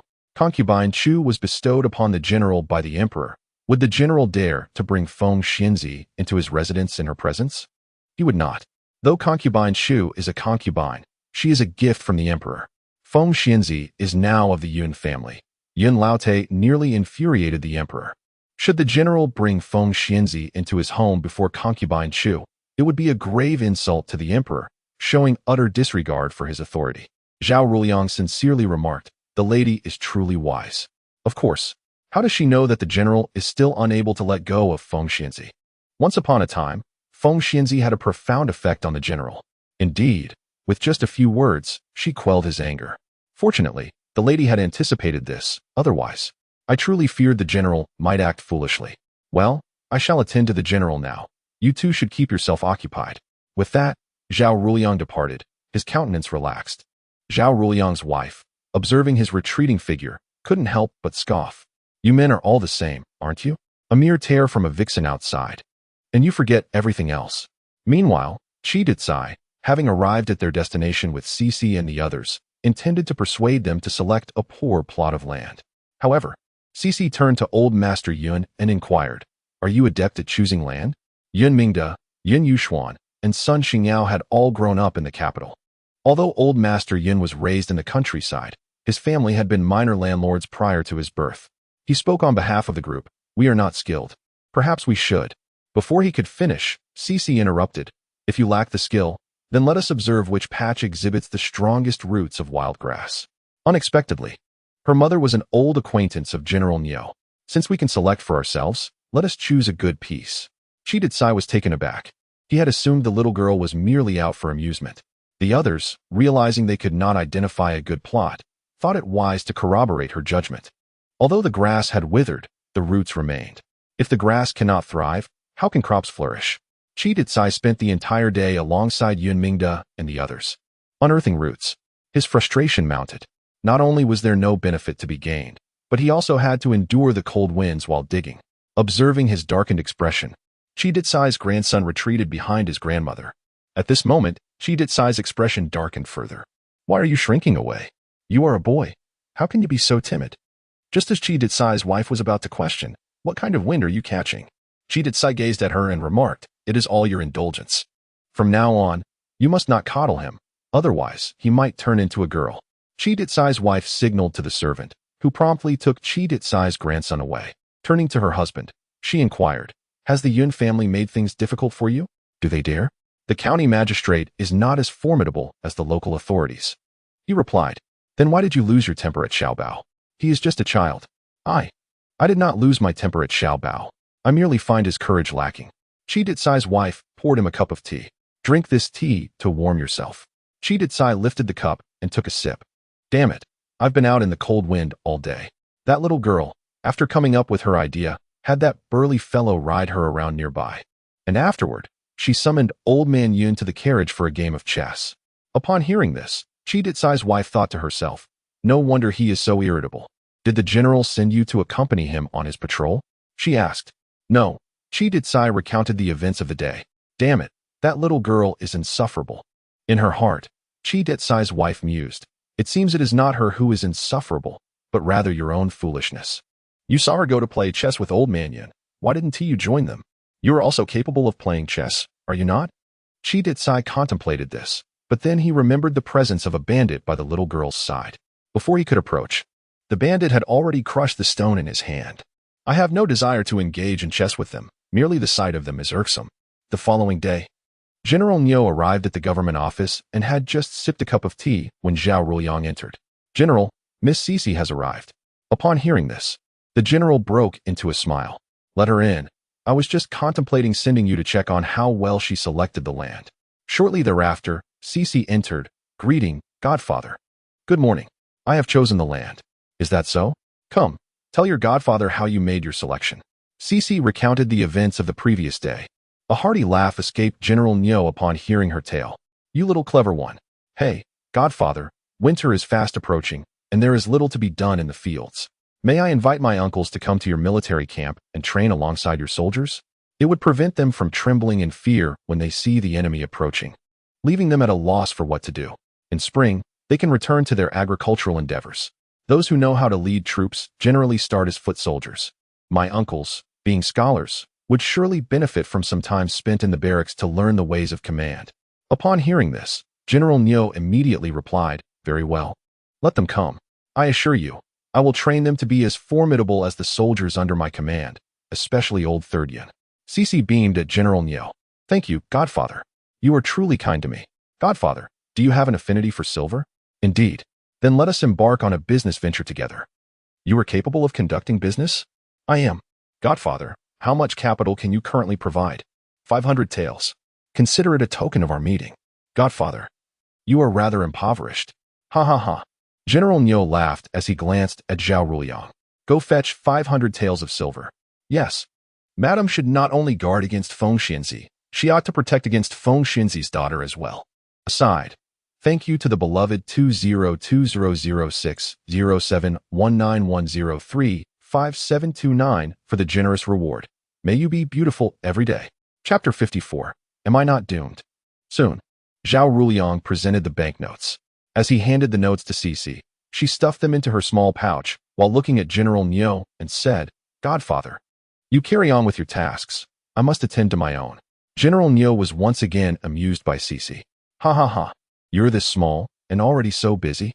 Indeed, if I were to cling to you daily, you might take me for granted. I have my own affairs to attend to. I shall take my leave, but if I find some time, I will come to you for stories. I particularly adore tales of battles." "Very well. Come find me when you are free, my little busy bee." After Cece departed, General Niu began to attend to official matters, his face adorned with a smile throughout. Zhao Ruliang sighed once more. "Madam, despite all her calculations, never anticipated that Feng Xianzi would bear such a clever child. I refuse. That house is drafty all over. Then, how about we stay there, and you and your mother remain here? Great-grandfather, do you wish to freeze 12, 9, and little 8? If they catch a chill, it would be a loss for her, considering the immense effort she has invested in them. You are their beloved great-grandfather. I simply wish for you to conserve some funds. I am in search of a residence, and once I find a suitable one, I shall cease my stay at the inn. Great-grandfather, I was just about to seek you out. Is there something you require?" Cece gazed at Elder Yun and inquired. "Great-grandfather, would you like me to arrange for my uncles to train alongside other soldiers in the barracks? If there is a significant battle, my uncles will undoubtedly be called to lead the charge. Trained vanguards differ greatly from those who lack training. Can they attend?" "Yes, but there will be no pay." "If there is none, then so be it. It is far better than carelessly risking one's life. I shall speak to your uncles about it." "Very well. I will take them to see General Niu tomorrow." After conversing with Elder Yun, Cece went to check on Shire. Shire was crawling on the bed and, upon seeing Cece, quickly made her way towards her. Cece embraced Shire and planted a kiss on her chubby little face. Shire smeared her saliva all over Cece's face. Wang Ningxue and Feng Chang were delighted to witness such affection between the two. Meanwhile, Yun Yuxuan and Yun Yuqi, along with their brothers, were waiting to endure the cold in the dilapidated house allocated to them by the government. However, Elder Yun instructed them to train in the barracks instead. They were momentarily at a loss as to whether to feel joy or dismay, particularly Yun Yuqi. Feng Chang and Wang Ningxue were engaged in conversation while observing Cece teach Shire to speak when Yun Yuqi approached. "Are you chatting? I would like to ask you something." "All right." Feng Chang rose from her seat. "Let us speak in Cece's room." Cece lived alone in a small room. After Yun Yuqi followed Feng Chan into Cece's abode, she first glanced at Feng Chan's belly. Surely, they would not allow the child to enter the world without a father, would they? "The child has not caused you any trouble?" Has he? Feng Chan gently caressed her abdomen. No, the little one is quite well behaved. That's a relief. Grandfather just informed us that we are to head to the military camp for training. Upon hearing this, Feng Chan immediately exclaimed, Really? Grandfather is quite forward-thinking. The day before yesterday, after her daughter had returned from General Nio, she mentioned that they should be sent to the military camp. Yet, even with grandfather's foresight, he cannot manage General Nio. You used to have a good relationship with General Nio, didn't you? Then how can you still dare to see him? If so, doesn't he that spell my doom? Never mind, had it not been for Lao He and the bodyguards under him, he would have been slain long ago by the bandits of Black Tiger Mountain. However, one must meet their end with clarity. Is that so? Why do I find that so hard to believe? The next day, CC led Yun Yuchi and the others to seek out General Nio. When General Nio entrusted them to his subordinates, he specifically instructed them to train Yun Yuchi diligently, aiming to cultivate her into a military champion. Yun Yuchi felt tears welling up. After they departed with General Nio's subordinates, he turned to CC with a warm smile and inquired, Does your mother fear that I shall make things difficult for them upon their arrival at the military camp? Not at all. My mother told me that you are a person of great integrity. Haraha. My mother says that if one sheds a drop of sweat now, they shall bleed less on the battlefield. Foster father, you must have endured the same trials in your time, right? Indeed. In the past. General Nio recounted to CC the tremendous efforts he had exerted. CC showered General Nio with numerous compliments. After CC departed, General Nio looked at Zhao Ruliang and remarked with a smile, If CC were my own daughter, I would spoil her beyond measure. Zhao Ruliang thought to himself, You have already lavished her with affection. She requested to partner with you in business, and you bestowed upon her 500 taels of silver. Does she even possess the acumen for trade? She is hardly taller than the counter. She suggested that her father and uncles come to the barracks for training, and you permitted their arrival. Will they not require sustenance? That evening, Zhao Ruliang tossed and turned, unable to find rest. His wife was exasperated. What is troubling you this time? She inquired. Should we not write to the lady and inform her about the daughter of Feng Xinzi? What is there to discuss regarding her daughter? Zhao Ruliang recounted to his wife the interactions between General Nio and CC. Upon hearing this, his wife immediately responded, That child cannot possibly be the general's offspring, can she? No, the general and Feng Xinzi share no such connection. Are you certain? Absolutely. Then why does the general treat her with such kindness? Surely he does not intend to take her as a concubine once she comes of age? Zhao Ruliang was taken aback. Is that truly a possibility? Why wouldn't it be? We must inform the lady. Although we serve the general, the prospects for our daughter and son rest firmly in her hands. Oh, do not hesitate. If the general harbors such intentions, the lady will surely hold us accountable for not informing her. Let us not dwell on other matters. Let us simply acknowledge the general's exceptional kindness towards that child. Are you certain that the child is not the general's offspring? Indeed. Then it is imperative to inform the lady. What the lady thinks is her own affair. Our failure to communicate with her would be our fault. Zhao Ruliang hesitated for 2 days before ultimately sending the letter. By the time he dispatched it, Cici had secured a suitable residence. After moving into her new home, Cici hosted several banquets. Once the meal concluded, she approached Old Master Yun and Old Madam Yun, presenting them with 200 taels of silver. Great-grandfather, great-grandmother, the circumstances a few months ago were extraordinary, and I had to resort to small measures to compensate. Now, I have safely brought all our family members here. I shall refrain from overstepping my bounds in the future. Great-grandfather, great-grandmother, here are 200 taels of silver. This should suffice for the winter. From now on, our family will still be under your guidance. Old Master Yun replied. What do you mean? Old Madam Yun added. I do not wish to be in charge, if that is acceptable. The other members of the Yun family pondered. If sixth sister ceases to manage them, will they even have enough to eat? Wang Mingxue remarked. Fortunately, she initially entrusted the 12th token to sixth sister. Even if sixth sister neglects them, she will still look after the 12th. Feng Chan interjected, Indeed. It is quite unreasonable for a mere child to meddle in so many affairs. She is still just a girl.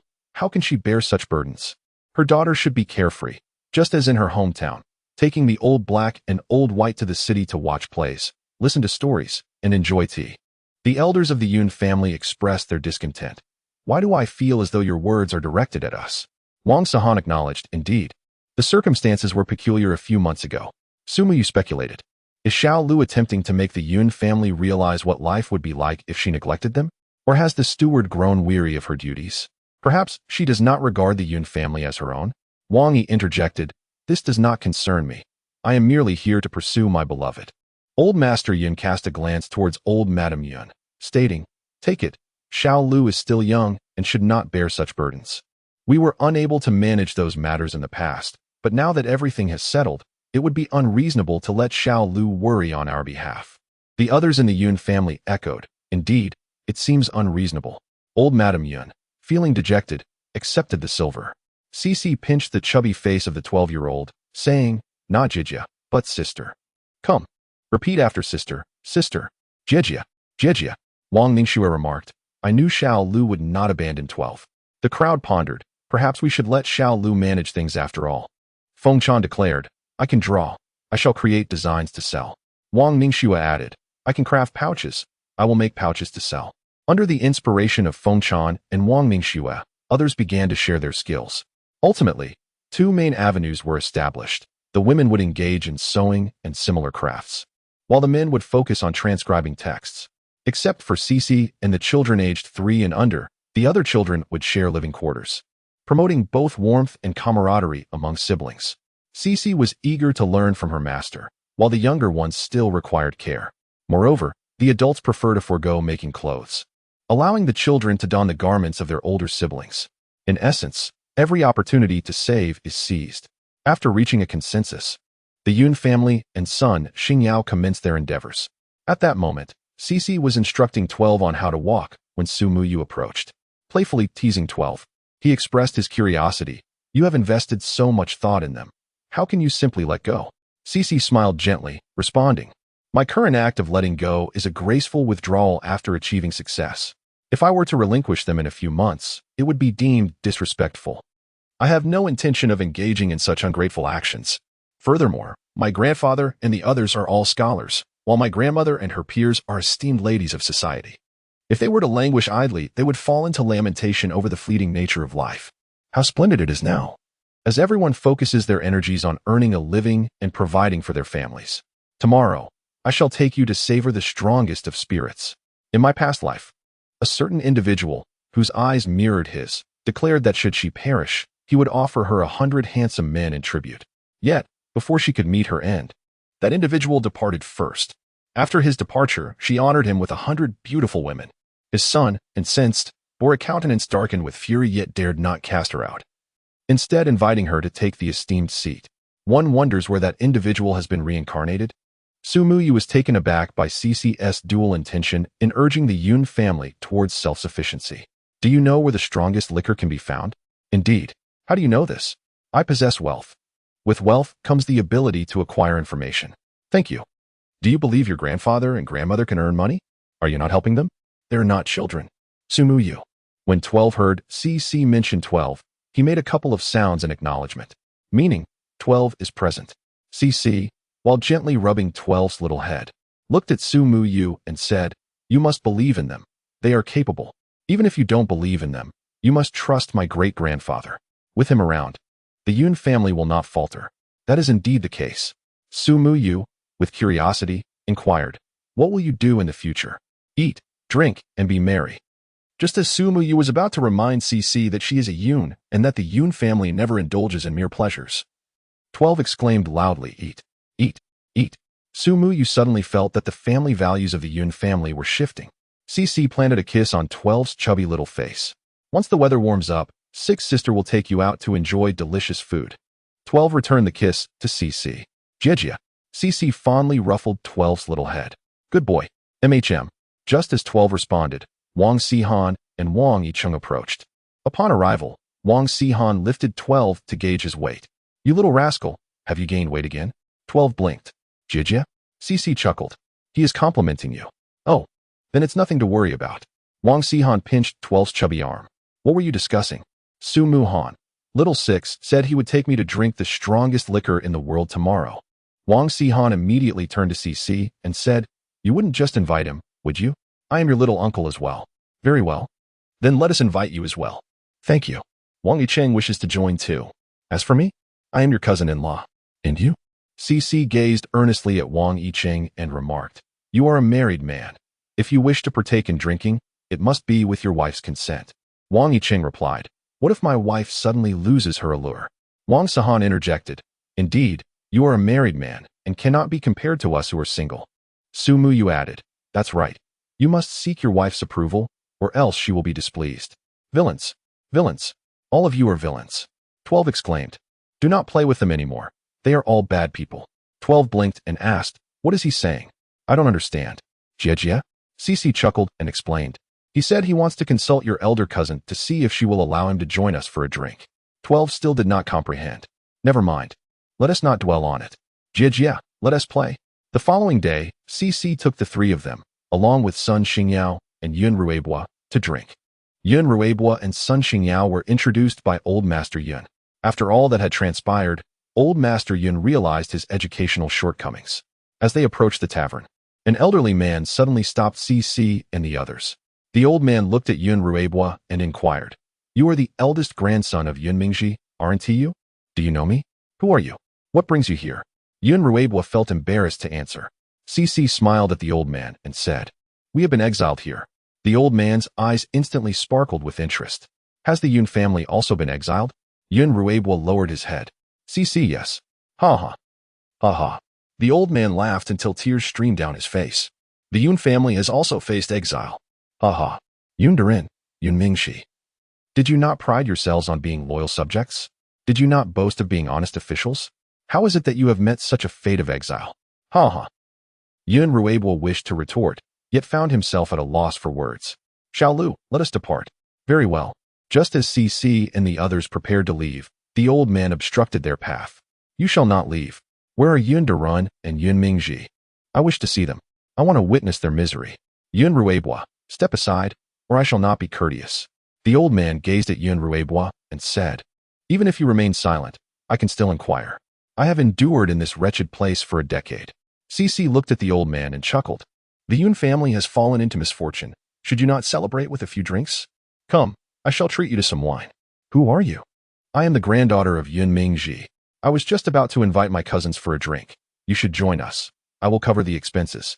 The old man could hardly believe his ears. "You wish to treat me to wine? Indeed. Are you worried I might be short on funds?" Cici jingled 2 silver ingots from her pocket. "Are you reassured now?" The old man. "Isn't the Yun family exiled?" Wang Sihan. "Is Xiaolu planning to get this old man drunk and then beat him up?" Su Muyu. "How wonderful it is to have money. It allows for indulgence and the ability to intimidate others." Wang Yiqing. "Those with sense should leave promptly." Haven't you noticed the old black man? Sun Xingyao cast a sympathetic glance at the old man. Why must it be Xiaolu he encounters? Chapter 56. A bright glimmer with a sudden resolve to confront.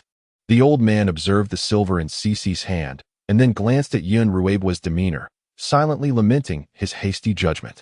"I have matters to attend to. I shall pay a visit to your grandfather and his kin another day when time allows." Cici chuckled lightly. "Very well. When that time comes, I'll arrange for my great-grandfather and grandfather to share a few drinks with you.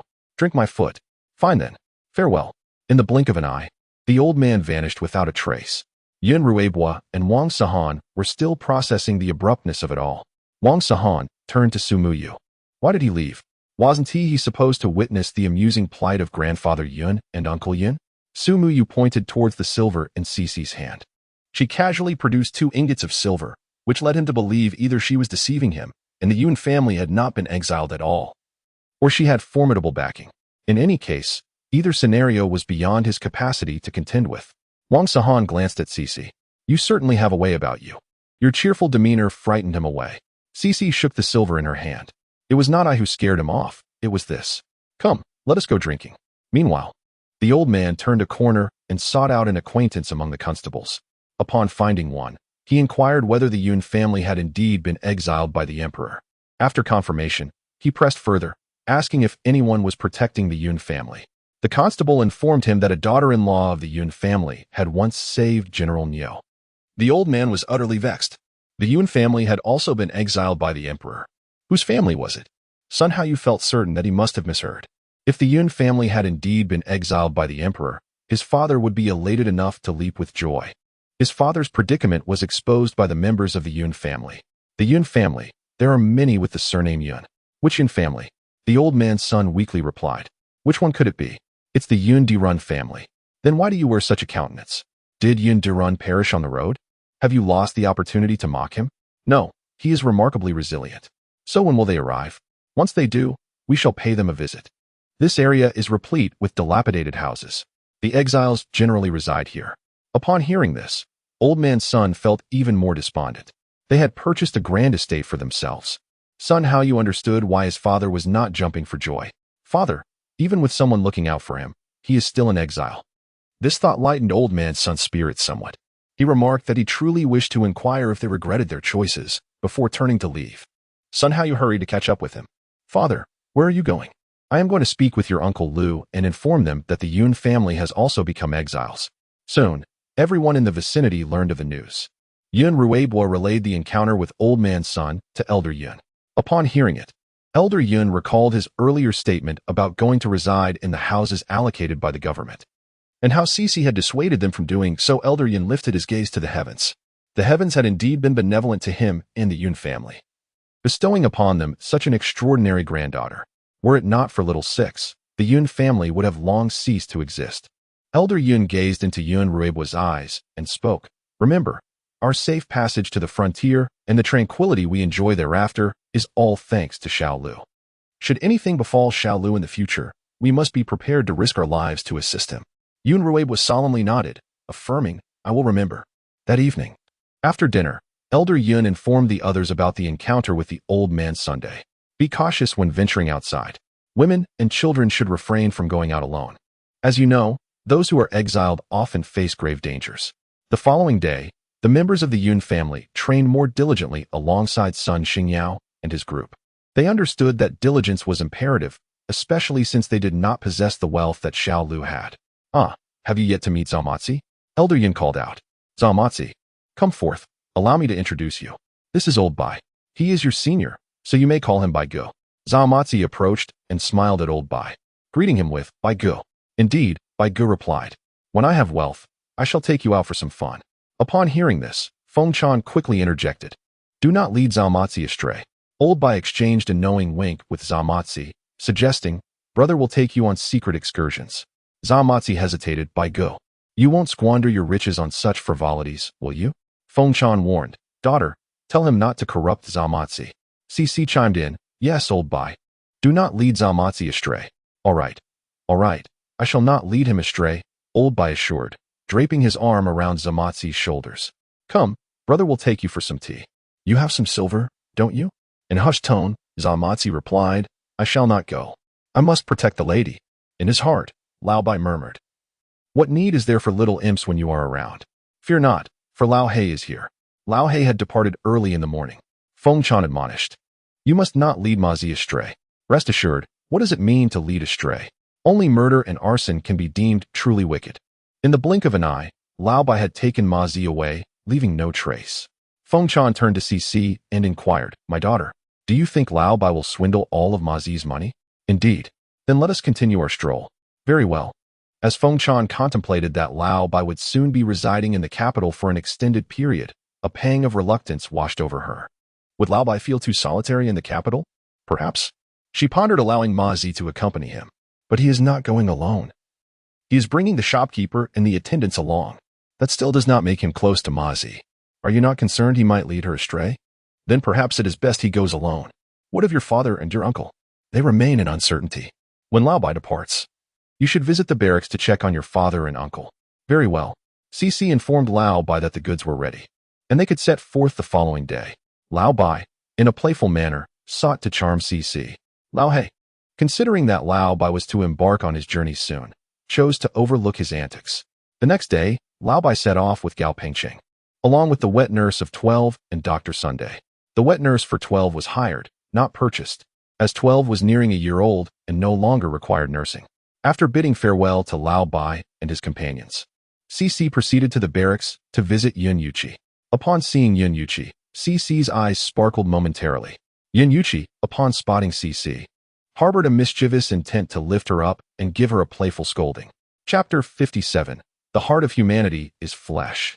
You do not uphold martial virtue after mentally chastising Cece. Yun Yuqi affectionately ruffled her hair. What brings you here? Is everything well at home? The heart of humanity is indeed tender.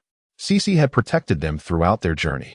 even if he harbored grievances against Feng Chang for her previous machinations. He could not disregard Cece nor fail to regard her as his own daughter. However, his daughter was not like those of others. While other daughters are charming and endearing, his was a mischievous rascal.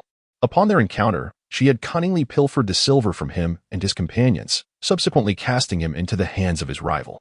He had been so exhausted these past few days that he scarcely had the strength to eat. Observing how Yun Yuqi had transformed into a soldier after just a few days of training, Cece playfully tousled his hair. My mother sent me to check if you're faring well. While out drinking with my cousin yesterday, we encountered a man who was also exiled here. He is an enemy of the Yun family. Upon learning this, my great-grandfather forbade us from venturing out alone, fearing that those who are exiled often suffer losses. He is concerned that the man might seek revenge. Tell me, if you were to go into battle alongside his son, would he not stab you in the back? Yun Yuqi responded, Is your visit merely to ascertain our well-being, or are you here to frighten us? Cece looked around and inquired, Where are my uncles? They have gone to rest, he replied. And why do you not join them? Cece asked, as if the answer were obvious. In his mind, Yun Yuqi again scolded Cece for her antics. Father wishes to practice a little longer. Cece offered Yun Yuqi a smile. You are truly diligent. I thought you had been punished. Moreover, if you intend to venture out, remember to take Lao Hei with you. Do not presume to roam freely just because you possess a modicum of skill. No matter how talented you may be, you are still a child. A man of my stature and strength could easily send you flying with a single kick. Cece glanced at Yun Yuqi's physique. Is this what you call strong? You are not even half as sturdy as Lao Hei. Understood? Focus on your training. I shall take my leave. General Nyo pondered if Cece would feel a pang of sympathy upon seeing her father grow thin and dark. Cece cheerfully entered through the doorway. Godfather, you are truly remarkable. In just a few days, you have transformed the scholar into an elite soldier. Upon hearing this, General Nyo chuckled heartily. Haraha, do you not feel any concern? Cece blinked. Why should I feel concerned? Warfare is a matter of life and death. One must train diligently to succeed. Godfather, have you ever tasted the northern wind drunk from Sien Kolai? I have. Why do you ask? I sampled a drop yesterday and became quite tipsy. Haraha, you little glutton. Hee. Godfather, do you know where I might find wild horses? I wish to catch one. Catch one? You desire a horse? Godfather will gift you one. No, I mentioned to my cousins that there exists the fiercest horse in the world. I want to capture one to show them. I see. Then let them visit Godfather's stable. A couple of years ago, I captured a wild horse. That horse was particularly difficult to tame. I have spent 2 years attempting to train it without success.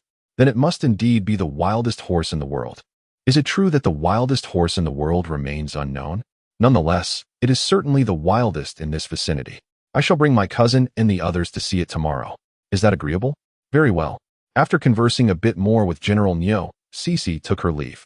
Yun Yuxuan and the others felt a shiver run down their spines upon hearing this. Old Master Yun felt a sense of satisfaction. Once Cece finished speaking with Old Master Yun, she sought out Feng Chan. Upon her arrival, she found her being punished. Feng Chan had anticipated this as well. However, General Nyo would not exact any harshness upon your father. Presently, your father is one of his soldiers, and he treats his soldiers quite well. Moreover, if your father were to perish, he would lose a valuable pawn. Today he patted my head. Feng Chan was filled with joy upon hearing this. Although Yun Yuqi does not show affection towards her daughter, both mother and daughter are content, thriving in their own way. Yet, having another who cares is undoubtedly a blessing, particularly when that person is her daughter's biological father. Feng Chan turned to Cece and advised, you should treat him kindly as well. Let us see how much he can learn. If he can acquire General Nyo's skills in leading troops in combat, I shall treat him even better. That seems reasonable. Oh. Your brother has awoken and is starting to play. Feel him. All right. The moment Cece placed her hand on her mother's belly, she received a kick. Mother. He kicked me. He is not kicking you. He is merely playing. Is that so? If I talk to him, can he hear me? Indeed. Cece expressed her skepticism. Nevertheless, as he is her younger brother, she felt no regret in spending a little time on him. Brother, I am your sister. When you come out, dear sister will buy you delicious treats and fun things, all right? Mother, he kicked me again. He is thanking you. Is that so? Indeed. When you were in mother's womb, she spoke to you just like this. Is that true? She came only after her mother gave birth to her. Yes. All right. Brother, when you arrive, sister will have Uncle Hei teach you martial arts, and Uncle Bai show you how to play. Upon hearing this, Feng Chan quickly interjected. Let us skip Uncle Bai. Uncle He will suffice. Mother, back then, you managed to outsmart my father mainly because he was unaware of the intricacies of your ways, right? Meanwhile, the little one has yet to be born, and already his mother and sister are contemplating his education. Which son could possibly be worthy of CC? The eldest one do. He is too old. The second one do either. He is too bookish. And CC likely wouldn't take to him. The third is the most suitable. Yes, it's the third. He neither carries a book around like the second nor is he much older than CC like the eldest.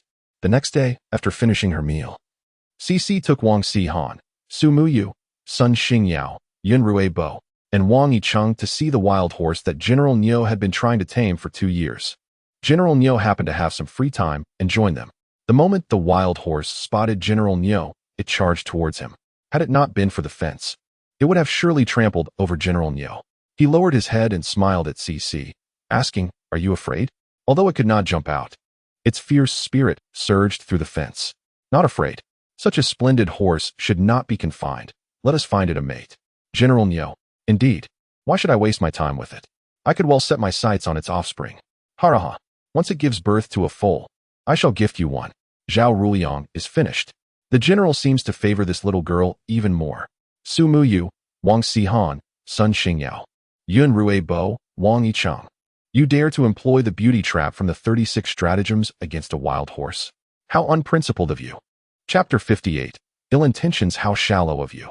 General Niu has been troubled by this horse for over 2 years. After speaking with CC, General Niu went off to find it a bride, for he does not trust the choices of others. Once the general departed, Wang Sihan playfully tugged at CC's little bun. Well done. You resorted to a beauty ploy for a horse. How did you come up with that? CC raised her hand and pointed towards Su Muyu. Ask him. He knows. In a past life, she shared a remarkable rapport with someone whose eyes resembled this lad's. I wonder if there is a similar connection between this boy and her. Su Muyu, like Wang Sihan, playfully tugged at CC's bun. Are you testing me? CC flashed a smile at Su Muyu. Indeed. Mischievous. Did you not tell us that General Niu captured this wild horse 2 years ago? Over these 2 years, he must have employed numerous methods. Since ordinary approaches have proven ineffective, he must seek alternative paths, right? Half correct. Her other half should consider acquiring a young colt for herself, so that when she matures, she will have a steed to ride. A tamed horse differs significantly from one raised from a young age. Initially, she intended to inform General Niu after the wild horse was ensnared, but to her surprise, General Niu spoke up first. It appears that General Niu holds a fondness for her. This young fellow is ultimately not her match. Nonetheless, encountering someone with eyes strikingly similar to his is already a stroke of fortune. One should learn to be content. Indeed, even heroes often find themselves ensnared by the charms of beautiful women. One could surmise that wild horses face a similar plight. Cece retrieved a piece of candy from her pocket and extended it toward the wild horse, which did not even glance in her direction. Is it not a gluttonous creature? The wild horse cast a sidelong glance at Cece, as if to say, naive, no matter how delectable your offering, I remain untempted. With a smirk, Cece distributed 5 pieces of candy each to Su Muyu and Wang Sihan. Haha. I have employed this tactic before. Open the door, please. Yes. Upon the little soldier opening the door, General Niu ushered in the horse he had selected. Let them have their own time together. Cece is still young. Furthermore, if they do not depart, this horse might discern our intentions. This horse is particularly astute. Very well, Cece agreed, believing it wise to allow space for the newly acquainted couple. Do you possess a horse that is gentler than this one? If so, could my uncle and his companions take a ride? Indeed, I do, General Niu replied, glancing at Su Muyu and Wang Sihan. However, they may not possess the capability to manage it just yet. Cece had also considered this. I shall have Old Hay accompany them. General Niu cast a glance at Old Hay, who acknowledged the general with a respectful gesture. Greetings, General. If you have any reservations, I could take a few laps first. General Niu cast a glance at Zhao Ruliang and instructed for Flame and Thunder to be brought to the stables. Indeed, the general's affection for this young girl was becoming increasingly evident. One wonders if the madam would perceive this as a concern upon receiving his letter. When General Niu arrived at the stables with Cece and the others, the stable boy was already leading Flame and Thunder, waiting for them. Flame and Thunder appeared to be more docile than the horse they had encountered earlier. The general looked at the old black horse and inquired, "Which one do you wish to ride?" The old black horse surveyed the scene and pointed to Thunder, stating, "This one, I believe it is swifter than the other." He was tasked with ensuring the safety of the younger riders, and thus, he needed a mount that could match their pace. With keen insight, he mounted the horse without hesitation. However, as soon as he approached, Thunder lifted a hoof and attempted to kick him. The old black horse swiftly dodged and leaped onto Thunder's back. At that moment, General Neo discerned that the old black horse could indeed manage the youngsters well. "Bravo!" cheered Sumuyu and the others, though they felt unworthy to commend the old black horse just yet. Thunder was bewildered. How had this person managed to spring onto its back? Could this individual possibly possess the ability to fly? The old black horse affectionately patted Thunder's head, seemingly glued to its back, remaining steady despite Thunder's vigorous movements. After a little over a moment, Thunder resigned itself to its fate. The old black horse gently groomed Thunder's mane and smiled. "Let us go." Thunder, accepting its predicament, bolted forward. What else could it do? It couldn't shake him off. In the training yard, soldiers were practicing their swordsmanship on straw dummies. As the old black horse passed by, he leaned forward and plucked a few blades of grass from the heads of the dummies. "So straightforward. He is my friend, not my servant. If you are interested in him, you should speak to him directly." "How could that be?" CC flashed a smile at General Neo. "Lao Hei, by following you, can both gain promotion and wealth." General Neo affectionately ruffled CC's hair. "Indeed. Please persuade him on my behalf later." "All right," Zhao Ruliang mused. "This little girl is certainly not merely here to ride horses with her uncles. Rather, she seems to be using this opportunity to position herself near the general. If that is the case, then, this little girl's cunning is remarkably profound, isn't it? No, it is not her cunning that is deep, but the cunning of Feng Xianzi. Despite betraying the general, Feng Xianzi still manages to have the general regard the child she bore with another man as precious." CC remarked. "The deputy general oversees many people." Lao Hei clasped his hands in respect towards General Neo. "Thank you, General, for your recognition. General, my aspirations lie elsewhere, but should you require my assistance, I shall not decline." With Lao Hei stating such, General Neo felt it inappropriate to say more. "Very well. Once they finish their fun, we shall race our horses." "Agreed." Zhao Ruliang discreetly patted his chest, relieved that he had no interest in pursuing an official position, lest it create complications. After Lao Hei and General Neo engaged in a race following the fiery trials endured by Sun Xingyao and the others, both General Neo and Sun Xingyao were in high spirits. Upon leaving the military camp, CC turned to Sun Xingyao and cheerfully remarked, "Next, I will take you to see the bravest beauty in the world." Wang Sihan was thrilled to hear this. "Wonderful. When shall we go?" Sumiyu was also eager to see what the bravest beauty in the world looked like. Yun Ruibo felt a touch of embarrassment. Sun Xingyao sensed a hint of malice in Cici's recent laughter. Wang Yicheng displayed no interest in the fairer sex. "I shall not attend. I am a married man," he remarked. Cici tiptoed, raising her arm to gently pat Wang Yicheng's chest. "Quite perceptive," she noted. Wang Yicheng puffed out his chest, declaring, "Indeed. I am bound to your elder cousin in life and in death." "Humph." Wang Sikan brusquely shoved Wang Yicheng aside. "Xiao Lu, when will you take us to see the beauties?" "Tomorrow," came the reply. "Then I must prepare myself splendidly." The following day, Cici led them to witness the world's bravest beauty. Wang Sikan adorned himself flamboyantly, while Su Muyu, Sun Xingyao, and Yun Ruibo also tidied up for the occasion. However, Wang Sikan pointed at a female butcher who was busy slaughtering pigs, glaring at Cici as he exclaimed, "Xiao Lu, is this truly the bravest beauty you speak of?"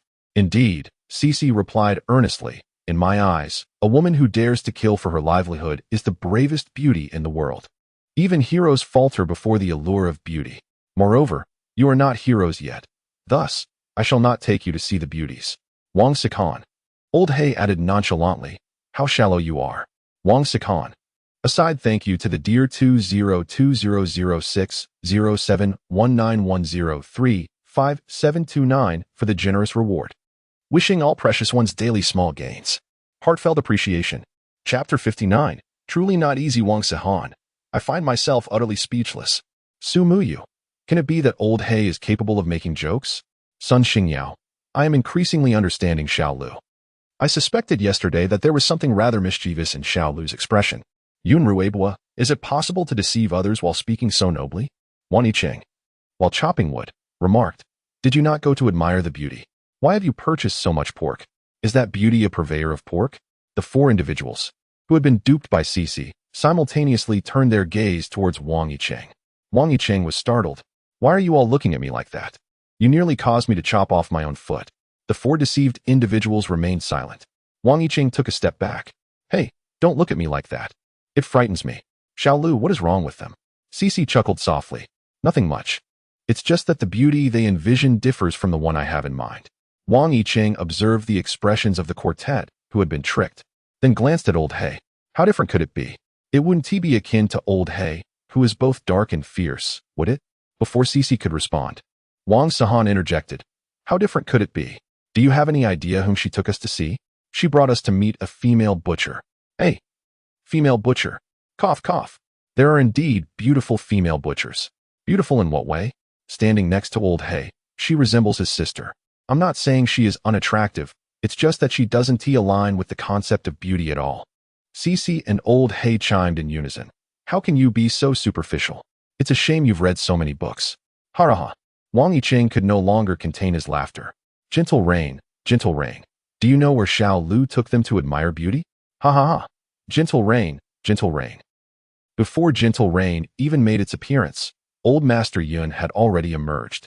Upon learning of the situation, Old Master Yun grappled with his thoughts for quite some time. Ultimately, he resolved to place his trust in Cece. In hindsight, his decision appears to have been judicious. It seems Cece did not lead Rue Air and Yao Air to any disreputable places. When Wang Sihan noticed Old Master Yun had come out, he began to report the matter to him. After hearing everything, ahem. Although Xiaolu may have a tendency to quibble, what he stated holds merit. However, the level he refers to is something that ordinary individuals cannot attain. "Xiaolu, why have you purchased so much meat?" Wang Sihan, "Grandfather Yun, isn't this akin to what Uncle He said? You might as well just declare us shallow." Wang Yicheng, "I truly should not have laughed so loudly just now. His realm was originally a notch above these individuals. He simply has an affection for Gentle Rain, finding it pleasing to the eye. Now, it seems, they are all alike." Cece silently mused that it wouldn't do to visit merely to gaze at others. She then looked at Old Master Yun with a smile and said, "It has been quite some time since we had meat at home, so I thought to give everyone a hearty meal and thus purchased a bit more." Old Master Yun felt a slight flush upon hearing her words. Despite their considerable efforts over an extended period, they had scarcely earned a few coins. Were it not for Xiaolu's 200 taels as a cushion, they would have been facing hunger. The ideas they entertained sounded appealing, yet in reality, they held little value. Take copying books, for instance.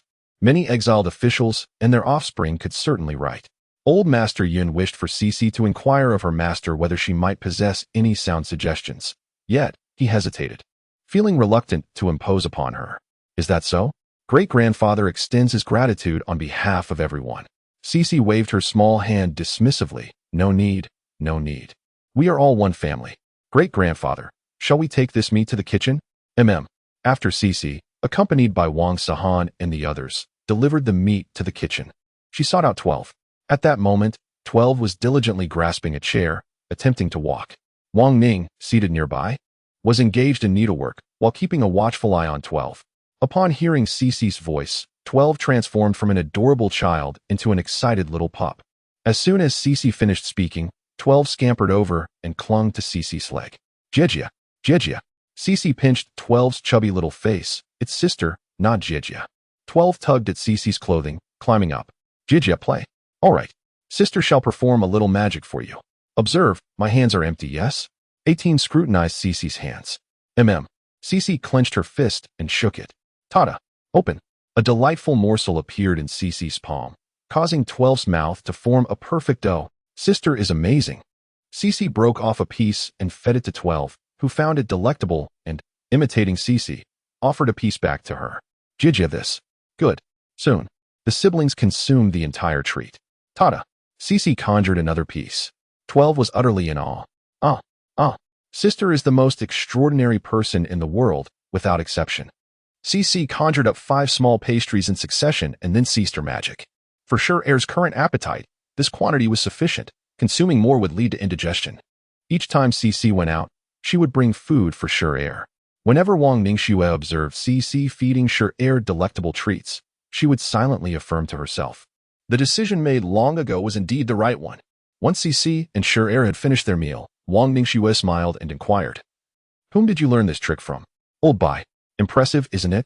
"Indeed, quite remarkable. Does Old Bai know this as well?" "Yes." Old Bai said this is an essential skill for charming young ladies.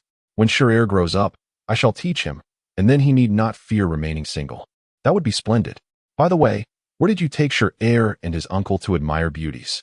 "I just heard young Master Wang laughing quite heartily." Cece recounted the events that had just transpired. After listening, Wang Ningxue felt that old Yun's remarks were quite astute. This does not amount to deceiving them. You must have expended considerable effort to find this person, correct? Not much effort at all. That woman is fairly well known in this area. Indeed. How did she come to take on the task of slaughtering pigs? She has 6 children, her husband has passed away, and her in-laws are of no assistance.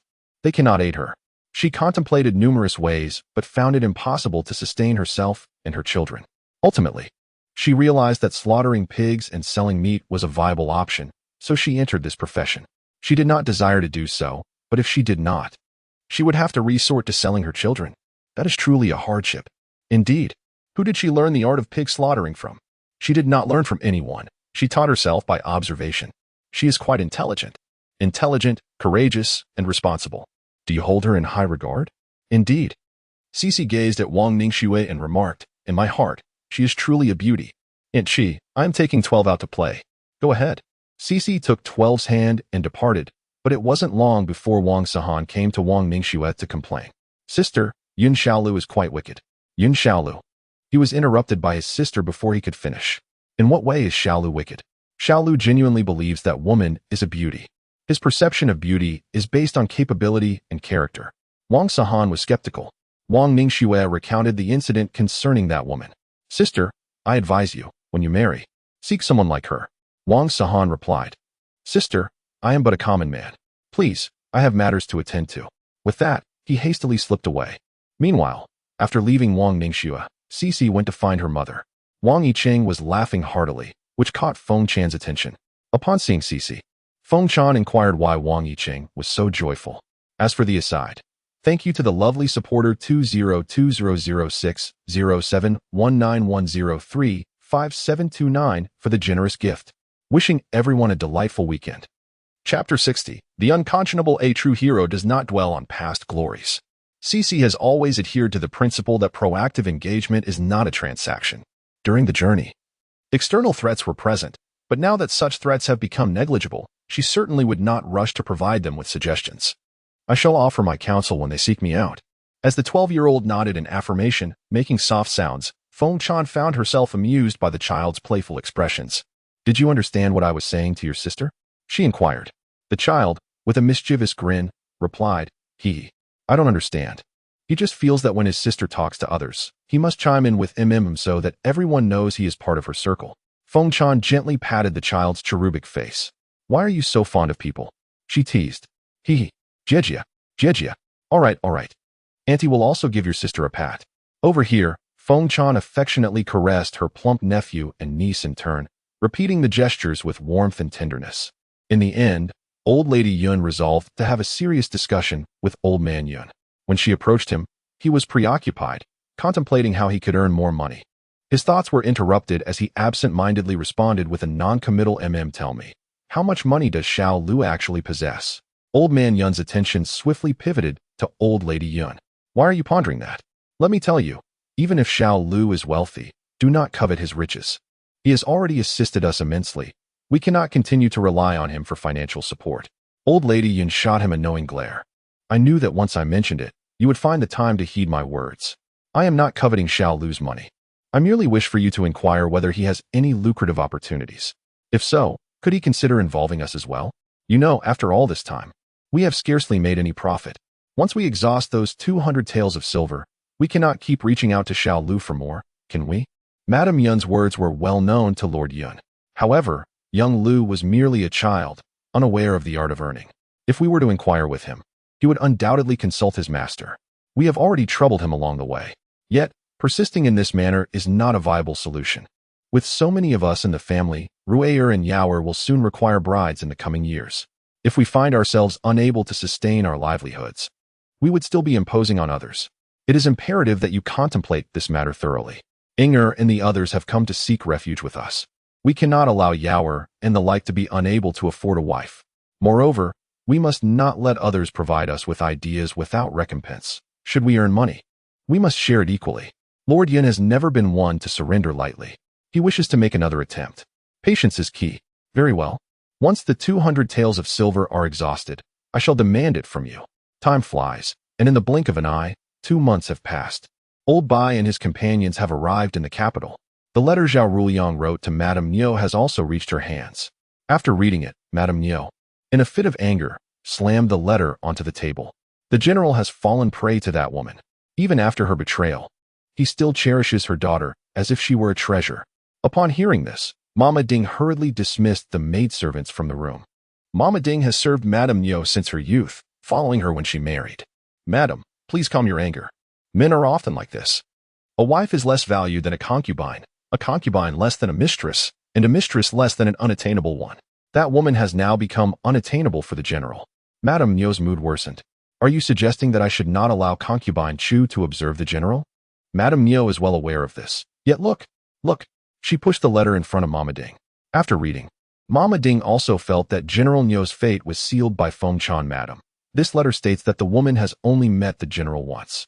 Madam, do you believe the general merely has an affection for children? How could that be possible? Initially, she should have let that woman go after seeing her with old Yun-san. Now, that woman resides within his domain, and he is so concerned for her. If she were to take action against the woman, it is highly likely that he would discover it. Should he find out, his perception of her would be irrevocably shattered. He never loved her to begin with. If he were to uncover, she cannot take that risk. However, Madame Niu gazed at Mama Ding and said, You just reminded me. I should encourage the children to grow closer to the general, lest others exploit any vulnerabilities. Madam, what do you mean? Madame Niu sipped her tea. As spring approaches, let the third son pay filial respect to his father. The eldest should be seeking a marriage proposal. The second son is somewhat dull, but the third is the most suitable. That night, as Steward Chi was preparing to rest, he suddenly found a piece of paper on his bed. On the paper was drawn a small longevity lock, surrounded by 3 incense sticks. Steward Chi immediately realized that this paper had been placed there by CC. He smiled and said, Come out. Old Bai stepped out from the shadows. That little girl was afraid of startling you, so she asked me to place this paper on your bed first. Upon seeing this piece of paper, one immediately understands that she has sent someone to seek you out. Chief Steward Chi smiled, acknowledging the little girl's thoughtfulness. What does she want from you? He inquired. She sent me to convey her regards and to inform you that if you wish to leave the palace, you should seek her out. She will ensure your safety and comfort. No, I do not wish to grow old and deceive myself with illusions, he replied. Please extend my gratitude to her. Very well. I shall visit you every 10 days to chat. That little ungrateful one has set up a shop for me in the capital, he added. Upon hearing this, Chief Steward Chi chuckled. Has she tasked you with gathering intelligence in the capital? Indeed, and she insists on protecting you as well. Honestly, I am but one person. How can I manage it all? What does she wish you to sell? The palace has its own procurement agents. No need for that. The little ungrateful one mentioned that such matters are not for you to worry about. Chief Steward Chi's smile broadened. Only those who toil without seeing immediate rewards can achieve great things. Inform her that the emperor's health is failing. It will only be a matter of a year or 2. Understood. I must have owed her a debt in my previous life. I detest remaining in one place for too long. Chief Steward Chi chuckled softly. How did you come to know her? Heroes do not boast of their past exploits. Well then, rest well. I shall return in 10 days, he concluded, before slipping away. Chief Steward Chi glanced at the paper in his hand before placing it in the charcoal basin to burn. In the end, it is indeed quite intriguing to have met such a person. Time flies swiftly, and before one knows it, the new year is approaching. As the new year approached, it was time to prepare the festive goods. Upon awakening, old Master Yun found old Madame Yun counting silver coins, murmuring anxiously, How could there be so little left? What shall we do? Surely, we cannot ask Xiao Lu for more, can we? Alas, how could there be so little? Alas, old Master Yin, sitting up from the Kong, interjected, Enough of your fretting.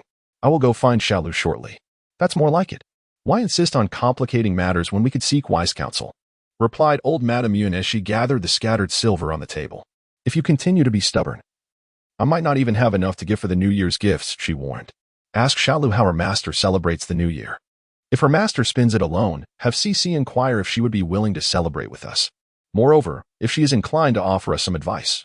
Let Xiao Lu assure her that the distribution of any earnings will be at her discretion. As old Master Yin donned his clothes, he responded, I understand. Do not concern yourself. How can I not worry? She retorted. The entire family awaits their meals and clothing. It snowed all night. After finishing her practice, CC took a group of little ones to build a snowman. 12 was there too, dressed like a little bear. Although 12 had been walking quite steadily, the snow caused her to stumble every few steps. Had she not been bundled up, she would have surely cried from the falls. When Old Man Yun arrived, 12 was playfully crawling in the snow, laughing at CC. Sister, let's play? CC, however, had no intention of crawling on the cold ground. Get up, it's chilly. Not chilly, she insisted, lifting 12 from the ground. Even if it's not cold, you shouldn't play on the ground. Oh, I want to crawl, he replied obediently. Just as CC contemplated whether to brush the snow off 12, Old Man Yun's voice echoed from behind. Are we going to build a snowman? 12 responded enthusiastically. Yes, great-grandfather. Let us play. Old Man Yun affectionately patted 12's little cap. Great-grandfather want to play. He has matters to discuss with your sixth sister. 12, having gained stability in his steps, had become CC's little shadow, following her wherever she went, much to her delight. All right, 12 can come too, she said, making him jubilant. Sister? After brushing the snow off him, CC held his chubby little hand, which made him even happier. Together, they followed Old Man Yun into the house. Once inside, CC looked at Old Man Yun with a cheerful smile and asked, Great-grandfather, what brings you here? What's the matter, 12? Old Man Yun hesitated to speak, yet the prolonged efforts had yielded little progress. Has your master visited you recently? Yes.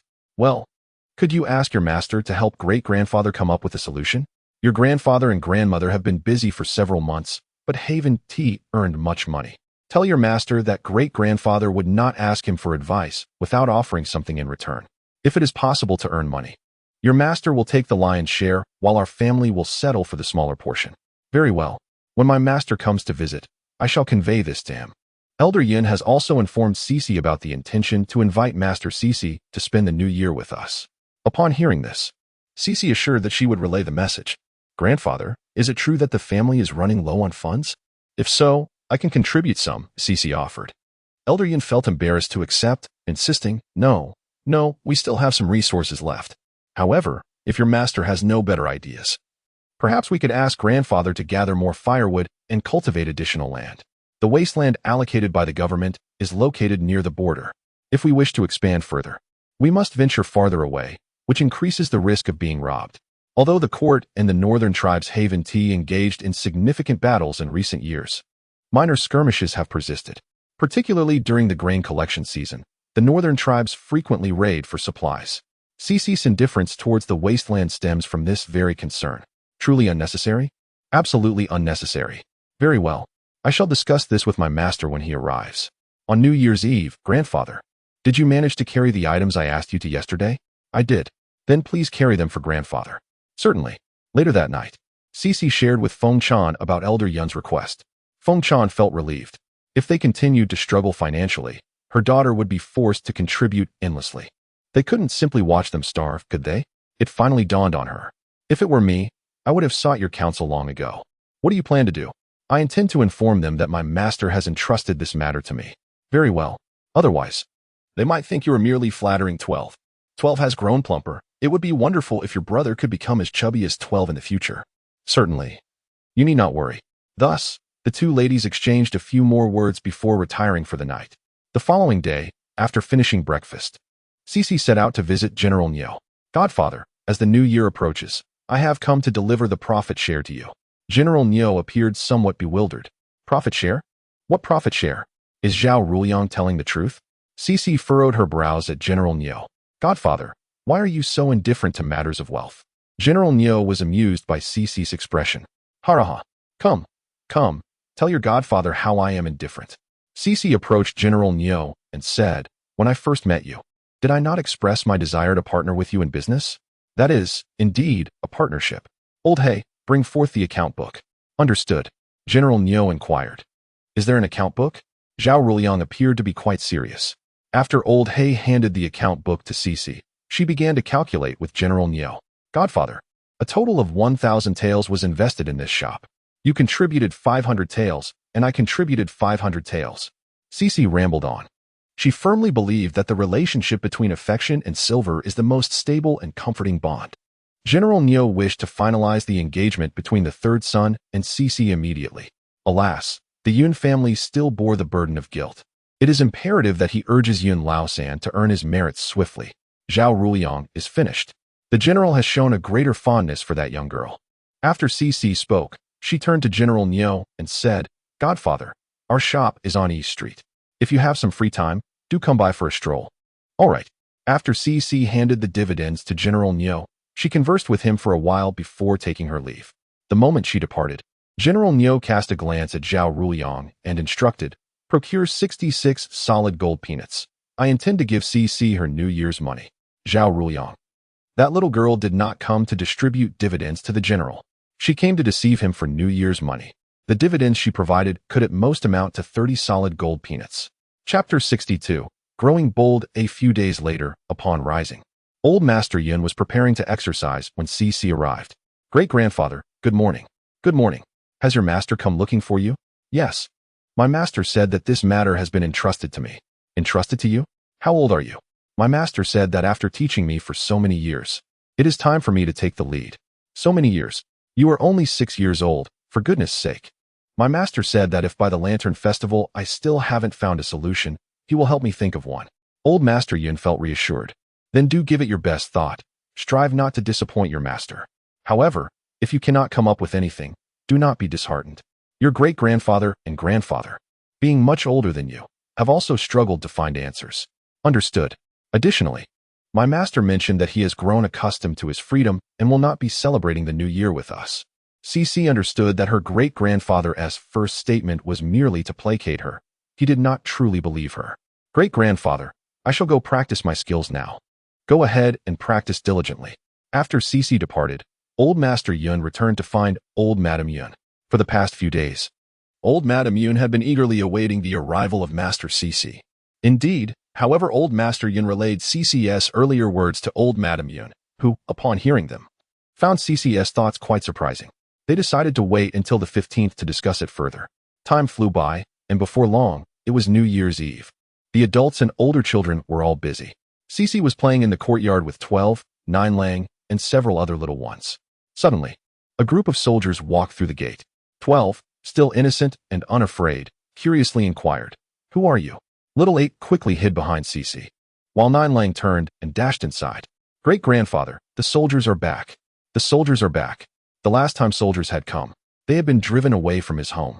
Seeing 9 Lang flee, the other little ones followed suit, leaving only Cece, 12, and little 8 in the courtyard. The children were so frightened that the soldiers promptly halted their advance. 12 blinked and asked, Sister? It's all right, Cece reassured him, pointing at Yun Yutao. Little 8. Come out and see if he is your father. Little 8 cautiously peeked out from behind Cece to examine Yun Yutao. After a thorough inspection, he confidently declared, He is not. Yun Yutao responded, My dear daughter, at least express some doubt. Just as he finished his thought, the women and children of the Yun family emerged. Upon their arrival, the women of Cece's generation remarked, No wonder 9 Lang and the others did not recognize him. Had he not been born of me, I too would not have recognized him. The women of Cece's mother's generation remarked, If he were not my husband, my brother, or my younger brother, I would hardly recognize him. After several months of grueling training, Yun Yuchi and the others not only became darker in complexion but also exhibited a transformation in both physique and demeanor. Yun Ruibo exclaimed, All right. I am no longer afraid of mistaking my father. Jiu Lang's eyes widened in surprise. Uncle. Indeed, came the reply. Jiu Lang glanced over at the other soldiers. Father, you must say something. Otherwise, I shall not know which one is you. Yun Yuchuan was aware of their considerable changes. You little rascal, you usually seem quite clever. How is it that you cannot recognize your own father? Jiu Lang turned to Ba Lang. Do you know which one is your father? Ba Lang replied, I do not. Jiu Lang then looked back at Yun Yuchuan. See, it is not that I am not clever. It is that you have all changed too much. Su Mu Yu was equally astonished by the extent of Yun Yuchuan's transformation. Brother-in-law, you are simply unrecognizable. Yun Yuchuan responded, That is about right. They had offended many people in the past. If they do not strive to improve themselves, How can they protect their families? How can they safeguard themselves? Wang Sahan chimed in. Brother-in-law, you two should say something. Otherwise, I shall not know which one is you. Yun Yusong approached Wang Sahan and playfully punched him. You little scamp, you do not even recognize your brother-in-law. Be careful, or I shall give you a beating. Hee. Brother-in-law, you have become rather fierce. Shire. This is your father, call him father. Shire had long forgotten his father. Sister? Cici smiled. Call him. Oh. Shire gazed at Yun Yusong. Father. Sighing. Yun Yusong wished to embrace Shire, but Shire resisted. Although Yun Yusong felt a tinge of sadness, it was an unavoidable circumstance. Yun Yuqing approached Cici and lifted her into his arms. Cici exclaimed, How bold you've become, daring to hold her. Who are you? Put me down. I want tea. After today, you shall be 7 years old. Once you turn 7, father can no longer hold you. Cici rolled her eyes at Yun Yuqing, laughter echoing around them. Observing Yun Yuqing carry Cici away, Shire kicked Yun Yuqing lightly. Sister, that's mine. With one arm holding Cici. Yun Yuqing effortlessly lifted Shire and placed her into Yun Yusong's embrace. Aren't you always yearning for your son? Hurry and take him. Shire reached out for Cici, exclaiming, Sister. Wang Mingxua chuckled as she grasped Shire's tiny hand. Sister has matters to attend to. Mother will play with you. Third brother is finally willing to be close to Cici. She cannot allow Shire to cause any mischief. Let's go inside. Grandfather and the others are waiting. All right. Yun Kuang and the others also lifted their little ones. After they departed, Old Master Yun fell silent. Yun Mingji and the others exchanged worried glances. Father? I'm fine. I merely feel that their way of living is quite pleasant. They hardly exhibit any traits of scholars. Meanwhile, Feng Chan froze momentarily as a soldier entered, carrying Cici. Daughter. Who is this? I don't know. Then why did you let him hold you? Where's Lao He? Yun Yuqi playfully pinched Cici's chubby little face, calling her a little rascal. Feng Chan could hardly believe her ears. You are Yun Yuqi. Have you lost your mind? I mean, she has grown. You can't hold her anymore. Yun Yuqi smiled at Feng Chan and replied, I can still hold her for one more day. Tomorrow, she will turn 7. Feng Chan found the military camp to be a truly remarkable place. It not only transformed one's demeanor, but also one's attitude. Previously, Yun Yuqi had harbored a deep resentment towards her, and consequently, towards her daughter as well. What? You don't intend to hold her forever, do you? Yun Yuqi replied, Indeed. Cici chimed in. If you don't put me down, I will hit you. Chapter 63. A significant change is due my dear wife. Our daughter is threatening to hit me. I shall not involve myself in your father-daughter affairs. Just then, Wu Shisan awoke, eager to join them. Yun Yuqi remarked. This woman is quite adept at evading questions. Cici said, For the sake of my little brother, I will tolerate you for one day. The bond between mother and child is profound. Feng Chan felt genuinely pleased to see Yun Yuqi willing to grow closer to Cici. Upon sensing Feng Chan's emotions, Shisan joyfully waved his arms and moved his legs. Cici shot him a glance, silently conveying, You really know how to flatter yourself. Yun Yuqi was amused by Cici's little expression. Ha, my daughter is becoming increasingly clever. Daughter, dear wife, what have you both been doing at home these past few months? Cici chose to ignore him, while Feng Chan recounted their activities during that time. And you? What have you been up to these past few months? Training, he replied. In the interim, a couple of minor skirmishes ensued. Skirmishes? Indeed. Did you sustain any injuries? None at all. They were but trifles. Well then, you must diligently hone your skills. Yes, I have acquired several techniques during my time at the barracks. Allow me to demonstrate for you. Very well. After placing Cici beside Feng Chan, Yun Yuqi began to showcase his skills to the two of them. Feng Chan watched, utterly astonished. My dear, your progress is astonishingly rapid. There is no other choice. Our daughter frequently threatens us with tales that those we have wronged in the past may seek revenge. That is hardly a threat. Have you forgotten what transpired on the road? We have not forgotten. Hence, my brothers and I exert ourselves with great diligence. My dear daughter, come here. I shall teach you a few moves. Cici responded, I shan't. Your techniques pale in comparison to those of Lao He. Do come.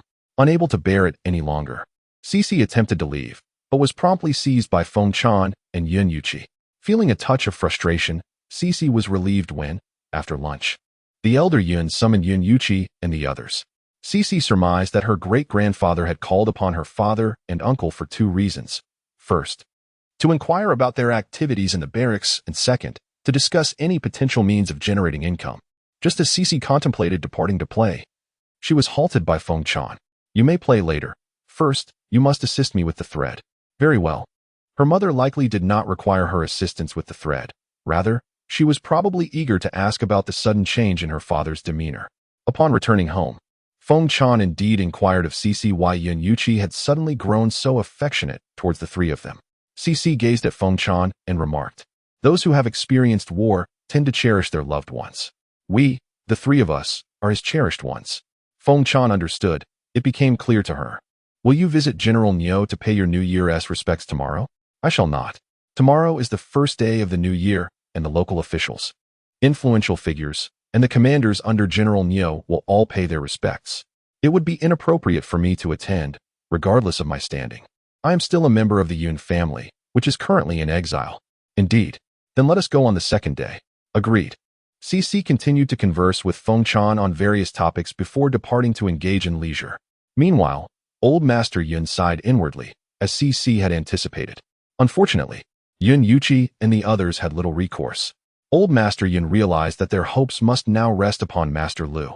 "How many days can you stay at home? Then during these days, do not become complacent. Grandfather, rest assured, we shall not be idle." Feng Chan was wandering about the room when Yun Yuqi returned. "What are you doing? Where is our daughter?" "She has gone out to play. I am exercising. I heard it is beneficial to stay active. I have made you a new garment. Would you like to try it on to see if it fits? If not, I can make alterations." Yun Yuqi felt quite pleased upon hearing this. "You made me clothes?" "Of course. It wouldn't he do for both of us to have new attire while you go without?" Yun Yuqi tried it on.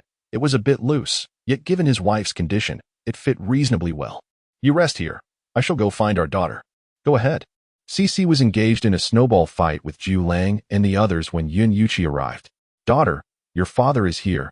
Let me embrace you, and you shall find victory more easily." Cece rolled her eyes inwardly, thinking they ought to spend the new year in the barracks. The other little ones, seeing this, began to seek external assistance as well. Eventually, Yun Yuxuan, Sun Xingyao, and Su Mu Yu were reluctantly drawn into the fray. Seeing them revel in such joy, Old Master Yun momentarily cast aside his worries. In the evening, everyone gathered for a simple New Year's Eve dinner. After the meal, they commenced the tradition of staying up to welcome the new year. As Yun Yuxuan prepared to organize some games, Cece suddenly approached Old Master Yun. Beaming as she said, "Great-grandfather, since my father and my uncle are here, let us discuss how to earn some money." Old Master Yun replied, "We have already had that discussion." "Already discussed? What brilliant ideas do my father and my uncle have? Your father and the others do not possess any noteworthy ideas." "Is that possible?" Cece exclaimed, her eyes widening in astonishment. "How can they lack good ideas after being soldiers for so long?" Yun Yuqi and the others chimed in. "What does being a soldier have to do with it?" Old Master Yun coughed lightly. "They have been in training these past few months. So, do you have an idea?" "I do." "Then share it with everyone." "All right. Uncle Wong, Uncle Su, Cousin Da. Cousin Da, do you remember the beautiful lady I took you to see?" "Of course, we remember." Wang Sahan replied. "Yun Xiaolu, you aren't suggesting that my sisters should join in the pig slaughtering, are you?" Wang Ningxue and her companions expressed their skepticism about their capabilities. Su Muyu began to grasp the situation. "Yun Xiaolu, do you imply that the Yun family must undergo a significant transformation akin to that of the woman?" Cece nodded in agreement. "The strategies you previously contemplated were rather refined. Such refined approaches are futile in this endeavor, just as my father and my uncle. If they do not adapt, they will merely serve as human shields on the battlefield." Yun Yuqi and the others realized that this matter indeed bore a connection to military affairs. "How should we adapt?" inquired Yun Ruebua. "We should venture into the herbal medicine trade." "Herbal medicine trade?" Sumuyu confirmed, "Indeed. Given that humans consume grains, illness is inevitable. When one falls ill, medication is required. However, I must clarify that my vision for the herbal medicine trade transcends a mere transaction of buying and selling. It necessitates comprehensive knowledge from the harvesting of herbs to an understanding of basic pharmacology." Yun Yuqi felt an unsettling discrepancy. "Indeed," exclaimed the elder of the Yun family. "How could I have overlooked this? Engaging in the herbal medicine trade not only aids others, but also generates profit." Sumuyu pondered. "Is Yun Xiaolu aspiring to establish the Yun family as a distinguished lineage in herbal medicine?" Chapter 64. The allies are increasing with the direction set. It was time to deliberate on the particulars of implementation. Cece turned to the elder of the Yun family and inquired, "Great-grandfather, do you know anyone in the herbal medicine field? If so, could you write to them and request introductions to individuals skilled in harvesting herbs, formulating medicines, and possessing a basic understanding of pharmacology? If such individuals are not available, it would suffice as well." Great-grandfather, you understand what I mean by no, do you not? Her great-grandfather had served as an official for many years, and with so many family members in positions of authority, they must have assisted several individuals involved in the medicinal herb trade or those associated with it. While she was aware of this, she believed in selfless kindness without expectation of return. Moreover, their previous assistance had been a matter of duty. With a slight eye roll, she mused to herself, "Great-grandfather, if you have extended your kindness to others, receiving their gratitude in return would alleviate any sense of indebtedness they might feel towards you. And you could resolve the current dilemma. How wonderful would that be? Indeed, great-grandfather, reciprocity in relationships is essential. Favors ought to be mutual." She was certainly capable of finding people. Yet she wished to seize this opportunity to rectify the unpleasant habits of the Yun family elders. "Great-grandfather, by presenting yourself as a paragon of virtue, others may hesitate to engage with you." Precisely, she continued, the matriarch of the Yun family wakes each day pondering how much wealth remains within the household. Furthermore, we are not compelling anyone to introduce us to others. We are merely inquiring through a letter. If they wish to repay our kindness, they will naturally make introductions. If not, they will surely find an excuse to decline.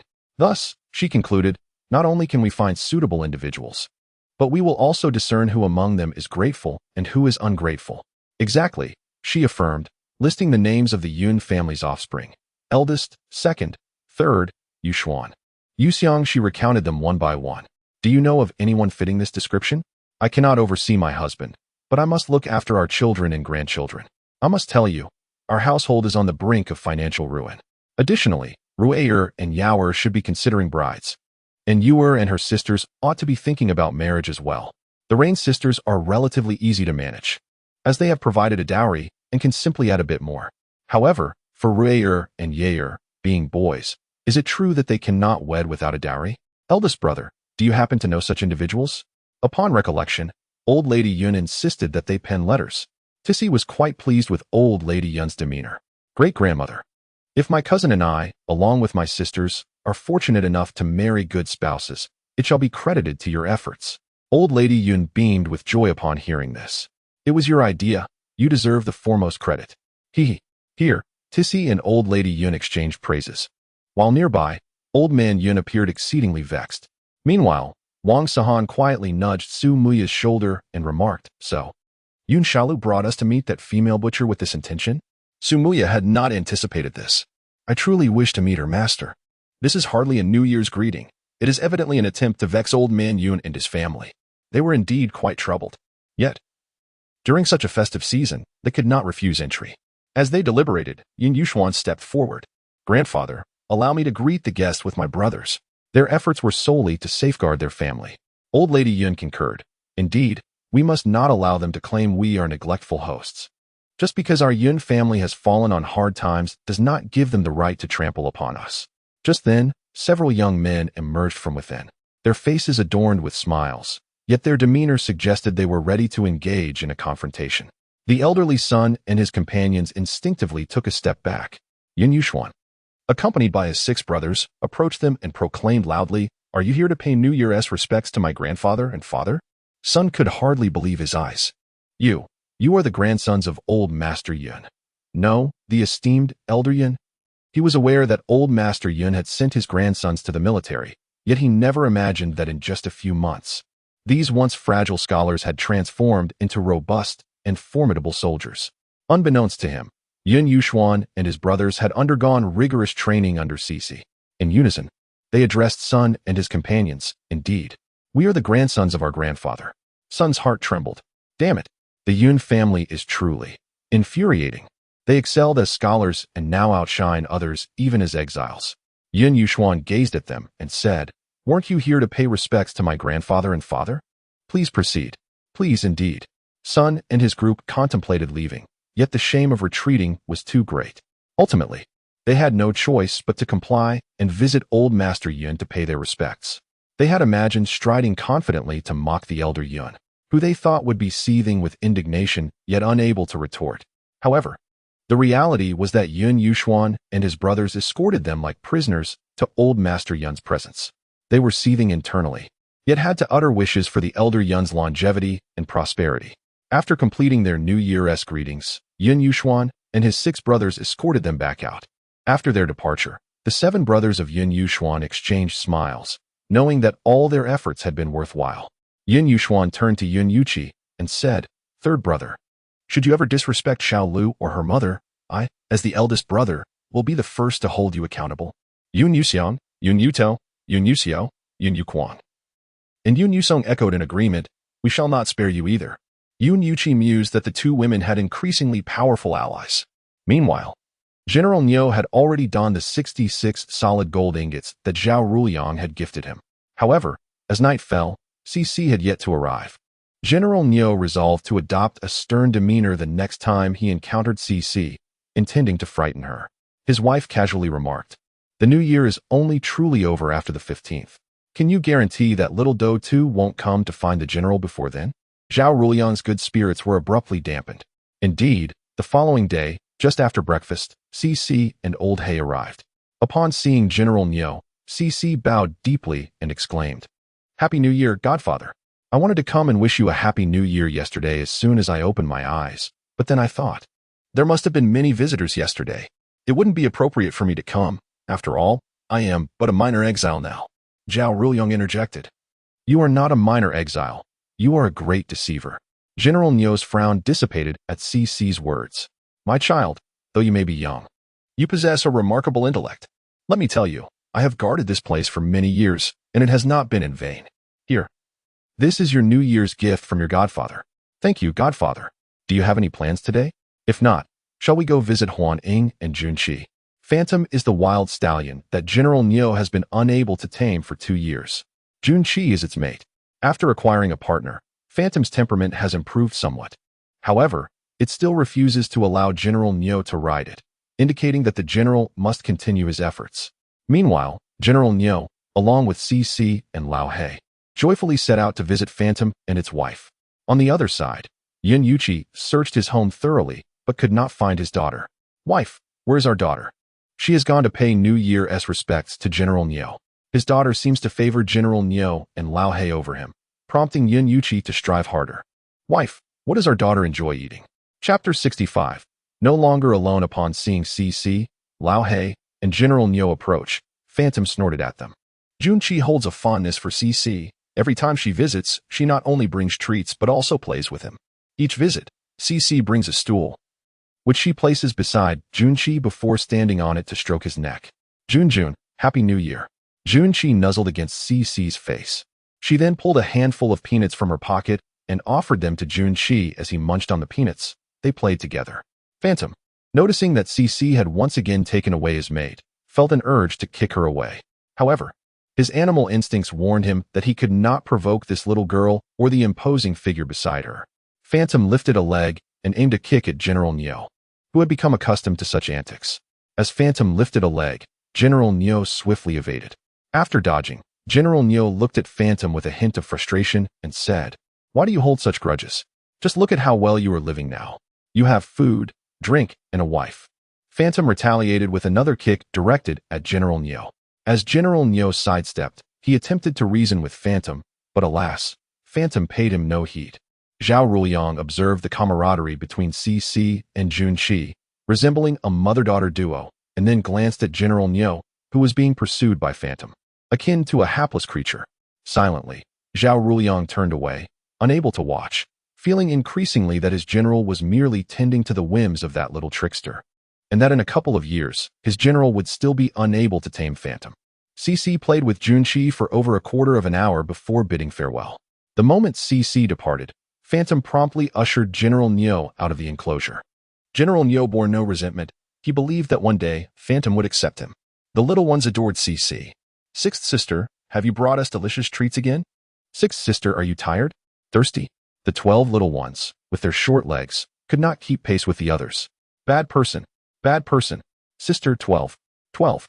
CC handed her belongings to Jiu Lang, so he could distribute them to the others, then approached 12 and lifted him into her arms.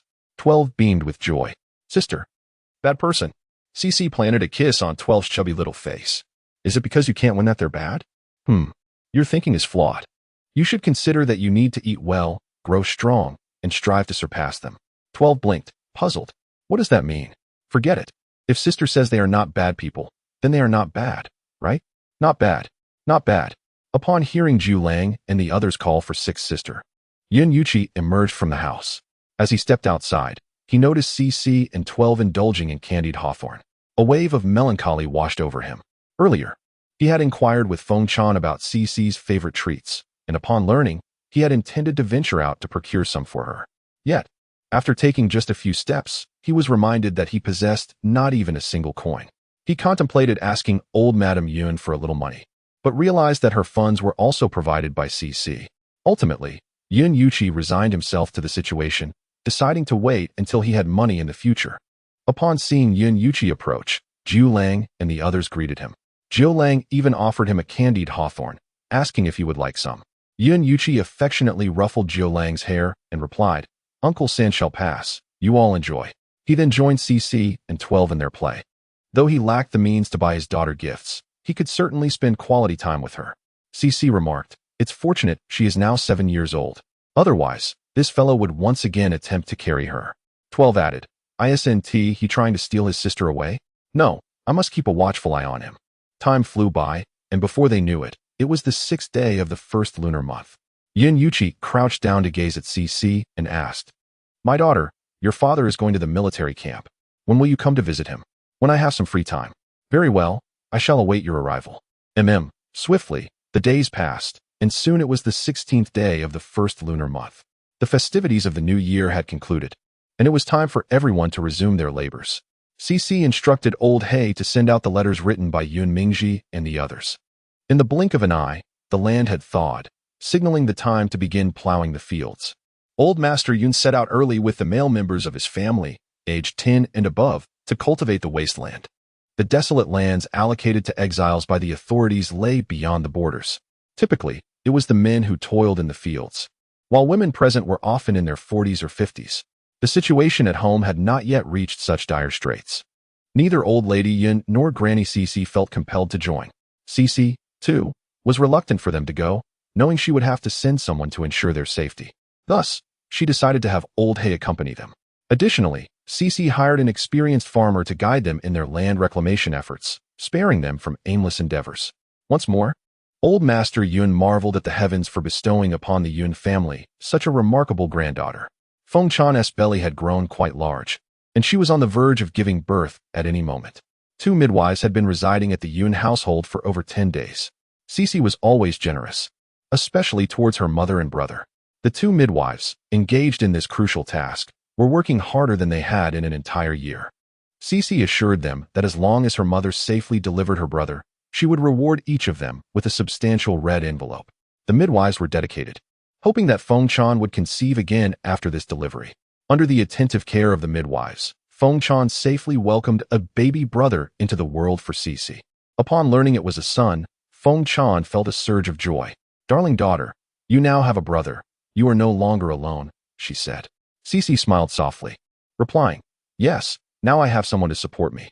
Indeed, Feng Chan said, gazing at the infant beside her. Son, you must protect your sister and be her steadfast support. Little Shursan waved his tiny fists, whimpering, Woo-woo. Feng Chan assured him, Your brother promises to do so. Cici, her younger brother is so pitiful. He merely shook his fist and was deemed to have consented by their mother. Truly, her brother is quite clever. Indeed, such intelligence must run in the family. Have you gone to share the good news with your father yet? Not yet. Then off you go to deliver the joyous tidings to him. Very well.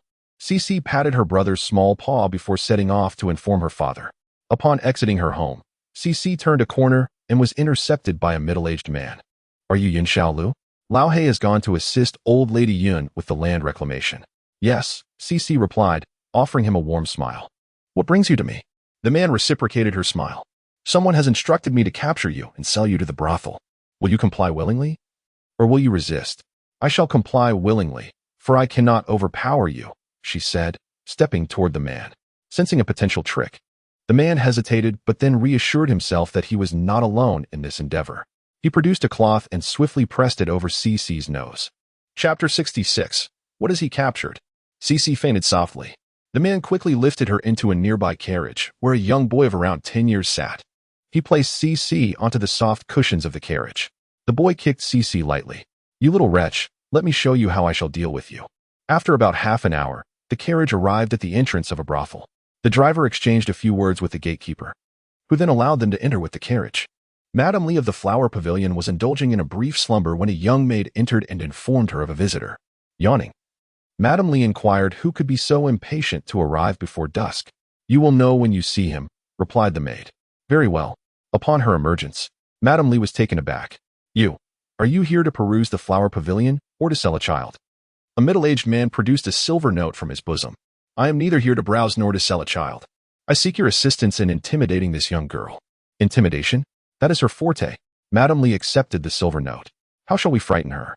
Simply declare that we have sold her to me, and if she misbehaves, then there shall be consequences. Agreed. Hand her over to me. I assure you, I will have her thoroughly subdued.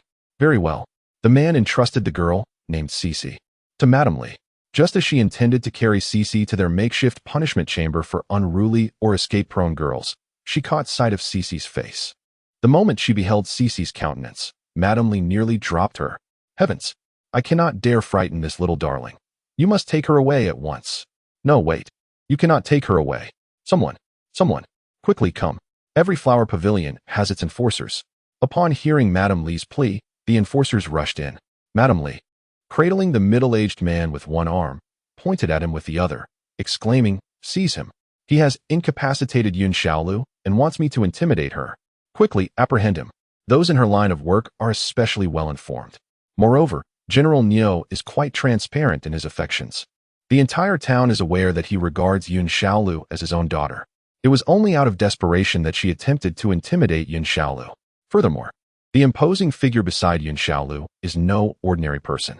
Should she dare to frighten Yun Xiaolu or allow that man to carry her away, the formidable presence would surely not hesitate to enact retribution upon her. That man exudes an aura of ruthless lethality.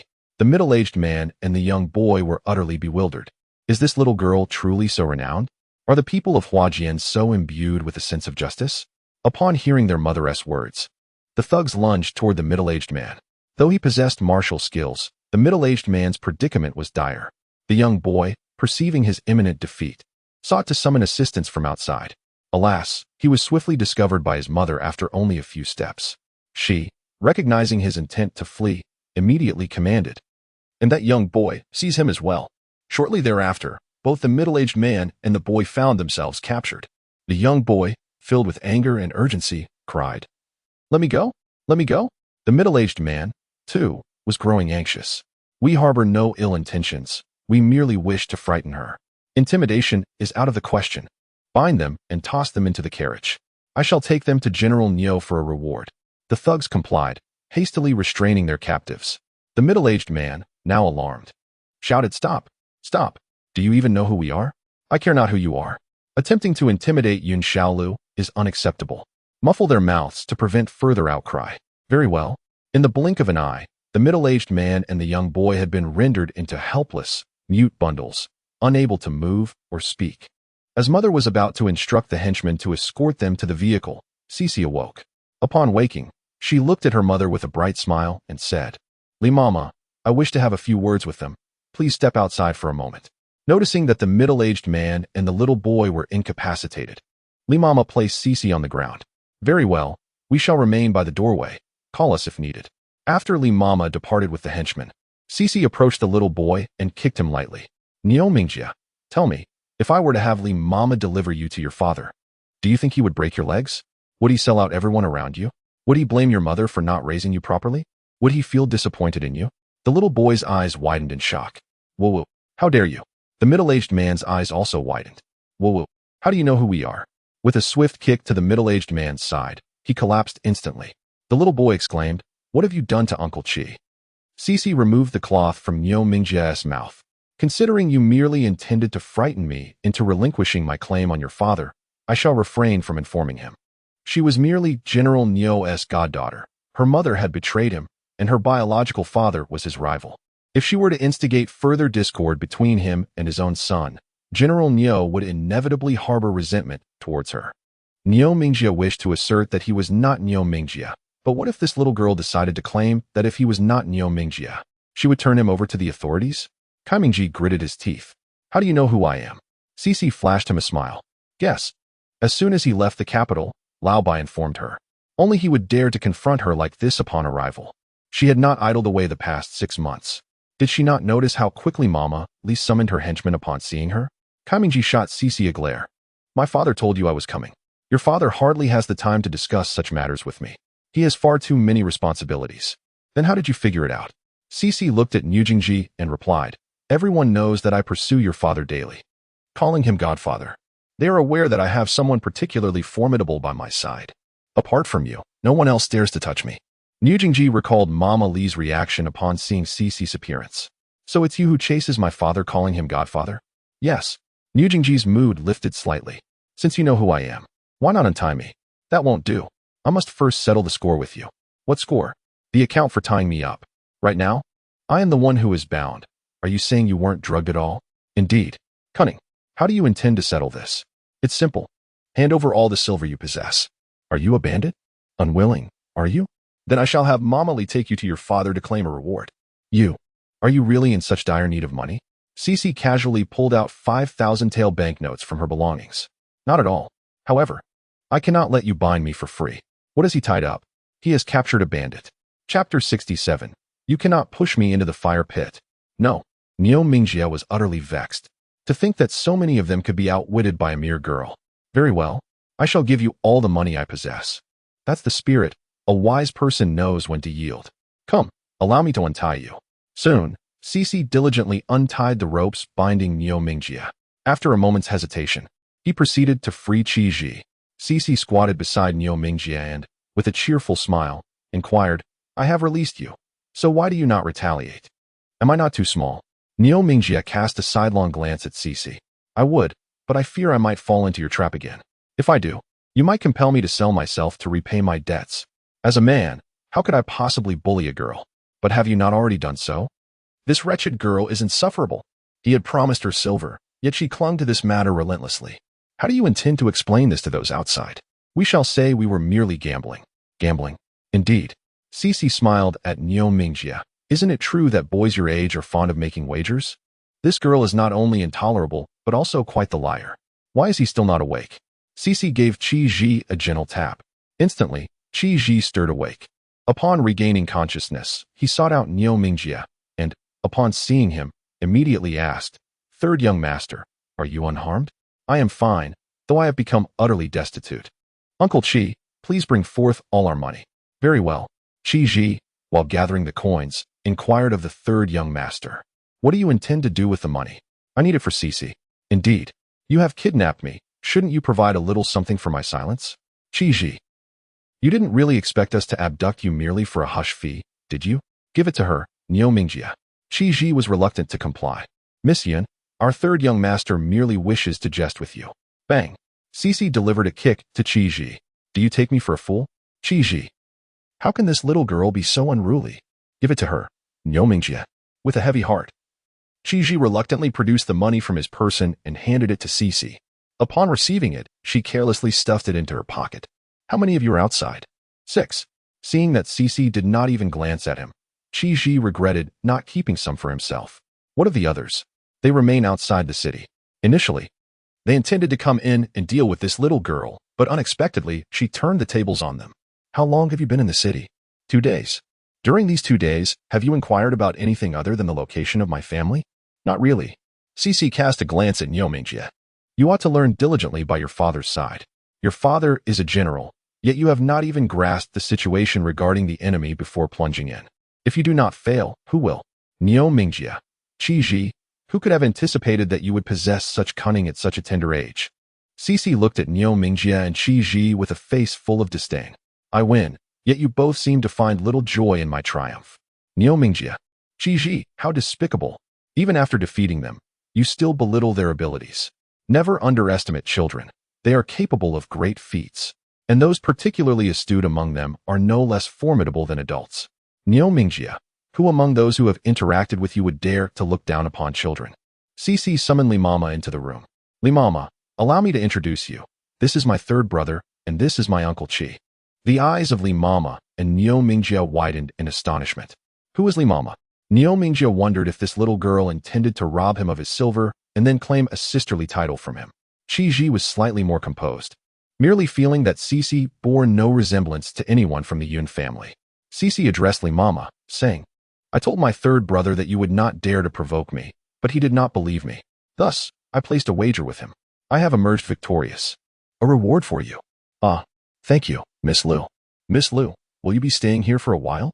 Cici glanced at Niu Mingjie. Upon finishing her words, Niu Mingjie began to move toward the door. After just a couple of steps, she realized Cici was following her. Niu Mingjie contemplated asking Cici why she was trailing her, but then considered that Cici might simply be leaving at the same time. Once outside the flower house, Cici inquired, Where do you plan to go? Niu Mingjie took a step back. Why do you ask? Oh, it's nothing. I merely thought that since you have stealthily entered, why not surprise your father? Her brother ought to be a fortunate child. She had been worried about how to inform General Niu that her mother had given birth to a brother, but now, with Niu Mingjie's arrival, that concern was alleviated. General Niu was undoubtedly elated to see Niu Mingjie.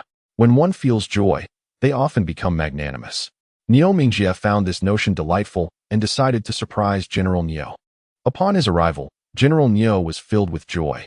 Jier, what brings you here today? Didn't Uncle Zhao mention you wouldn't arrive for another couple of days? I wish to surprise father, Niu Mingjie replied with a chuckle. General Niu affectionately ruffled Niu Mingjie's hair. Even at your age, you remain so mischievous. Did you encounter any troubles on the way? None at all. Father, I trust there are no troubles on your end? Indeed, there are, General Niu replied cryptically. I shall tell you shortly.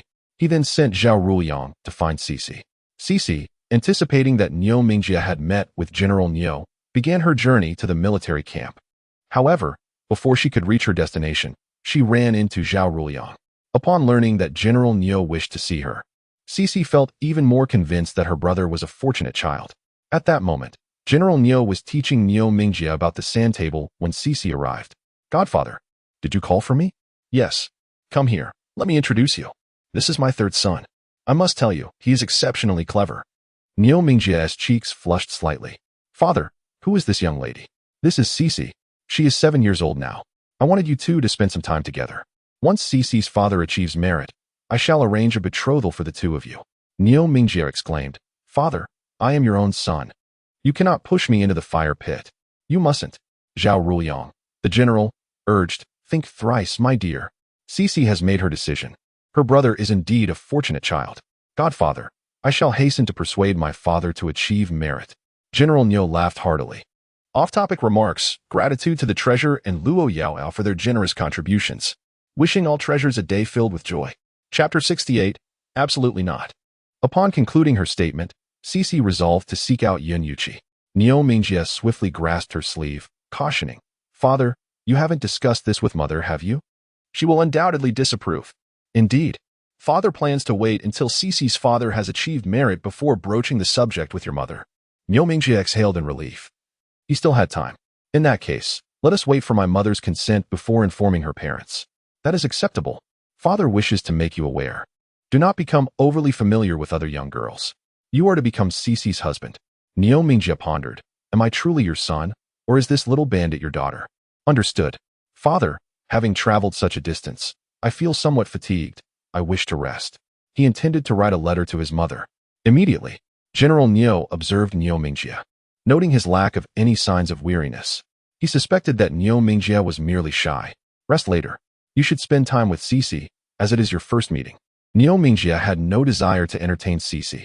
Seizing the opportunity, Cici chimed in, Godfather, may I take my husband to see my brother? My mother has just given birth to a brother. She said that I will have someone to support me henceforth. General Niu casually replied, Go ahead. After finishing her words, it dawned upon General Niu what Cici had just said. Once he comprehended her statement, a subtle discomfort stirred within him. Cici tugged at Niu Mingjie's sleeve, leading him outside. My dear husband, when we marry, you must not bully me. I have a younger brother, and if he discovers that you mistreat me, he will certainly confront you. The general's earlier discontent dissipated. Very well. It is wiser to look forward in life. Although Niu Mingjie was reluctant to accompany Cece to see Shirsan, he found himself unable to resist her pull. He thought that Cece ought to bear the surname Niu. In the blink of an eye, Cece had already whisked Niu Mingjie away. Qi Ji hurriedly followed them, leaving behind only General Niu and Zhao Ruliang in the room. After a moment of hesitation, Zhao Ruliang finally voiced his thoughts. General, I only just left the barracks and spotted Miss Cece. She must be coming to the camp to share joyous news with her father. General Niu casually replied, You should inform Yun Yuqi. Cece has likely forgotten. Is that all? General, Yun Yuqi is indeed fortunate. With children. Before he could finish, General Niu had kicked him out. Get lost. If you ever bring up my past wounds again, I shall break your legs. Zhao Ruliang muttered to himself. That little trickster mentioned that Feng Xianzi has given Yun Yuqi another child, and you remained unperturbed, yet I merely speak, and you cast me out. You. After mulling over it fruitlessly, he finally got up to convey the good news to Yun Yuqi. As Yun Yuqi and the others were practicing their swordplay, Zhao Ruliang approached with a dark expression. Yun Laosan, your wife has borne you a son. Your daughter originally intended to bring you good news, but in her exuberance, she forgot and went off to play. Yun Yuqi was pleased to hear this. However, Zhao Ruliang's face darkened like the bottom of a pot, leaving Yun Yuqi hesitant to laugh. I apologize for the trouble, he said. Next time I see your daughter, I shall have a proper conversation with her about how one cannot forget important matters in the midst of joy. Very well. I will speak with her earnestly when next we meet, Zhao Ruliang replied with a grunt before departing. As soon as he left, Yun Yuqi chuckled. Brother, my wife has blessed me with a son. The incident regarding his daughter forgetting to deliver the news was hardly a concern for him. After all, she was merely 7 years old and a little playful. He himself had been quite the rascal at that age. Yun Yuxuan was equally elated, for this was the first child born since their arrival here. Meanwhile, as Niu Mingjie exited the military camp, he attempted to shake off Cece's hand, but found it impossible. Let go, he demanded. I will not. Your father has promised you to me. Raising a little gentleman is quite delightful. My mother would never approve. You are not your mother. How can you be so certain of her disapproval? My mother would undoubtedly object. Not necessarily, Cece replied with a smile. How about we make a wager? Niu Mingjie was intrigued. Very well. If I win, you must refrain from approaching my father in the future. And if you lose? She inquired. I shall not lose. That remains to be seen.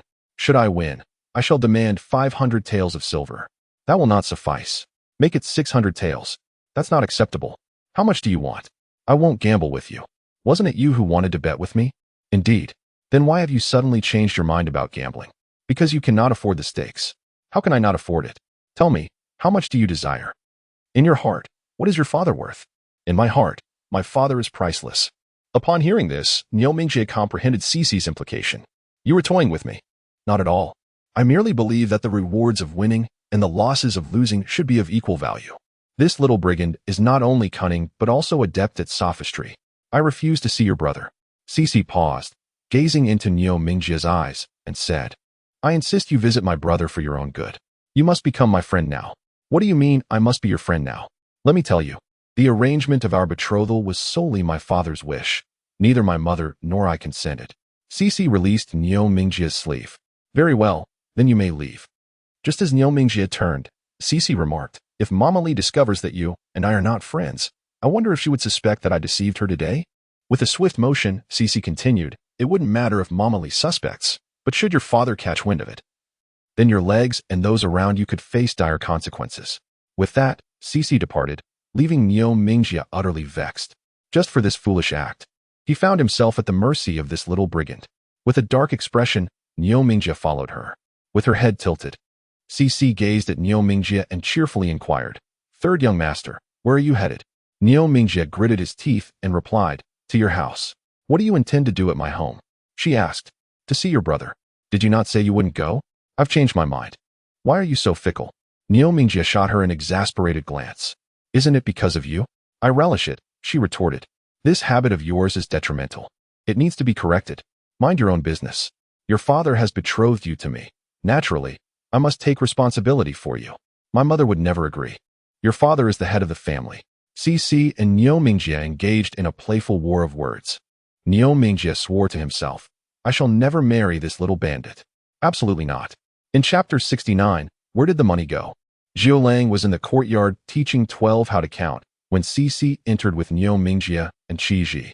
Upon seeing Cici, 12 abandoned his lesson and rushed over to embrace her leg, exclaiming, "Sister, sister." Cici affectionately ruffled 12's hair. "What are you playing with your ninth brother?" The elder Mr. Yun had taken the family's male members aged 10 and above to clear land, while the elder Mrs. Yun had taken Wang Ningshu and the older children to forage for wild vegetables. At home remained Cici's grandmother, her second grandmother, and her third grandmother. The three stayed behind to care for Feng Chan and to look after Jiulang and the others. The Yun family was large, and children like Jiulang were not required to work, though they needed to assist the adults in watching over the younger ones. The 12-year-old pointed at the small stick on the ground and said, "Let's play a counting game. Have you learned it?" "Yes." "Then count for your sister." "All right. 1, 2. 1, 3, 3. Over here, the 12-year-old sweetly showcased his learning achievements to his sister. Meanwhile, Jiulang, behaving like an adult, offered a polite bow to Niu Mingjie. Jiulang had encountered Niu Mingjie before when he accompanied his mother to a banquet, and he remembered him well. "Greetings, third young master. Welcome to my humble abode. My great-grandfather and brother are out, so allow me to host you." Both Niu Mingjie and Qi Ji silently thought. This is the demeanor expected of a member of the Yun family. Not at all a bother. "It is our privilege to have you as our guest. Please, do come in." With that, Cici observed that Jiulang was quite adept at hospitality and chose not to concern herself further with Niu Mingjie. Niu Mingjie, on the other hand, wished to engage Jiulang in conversation, so he followed along. Cici chuckled, realizing that this little fellow likely intended to extract information from Jiulang. 12. "Come, sister will take you to see your brother." "All right. Jiogu told me that he is also a brother now." "Sister, 12 brother." "Yes, 12 is also a brother now." As Cici and 12 approached, 13 happened to wake up. Both Cici and 12 were quite excited to see 13 awake. 13, "I am your sister." 13, "I, brother." 13, "You must listen to your sister." 13, "Listen to sister." 13 exclaimed, "These two are quite noisy." Wow, wow. Cici and Shire were at a loss for what to do. Cici, how should one soothe a newborn? Shire, why is he crying? Does he not like me? Feng Chan couldn't help but chuckle at the silly expressions on Cici and Shire's faces. Look at you two, so frightened. He is either hungry, needs a change, or is simply tired. Cici, I think I shall wait until he grows a bit older and can recognize people before I attempt to comfort him. Shire, I will wait until my little brother stops crying before I play with him. A moment later, Cici and Shire fled from the room. Cici, let us continue counting instead. Shire, yes indeed. Meanwhile, Niu Mingjie had been trying to draw out information for quite some time without success. Firstly, Zhilong had little knowledge to begin with. Secondly, Zhilong was not very familiar with Niu Mingjie. Thirdly, Niu Mingjie had not brought any treats to bribe Zhilong. And lastly, Zhilong was quite clever. As Cici was teaching Shire to count, Niu Mingjie approached. Yin Shaolu, weren't you supposed to take me to see your brother? Cici offered Niu Mingjie a friendly smile. Don't you want to chat with Zhilong? This little girl is not charming at all. Will you take me or not? If you don't, I shall leave. All right. Shire, why don't you play with your ninth brother first? I will take him to see your brother. Shire hesitated for a moment. Shire will go too. Aren't you afraid your brother will cry? Ninth brother. Let us count. After Cici led Niu Mingjie to her mother's house, she asked Feng Chan if they could come in. Feng Chan did not allow Niu Mingjie to enter, but asked Cici to bring out Shi San for Niu Mingjie to see. Niu Mingjie hesitated for a moment before retrieving a small jade pendant from his waist and placing it in Shi San's swaddling. Cici looked at Niu Mingjie and smiled, saying, "This is my brother's first gift. I thank you on his behalf." Niu Mingjie cast a cool glance at Cici, implying, "I am a courteous individual, unlike certain others." As for those certain others, he found this young lad rather endearing. "Come over for dinner at my house tonight." "All right. Do come and find me when you have the time. I have no intention of seeking your company. I would rather keep a distance of 8 zhang from you. I'm leaving." "Very well. I shall have Zhilong escort you." Just as Cici was about to call for Zhilong, he arrived. She gently placed Shi San beside Feng Chan, who tenderly stroked her son's little hand. "Have you spoken to your father?" "No. I intended to greet General Niu upon my arrival at the barracks, but unexpectedly, General Niu's third son appeared. Upon seeing me, General Niu remarked that once my father achieved merit, he would arrange a betrothal between me and Niu Mingjie. Seizing the opportunity, I mentioned that you had given me a brother. General Niu appeared somewhat displeased. However, After I called Niu Mingjie husband a few times and intentionally forgot to mention my visit to report good news to my father, General Niu seemed to have no further concerns. As for Niu Mingjie's attempt to frighten her, she chose not to share it with her mother, lest it cause her mother undue worry. Upon hearing that General Niu wished for Cici to be his daughter-in-law, Fengchan felt no joy. While General Niu was a good man, his wife, this was not a favorable match. She could take risks and gamble, but she could not bear to let her daughter do the same. Cici smiled softly. There is still plenty of time before that day comes. Perhaps when I grow older, our family's influence will surpass that of the Niu family. At that point, I shall choose to marry if I desire, or refrain if I do not. Power is not easily acquired. Without it, I still have Lao He and Lao Bai by my side. Fengchan is reassured. How is Lao Bai faring in the capital? Quite well, rest assured. Does he still possess funds? Indeed. The profits from that shop in the capital are for him to spend. If only Lao Bai could be as carefree as Lao He and Ma Zi. When will Lao Bai tire of his frivolities? And when will Lao He yearn for a family of his own? Surely Ma Zi won't emulate Lao He and Lao Bai, will he? Qi Ji patted his pockets. Third young master, all our silver has been pilfered by that little bandit. Have you rested well? Let's move. My travel funds have run dry. Run dry? Did I not instruct your mother to provide you with more? Even more cannot withstand the thievery of your mischievous daughter. Just as Niu Mingjie was about to speak, General Niu summoned Qi Ji. Speak. Did you go to indulge in the pleasures of the brothel or gamble? Qi Ji, had I known, I would have gathered some company. Niu Mingjie, would you believe me if I said it was your mischievous daughter who robbed us? Ha ha ha, Niu Mingjie exclaimed. I have been robbed. And yet you remain so cheerful. Are you truly my father? Do you not feel that we are deceiving ourselves? Do you not sense that we are casting aspersions upon her character? General Niu affectionately ruffled Niu Mingjie's hair. Silly boy. Do you presume that I am oblivious to Cici's true nature, allowing her to become your bride? You are, after all, my beloved son. Then are you suggesting I should marry a little bandit? Niu Mingjie retorted. Father, do you not perceive that her actions are improper? What is improper about it? You wish to intimidate her. She merely took a bit of silver from you. She is well aware of my identity as your father and still dared to rob you. Had you not been my son, she would have long since cast you into the mountains to be devoured by wolves. Niu Mingjie could no longer contain himself. Father, am I truly your biological son? Ha ha ha, his father replied. Let me tell you, marrying is not solely for the purpose of having someone to amuse you. It is to ensure that, in times of adversity, there is someone to lend you a helping hand. The Yun family has navigated this ordeal safely thanks to Cici's contributions. He harbored feelings for Cici, yet he would not hastily arrange a marriage for his son. After entertaining this notion, he had conducted thorough inquiries. Niu Mingjie contemplated whether she possessed such capabilities, but then recalled how swiftly he had fallen into Cici's grasp. Father, she is so formidable. If I were to marry her, would she not bully me daily? This particular concern had not crossed General Niu's mind. Well, let her bully you. You are a man. And men ought to accommodate their wives. Niu Mingjie began to doubt his status as his father's true son. My mother would never consent to this. I am the head of this household. The little bandit expressed similar sentiments. General Niu gazed at Niu Mingjie, Qi Ji, and Zhao Ruliang, remarking, I wondered why my wife consented the moment I wrote to her. It seems someone has been discreetly passing along information, fearing I might forget my own child upon seeing others. Niu Mingjie exclaimed, This is disastrous. He has implicated his mother as well. Zhao Ruliang interjected. Surely the general won't investigate who informed his wife? General Niu cast them a sidelong glance before departing. His demeanor left Niu Mingjie, Zhao Ruliang, and Qi Ji even more uneasy.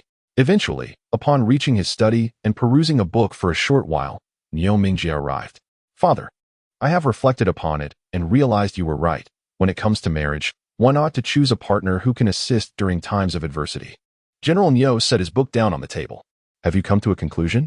Do you truly understand? It is not merely to please me, is it? Are you uncertain within your heart? No. The Yun family cannot shed the stigma of being exiles anytime soon. Thus, until they do, your father cannot formally engage with them. Is that truly the case? Indeed. Your father is as unscrupulous as that little bandit. Were it not for your mother asserting that the little bandit is not his sister, he would certainly believe her to be his father's own daughter. Very well then. When you have the time, go and play with Cici. You scoundrel. Do you think I can't handle you?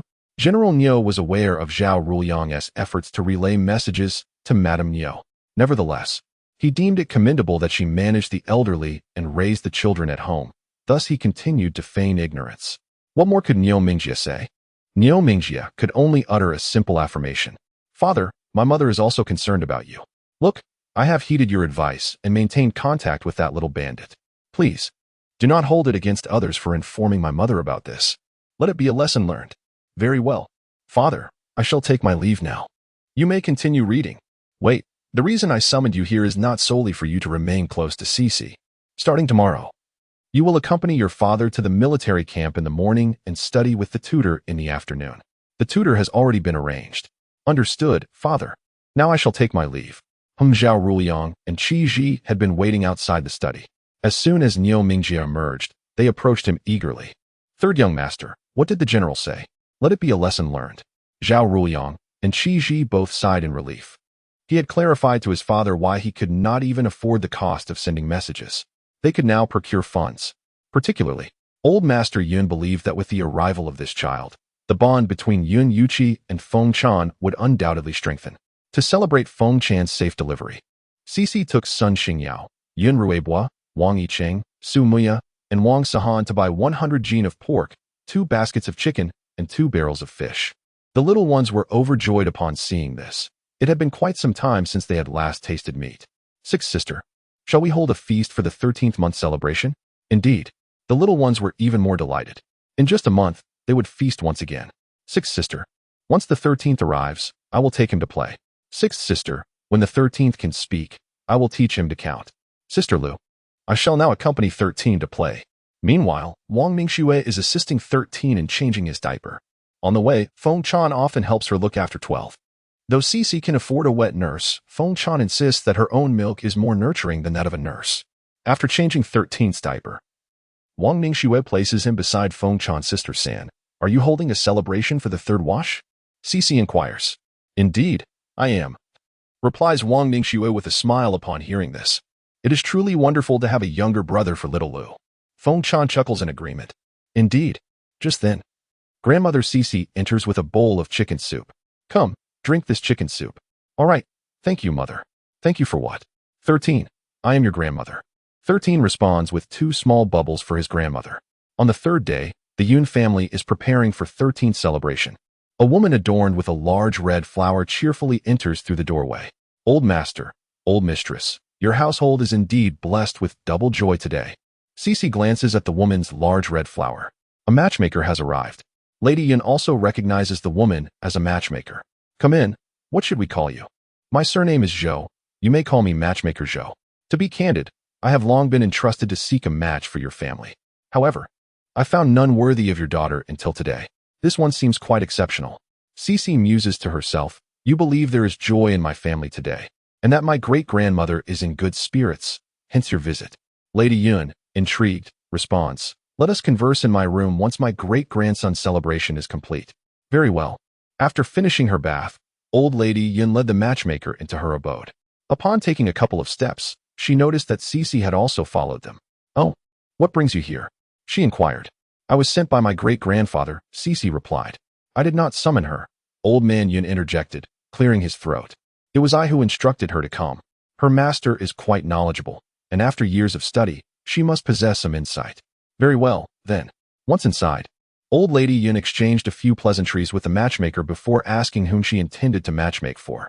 The matchmaker cheerfully responded, your eldest granddaughter. Who? Old Lady Yun exclaimed. Did you perhaps omit a word? Cece interjected. You mean to say you are matchmaking for her elder aunt? Though her aunt may not be particularly clever or youthful, that does not mean she should be discarded. No, it is that she should not be handed over to someone unworthy. Granny Zhou, to whom do you intend to match her aunt? Chapter 71. Once you pass this village, there will be no more shops. Old Lady Yun was taken aback. What?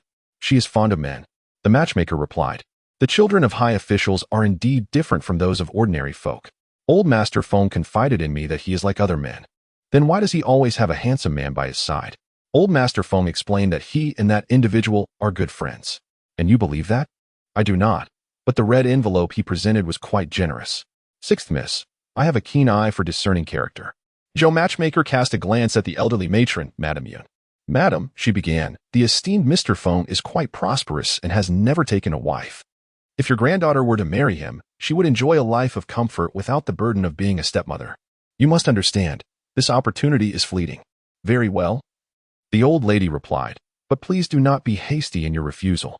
Inquire thoroughly about Mr. Feng's circumstances. They are indeed favorable. Zhou matchmaker stood up from her seat. Madame Yun rose as well. Allow me to see you off, she insisted.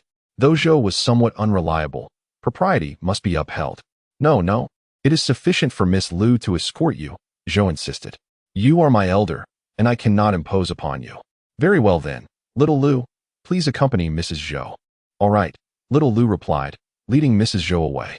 After seeing her off, Cici went to find her aunt, who was engaged in conversation with several cousins and her aunts. As soon as Cici approached her aunt, she exclaimed, Aunt, someone wishes to marry you. Yun Qingying responded, Is Lao He at home? If he is not, I shall give little Liu a good scolding. Upon finishing her statement, Cici turned and ran away. Yun Qingying then admonished, Do not heed her nonsensical claims.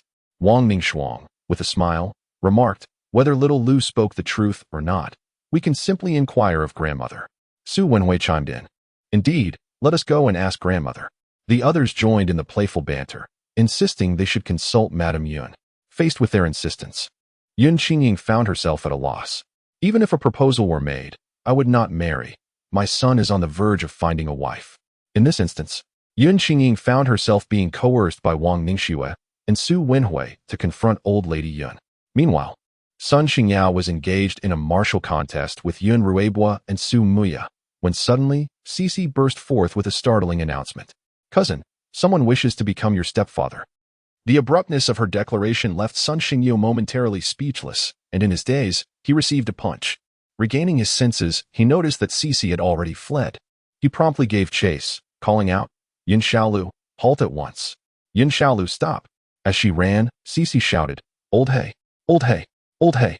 Just after her third exclamation, Old He arrived in a rush.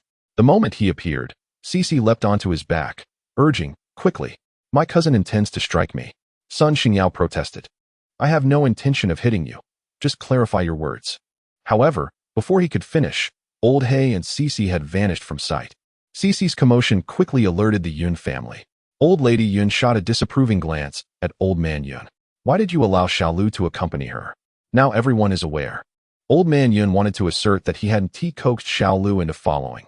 Rather, it was Xiaoyu's own decision. Yet, before everyone, he tacitly accepted the blame. Let them know, it is not a grave matter. Old Lady Yun glared at him anew. How can it not be serious? The suitor for Qingying has an inclination towards men. That, indeed, was not a trivial concern. Xiaolu remained oblivious to these intricacies. It's merely what Xiaolu stated. How could Xiaolu have known such things? I wouldn't have been aware if not for her. You are only reluctant because you are increasingly indulgent towards her. Cough cough. Nonsense, I am quite strict with every child. So what? I shall go check on the children's homework now. With that, the old man hurried away. Sun Xingyao was lost in thought when the old man approached him. Yaoer. Upon hearing this, Sun Xingyao turned to look at the old man. Great-grandfather. Regardless of whether your mother remarries or not, you will reside at great-grandfather's home from now on. Sun Xingyu felt a surge of emotion, almost on the verge of tears. All right, great-grandfather, I am fine. Great-grandfather knows. He is merely concerned that you might go off with someone else. You have grown so much, and it would be quite unsettling for you to adapt to another household. Come, let us study together. Okay, great-grandfather, have you decided what to plant yet? Meanwhile, Yin Qingying was also deep in thought. She had never contemplated the prospect of remarriage before. On the other side, Wang Mingxue was teasing 13 while exchanging idle chatter with Feng Chan. Tell me, who has set their sights on our eldest sister? We asked grandmother, but she remains tight-lipped. Grandmother must want to gather all the details before she speaks. If she reveals it prematurely, it would be quite awkward, wouldn't it? Indeed, when we saw the matchmaker, we initially thought she was there to propose for Yaoer and the others. Eldest sister isn't old, but I wonder if that man has children? Other matters can be discussed. But children are a different story. If he has children, one misstep could make her a wicked stepmother. There must be something to consider there. It requires careful deliberation. Do you dare? I dare. I am her mother. Enough of that. If Lao He dotes on Xiaolu so much, he would surely seek you out for retribution if you dared to harm him. I shall wait until Lao He is not around. Enough already. If you dare to strike Cici in the absence of Lao He, he will keep a watchful eye on you. ensuring you cannot eat or sleep in peace. Meanwhile, after stepping out, Cece and Lao He made their way directly to Shunfuxing. The matchmaker, Zhou, had yet to arrive, and Lao He and Cece had already concealed themselves. After a brief interval, Zhou finally appeared. The head of the Feng family escorted her to the usual meeting place. Once seated, he first expressed his gratitude for her efforts before inquiring, "What did the Yun family say?" Zhou conveyed Cece's words to the head of the Feng family. "Sir, I do not mean to offend, but at your age, remaining unmarried naturally invites speculation. Furthermore, your constant association with someone like her will only fuel such rumors. Perhaps it would be wise to send her away. If you do not part with her, the Yun family will surely refuse." "I will ponder this," he replied. "Very well. I shall take my leave for now. Please give it due consideration. I must tell you, had the Yun family not fallen on hard times, you would have little chance of winning one of their daughters." "I understand, and I will reflect on it seriously," he acknowledged. "Then I shall take my leave." "I shall see you out," she offered. "No need for that. Do think it over promptly. I must inform you, many have set their sights on the young women of the Yun family. Had it not been for Yun Xiaolu catching the eye of General Niu and becoming his goddaughter, the young women of the Yun family would have long been taken." Feng, the head of the household, understood that even in the absence of General Niu, the women of the Yun family could still live peacefully. "I am aware of this and shall contemplate it swiftly." Just then, as the matchmaker Zhou departed, a middle-aged man approached, fanning himself. "Feng, are you truly going to abandon her? If you do, she may as well cease to exist." Feng shot the man a glare. "Speak respectfully." "Oh, come now. Say whatever you wish." The man continued. "Do you think she even remembers you?" The man returned to his usual demeanor. "Naturally. You were merely a young lad back then, while she was the esteemed daughter of the Ministry of Revenue. How could she possibly recall you? Only you would hold on to the memory of a single encounter. If it weren't for her, I would have been beaten to death." "Stop right there. You've recounted this tale to me countless times. I am aware she saved you, that your heart belongs solely to her, and that your pursuit of my friendship stems from my resemblance to her.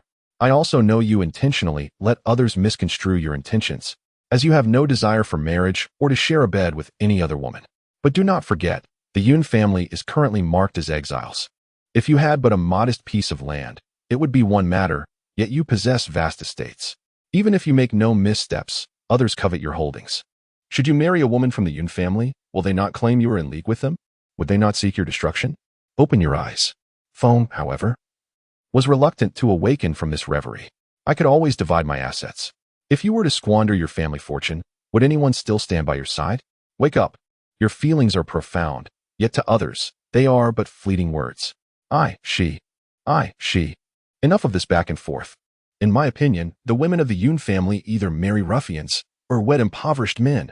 Otherwise, whoever they marry will only bring harm." Yun Qingying was lost in thought when suddenly a burly man appeared before her, startling her. "Old He, how did you suddenly materialize here? Where is Xiaolu?" From Old He's shoulder, a small head peered out. "I'm right here. Aunt, did you ever save a young man?" "Not that I recall." "Why do you ask?" "The person who came to propose to you today claimed you saved his life, and that he was once a young lad." Yun Qingying pondered but could not remember. "No, that can't be right. Could he have mistaken me for someone else?" Cece regarded Yun Qingying thoughtfully. "I believe you've simply forgotten. Perhaps you should reflect a little harder." After a brief moment of contemplation, Yun Qingying still found herself at a loss. Cece observed her aunt's mind and thought to herself how fortunate it was that her elder cousin did not inherit such forgetfulness. Cece then recounted the conversation between Manager Feng and the middle-aged man to Yun Qingying. "Aunt, have you considered remarrying? If you wish, we could invite Manager Feng into our lives. Having him on board would provide us with another capable hand." "Invite." Indeed, although that handsome man spoke rather bluntly, his words were grounded in truth. Of course, his vision may be somewhat limited. Nonetheless, by the time our family regains its footing, you may find yourself in a different phase of life. Please contemplate this carefully. I want to speak with my great-grandfather and great-grandmother." As soon as Cece finished speaking, Lao He carried her away. Yun Qingying gently touched her own face. Meanwhile, upon seeing Cece approach, old lady Yun tapped Cece's forehead. "Why are you being so mischievous?" she asked. "Hee." Cece replied, "I just wanted everyone to be mentally prepared. My aunts are still young. They can't be alone forever, can they? Remarrying would be wonderful. It would not only provide companionship but also help them attract potential partners." "Great-grandmother." You wouldn't want my aunts and cousins to remain loyal to my late uncles, would you? Upon hearing this, old lady Yun exclaimed. Who would want to be faithful to them? They don't even care for their own children. Exactly, Cece added. Lao Hei and I overheard the head of the Feng family say, your aunt has a poor memory. I also believe she has forgotten. Great-grandmother, what do you think of the head of the Feng family? He seems decent enough. Once your great-grandfather finishes his lesson with your cousins, I shall discuss it with him. All right, great-grandmother. I shall take my leave now. Very well. After leaving old lady Yun, Cece went to check on her mother and younger brother, who were both asleep. She planted a kiss on their faces and prepared to leave. However, as she took a step, her mother caught her and said, why are you making such a fuss? The whole family knows now. I wanted everyone to be mentally prepared. My aunts and cousins are still young. It would be unfair for them not to remarry. Indeed. Who would want to marry your aunt? Feng, the master of shunfuxing, desires to marry your aunt, whose surname is also Feng. Indeed. Surely, your aunt would not forget her own mother, yet remember that? Just as Cece contemplated this, Feng Chan remarked, your aunt once rescued a young man with the surname Feng. I wonder if the master of shunfuxing is that same young man from years past? Mother, how do you know that my aunt saved the master of Feng? She seems to have forgotten. Is it truly the case that he is that young man from back then? Yes. Cece relayed what she had heard to Feng Chan, who then sighed. Indeed, the master of Feng is a deeply devoted individual. Yes, it appears that despite my aunt's forgetfulness, he remains steadfast in his feelings. Your aunt has a poor memory. He ought to remember. Although your aunt spoke only a single phrase back then, that phrase saved his life. If I were in his position, I would also remember, though I would not be as infatuated. Most people would not be. Mother, how do you know my aunt saved him? Your previous uncle mentioned to one of the courtesans in our flower house that your aunt had once again caused him trouble. The courtesan inquired what foolishness your aunt had committed this time. He recounted how your aunt had offended Princess Anyang over a young man. He suggested that the courtesan ought to give your aunt the cold shoulder. The courtesan then asked how your aunt had incurred the princess's wrath. He explained that a young man had accidentally bumped into Princess Anyang, who accused him of doing so intentionally to take advantage of her. The princess demanded that the young man be killed. At that time, your aunt happened to be nearby. Your aunt remarked that the young lad did not act with malice, attributing his slip to oil on the ground. Chapter 73. Isn't that akin to being an orphan? Cece lamented once more about her aunt's lack of discernment. If her aunt truly wished to save the young man, why would she tell Princess Anyang that he stumbled merely because he found her beauty captivating? Why would she assert that if the young man were spared, all the young gentlemen in the capital and beyond would perceive Princess Anyang as a woman of beauty, kindness, and nobility? Why state so bluntly that there was oil on the ground? Fortunately, Fengda, the head of the Feng family, is a man of gratitude and deep affection. Otherwise, it would be challenging for her aunt to find a man who is both capable and unperturbed by her age or past marriage, treating her as a treasure. Perhaps this is a case of a simpleton enjoying unexpected fortune. Feng Chan turned to Cece and inquired, do you wish to inform your aunt about the connection she shares with Fengda of Shun Fuhang? No, let them discuss it amongst themselves. Indeed, it is better for them to converse about such matters. Yes, mother, how long has our little brother been asleep? For over a quarter of an hour. He should awaken soon, then? Yes, shortly. In a moment, 13 will awaken.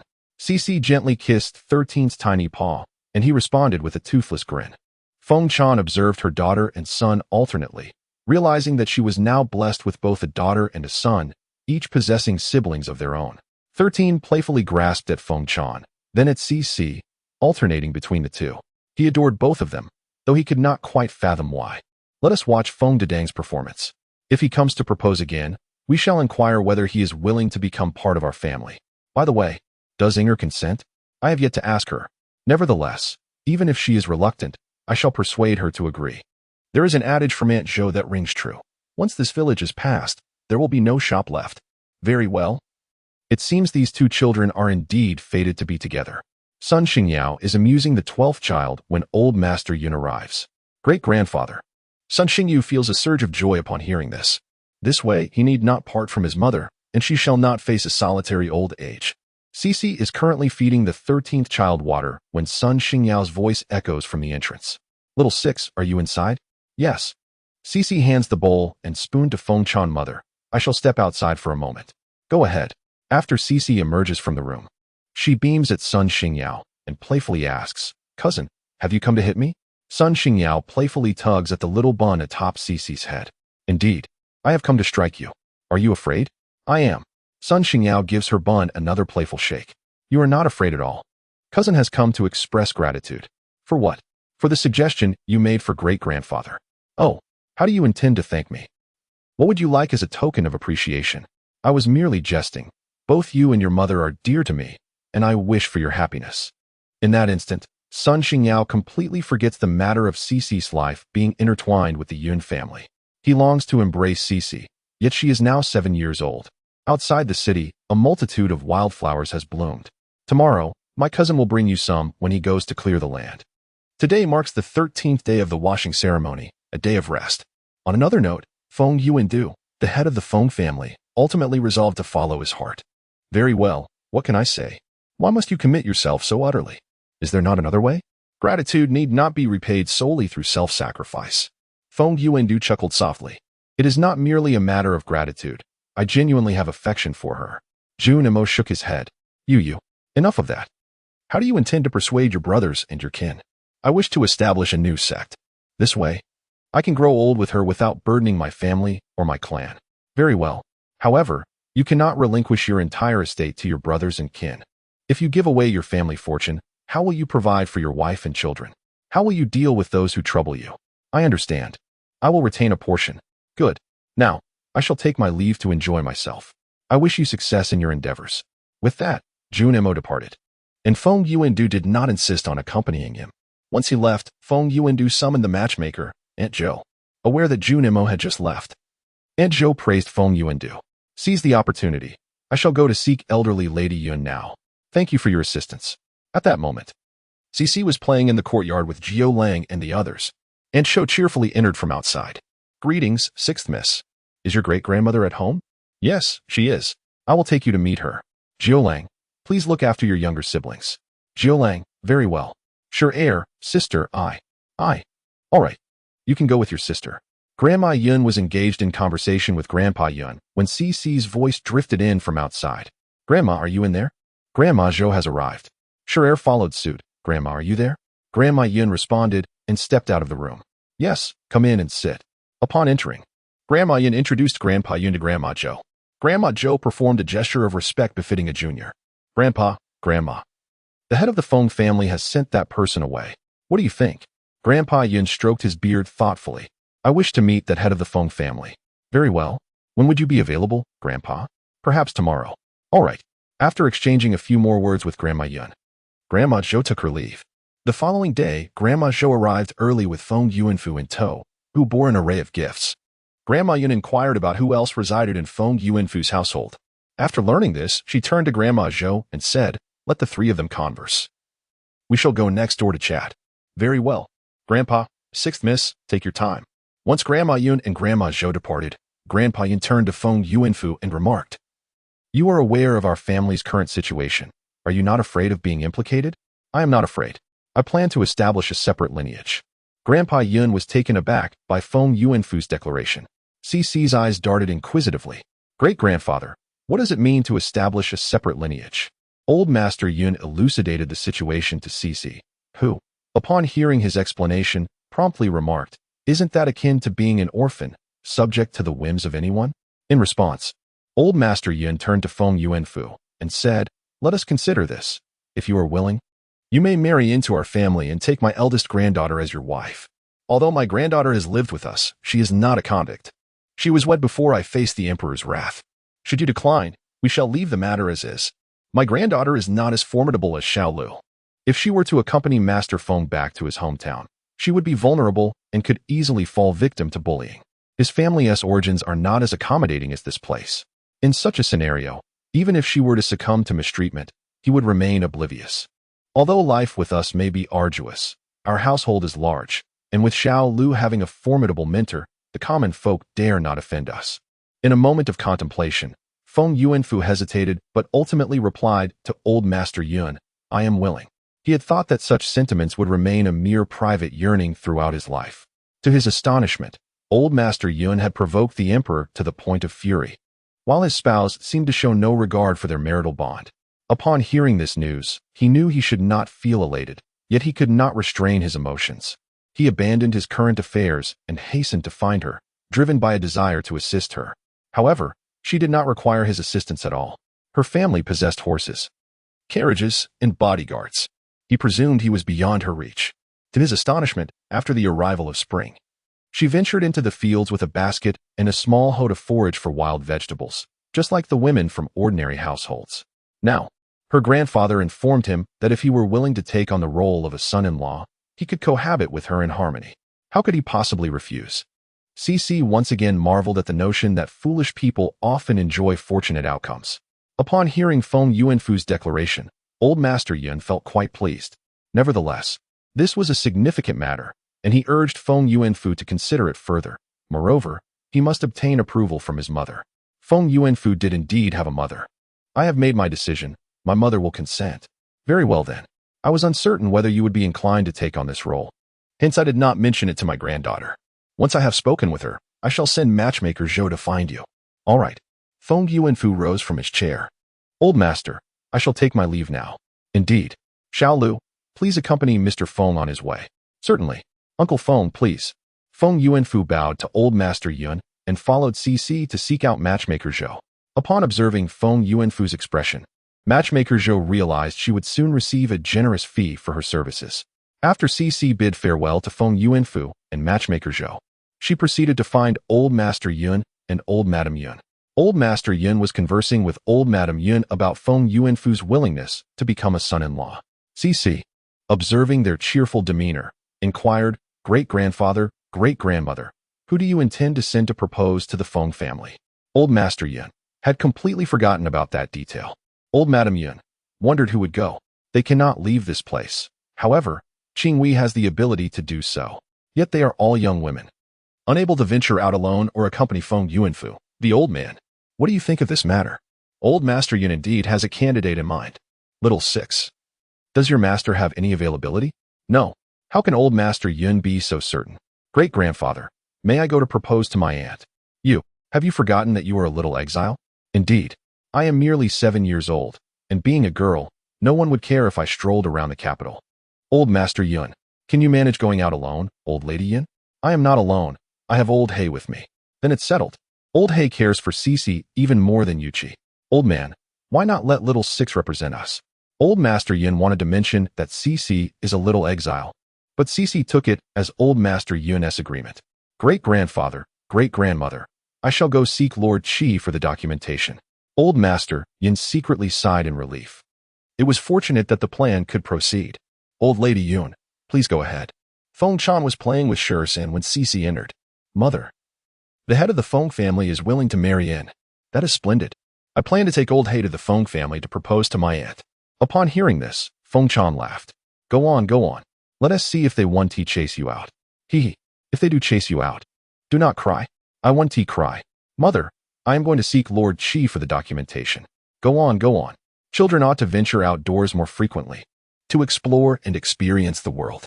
In her childhood, her favorite pastime was to hide beneath the table in the hall, listening to the conversations of the men who frequented the brothel. The brothel served not only as a place of amusement for men, but also as a venue for socializing and networking. At that moment, Cece was playing with Junqi when General Niu arrived with Niu Mingjie. Niu Mingjie approached Cece eagerly. Yun Xiaolu, you have come? Yes. Godfather. I wish to travel far. Travel far? Yes.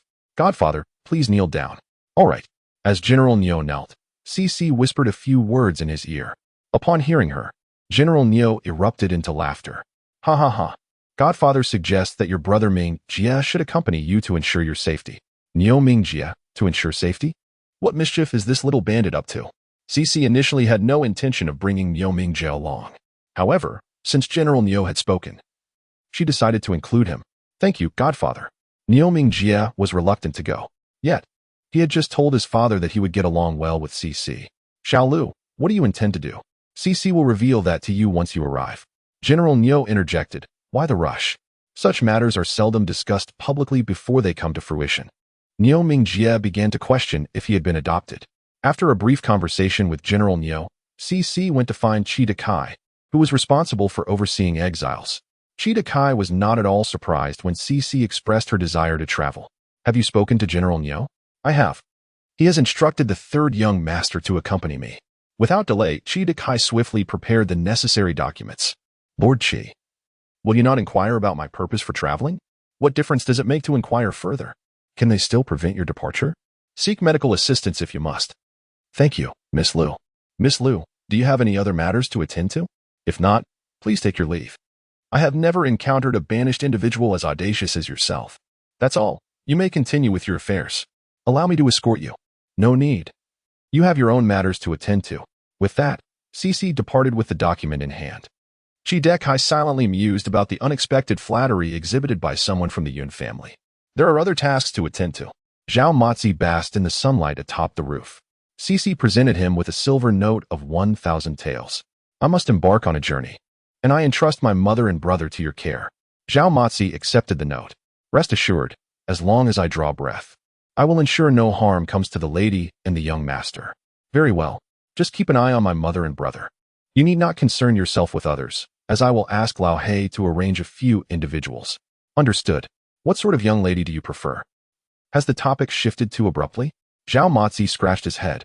I find my current life quite agreeable, free, and unencumbered. My mother will speak of you often, so please bear with it. Good. It is rather nice to be spoken of.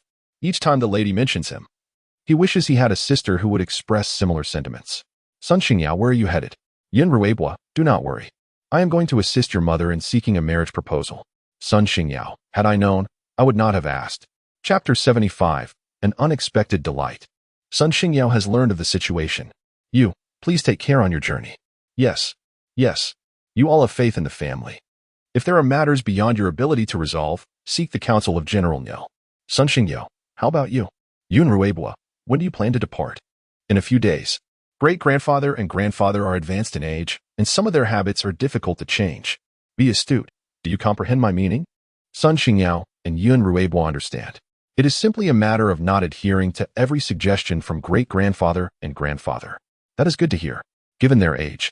And with uncle striving for his future, the household responsibilities will fall upon the two of you. Sun Xingyao and Yun Ruebua felt the weight of this duty, yet they were also eager to embrace it. Old Lady Yun discussed the basic circumstances of Feng Yuanfu with her. Old Mr. Yun shared his impressions of Feng Yuanfu and his willingness to join the family. Afterward, Old Mr. Yun turned to Yun Qingying and said, Both your grandmother and I find Feng De a commendable individual. What are your thoughts? I am uncertain. I have never contemplated remarriage, she replied. Neither had I thought of it before, replied Old Lady Yun. Now that an opportunity presents itself, you should not let it slip away, should you?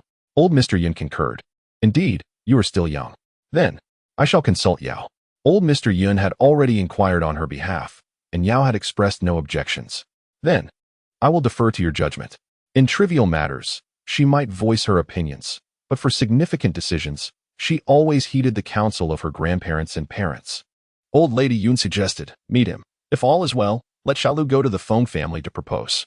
Yun Qingying was both surprised and unsurprised to hear from Old Lady Yun that she wanted Xiaolu to assist her in proposing. The following day, Old Lady Yun instructed Cece to inform matchmaker Zhou of her desire for Feng Yuanfu to meet Yun Qingying. On the third day, matchmaker Zhou brought Feng Yuanfu to their home. Feng Yuanfu had dressed meticulously for the occasion, while Yun Qingying had also taken the time to enhance her appearance. Once seated, Old Lady Yun engaged Feng Yuanfu in conversation for a brief moment before excusing herself and the matchmaker to chat next door. With their departure, only Feng Yuanfu, Yun Qingying, and the lively Xiao Lu remained. The lively Xiao Lu was quite curious about Feng Yuanfu, having never encountered someone as infatuated as he. Therefore, Xiao Lu diligently observed, while Feng Yuanfu found himself at a loss for words with Yun Qingying. Eventually, it was Yun Qingying who broke the silence. Why do you wish to propose to me? Have we met before? Feng Yuanfu nervously rubbed his hands together. We have met, he stammered, recounting the circumstances of their past connection. Yun Qingying finally recalled their encounter. Since I saved your life, you must not take a concubine in the future. The thought of not taking a concubine finally put Feng Yuanfu at ease. Very well, I shall not. Satisfied, Yun Qingying declared. Then I shall send Xiao Lu to your home to propose. Feng Yuanfu was taken aback, but quickly set aside his surprise, focusing solely on the prospect of marrying Yun Qingying. All right, Xiao Lu, when do you plan to set off? In 5 days. Go ahead. Before Cece could rise from her chair, Feng Yuanfu had already departed. Cece glanced over at Yin Qingying. Aunt, he is eagerly anticipating spending every moment with you. Yin Qingying gathered her hair and cleared her throat. Ahem, your aunt is both graceful and wise.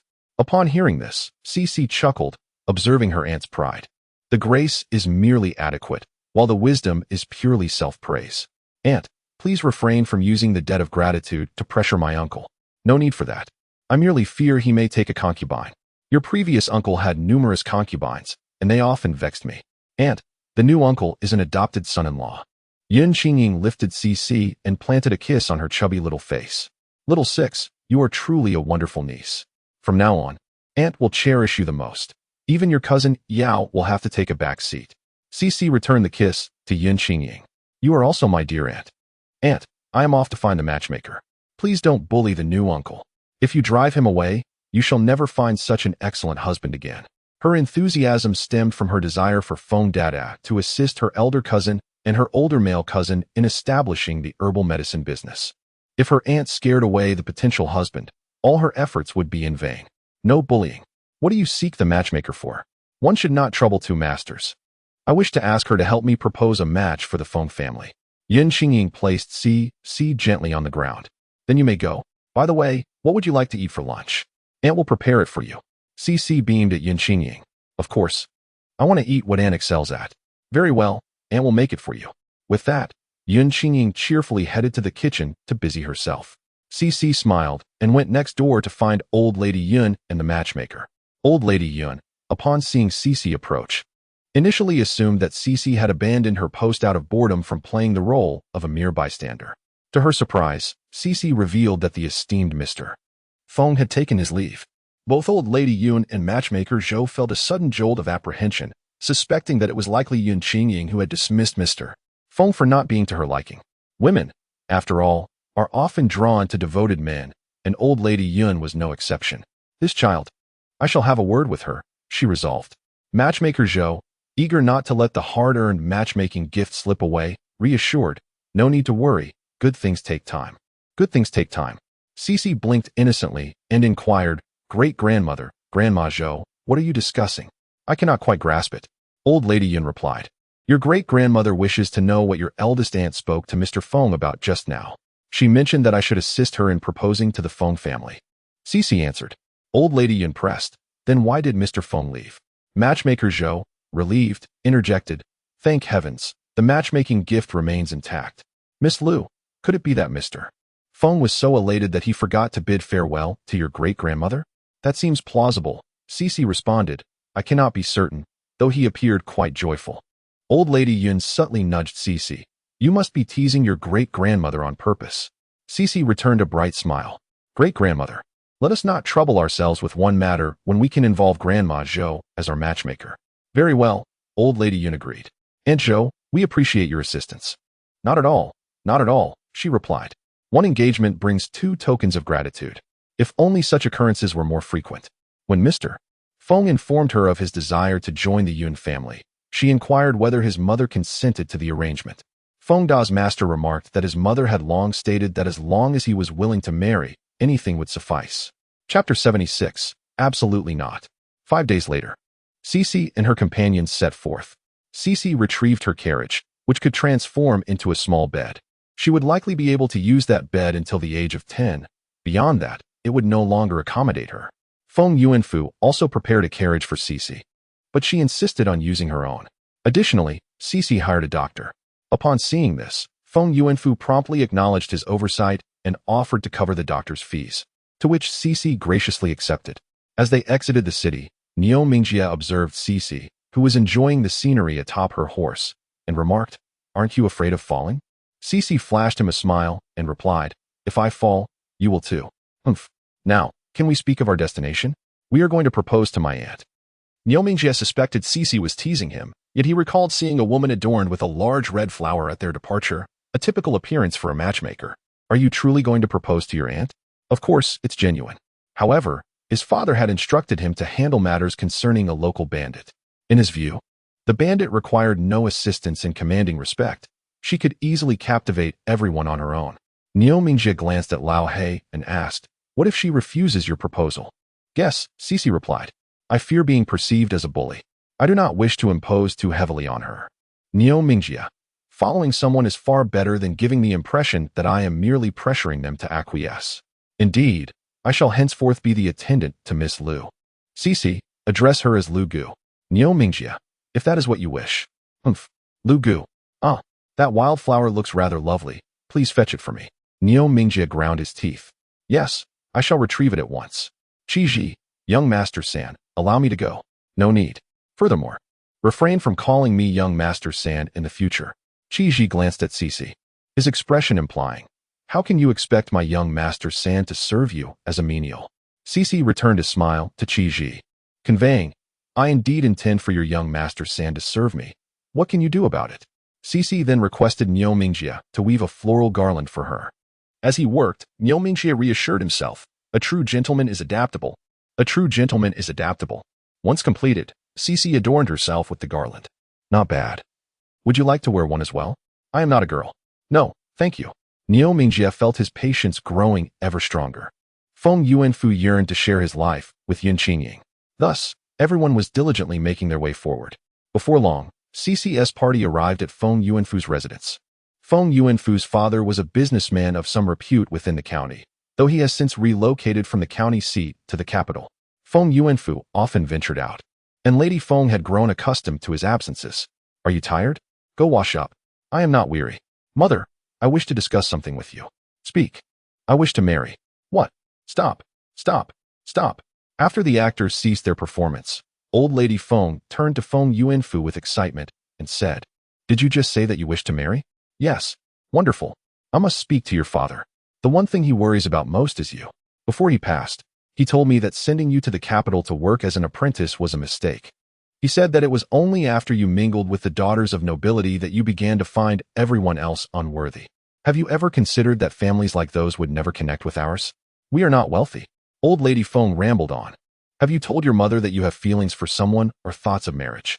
Feng Yuanfu glanced at the butler, who had initially been curious about Feng Yuanfu's sudden change of heart, but now found no reason to listen further. After dismissing the others, Feng Yuanfu confided in Old Lady Feng about his relationship with Yin Qingying. Upon hearing this, Old Lady Feng immediately declared, No, I do not agree. If you wish to repay her, a bit of silver will suffice. Mother, I do not wish to repay her. I truly care for her. That is not acceptable. You have already been married once. I cannot allow you to take on such a burden. Mother, she wishes for me to take her surname to avoid burdening you and my brother. No, I do not consent. Feng Yuanfu looked deeply into Old Lady Feng's eyes and said, Mother, all I desire is to be with her, to be her husband. You, Old Lady Feng, infuriated, struck Feng Yuanfu lightly. Are you trying to drive me to my grave? Feng Yuanfu knelt down and bowed his head to his mother. Mother, please grant your son this wish. You infuriate me, she exclaimed. No, absolutely not. But mother, did you not say that as long as I am willing to marry, anything is permissible? That does not include becoming a son-in-law to an official's daughter. Feng Yuanfu bowed his head again. Mother, I implore you, grant your son this singular desire in his life. No, mother, I beseech you, please fulfill your son's wish. Feng Yuanfu pleaded for a long time, but old Madame Feng steadfastly refused. After washing up, Cece was about to go for a stroll when a dejected Feng Yuanfu approached. My mother disapproves. I plan to marry your elder aunt first, then gradually persuade my mother. Cece looked at Feng Yuanfu and replied, That is a good idea, but my great-grandfather will not consent. Then, I shall resort to fasting. Is it really necessary? Just then, old Madame Feng, still in a huff, was approached by a young maid. Madam, a young girl is at the door. She claims to be from the Yun family, sent by old Master Yun and old Madame Yun. She says that if you do not agree, the Yun family will not allow the eldest master to enter. Old Madame Feng's mood lightened slightly. What else did she say? She also expressed a desire to come in and pay her respects. Let her enter, after all. That child from the Yun family saved my son's life. Moments later, Cece entered. Upon seeing her, old Madame Feng was taken aback. Is she not rather young? Is this child 10 years old? Cece greeted Old Lady Feng. Good day, Grandma Feng. Before I left, my great-grandfather specifically told me that as long as you do not consent, our Yun family will not permit Uncle Feng to enter. To be frank, Grandma Feng, My great-grandfather only agreed to let Uncle Feng in because he has been concerned about my elder aunt for so many years. Cece looked into old lady Feng's eyes and said, "There are matters that you ordinary folk cannot fathom." With that, she took her leave, adding, "I have heard that you have many renowned dishes here, which I must savor." Upon her departure, old lady Feng pondered, "Hasn't the Yun family fallen? Why does this young girl speak to me in such a manner? And what does she mean by things that ordinary people cannot comprehend?" Chapter 77. Unbearable Torment. Initially, old lady Feng was resolutely opposed to the match. However, after Cece's remarks, she began to feel that opposing this union might result in her own loss. Consequently, she summoned her other son. Upon his arrival, old lady Feng recounted the earlier events. "What do you think that young girl meant?" Old lady Feng's second son was unsure. But he inquired, "Is she truly from the Yun family? I have heard that those who are exiled must not wander freely. Is there such a rule? It seems so, doesn't it? Should I investigate further?" Hurry, hurry. You have no idea. That little girl is quite impressive. According to her, your elder brother aspires to become part of her family, or perhaps she believes he is reaching beyond his means. Are you suggesting that even if the Yun family has fallen, those in charge would still allow them to be released? It is indeed likely. A lean camel is still larger than a horse. The Yun family was once a prominent household. As for your brother's situation, Feng Er is reluctant to assume responsibility. This matter rests upon your judgment. You have encountered more than I have. Meanwhile, upon leaving the Feng residence, Cece, accompanied by Old Black, Niu Mingjia, and his entourage of attendants and guards, made her way to the largest tavern in the area. Those employed as greeters in such establishments are astute individuals. As soon as the greeter spotted Cece and Niu Mingjia, he discerned that they were not children of ordinary families. Before Cece and her group could approach, the greeter hurried over to them. "Good day, young master and young miss. Please, step inside." Cece shot a sidelong glance at the greeter. "What do you mean by that look?" "He is my attendant." The young greeter replied. "Is that so? This young gentleman does not appear to be a servant." Niu Mingjia lamented. "Ever since I encountered this little girl, I have regretted it daily." Cece reiterated. "What do you mean by that look?" "I am the attendant." The greeter responded. "How surprising. My apologies, I was mistaken. Young miss, please, come in." As they entered, Cece inquired, "How many tiers of private rooms do you have? Please arrange for a second-tier room for us." "Certainly. This young miss is truly generous. Typically, attendants dine in the main hall." "Miss, allow me to introduce the dishes we have available." "No need. Just bring forth your signature dishes." "Very well. And may I inquire about your companion, miss?" "Likewise, I am not concerned about the cost of a few meals." "Excellent. It is truly a privilege to serve such a distinguished young lady. After all these years, I have yet to indulge in your renowned dishes, having only sampled what was left by the patrons." Niu Mingjia felt a twinge of discontent upon hearing Cece's words. His displeasure did not stem from dining in a second-class room, but rather from the apprehension that Cece might be unable to afford the meal. He discreetly glanced at Qi Ji, silently inquiring whether they had sufficient funds to settle the bill. Qi Ji's heart sank. While they indeed had enough, the extravagance was alarming. Even the general and his household would not request all the signature dishes at once, let alone 2 portions at a time. Qi Ji nodded, feeling dejected. He recognized that if they continued to spend in such a manner, they would soon find themselves destitute once again. Niu Mingjia sighed in relief at Qi Ji's nod. Once the attendant escorted Cece to the finest private room, Lao He placed a 5-tael silver ingot on the table, fixing the attendant with a steely gaze. "If my young lady is pleased with her meal, this silver is yours. Should you attempt to deceive or take advantage of her youth, I shall not hesitate to make you regret it." Lao He's imposing demeanor was enough to instill fear. With an intentionally stern expression, the attendant promptly abandoned any ill intentions. "Rest assured, I will ensure the young lady enjoys her meal thoroughly. Off you go." Once the dishes arrived, Cece and Lao He began to savor the culinary delights with great concentration. Meanwhile, Niu Mingjia, gazing at the table laden with delicacies, found himself regretting his decision to provoke Cece. "Just eat," he thought. "What else can be done now that the order has been placed?" Qi Ji, while indulging in the feast, lamented the expense. The other guards, relishing their meal, mused about how fortunate they were to accompany the 6th young lady on her outing. After their meal, Lao He tossed a silver ingot worth 5 taels to the waiter. The food was delightful. "Thank you, Miss Xia," exclaimed the waiter in gratitude. "What entertainment do you have here?" Cece inquired, to which the young attendant chattered animatedly about various amusements. as Niu Mingjie awaited the waiter to settle the bill. Lao He approached him. Have you finished your meal? If so, let us depart. Depart? Have you settled the account? Niu Mingjie asked, recalling the moment when Cece had robbed him, during which he questioned her about her financial need. Cece had casually produced 5,000 taels from her person. It is all that little girl's fault for being so young, and the Yun family is known for their integrity. Ahem, let us go, he said. Zhao Ruliang also recalled the incident. His curiosity piqued regarding the source of Cece's wealth, while simultaneously reconsidering her character. Upon exiting the tavern, Cece led Niu Mingjie and his companions to further amusements. The unusual pairing of Cece and Lao He, coupled with Niu Mingjie and his formidable guards, quickly captured the attention of the city's inhabitants. News spread swiftly that a wealthy young lady had arrived, accompanied by an impressive entourage. On another front, Feng Yuanfu sought his mother's approval daily, torn between her stern refusals and the fear of missing out on a connection with high officials. His mother endured a torturous few days, but fortunately, Feng Laosi had brought his uncle to visit. His uncle's family resides in the county town. Upon seeing her brother, Mrs. Feng promptly informed him about the matters concerning Feng Yuanfu and Yun Xingying, as well as the words that Cece had shared with her. Brother, what do you think we should do about this? Feng pondered for a moment. So that little girl came to seek you out just once? Yes, she is still here. Just as Feng was about to suggest that she was likely putting on a show, Mrs. Feng interjected, she has been squandering money every day. Squandering money? Indeed. Mrs. Feng recounted Cece's remarkable exploits. Feng listened in astonishment. Whose money is she spending? Hasn't the Yun family already fallen? I am uncertain. I inquired with the eldest, and he claimed it wasn't his funds. He mentioned how much money he possesses. Every expenditure is accounted for. Brother, what do you think about this situation? Feng, feeling quite astute, suggested, summon that little girl. I wish to ascertain whether the Yun family truly possesses capability or is merely engaging in trickery.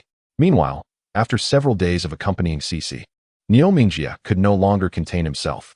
Yin Xiaolu, are you here to assist your aunt in courting, or merely for amusement? Cece flashed a smile at Niu Mingjie. Yes. Just as Cece was about to lead Niu Mingjie and the others outside, the steward of the Feng family arrived. Miss Yin, my uncle has come. He wishes to meet you. What rank does your uncle hold? Cece shot a sidelong glance at the steward before proceeding to exit with Niu Mingjie and the others. Niu Mingjie remarked, it is confirmed. This little bandit is here solely for fun. Chapter 78. You are benefiting from my light, Feng, and had arranged for his uncle's presence. Yet the butler informed him that Cece had gone out to squander money again. Did you not mention who I am to her? He inquired. I did. The butler replied. Then why has she not come? The butler silently pondered that not only had she not come, but she had also inquired about your official rank. Uncle, judging by Miss Yun's demeanor, if our family does not acquiesce to her wishes, she will not grace us with her presence. Such audacity? Could it be that the circumstances surrounding the Yun family are indeed different from what we understand? Is it possible that their journey to the border was not a banishment, but rather a covert mission on behalf of the emperor? Otherwise, how could that young girl roam so freely? How could she possess such wealth? The more Feng contemplated, the more convinced he became of this notion. Nonetheless, to be prudent, he decided he must meet the young girl. He cast a glance at the butler. Go and inquire where that child has gone to entertain herself. As you wish. Cece, with her flamboyant demeanor, was soon discovered by the butler.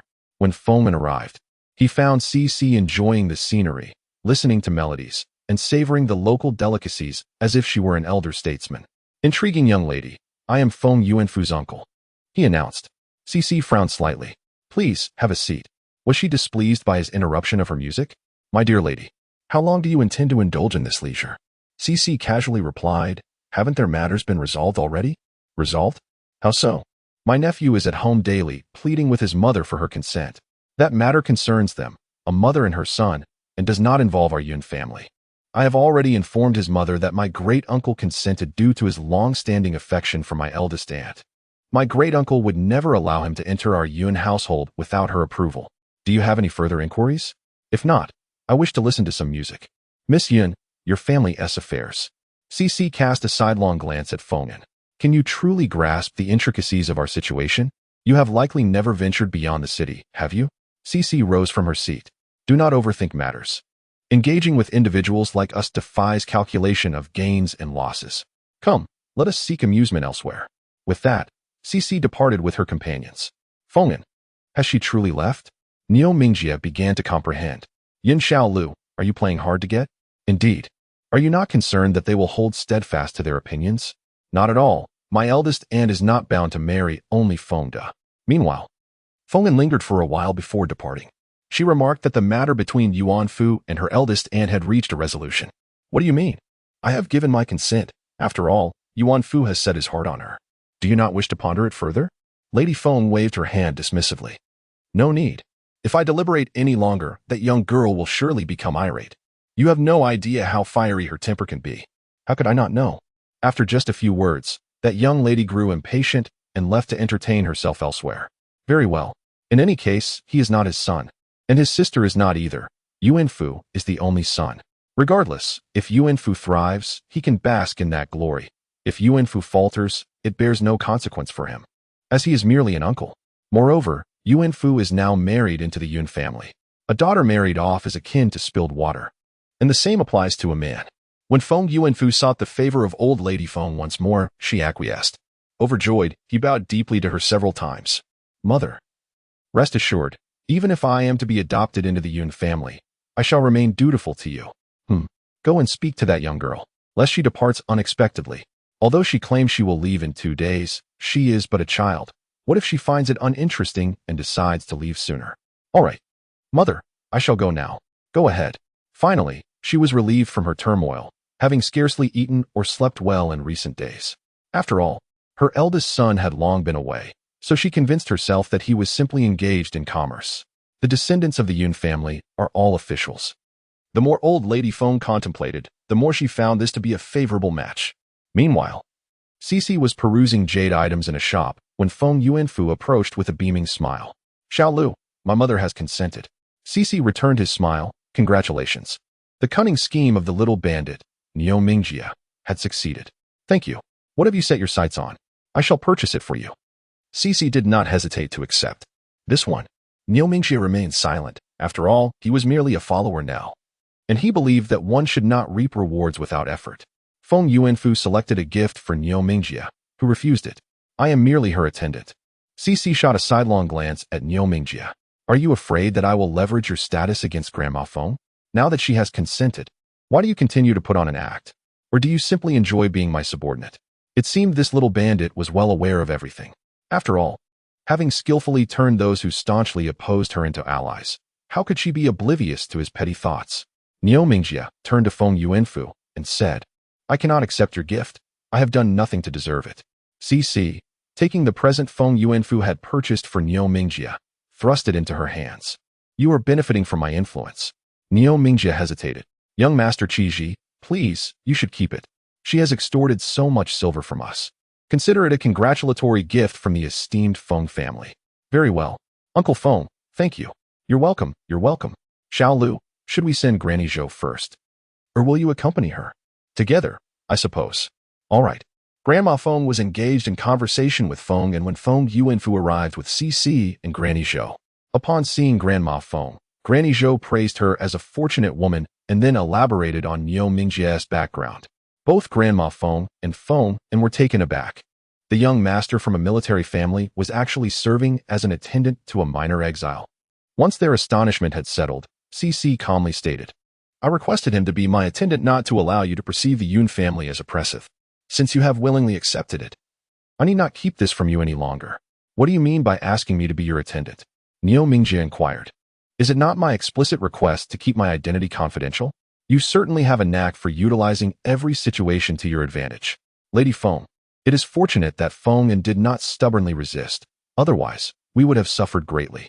Cece produced a 1,000-tael silver note and placed it on the table. This is the betrothal gift.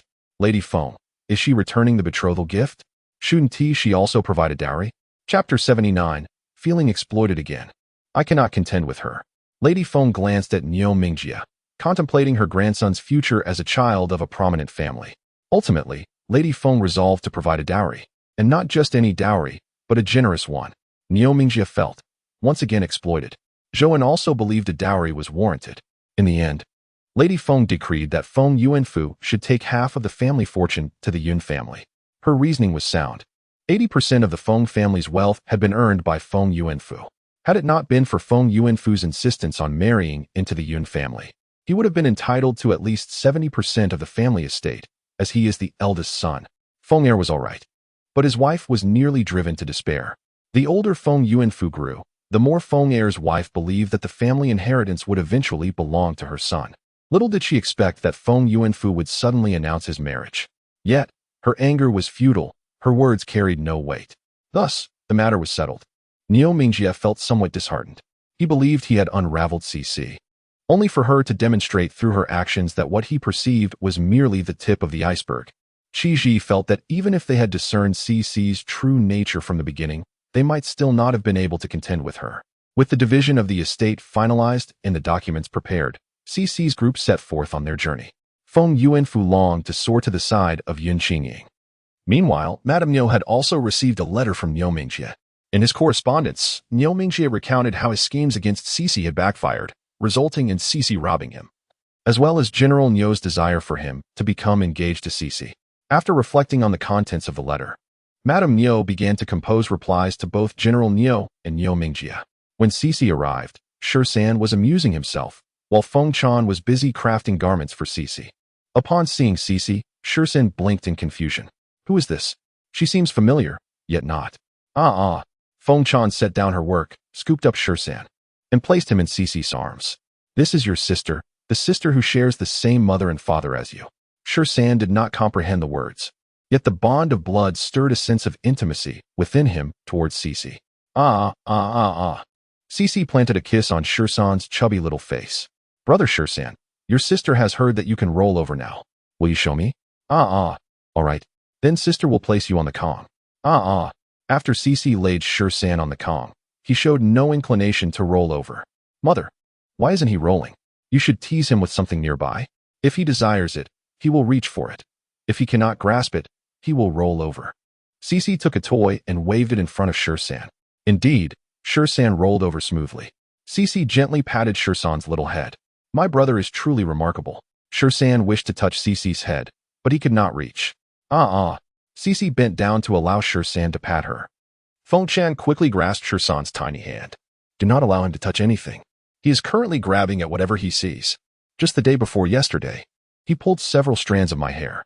Is that so? In that case, it is best to refrain. As Cici engaged in play with Shursan, she inquired, has anything unusual occurred at home in the past few months? No, just 5 individuals arrived. Among them are those skilled in herbal foraging, medicine crafting, and treating minor ailments.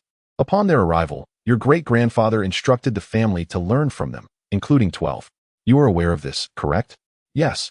I informed him that you were away on a journey. Upon hearing this, he expressed a desire to confront you, lamenting that you did not inform him of your departure. You should visit him when you have the opportunity. Cici chuckled. Isn't he becoming more and more like a soldier? Speaking of business, Feng Chan recalled something. Isn't there a business venture to be undertaken at home? Do you intend to merge with them or remain separate? Separate. Feng Chan felt relieved. Mother does not wish for you to merge with them either. What you possess will ultimately serve as your dowry. If you can manage, collaborate with them. If not, simply offer them some advice. Indeed, those resources are essential for the well-being of the 3 of us. And then there is Lao He, Lao Bai, and Ma Zi. Would you like to learn about herbal foraging and medicine crafting as well? I would. Once your younger brother is older, I shall pursue that knowledge. A multitude of skills is never a burden. Was your recent excursion successful? Quite successful. Cici recounted the events to Feng Chan. Upon hearing Cici mention that Niu Mingjie would serve as her attendant, Feng Chan laughed. Are you not concerned that he might report you to General Niu? It matters not. General Niu is not a petty man. Indeed, if he were, he would not allow you to call him adoptive father. Mother, why do I detect a foul odor? Mother also noticed it. Your little brother has secretly soiled himself again. Secretly soiled? Feng Chan remarked while cleaning Shursan. Typically, children make a sound before they relieve themselves, but your brother does not. He only makes a sound after he is finished. Is this habit of my brother's good or bad? There is no definitive answer. It simply means that adults must change his diapers more frequently. Cici gently tapped Shursan's little nose. You little rascal. Shursan seized Cici's finger and playfully bit it. Meanwhile, the mother and daughter chatted while amusing Shursan. Upon realizing this, Niu Mingjie pondered when his daughter would finally come to the military camp to visit him. Upon receiving the letter, Niu Mingjie quickly tore it open and read it through at once. After finishing, he felt he must have misread it. Thus, he read it again. Yet it remained unchanged. Niu Mingjie was in disbelief. Father, what did mother say to you? Your mother said as long as I believe you and Cici are well-suited. She will not oppose. It's over. He will never escape the grasp of that little bandit. Niu Mingjie glanced at the letter in his hand and resolved to struggle once more. Father. This time I accompanied her to propose to her aunt and came to a realization. What realization? I cannot compete with her. Chapter 80. He has fallen, haha. Father, may I ask you, have you ever learned the tactics employed by Cici? Yes, I have. Father, what I mean to say is that if I were to marry her, I would be at her mercy. Let her take advantage of you, for with gain comes loss. You cannot expect to have a wife who will assist you in times of distress, while simultaneously wishing for one who will be entirely subservient to you. General Niu gently ruffled Niu Mingjie's hair. My son, one must not be overly greedy. Just as I seek a capable wife, I cannot expect your mother to possess the same magnanimity as other women. Furthermore, just because you cannot compete now does not preclude you from doing so in the future. You have learned the same tactics that Cici employs. It is merely that you have yet to put them into practice. Your father wants you to accompany Cici to propose to her aunt. This is not only to bolster Cici's confidence, but also to observe how she deftly manages the Feng family without raising a fuss. Additionally, I wish for you to understand that knowing the 36 stratagems is insufficient. One must also know how to apply them. True mastery comes from application. Niu Mingjie had not anticipated that his father had such profound intentions behind sending him out with Cici. Father, you are indeed a schemer. Of course. Do you think warfare is simple? I tell you, those who excel in battle are often the most cunning. Had Cici been a boy, I would certainly have taken her under my wing to teach her the art of warfare. Niu Mingjie had initially considered himself quite clever, yet in comparison to his father and Cici, he felt rather dim-witted. Father, if you were to compete with Yun Xiaolu, who would prevail? Of course, it is Cici. Being young, Cici is often underestimated. I recall how, upon their first meeting, he was so taken with her that he readily donned a metaphorical high hat, momentarily setting aside any grievances with her mother, thus accepting her as his goddaughter. However, this matter must not be disclosed to that insufferable lad. This insufferable lad is currently quite fearful of Cici's potential to intimidate him. He must be led to believe that with diligent effort, he may one day surpass her. General Niu gazed at Niu Mingjie and remarked, certainly, it is the father who prevails. However old she is, I am older. The bridges I have crossed far outnumber the paths she has tread. Do not be daunted by her. She merely excels at applying knowledge from books to real life. Master this skill, and you too shall triumph over her. Even if you cannot win outright, you can at least hold your own. You are your father's son, and I have faith in you. Surely, you do not intend to shy away from battle after a single defeat? Father, you are employing a tactic of provocation. Ha ha. You see, you have already made progress. Very well. He resolved to learn diligently from his father, aspiring to one day best that little bandit. Father, there are several aspects of the battle you recounted yesterday that I still do not comprehend. Which parts are unclear? Let me explain. Thus, General Niu successfully guided Niu Mingjie from the depths of despair onto the path of diligent study, striving to ultimately outmatch Cici. Meanwhile, the date for Feng Yuanfu and Yun Qingying's wedding was also set. Elder Mr. Yun and Mrs. Yun summoned Feng Yuanfu and Yun Qingying into their chamber. After Feng Yuanfu and Yun Qingying exchanged pleasantries with Old Master Yun and Old Madam Yun, the elder remarked, after your marriage, cherish your days together. When children arrive, let them take the surname of Inger. In a few years, when the Yun family is but a memory, they may adopt the surname of Yuanfu. Yun Qingying replied, all right. Feng Yuanfu added, Grandfather, I am indifferent to such matters. My contentment lies in being united with Ingo as husband and wife. I understand. You hold Inger dear. Yet we must also consider your family's well-being. We propose your adoption into our family merely to prevent any burden upon your kin. Think of it as a temporary stay at your wife's parental home. Feng Yuanfu was deeply touched by these words. Thank you, grandfather. Before long, the day of their wedding arrived. Yin Yuqi played with San while casting glances at Cici. You little rascal, you little rascal. After such a long absence, Yu Haventy even thought to visit the military camp. Little rascal. San blinked, perplexed. Was she jesting with him? Cici rolled her eyes internally. Mother, I am off to play. Go on, Yin Yuqi replied, lifting San into his arms. Son, let us also venture out to play. Cici sighed. Well, If you wish to follow, then so be it. Feng Chan smiled as she observed Yun Yuqi carrying Shisan, following Cece out. When did this father-daughter pair become like all the others? Meanwhile, Yun Yuxuan and his companions were engaged in strategic exercises with Sun Xingyao. Upon noticing Cece's arrival, they couldn't help but chuckle. For while other families had daughters seeking affection from their fathers, it seemed in the case of the third son, it was the father pursuing his daughter's affection instead. As soon as Shire spotted Cece, she dashed over and wrapped her arms around Cece's legs. Sister, let us play together. All right. Today, Yin Qingying and Feng Yuanfu are getting married, and everyone has a day off. 13. Seeing Cece and the others having fun, also wishes to join in. Oh. Yin Yuqi quickly positioned herself behind Cece. Yin Yuxuan teased Yin Yuqi, saying, "You can't stand there, you're too tall. If you do, you'll become a target." In a swift motion, Yin Yuqi crouched down. Not tall anymore. Cece thought, how has this person become so childish? Yin Yuxuan and the others laughed. Feng Yuanfu had finally married the woman he had cherished for over a decade and felt like the happiest man in the world. Yin Qingying was equally delighted. Who wouldn't he want to marry a man who treasures them? The others began to occupy themselves with their own tasks. Cece assumed that Feng Yuanfu would soon return to his own affairs. However, half a month passed, and Feng Yuanfu continued to revolve around Yin Qingying daily. Cece could no longer endure it. "Uncle, are you planning to live off your past?" Feng Yuanfu replied. He has finally married the person he adores. Let him enjoy a few more days of happiness. Ahem. The shop assistants and the manager at Uncle's store are quite capable. Cece then turned to seek out old Master Yin.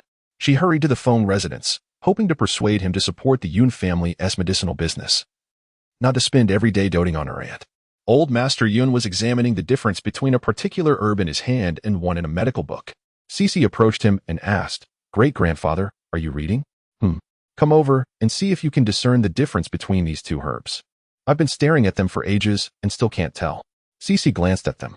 The colors of these two leaves differ. One is darker while the other is lighter. It is impossible to discern this merely by reading. One must juxtapose the two herbs for comparison. Is that so? I wondered how I could not perceive it after such a long observation. Are you seeking great-grandfather for something? Yes. Cece gazed at old Master Yun and inquired, "Great-grandfather, should we not allow my uncle to enter the family through marriage? He now resembles a young bride, constantly attending to my aunt. Even after 12 encounters, he remains oblivious to several types of herbs. He has fallen from grace. As a side note, thank you for the generous reward, my dear, which has left me utterly exhausted. Sweetheart, when fatigued, one should indulge in beautiful scenery and delightful cuisine." Chapter 81. Relying on a false facade to deceive me. An aunt old Master Yun would never permit his descendants to decline. He promptly sought out Feng Yuanfu. Cece, with her hands clasped behind her back, followed suit. Upon noticing Cece's departure, Feng Yuanfu intended to find Yin Qingying. However, before he could locate her, he was intercepted by old Master Yun. "Yuanfu, where are you off to? How many days has it been since you last visited your shop? Shouldn't you check on it?"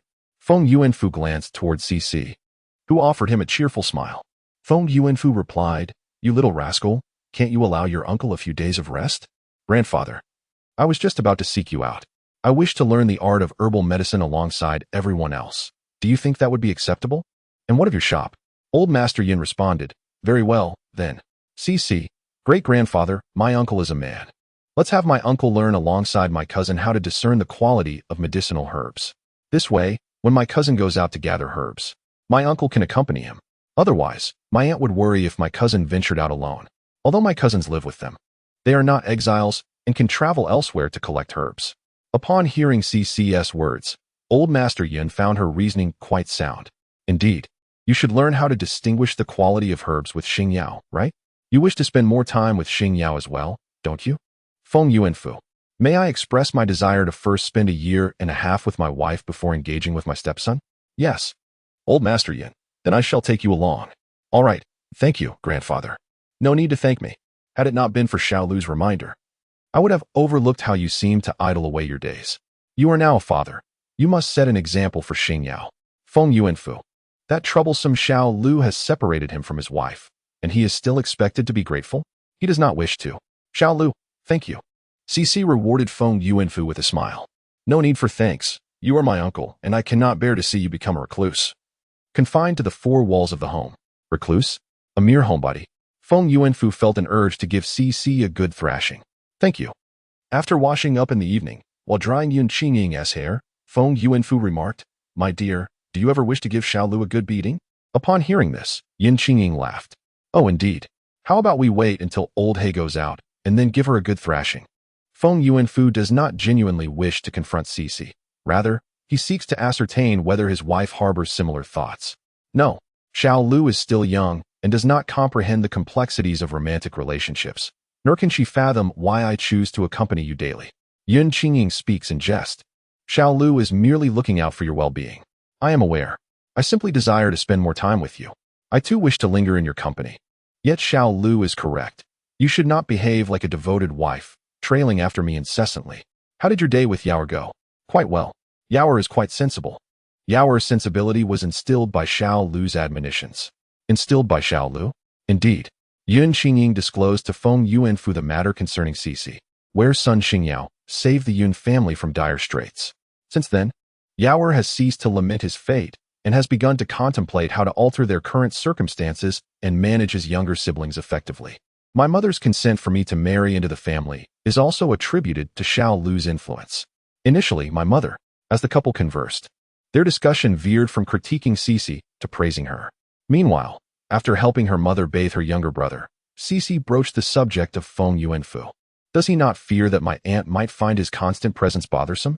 Upon hearing this, Feng Chan chuckled. Your aunt is rather pleased. Indeed, given her nature, she enjoys being adored by others. My aunt is easily appeased. Quite so. However, most women tend to fall for such flattery. You must not succumb to this in the future. Oftentimes, it is merely a fade, a tactic employed by men to charm women. Indeed, your great-uncle is genuine. I am not easily swayed by such tactics, rest assured. The mother and daughter conversed a while longer before succumbing to slumber. Cici possesses her own room. Yet she currently shares a space with her mother to assist in caring for her younger brother. After dining, Cici bid farewell to old Master Yun and proceeded to seek out General Niu. Upon her arrival, General Niu happened to be free. Hello, Godfather. Has Phantom permitted you to ride? The general playfully tapped Cici's little head. You have a knack for bringing up sensitive subjects. Has Junqi welcomed a little one yet? Indeed. Godfather, I wish to discuss something with you. Cici took a step back. You aren't suggesting I hand over Junqi's baby to you, are you? Ahem. Would you be willing? Absolutely not. If you want me to be your daughter-in-law, I shan't indulge you too much. General Niu playfully tugged at Cici's clothing, lifting her slightly. Will you concede? I shall not. You've grown quite bold. Come. Let us spar at the training ground. If we must, but you must grant me 10 moves. 20 moves would be acceptable as well. Soon, General Niu and Cici had vanished from sight. The onlookers murmured. Niu Mingjia. So his father possesses such a childish side? Zhao Ruliang. The general is growing increasingly fond of this little trickster. Qi Ji. Will that little bandit relent? Meanwhile, Cici tilted her head, looking at General Niu with a cheerful smile. Godfather, do you have other matters to attend to? The general lamented once more that Cici was not a boy. General Niu conveyed the words he had shared with Niu Mingjia to Cici. Find a suitable opportunity for him to win once, lest he grows fearful of you. A single victory, or perhaps two, will surely inflate his pride. Very well, let it be one. What have you been doing at home these past few days? Why have you taken so long to visit me? I have been studying pharmacology at home. Our family is preparing to venture into the herbal medicine business. It is a lucrative endeavor, capable of both generating profit and saving lives. Would you care to join us in this venture? No. I would prefer to partner with you alone. Niu Mingjia, Zhao Ruliang, and Qi Ji each thought to themselves. I knew you would triumph. I knew my father, the general, was merely jesting with you. After spending some time playing with Junqi, Cici departed. Approaching her home, she spotted a handsome gentleman and offered him a bright smile. Greetings, Uncle Jun. Are you on your way to visit my uncle? Jun Imo shook his fan. No, I am coming to your house to present myself. I aspire to be a son-in-law in your family. Cici was taken aback. Is this fellow jesting, or does he genuinely harbor such intentions? On what grounds? The Yun family does not accept just anyone. Jun Imo tossed his hair back. Simply based on my good looks. Cici retorted, do you think I am my uncle? Follow me. Very well. Cici led him to a secluded alley. Crouch down. All right. As soon as he squatted, Cici swiftly removed his facade. You think you can deceive me with a mere mask? My aunts would. Before she could finish, Cece was left speechless. Chapter 82. The Sole Outlier Uncle. What brings you here? Yi Jinhui shot a glare at Cece. If I hadn't come, would you have married my wife off to someone else? Would you have let my daughter and son call another man father? He was well aware of his father-in-law's family, and he understood the intricacies surrounding Feng Xianzi. As for the young girl, she had always acted unpredictably. Cece thought to herself, of course, after the death of the old emperor. If the first and seventh princes were to clash, resulting in chaos throughout the realm, then the more matrimonial alliances, the greater the power. However, since they have come to me, I certainly cannot express such sentiments. How could that be? My aunt and you share such a strong bond. By the way, since you are here, let us settle the debts concerning the rescue of your wife and your children. Cece continued. Are you unaware of how many times I have saved your wife and children? Let me recount it for you. The first time, someone attempted to burn them while they were asleep. The second time, they encountered bandits as soon as they left the capital. As for the third time, let us not count those and focus solely on these two instances. Yi Jinhui replied, if you remain ignorant of these two, how could you possibly repay me? If we tally more, I might as well offer my life in exchange. Cece nudged Yi Jinhui when he fell silent. Hey, why are you not speaking? You don't intend to default on your debt, do you? Let me remind you, I had to pay someone to rescue your wife and children. I can't expect to utilize their services without compensation. Yi Jinhui tentatively inquired. So how much silver do I owe you? On that occasion, I spent over 800,000 taels of silver in total, averaging approximately 40,000 taels per person. Considering that your wife is my paternal cousin and your two children are my relatives, I shall cover half of the expenses, and you need only repay me 60,000 taels. 800,000 taels. Who do you think you're fooling? Indeed, my associates are all experts, and the value of such skilled individuals is naturally high. Experts? Precisely. I must ensure the safety of each and every one of them. My aunts, cousins, and relatives are my flesh and blood. The loss of any would bring me great sorrow. Third uncle, you don't truly mean to say you lack even 60,000 taels, do you? I genuinely do not possess that amount. Their family has yet to separate, and he holds a nominal position. Third uncle, I have already advanced half the sum.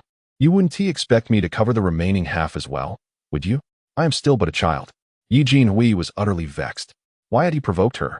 He clearly recognized that the Yun family's smooth navigation through difficulties was largely due to her efforts. Cece, if third uncle were to apologize to you now, would you be able to forgive him? Yes. You were the first to approach me, and likely the only one. By the way, why did you only come now? A few days before your family's incident, I was dispatched to a distant location by my superiors. By the time I learned of it, more than a month had already passed. After I completed my duties, I intended to visit you, but I fell from my horse and broke my leg. By the time I recovered, you had already settled here. Cece cast him a sidelong glance. Such a coincidence. It was orchestrated by my father. Your father is affiliated with the seventh prince? Indeed. So, Junmo told you that my great-grandfather and the others consented to allow my aunt to remarry, and you became anxious. Hastening over? Is he currently at your residence impersonating you? Are you not concerned that he might harm you to usurp your identity? Junmo is the legitimate eldest son of the Duke of Ningwa. What could have provoked him? A promising heir of a noble house choosing to act as a shield for his aunt's suitor. Either he is deeply troubled or his mind is unhinged. This is a private matter, and I find it inappropriate to comment. Very well. Did he meet my uncle while he was working as an assistant in the capital? That seems likely. Is my uncle aware that he is the legitimate heir of the Duke of Ningwa? No, he is not. How do you know then? Are you well acquainted with him? Not particularly. He merely mentioned that he wanted to observe how I would respond. Does everyone know how affectionate you are with my third aunt? It dawns on me why Junmo would choose to accompany his uncle. He must be curious to see how long his uncle can endure and how far his third aunt is willing to go for her sister. How could I possibly object? The lives of my wife, son, and daughter are all indebted to your rescue. I shall remain here, as my position is merely a nominal one anyway. Is that so? Yi Jinhui is eager to inquire about the meaning behind your statement, but alas, he lacks the 6,000 taels. Are you implying that you find my arrival tardy? No. I was contemplating how many days Junmo would assist you in your duties. Junmo stated that he would only serve as a lackey for 3 months, after which he would depart from his duties. Is he not concerned that your father might break his legs? He proclaimed that he would leave home directly after 3 months. Is that so? Cece shook the false mask in her hand. Were you originally curious to see if we would be willing to offer my third aunt to you? Did you wish to ascertain whether my third aunt would forget you upon encountering a handsome man? If that were the case, you could then comfortably marry another wife. Couldn't you? Yi Jinhui had learned to be cautious. No, I merely fear that if my father discovers my departure, he will come looking for me. It seems only he understands his own heart. Cece did not dwell on this question. There are a total of 8 girls in Yun Qingying's generation. When Yun Qingying and her companions pursued Cece and the others, they were both exhausted and anxious. And Cece's attention was focused on how to manage Sun Xingyao and his group of children. Thus, no one discussed the matters concerning Yun Qingying's husbands. Unexpectedly, one of their husbands did not include her third aunt's husband. Cece looked at Yi Jinhui and inquired, "Aside from you, were my previous uncles all in the capital when trouble struck my family?" "Yes. It appears that only her third uncle is an anomaly. He believes that family is more important than a career." Cece returned the false mask to Yi Jinhui. "Very well, proceed with your plans. I shall go to the theater to listen to a performance." "What do you mean? Do you want me to probe your great-grandfather and their dealings with your third aunt?" "I have no ulterior motives. I simply do not wish to involve myself in the affairs of adults. I am going to enjoy a play. You should attend to your own matters as well." After finishing her words, Cece departed. Yi Jinhui glanced at the mask in his hand, and then in the direction where Cece had left, repeating this action with a growing sense of unease. Suddenly, an idea struck him. Could it be that this little girl secretly wished for him to have a falling out with his wife? Was it possible she had already found a suitable match for his spouse? Originally, Yi Jinhui intended to tease Cece, aiming to demonstrate that no matter how clever she thought herself to be, she was still a mere child, incapable of outsmarting an adult. However, the plan backfired, resulting in him losing his advantage instead. He had intended to amuse himself at Cece's expense before seeking out Old Master Yun to introduce himself, hoping to elicit a heartfelt response from both Old Master Yun and his wife. The more he thought about it, the more frustrated he became. At that moment, Feng Chan was outside in the sun with 13 when a man entered through the gate. "Excuse me, is Old Master Yun available? I have come to pay my respects." "And you are?" she inquired. "I am a friend of your elder brother-in-law."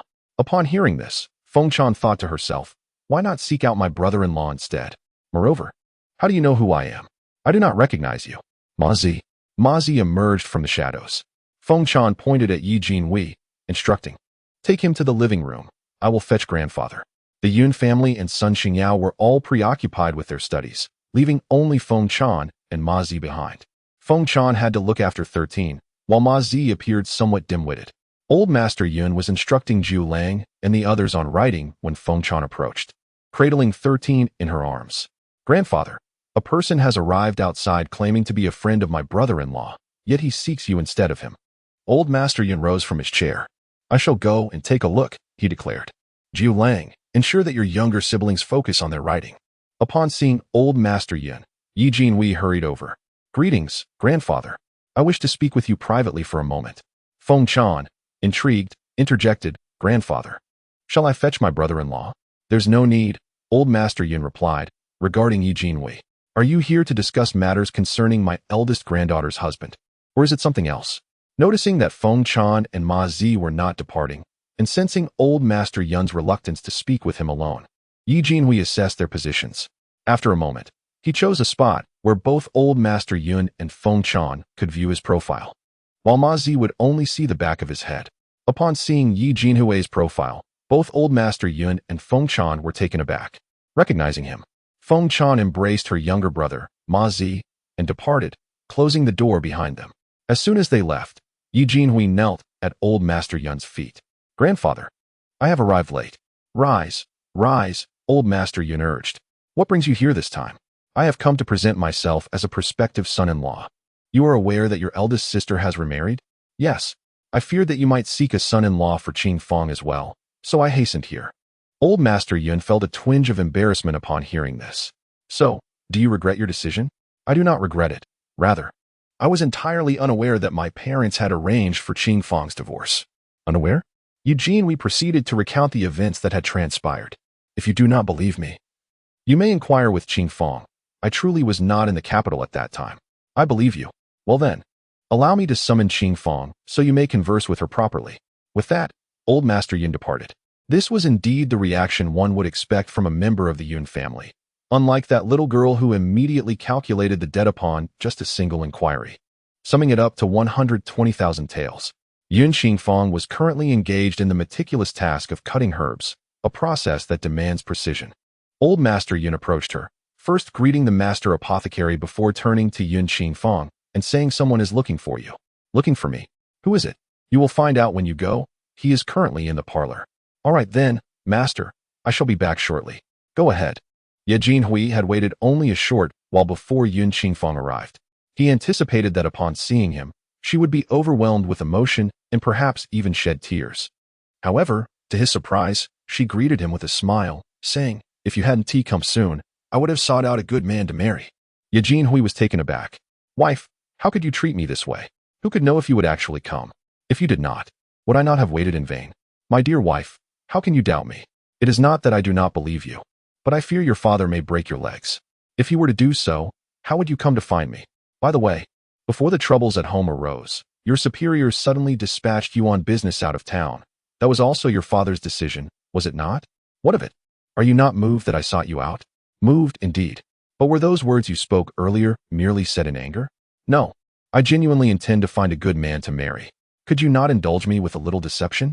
Yun Xingfang approached Ye Jinhui and embraced her waist. There. Do not be upset. I was merely teasing you. If I were to remarry, I would certainly inform you first. You still dare to say? All right. I shall refrain from further comments. How did you manage to escape? Did your father not send anyone after you?" Ye Jinhui recounted the events that transpired. Upon hearing, Yun Xingfang felt both heartbroken and infuriated. Did his father truly break his leg? Indeed. Are you truly your father's biological son? Let us not dwell on that. Tell me how you have fared on this journey. Very well. Over here, Yun Xingfang shared the experiences they encountered along the way. Meanwhile, Old Master Yun called the other 7 Qing aside and quietly inquired, "When you departed from the capital, were your former husbands still in the city?" All 7 affirmed. Old Master Yun felt reassured. "All right. I shall go teach Julong and the others how to write. You all may return to your activities." Julong and his companions currently bore the heaviest academic responsibilities at home, needing to identify herbs, study, and practice martial arts. Attractiveness can easily draw others' attention. Well then, I was thinking that being good-looking would ease the search for a bride. Tell me, did your third uncle come merely to visit your third aunt? Or did he come and choose not to leave? He chose not to leave. How do you know this? He told me so. Cece recounted her encounter with Ye Jinhui. Feng Chan contemplated the sum of 800,000 taels, reflecting on Sun Xingyao and his companions. After much deliberation, she turned to Shursan and remarked, "Your brother is indeed quite valuable." Cece chuckled softly. The 800,000 taels was merely a casual remark. Feng Chan playfully pinched Cece's little nose. "You are just trying to flatter me. When I conversed with Matzi, he mentioned that someone of his exceptional skills would demand at least 10,000 taels for their services. The individuals you have sought, who were able to seize your aunt from Matzi and his group, must surely be more formidable than them. If Matzi and his associates command 10,000 taels, those you have engaged must be even more expensive." Cece gently stroked Shursan's little paws. Wealth is but an external possession. Shursan rolled over and embraced Cece's arm, exclaiming, I've caught you. Feng Chan playfully smacked Shursan on his little bottom. "If you ever dare to treat your sister poorly, just wait and see how I will discipline you." Shursan nestled closer to Cece. "Ah, mother is mean. Mother hit me." Cece planted a kiss on Shursan's chubby cheek, eliciting a joyful response from him. Meanwhile, Ye Jinhui discussed with Yun Xingfang the matter of Cece requesting 60,000 taels. Do you truly think she would spend such a substantial amount of silver? Yun Xingfang, perplexed by the situation, replied, "To be honest, I would gladly part with even 600,000 taels if I had it. Who knows how that band of robbers would treat us once they capture me and the children. Furthermore, my brother and his companions have stated that the old black man beside Xiao Lu is a master among masters. I believe that merely one old black would cost around 50 to 60,000 taels of silver. I must tell you, if you do not come soon, I will have Xiao Lu inquire whether the old black has any interest in me. I assure you, the old black has been exceptionally kind to Xiao Lu. If I were to marry the old black, I believe he would." Sob. As a side note, thank you for the generous reward from 20200607191035729. Wishing you beauty every day. Sending my heartfelt regards. Chapter 84. It turns out my body hair betrayed me. Ye Jinhui was infuriated. This woman, the moment she saw him, spoke of remarrying. And now she even has a candidate in mind. If he does not passionately kiss her soon, she might start discussing plans to bear children for that so-called Heisheng. After a considerable time, Yi Jinhui finally released Yun Qingfang. She lightly punched him. This is the living room. I do not care. You are going to remarry. Yi Jinhui caressed Yun Qingfang's face. I have made up my mind. You know I harbor no ambitions. I merely wish to cherish you and the children and live a good life together. Then let us go find grandfather. Very well. Feng Chan and Ci were engaged in conversation while accompanying Shursan in play. At the entrance, a small child appeared. The moment the little one saw Shursan awake, he rushed in. Brother, brother, brother. When Ci went to the Feng family to propose to her aunt, she entrusted Shire to take good care of Shursan. Among the Yun family, Shire was the eldest compared to Shursan, and he took great delight in being an older brother. His affection for Shursan was quickly surpassing that of Ci. Shursan also held a fondness for Shire. In a moment, the two little ones embraced each other.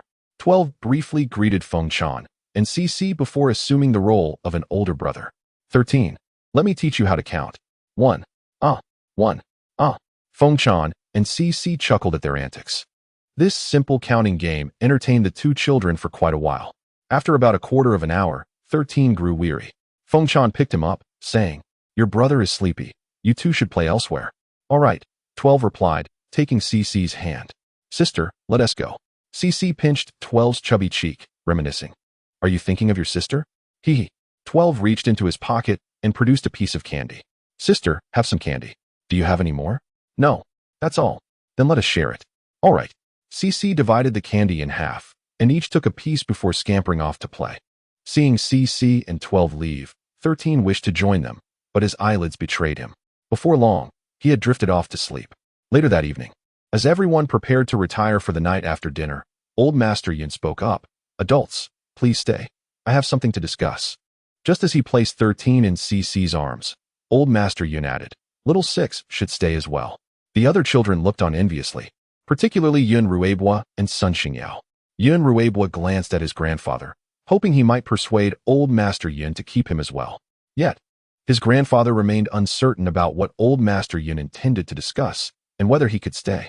Meanwhile, Sun Xingyao lingered, casting furtive glances at Ci. Upon witnessing the unfolding events, Ci turned to Old Master Yun and remarked, Great-grandfather, there will be numerous matters requiring my elder cousin's intervention. If he remains oblivious, it is likely he will make mistakes. Old Master Yun pondered this and found Ci's words quite sagacious. Xingyao decided to stay as well. Sun Xingyao responded affirmatively. Yun Ruibo added, I shall no longer cling to my grandfather's support. Little 6, shouldn't our elder cousin be more informed? Indeed, came the reply. You are the eldest among us. It is imperative that you possess greater knowledge, lest you inadvertently lead us astray. Yun Ruibo retorted. Are you implying that I am rather dim-witted? Regardless, I am content to remain. Great-grandfather, you should also stay. Thank you, great-grandfather, and thank you, Sister Lu. After the other children departed, Old Master Yun summoned Yi Jinhui. Apart from Feng Chan and Ci, as well as Feng Yuan Fu, the others were taken aback. Their astonishment was accompanied by a myriad of other emotions, particularly from Yun Qing and her companions. Upon concluding his remarks, Old Master Yun cast a glance toward Sun Xingyao and Yun Ruibo, who promptly assured, Great-grandfather, you need not worry. We shall speak of this to no one. Very well. Little 6, your third uncle remarked that you discerned his false visage at a glance. How did you come to that conclusion? My third uncle has an abundance of fine hair on his hands. Generally, those with such hair also possess a robust beard. However, that counterfeit face bore scarcely any stubble. It appears that the false face was not specially crafted for my third uncle. Yi Jinhui interjected. So it was the fine hair on my hands that betrayed me. Old Master Yun mused. Does this imply that your third uncle can no longer utilize that false face? The exquisite counterfeit visage was undeniably captivating, drawing the attention of others effortlessly. Moreover, it was not specifically crafted for my uncle, making it even more susceptible to discovery. What should I do? Perhaps I should arrange for someone to create a new one for my uncle. Just as Ci finished speaking, Yun Qingfang interjected, suggesting, make it an unattractive one. Very well. How much would this endeavor cost? Your uncle departed from home with 1,200 taels of silver. Ci cast a sidelong glance at Yi Jinhui, expressing her disapproval, truly lacking ambition, to have earned so little at such an age. This task carries minimal risk. 300 taels will suffice. Yi Jinhui promptly retrieved 300 taels and handed them to CC. Thank you. In the future, if you require assistance from your uncle, do not hesitate to ask. He will surely oblige if it is within his power. Indeed. Uncle, how do you intend to support my aunt and my cousins? Yi Jinhui contemplated mentioning that he still had 900 taels, but the look in CC's eyes indicated she was uninterested in that response. I will gather herbs, concoct medicines, and sell them alongside you. Excellent. CC bestowed a warm smile upon Yi Jinhui.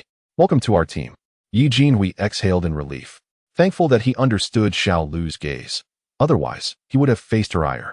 CC turned her attention to the other 7 Qing individuals. Eldest aunt, do any of you have inquiries for uncle? Yin Qingying replied, I have none. I need not ask. I already know he must have married someone else. The other 6 Qing turned their gazes toward Yi Jinhui.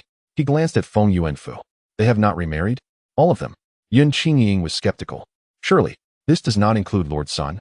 Indeed, it does, came the reply. He must simply not have found a suitable match yet.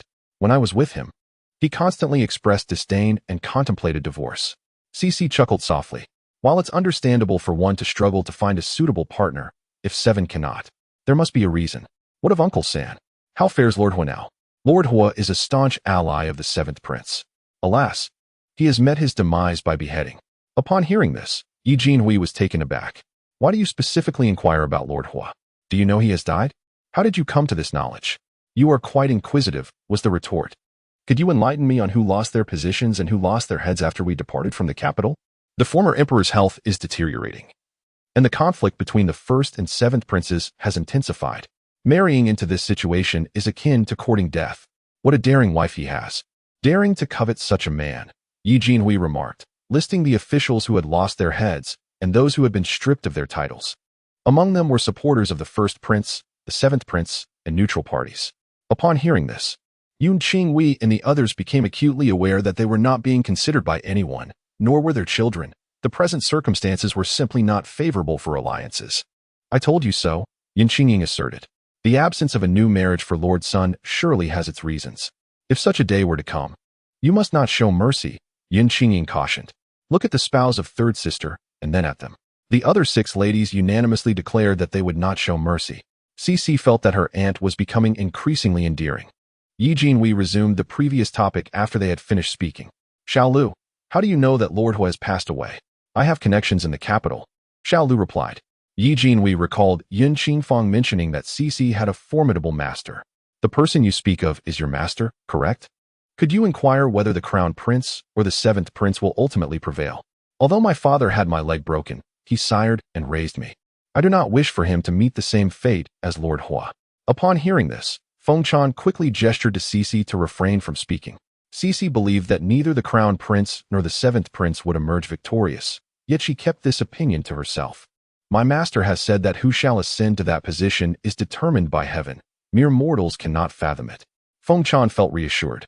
Indeed, I have heard that in the past, numerous individuals, despite their remarkable capabilities and apparent suitability for that position, inexplicably lost in the end. Grandfather, father, 2nd uncle, 3rd uncle, you have all perused the historical texts. Such occurrences are documented therein, are they not? Your daughter is not a deity. How could she possibly know who will win? If she were to speak incorrectly, the repercussions would be severe, far more than mere blame. Grandfather, father, 2nd uncle, 3rd uncle, there are indeed such accounts in history, correct? Yi Jinhui interjected. Why do you repeat yourself?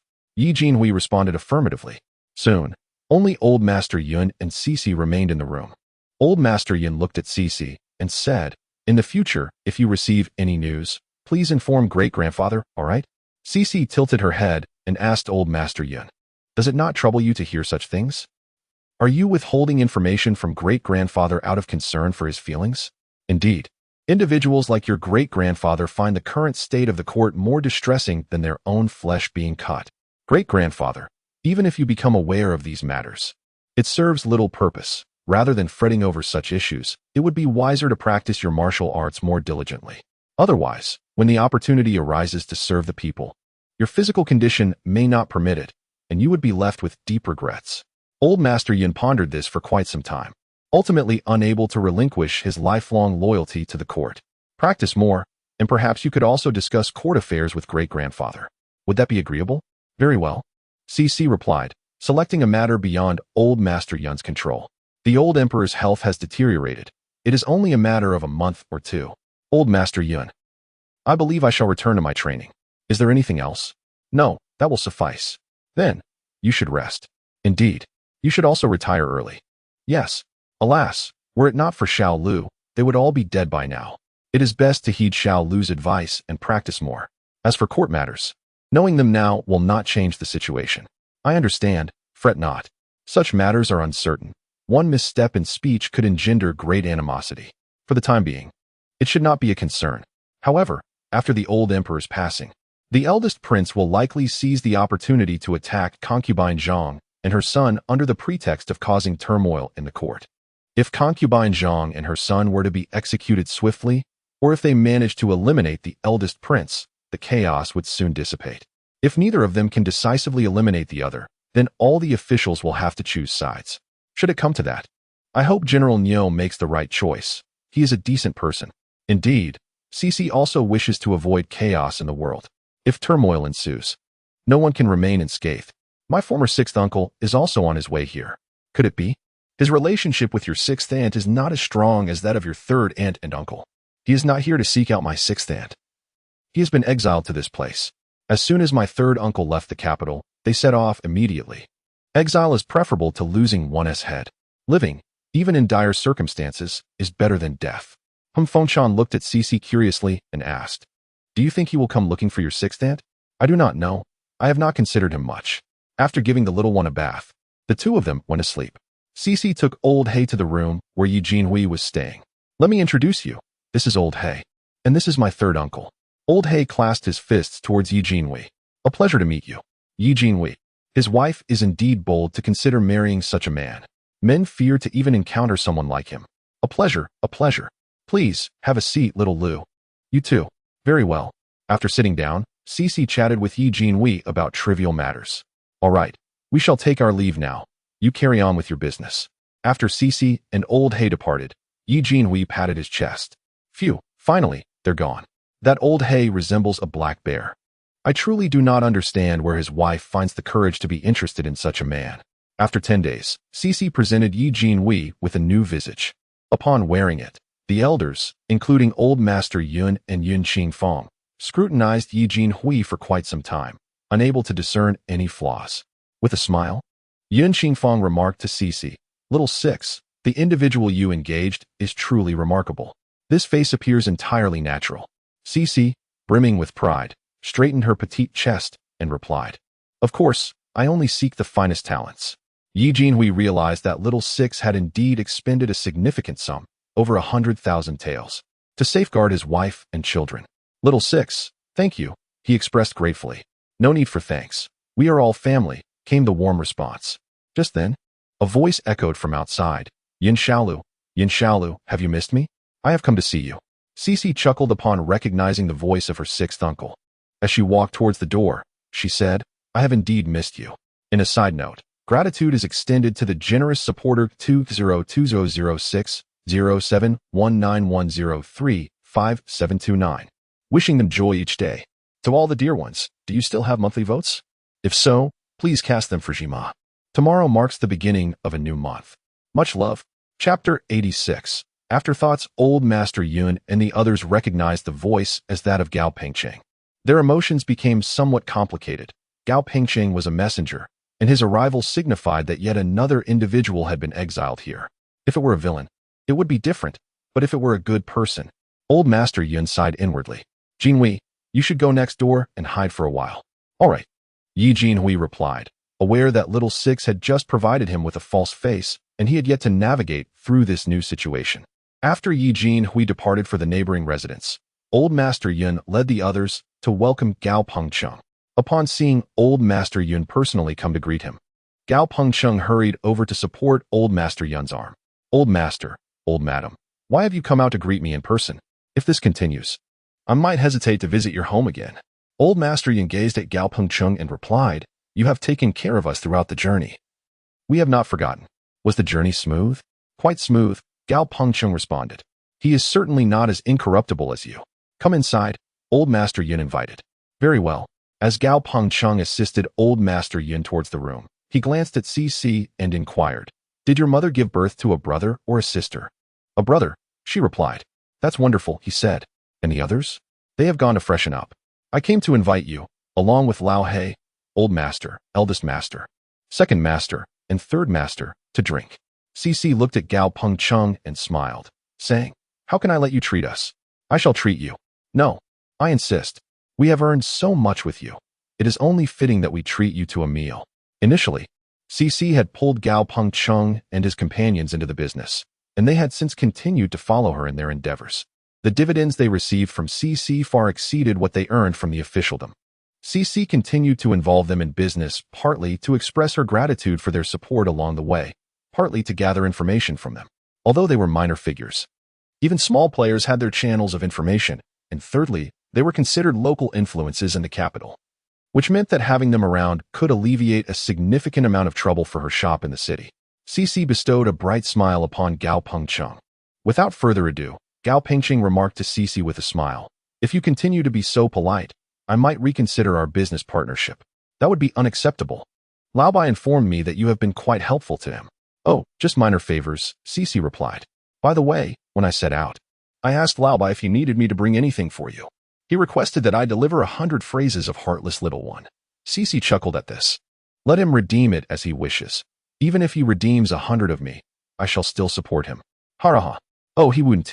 He simply wants to indulge daily, Old Master Yun, noticing that Gao Pengcheng was about to delve into inappropriate topics, quickly cleared his throat. Ahem, by the way, who are you delivering this for? Gao Pengcheng then realized his oversight. Blame it on Xiao Lu. She hardly behaved like a child, causing him to forget that she was still one.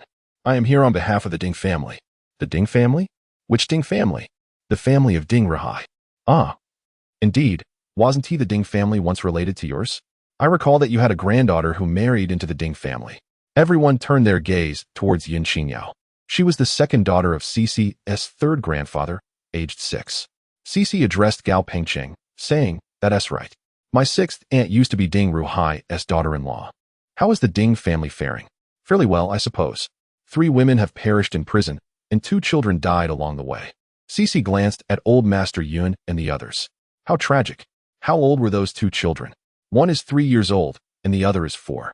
This unfortunate encounter has befallen us. We have neither deprived them of sustenance nor laid a hand upon them. Otherwise, perhaps, a few would have perished. The more Yin Qingyao listened, the more she felt a creeping dread. She is a woman. Her daughter is merely 3 years of age. The thought of leading her child alongside the Ding family into exile fills her with trepidation. The others of the Yun family shared in this unease, acutely aware that the jailers would lay hands upon female prisoners and that exile could lead to death. However, as these grim realities had not yet touched their lives, they had previously felt a certain detachment from such horrors. Now, witnessing the tragedy unfold among acquaintances, their perspective shifted dramatically. Yin Qingyao yearned to inquire about the identities of the 3 deceased women and 2 children, but she pondered, what would such questions yield?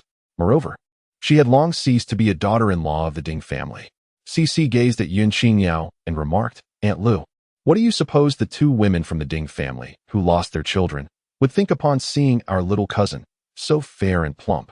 Would they not find her adorable? She continued, and what of those women from the Ding family who have lost daughters or daughters-in-law? How would they perceive you? Radiant and full of life? Old Master Yun closed his eyes momentarily. Henceforth, let us keep our distance from the Ding family, especially from Qingyao. A consensus echoed among the gathered. Apart from affirming this sentiment, Yun Qingyao promised to care for the children.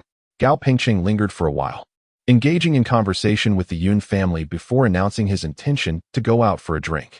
Old Master Yun wished to spare Gao Pengcheng unnecessary expenses. You and Xiao Lu may go. We shall remain, as we have matters to attend to. Gao Pengcheng offered further persuasion. Yet Old Master Yun remained resolute in his decision to abstain from joining. Well, we shall go then. I shall visit you again when time permits. Very well. After CC and Gao Pengcheng departed, Old Master Yun reiterated to the others to refrain from loitering near the Ding family before allowing them to leave. Yun Qingyao turned and went to scare her daughter, only ceasing when her daughter was brought to tears. Meanwhile, upon encountering Chi Dutsai, Ding Rahai mentioned that his second son's sister-in-law was a close friend of General Nyo's wife, and he expressed his desire to pay a visit to General Nyo. Chi Dutsai inwardly mused, "Do you think the general will see you just because you wish to? Do you fancy yourself to be Yin Shalu?" He replied, "I shall convey your request to the general. Whether he will see you remains uncertain. Allow me to escort you to your lodgings. Thank you for your trouble." "It is no trouble at all. Let us proceed." Upon exiting the yamen, Ding Rahai turned to Chi Dutsai and inquired, "Sir Chi, could you arrange for us to stay next to the Yun family? We are related by marriage." The Yun family arrived much earlier. Staying next to them would surely be advantageous. "I cannot arrange that. The Yun family purchased their own residence." Ding Rahai was taken aback. They bought their own house? Where did they acquire such funds? He immediately began to contemplate which daughter from the Yun family was particularly appealing. "Are you referring to Yun Yuxiang's eldest daughter?" Chi Dutsai quickly recognized Ding Rahai's misunderstanding. "No, it is Yun Yuqi's daughter, Xing Lu. Everyone calls her Yun Xiaolu. You could easily inquire and find out." As soon as Chi Dutsai finished speaking, he noticed Cici and Gao Pengcheng approaching, engaged in cheerful conversation. Truly, when one speaks of Cao Cao, he arrives. "Yun Xiaolu. This individual claims to have a familial connection with your household. Is that so?" Cici turned to Ding Rahai and inquired, "Are you from my great-aunt's family or my second great-aunt's family?" Her great-grandfather had 2 daughters. Ding Rahai furrowed his brow, wondering if this little girl was being deliberately provocative. "Do you not recognize your great-aunt's family?" "I do not. I am not from your great-aunt's family. I am the father-in-law of your 6th aunt. Then your family is not my family's in-law. Your family has long since divorced my 6th aunt. Chida, you are busy. We shall take our leave." With that, Cici followed Gao Pengcheng away. Chi Dutsai shrugged. "Let us go. They do not acknowledge you." Ding Rahai paid no heed to Cici's words. Her words carry no weight. She is but a child. I shall visit her great-grandfather shortly. He was initially inclined to ally with the Yun family because he believed them to be honorable people, capable of understanding the difficulties of others. Side note 7017K Chapter 87. When did his granddaughter change so drastically?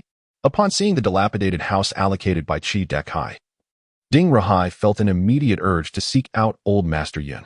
How could anyone reside in such a rundown dwelling? "Master Chi, we are related to General Nyo and the Yun family.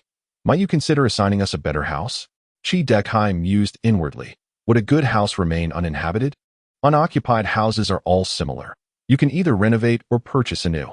"Very well, you may proceed with your matters. I have matters to attend to." Having spoken, Cheetah departed. The Ding family, gazing at the dilapidated house before them, felt no desire to enter. Yet, without entering, they had nowhere to reside. Unless, all eyes turned towards Ding Zhishuan. Ding Zhishuan was the 4th son of Ding Rahai and the former 6th uncle of Cici.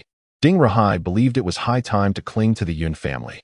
"I shall accompany you," Cici boldly declared, and they casually inquired about the situation, quickly discovering that Feng Chan was wandering in the yard with the 13 in her arms. Upon the arrival of the Ding father and son, Feng Chan retained her familiar demeanor, while the Ding family appeared gaunt and haggard.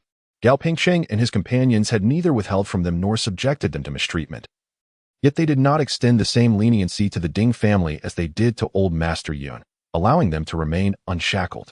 The Ding father and son were momentarily taken aback upon seeing Feng Chan and the chubby infant she cradled. Feng Chan feigned ignorance. "Who are you? What brings you to my home?" Ding Rahai inquired, looking at the infant. "And who is this child? He appears to be around 6 or 7 months old. If he is the offspring of her and Yun Yuqi, then the Yun family truly harbors secrets. He is my son. And who might you be? If he truly is her son, then this alliance must not be severed. I am the father-in-law of your 6th aunt. I have come to express my remorse." "Is that so? Please wait here while I inquire within." With that, Feng Chan took the child and stepped inside. Ding Ruhai and Ding Zhishuan attempted to follow her, but were halted by the man with pockmarks. "You shall wait as instructed." "And who might you be?" Ding Zhishuan retorted, with a fierce glare. The man with pockmarked skin challenged, "Who do you think you are?" Ding Zhishuan began to respond, but was swiftly interrupted by his father. "Enough. We are here to offer our apologies." Unexpectedly, the Yun family had a trick up their sleeve. Ding Zhishuan shot a warning look at the pockmarked man, silently vowing retribution. Unfazed, the man remained undeterred. Meanwhile, Elder Yun was engrossed in his reading when Feng Chan entered, cradling the young 13. "Grandfather, the Ding father and son have come." claiming they wished to atone. 13. Observing her mother converse with Elder Yun, emitted a few curious sounds. Initially, Elder Yun felt a twinge of embarrassment, but upon hearing 13's utterances, he regained his composure. The Ding family, who disregarded their own granddaughter, were not worthy of his company. He turned to Feng Chan and instructed, "Inform them that the past is behind us. Let us each lead our own lives peacefully from now on." "Very well. Should I inform sixth sister?" "First, see them off. Then summon your sister to me." "Understood.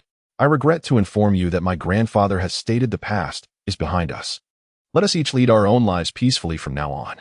Ding Rahai found it hard to believe Elder Yun would convey such a message. "I have urgent matters to discuss with your grandfather." Feng Chan was skeptical of his claims. "I'm sorry, but you must leave now." "Very well." The pockmarked man insisted. "Please leave." Reluctantly, the Ding father and son made their way toward the exit, but they were no match for the pockmarked man. Shortly thereafter, he successfully ushered them out of the door, insisting, "Leave, leave, leave." With no option left, the Ding father and son had no choice but to comply and depart. With a stern expression, Ding Rahai remarked, "What are you standing there for? Why don't you go in and tidy up?" Meanwhile, after the Ding family departed, Feng Chan sought out Yun Qingyao, who was in the backyard drying medicinal herbs. Feng Chan approached her and said, "Sixth sister, grandfather wishes to see you." 13. Observing Yun Qingyao, made a few sounds of acknowledgement. Yun Qingyao set aside her task and gently patted 13's chubby face. "I'll go now." "All right." Upon Yun Qingyao's arrival, Old Master Yun informed her of the recent events. Had the Ding family chosen to keep Fei, I would have acknowledged that alliance. Yun Qingyao's daughter is named Su Fei, with Fei as her affectionate nickname. She was taken aback by the Ding family's swift approach. "Grandfather, rest assured, I will not act foolishly. They surely intend to exploit the pretense of seeking forgiveness to solicit our aid. We are still relying on Xiao Lu's earnings to sustain ourselves. Their primary focus now is their studies. Xiao Lu often says that sharpening the axe does not hinder the chopping of wood, emphasizing the importance of mastering their skills before pursuing financial matters. Moreover, the memory of cradling Fei and hiding from bandits prevents her from forgiving the Ding family. Grandfather, you must remain resolute and refrain from making hasty promises. Old Master Yun, is he truly that kind of person? Shouldn't it be him advising her? Grandfather, I suspect they will return. If they do, you must not allow them to enter. If you feel hesitant, allow me to confront them. I shall take a knife with me. Let us see if they dare to persist in their pursuit of our family. Old Master Yun, is this truly his granddaughter? When did she transform into someone like this? Grandfather, do you have any other matters to attend to? If I am gone, I will have to work. Old Master Yun has passed away. Then, I shall take my leave. Yun Qingyao turned around to frighten Fei once more. Feng Chan was feeding Shirsen water when Fei, with tears streaming down her face, rushed in. Third aunt, where is my sixth sister? I am scared, Wah. Do not be afraid, come here. Let third aunt hold you. Fei approached Feng Chan and wrapped her arms around her waist. Third aunt, where is my sixth sister? Your sixth sister has gone out. Now tell third aunt, what are you afraid of? With a pitiful expression, Fei replied, my mother said that if I go with my father, his family will eat me, just like they would a little chick. Wah. While wiping Fei's tears, Feng Chan said, then why not just stay with your mother? My mother said if my father sees that I am not going with him, he will take me away. I do not want to be a little chick, Wah. He cannot take you away. You have your sixth sister. Be good. Do not cry. Feng Chan exerted great effort to soothe Fei. As soon as Fei spotted Cici, she dashed over and clung to Cici's leg. Wah, wah. While gently patting Fei's head, Cici inquired, Mother, what happened to her? She was frightened by your sixth aunt. Cici, your sixth aunt is truly a remarkable person. Side note, Chapter 88. His daughter did not come to urge him. She came for revenge. What else could Cici do? Cici could only let Fei accompany her. Cici possessed a concealed weapon suitable for a child of Fei's age, yet Fei, being so young, lacked the understanding that possessing such an instrument did not render her invincible.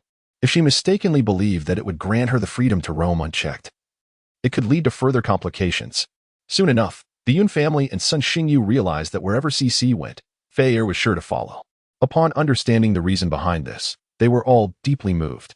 Old Master Yun remarked, if the Ding family comes again, I shall take up arms myself. Otherwise, the children may grow to distrust me. Yun Qingyu confessed, I actually wish for Fei to cling to me. Sun Xingyao observed.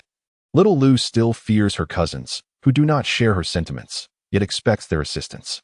In my view, little Lu's actions are entirely superfluous. The bond they share with her surpasses that with me. Just look at little Fei Er. Whenever she is frightened, she instinctively seeks out little Lu instead of coming to me. I generally treat her well. Yun Rue Bo resolved, I must strive harder. As the eldest son and grandson, I cannot allow myself to fall too far behind little Lu. 12 directly clung to Cece's leg, gazing up at her with a childlike voice. Sister Lu, I am scared too. Cece replied, then you should stay with your sister. I raised her and regard her as my own sister, deserving of special care.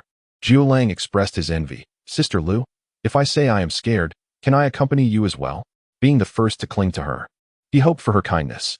Of course, but you must prioritize your studies. You are already 6 years old.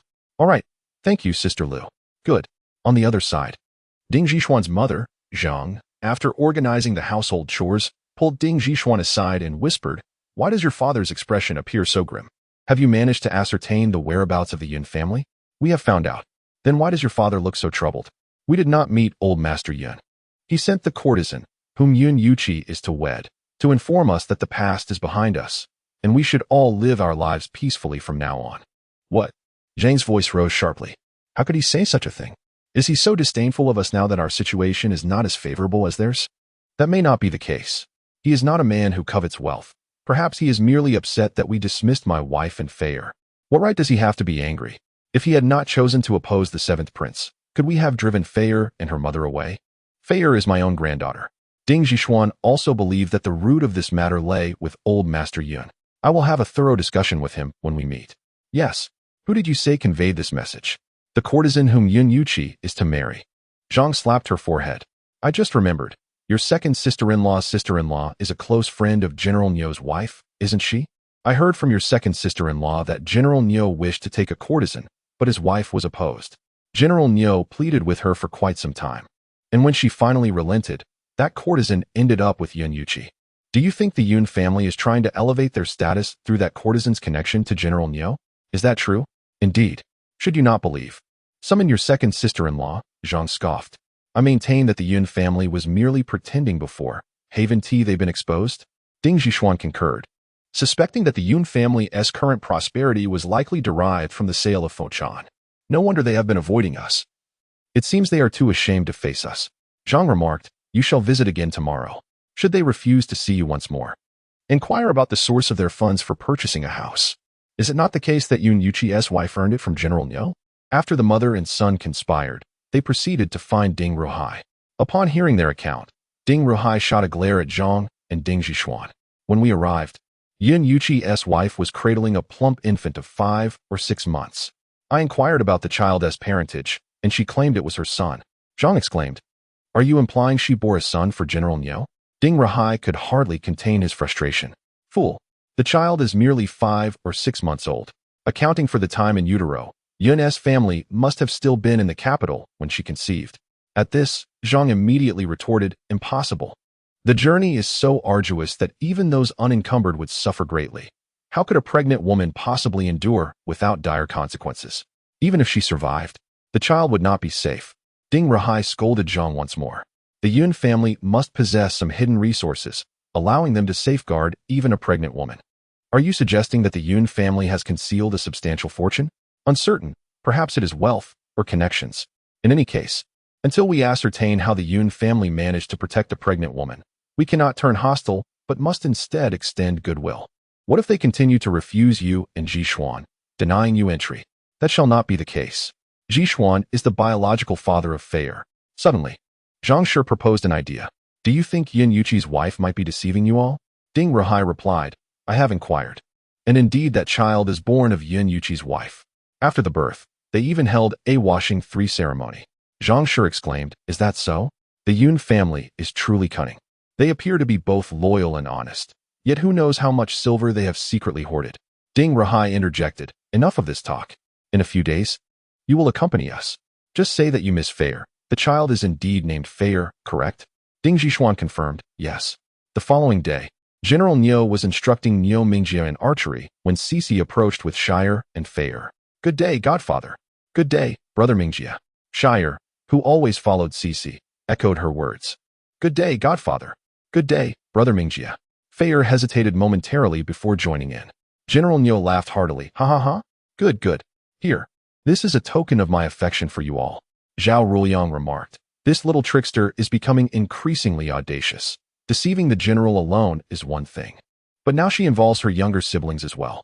Cici, what inspired you to bring them to the military camp for some fun?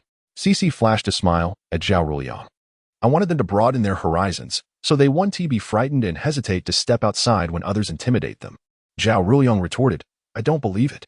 You merely wish for your siblings to assist you in deceiving our general. General Niu found Cici's reasoning quite sound. Children must indeed be exposed to the world. Have you not noticed how different your brother Mingjie is compared to when he first arrived? Cici gazed intently at Niu Mingjie, noticing a newfound sharpness in his eyes. General Niu responded affirmatively, while Zhao Ruliang expressed his surprise at this newfound vigor. Niu Mingjie, filled with determination, declared that with effort, he would eventually surpass Zhao. After a brief conversation with General Niu and Niu Mingjie, Cici set off to find Yin Yuqing. Upon seeing Cici accompanied by Shire and Feier, Yin Yuqing casually inquired about their presence. Cici informed him that the Ding family had also been exiled to this place, revealing that they had sought her out. She mentioned how Yin Qingyao had frightened Feier, and Yin Yuqing mistakenly assumed that Cici wished to spur him into action concerning Feier. To his astonishment, Cici met his gaze and leisurely remarked, Your former father-in-law was also an official. Do you think he might have fallen victim to the rivalry between the Crown Prince and the Seventh Prince? If he were to become a casualty, would your former wife and those two sons of yours also face misfortune? Yin Yuqing was left speechless. It seemed his daughter was not there to motivate him, but rather to seek vengeance. In a moment of frustration, Yin Yuqing addressed Cici, Daughter, I am your father, your true father. Cici smiled brightly at him, acknowledging, I am aware, which is precisely why I have come to discuss business with you. Discuss business? What do you mean? He asked, perplexed. Cici continued, I understand you cannot forget your former wife and two sons, and you recognize my capabilities. If you were to ask me for protection over them, would I agree or decline? If I refuse, you might perceive me as heartless. After all, your blood runs through those two sons of yours. Yet, if I acquiesce, I shall be left feeling uneasy, for you and your former wife conspired against me and my mother without a thought for our well-being. Yin Yuqing pondered whether an apology would elicit your forgiveness, but your daughter has already declared her intention to engage in business with him. What could he possibly offer in exchange? He is left with naught but himself. Is it possible that his daughter wishes him to barter away his own being? With this thought, Yin Yuqing cast a glance at Shire. In the past, when his daughter visited the military camp, she did not bring Shire along. This time, her decision to include him was a veiled indication directed at him. Looking at Cici, Yin Yuqing said, My dear, I offer myself as collateral to you. Will you protect them for me? Cici was pleased by her father's words. But you are my biological father. How could I allow you to pledge yourself to me? Instead, let us do this. You may exchange what you earn in the future. Whatever you acquire henceforth belongs to me and my siblings. I share no affection for them. Nay, it is not merely indifference. There exists animosity as well. Furthermore, if you believe that what you earn is ours and thus cease to strive, I can certainly let them fend for themselves. Their demise would not evoke pity from me. Additionally, I cannot shield them indefinitely. My protection extends only until they reach 18, after which they shall be adults. Moreover, you may place your trust in your former father-in-law and brother-in-law. I am indifferent. To be honest, I do not wish to expend my thoughts on them. You mentioned that both your father-in-law and elder brother-in-law are astute individuals. Perhaps they are not only untroubled, but might also take advantage of the situation to rise higher. Well, I have expressed my thoughts. Take your time to ponder. For I shall take my leave now. Wait. Just as Cici grasped the hands of Shire and Feier and took a step, she was called back by Yin Yuqing. I have made my decision. Everything I earn in the future shall belong to you and your siblings. I shall strive diligently and refrain from extravagance. Will you not reconsider? Perhaps they will truly remain unscathed. No, with you around, how could I dare to dispose of our possessions? With grandfather present, how could I afford to be complacent? Very well. However, I am not omniscient and cannot guarantee their absolute safety. Should they meet their demise, our agreement shall be rendered null and void. Of course, excluding those who succumb to illness or self-destruction. Furthermore, your previous wife is not related to me by blood. If I have the means, I shall include her. But if not, she must fend for herself. Agreed. I shall come to find you in a few days, bringing with me ink, paper, and brushes. Very well. Do you wish for father to reconsider? Upon hearing this, Yun Yuqi felt an urge to embrace Cece. He sensed that Cece still harbored feelings for him. It was merely his past treatment of her and Feng Chan that had rendered her somewhat harsh, as she sought to find a reason to help him. Yun Yuqi gently ruffled Cece's hair. Thank you. Rest assured, from now on, even if I earn but a single coin, it shall be for you and your siblings. Cece cast a sidelong glance at Yun Yuqi. You currently possess nothing, so naturally, you would say that. However, should you acquire something, your words might not remain the same. Love is perhaps the most enigmatic phenomenon in existence. To declare it worthless is to ignore its capacity to compel individuals to forsake everything. Take, for instance, Wang Yicheng, Feng Yuanfu, and Yi Jinwei.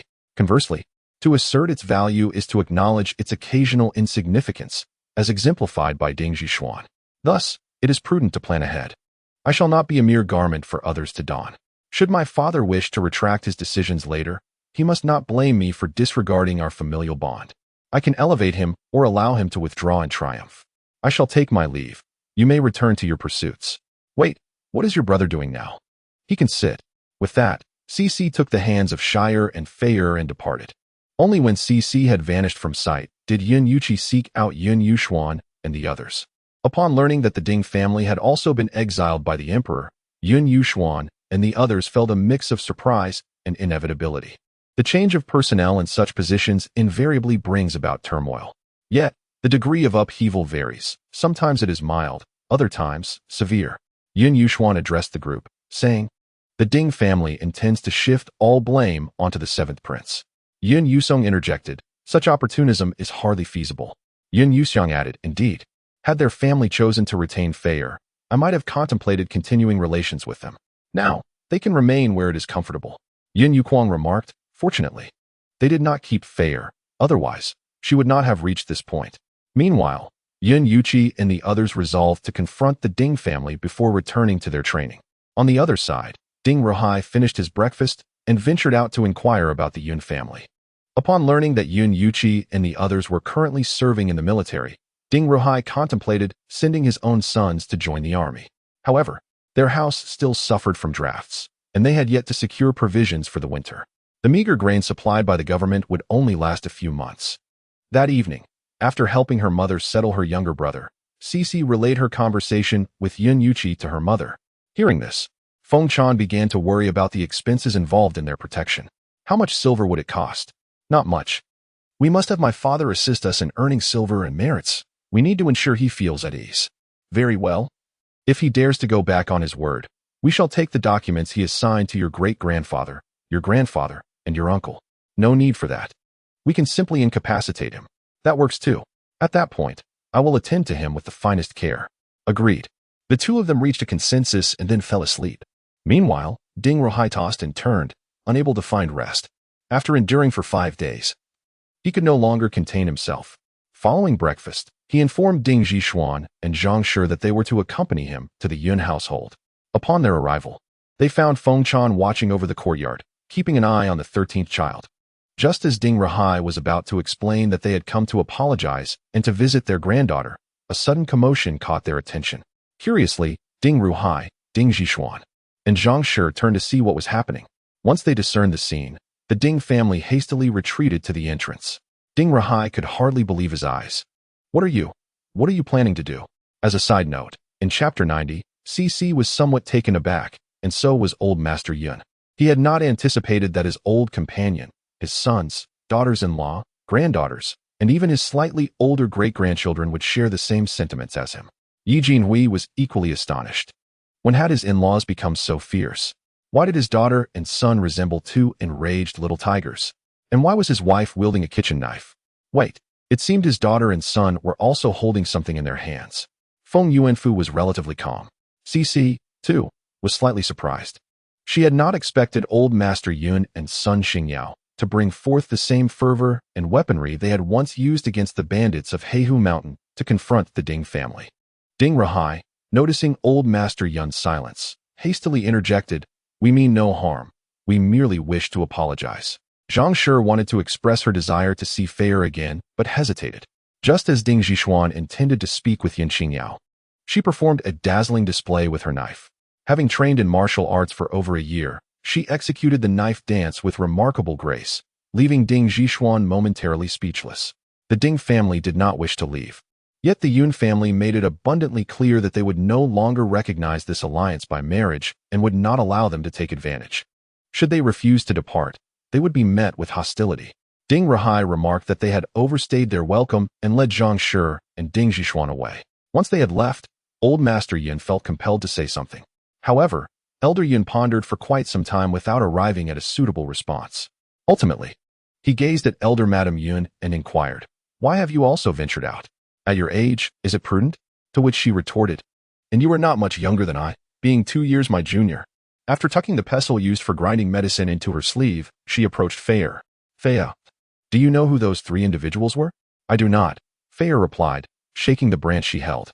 "Great-grandmother, I too possess a weapon." Observing that everyone else was equipped with something, she picked up a twig. "Were you frightened just now?" "Not at all." "Then you should refrain from clinging to your 6th sister in the future. She has numerous responsibilities. Look, your great-grandparents and your aunts and uncles, as well as your cousins, can safeguard you." Immediately, Feier wrapped her arms around CC's leg, conveying her refusal. Her eyes sparkled with determination. She yearned not to live in constant fear. "Really? Indeed. Your 6th sister neither wielded a weapon nor spoke just now. Your great-grandfather, great-grandmother, and your cousins are more than capable of scaring off your grandparents and father without her assistance." Yun Qingyao quickly chimed in. Yes, we can protect you as well. You must not cling to your 6th sister all the time. She has many pressing matters to attend to and cannot accompany you daily. Avoid sneaking out alone, and you shall be fine." Elder Yun waved the sickle in his hand, asserting, "See, your great-grandfather possesses considerable prowess." Sun Xingyao set down his hoe and struck a few martial arts poses, declaring, "Look, Cousin Yao is quite formidable as well." Others joined in the persuasion and demonstration. Feier glanced at Old Master Yun and the others, reflecting on the cowardice displayed by the Ding family as they retreated in fear. Ultimately, Feier concluded that Old Master Yun and his companions were indeed trustworthy. Very well. A collective sigh of relief swept through the crowd, especially from Yun Qingyao.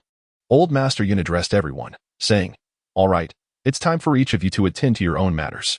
Feier, should you ever require assistance, seek out your great-grandfather, and he shall advocate on your behalf." "Oh, 6th sister, I wish to go out and play with you," Old Master Yun remarked. "He must grow even stronger in the future." CC replied, "All right, 6th sister will take you out to have fun whenever she is free." After Old Master Yun and the others departed, CC smiled at Feng Chan and said, "Mother, did you already know they intended to deal with the Ding family as one would with bandits?" "Indeed. I have been carrying your younger brother around the house every day. I can probably guess what the family is thinking." CC showered Feng Chan with compliments. "Mother, you are truly remarkable." Feng Chan proudly straightened her posture. "Of course."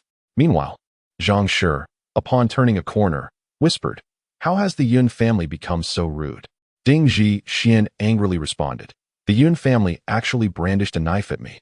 What have I done to deserve such treatment? Their current state is solely due to their grandfather's stubbornness." Zhang Shi exclaimed. Ding Ruhai shot a glare at Zhang Shi. "What do you mean? The capital will not quiet down anytime soon. In the capital, tranquility remains elusive. Even if we offer others silver, they dare not speak on our behalf. I surmise we must endure at least 3 years here. Should conflict arise during this period, will you not protect yourself? Do you still consider yourself a lady, expecting guards to shield you?" Zhang ceased her speech. Ding Zhishuan turned to Ding Ruahai and inquired about Feier. "Let us discuss it after we regain our footing." Very well. Life resumed its calm. The Yun family busied themselves with studying and tending to their fields, while the Ding family adjusted to their new existence, preoccupied with filling their bellies. Time flew by, and in the blink of an eye, a month had passed. Eugene Hui's new identity was established, allowing him to choose an auspicious date for his marriage. Eugene Hui would no longer be known by that name but would be called Jean Hui, a name resplendent with brilliance. Jean Hui asked Cici if he could adopt another name, to which Cici replied, "What is wrong with this one? It signifies wealth and is quite similar to your previous name." "Not merely similar, it is quite different," Jean Hui retorted, sensing Cici's discontent with the name. "If you truly dislike it, I can provide you with another option. I possess a household registration with a rather ordinary name." Fine. He preferred something more unremarkable over something so vulgar. Cece then handed him another household registration. Jinhui glanced at it and promptly returned it to Cece. You are right. Jinhui is splendid, both affluent and reminiscent of my former name. He would rather endure the commonality than be called Wang Ergo. Soon enough, Jinhui and Yun Qingyao were wed. Cece had not visited General Niu and Junqi for over 10 days. After dinner, Cece bid farewell to Old Master Yun and Feng Chan before stepping outside. As they approached the military camp, an elderly man suddenly collapsed before Cece. Little girl, I haven't eaten in 3 days. Please, I beg of you. A glimmer of hope flickered in Cece's eyes. The big fish she had been waiting for had finally taken the bait. She had thought he would not show up. Is it truly such a hardship for you? Cece looked down at the old man. My family is in need of a gatekeeper. Will you accept the position? If you do, I shall provide you with food. The old man, elated by her offer, never anticipated that things would proceed so smoothly. He swiftly rose from the ground. Really? That is wonderful. Let us go. Feng Chan and Shursan, upon hearing Cece's words, turned their attention towards her. Shursan pointed at the rooster and clucked excitedly, indicating for them to come and see it.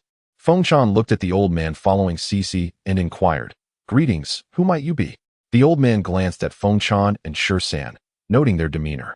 I was once a beggar, and now I serve as a gatekeeper. Whose gate do you guard? Feng Chan looked back at Cece. Cece gestured to Feng Chan, signaling that they would discuss it later. Is there food in the kitchen? If there is, please bring him something to eat. He has not had a meal in 3 days. Indeed, there is. We have many children at home, and when we cook, we always make extra.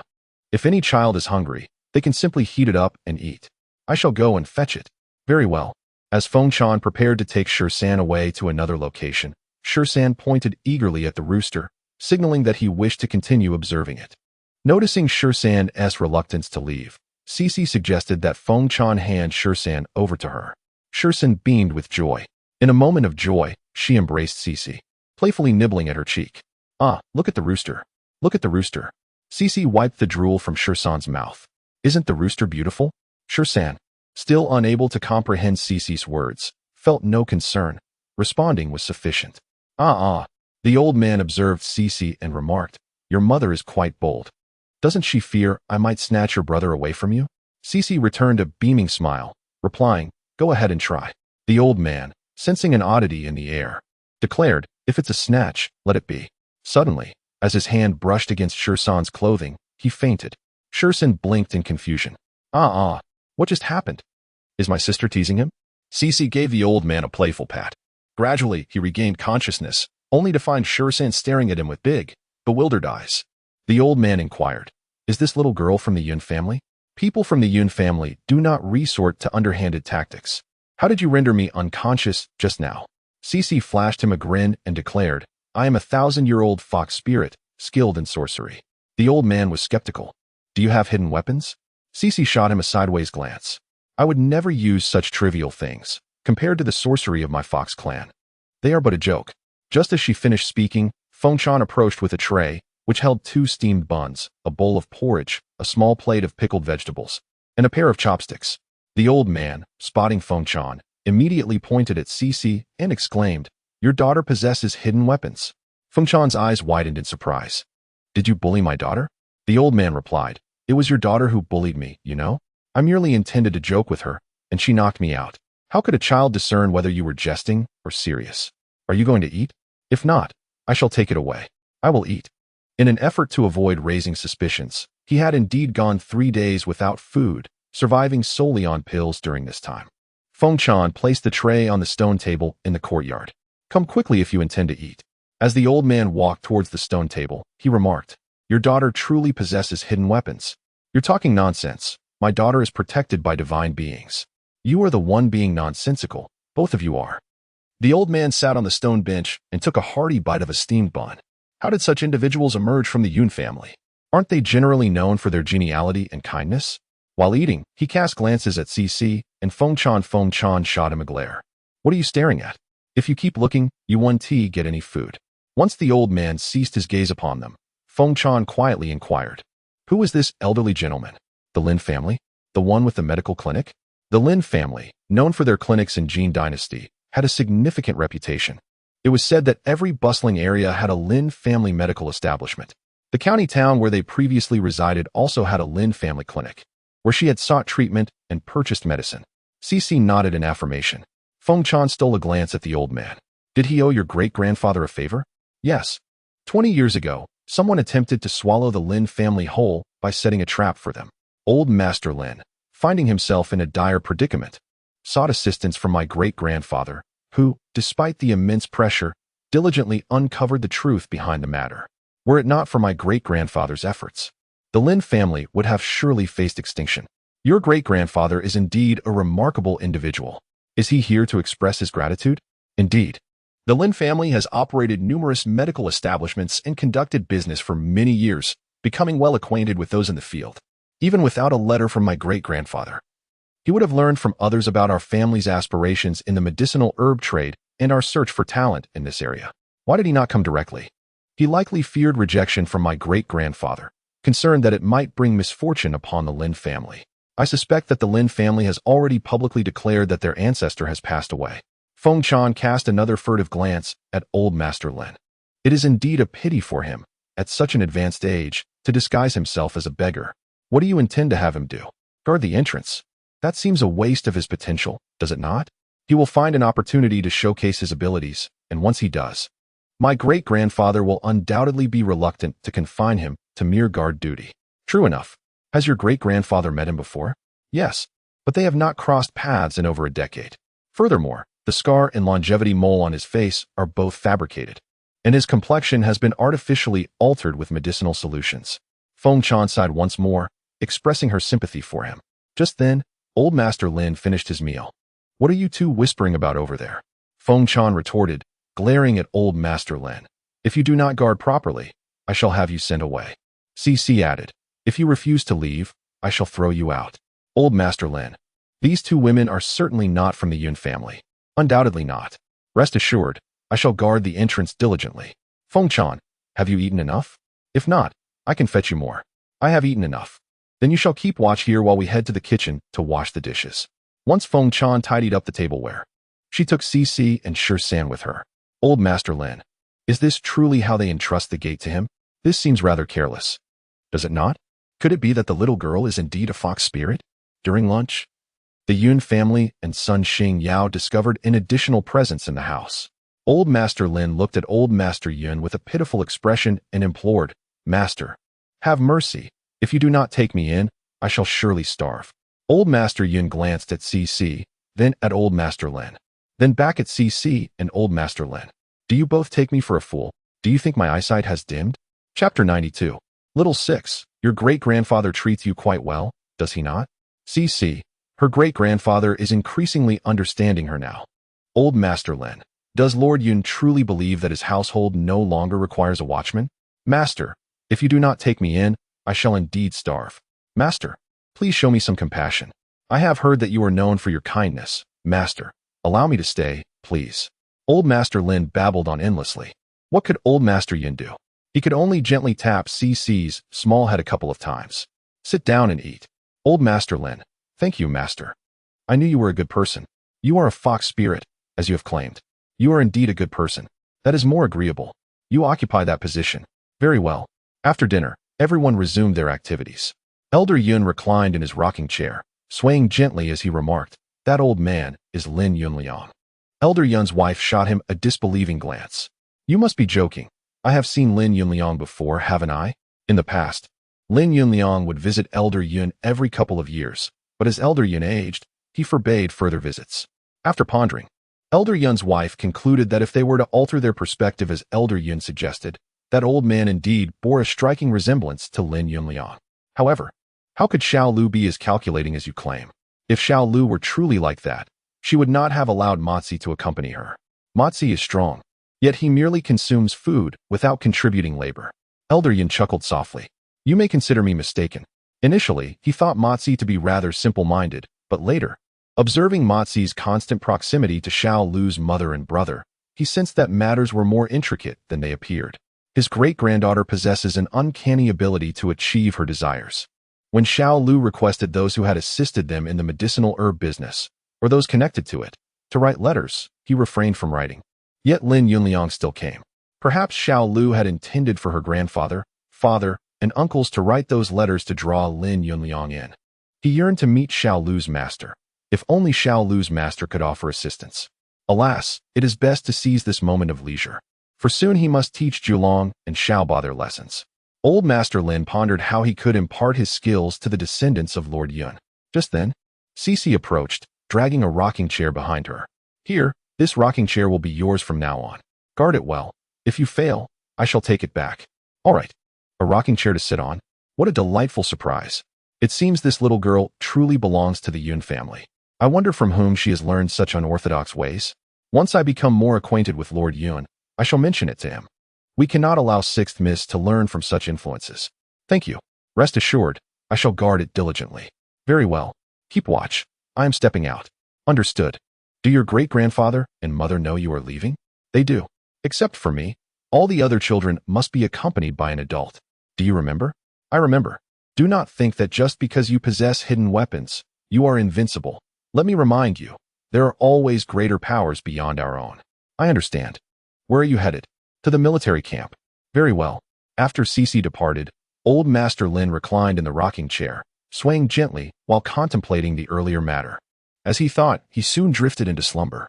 Meanwhile, hidden in the room across, his grandsons, Sun Xingyu and Yun Ruebua, exchanged glances. Cece had just told them that Old Master Lin was merely a figurehead, and if any of the children went missing, they would hold the two of them accountable. Sun Xingyao remarked, Indeed, he is just a figurehead. Yun Ruebua added, Little Six has a kind heart. Sun Xingyao retorted, You truly do not understand Little Six.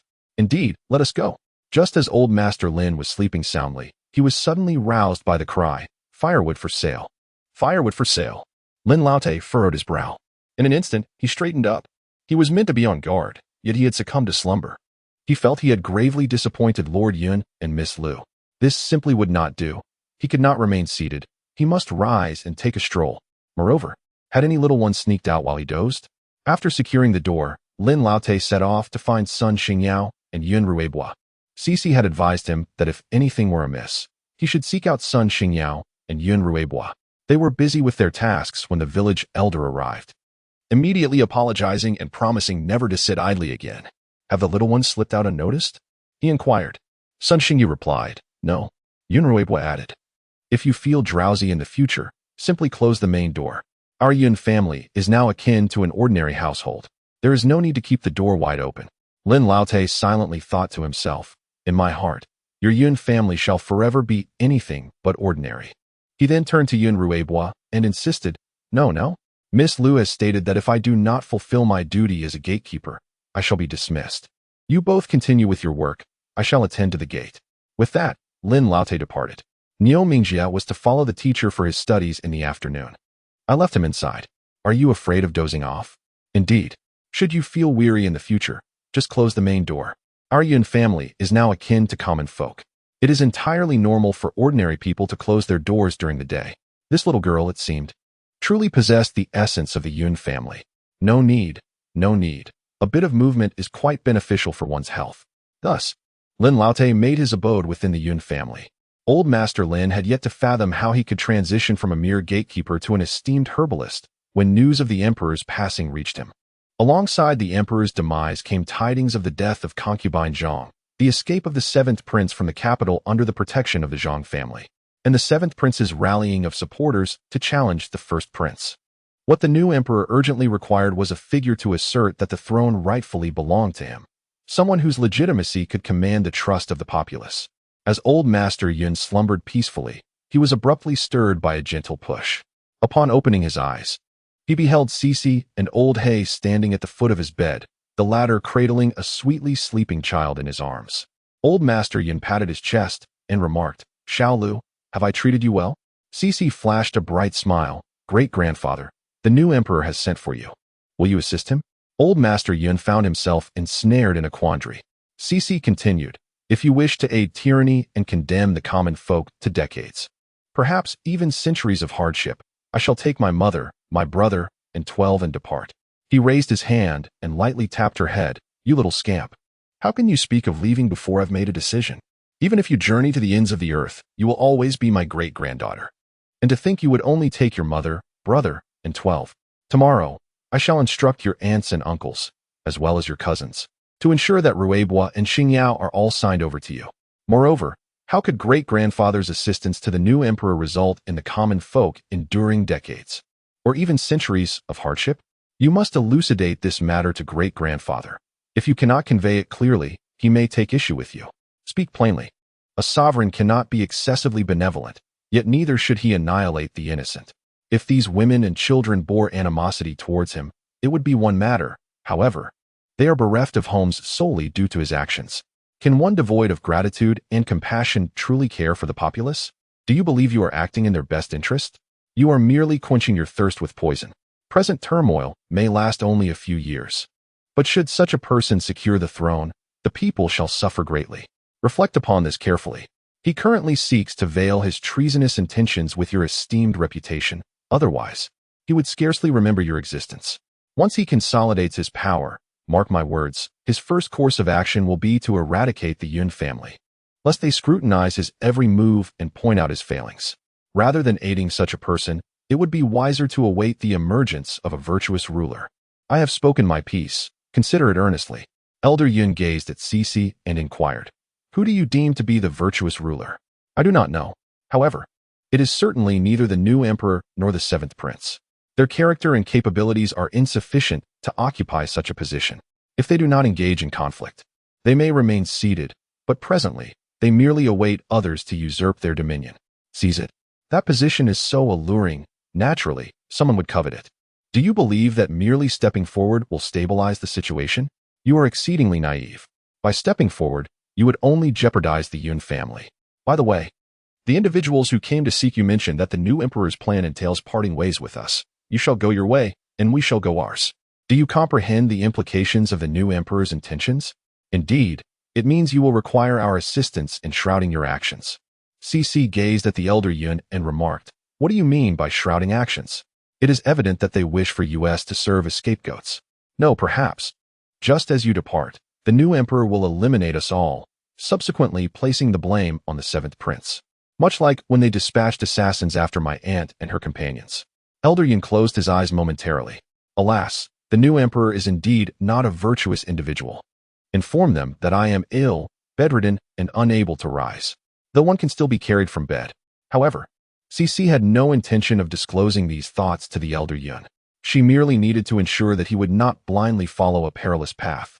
Cece grasped the elder's hand. "Great-grandfather, the turmoil has commenced, and neither you, the new emperor, nor the seventh prince can contain it. I must attend to my affairs now. By the way, if anyone inquires whether you have seen the new emperor's emissaries, simply state that you have not. What are you planning to do?" "Nothing of consequence. Rest assured, I harbor no desire for bloodshed." With that, Cece departed with Lao He. Elder Yun wished to follow. But what would it accomplish? Xiao Lu would not heed his words. Should Xiao Lu choose to leave, he would do so without him. He regretted caring for Xiao Lu. Starting tomorrow, he intends to adopt a stricter demeanor towards Xiao Lu, lest she assumes he lacks the courage to be stern with her. Old Master Yun placed the child, Sure, into Cece's arms. Hurry along, hurry along. The sight of you makes me want to scold you, you ungrateful little one. How could you bring Sure without me?"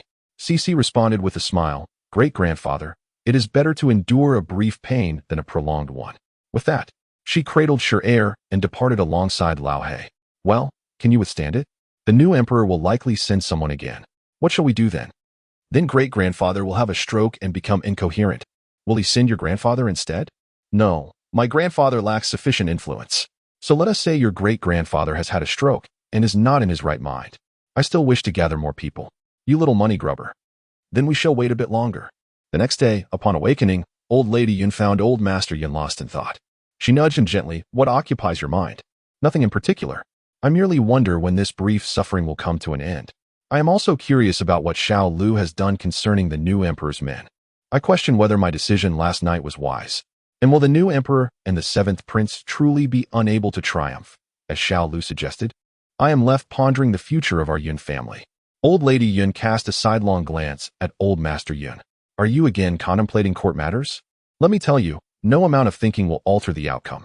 You can only serve as an honest official. You cannot control anything beyond that." Old Master Yun's expression shifted in surprise. Old Master Yun stared blankly at old Madam Yun. Old Madam Yun shot him a glare. "What are you looking at?" Am I wrong in what I said? Indeed, you are quite right. I could only serve as an honest official. Beyond that, I might as well be inferior to Xiao Lu. Old Madame Yun worried that her words may have been too harsh. All right, get up and go practice your boxing. Why compare yourself to Xiao Lu? He is still just a child. Meanwhile, Wang Mingxue awoke, feeling particularly refreshed from a good night's sleep. After dressing, she began to rouse Shire. Shire, it's time to get up. The sun is shining on your little bottom. Shire was reluctant, wishing to stay asleep. Wang Mingxue planted a kiss on Shire's chubby face. If you don't get up, I will tell your sick sister that you are a little lazybones. If she learns that you are a little sluggard, she won't like you anymore. Shire quickly wrapped his arms around Wang Mingxue's neck. No. Then get up quickly. Shire pouted. Mother is mean. All right. Mother is mean, and your sick sister is wonderful. Is that satisfactory? Meanwhile, the Yun family appeared as if nothing had ever transpired. On the other side, the envoys sent by the new emperor, upon awakening, found themselves bewildered. Where are we? How do we end up here? Weren't we supposed to go to the Yun residence to find old Master Yun? Moreover, what were those individuals doing? Before they could comprehend the situation, a small child noticed they were awake and hurried to her father. Father, those people are awake.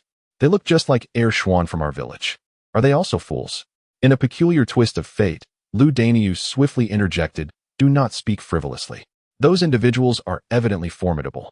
Yet the one who hired them mentioned that they are currently as vulnerable as a mere 3-year-old child, easily toppled with a gentle push. After entrusting his child to his wife, Lu Daniu approached the newcomers dispatched by the new emperor. Greetings, I am Lu, often called Daniu. My mother passed away when I was just 3. After her death, my father remarried, and my stepmother subsequently bore him a son. My younger brother has been excessively indulged by both my father and stepmother. Last year, he succumbed to the vices of gambling. As the new year approached, those from the gambling den came demanding payment. They threatened that if the debts were not settled, they would sever my brother's hand as interest. Upon hearing this, my father contemplated selling my child to repay my brother's debts. I pleaded with him not to sell my child, but he remained resolute, threatening that if I did not comply, I too would be sold. In the depths of my despair, a stranger emerged, offering to settle my brother's debts on the condition that our family would reside in this place for a decade, without the possibility of leaving. Without hesitation, I agreed. After all, where we lived was of little consequence, as long as we remained together as a family. This morning, the stranger arrived with several vehicles, and I initially assumed he was bringing supplies. To my astonishment, the vehicles were filled with people. I inquired if he required my assistance in tending to them, to which he replied that it was unnecessary. He said that if you wish to survive, you must cook for yourselves. If not, you shall endure hunger. Are you capable of cooking? If not, I can have my wife teach you. She is quite proficient in the kitchen. The people from the new empire listened in bewilderment. What did the captors intend? Did they wish for them to become farmers in this small village? Wang Lu, the leader, turned to Lu Daniu and inquired, how long have you resided here? Over half a year, came the reply. Who else is here? Just our family. Only your family? So do they not possess the freedom to leave at will? Indeed. Do you wish to depart? I must tell you, escaping is not an option. The man claimed you are all poisoned. Only within this village can you move freely. Should you step outside, you will bleed from all 7 orifices. The man challenged you to test it if you dare. The exit is over there. Wang Lu exclaimed, is it truly that formidable? Let us search for anything that might counteract the poison. If we find it, we shall be able to leave. Indeed. They scoured the village thoroughly, but found nothing of use. Wang Lu, undeterred by superstition, declared, I will venture out to test it. No, let me go, another insisted. There is no need, my martial prowess surpasses yours. Wang Lu pushed open the door and stepped outside. No sooner had he crossed the threshold than blood began to stream from his nose, followed by his mouth. This is truly bizarre, he muttered before collapsing. It was not until 2 hours later that Wang Lu regained consciousness. Though awake, he found himself utterly drained of strength. Lu Daniu looked at Wang Lu and remarked, the man said that stepping outside even once would confine you to bed for a month. How many steps did you take just now? Wang Lu, what else did that person say? That person mentioned that whether one wishes to live or die is entirely up to you. If you desire to live, you must prepare your own meals. If you wish to die, you may leave through that door. Can you escape? We cannot either. Have you been poisoned as well? Not exactly. However, if he were to claim otherwise, that individual would undoubtedly compel him to deliver messages. He does not dare to meddle in their affairs. I shall send my wife to teach you how to cook. I must tell you, a miserable existence is preferable to a dead one." After saying this, Lu Daniu departed. "Leader, do you believe we have fallen under someone's influence? The identity of that individual is inconsequential. What matters is that we have not even laid eyes on them. Leader, do you think they might be affiliated with the Seventh Prince? They likely are not. The Seventh Prince's people would not show us such mercy. So what shall we do next?" Wang Lu was at a loss. He felt that they could never escape from the grasp of those in power. "Perhaps we should find a way to send a message out. It seems that is our only option. Leader, do you think that family is truly composed of farmers? They should be." I observed Lu Daniu's hands, and they indeed bore the marks of one who toils in the fields. However, it would be wise to observe further. If they are impostors, they might know how to escape this place. But if they are genuine, then we may never leave. Just as he finished speaking, Lu Daniu approached with his wife, who had been hiding behind him, appearing somewhat fearful. Yet, he was a man. "My son's name is Shudan. You may refer to my wife as Shuduan's mother from now on. Will you all learn together, or select someone to learn?" Wang Lu pondered. "We'll all learn," he replied. They were uncertain when they would be able to leave. If it took 3 or 5 years, they couldn't possibly have just one person cooking all the time, could they? The group gathered in the kitchen. Mother of Shudan was so anxious that she stuttered. I will, first, teach you how to steam buns." Although Lu Daniu was not adept in the kitchen, he understood that steaming buns was quite a challenging task. "Wife, perhaps you should start by teaching them how to cook porridge." Cooking porridge is simple. Let's begin with something easy." Mother of Shudan realized her oversight and quickly apologized to Wang Lu and the others. I was too nervous. Please don't be upset." Wang Lu reassured her. "Do not worry. We are currently quite helpless, unable even to contend with children." Mother of Shudan wiped the sweat from her forehead. Not nervous. To cook porridge, we must first wash the rice." An hour later, Wang Lu and the others savored the porridge they had prepared. As he enjoyed his meal, Wang Lu mused, "If the other brothers knew we were holed up in this little village learning to cook, they would surely mock us." After they had eaten their fill, Wang Lu turned to the others and said, "Once we are outside, do not tell anyone that you can cook." Indeed, they too wished to avoid ridicule. Children do not lie. Who among you would engage with children? None of them would. They all agreed. With no other option, Wang Lu selected 2 familiar faces to extract information from Shudan. Shudan possessed a greater courage than his mother. Thus, it was Lu Daniu's family, and Shudan was rather taciturn. The tree stump soon became familiar with the people of Wang Lu. Once acquainted, it began to boast, claiming that it had once been quite formidable in the village, instilling fear in all the children who followed it. The more it spoke, the colder Wang Lu's companions felt. After confirming that Lu Daniu had not deceived them, Wang Lu was both disheartened and puzzled. He was disheartened by the realization that finding a breakthrough through Lu Daniu's family was now impossible. He was puzzled as to why their captors had chosen to confine them with a peasant family. On the roof, Cici looked at Motsi and asked, "Do you know anyone?" Motsi shook his head. "When we trained before, we were always in teams, and during competitions, we were blindfolded. Shall we go? Are you just going to leave them here?" "Yes. Aren't you afraid they will send messages out?" "I'm not afraid." Soon, Motsi understood why Cici was unconcerned about Wang Lu and the others sending messages. Cici was actually hoping they would. She simply wished to lie in wait for an opportunity. When Wang Lu saw Zhao Qi, who was responsible for their rescue, arriving with people, he felt elated. However, his joy was short-lived as he soon discovered a sorrowful reality. Zhao Qi and his group were also unable to leave. Wang Lu was on the verge of tears. If he had known, he would never have sent out any messages. He had exhausted all his wits to relay that information. "Zhao Qi, I am truly sorry." Zhao Qi was equally disheartened. How could it be that a seemingly ordinary little village turned out to be a trap from which they could not escape? "It was not your intention. Whom do you suppose we have fallen prey to?" "I am at a loss as well. We have not even crossed paths. Could it be General Niu?"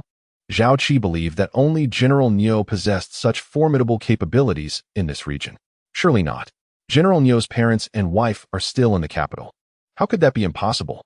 As long as he operates with sufficient discretion, His Majesty cannot touch him.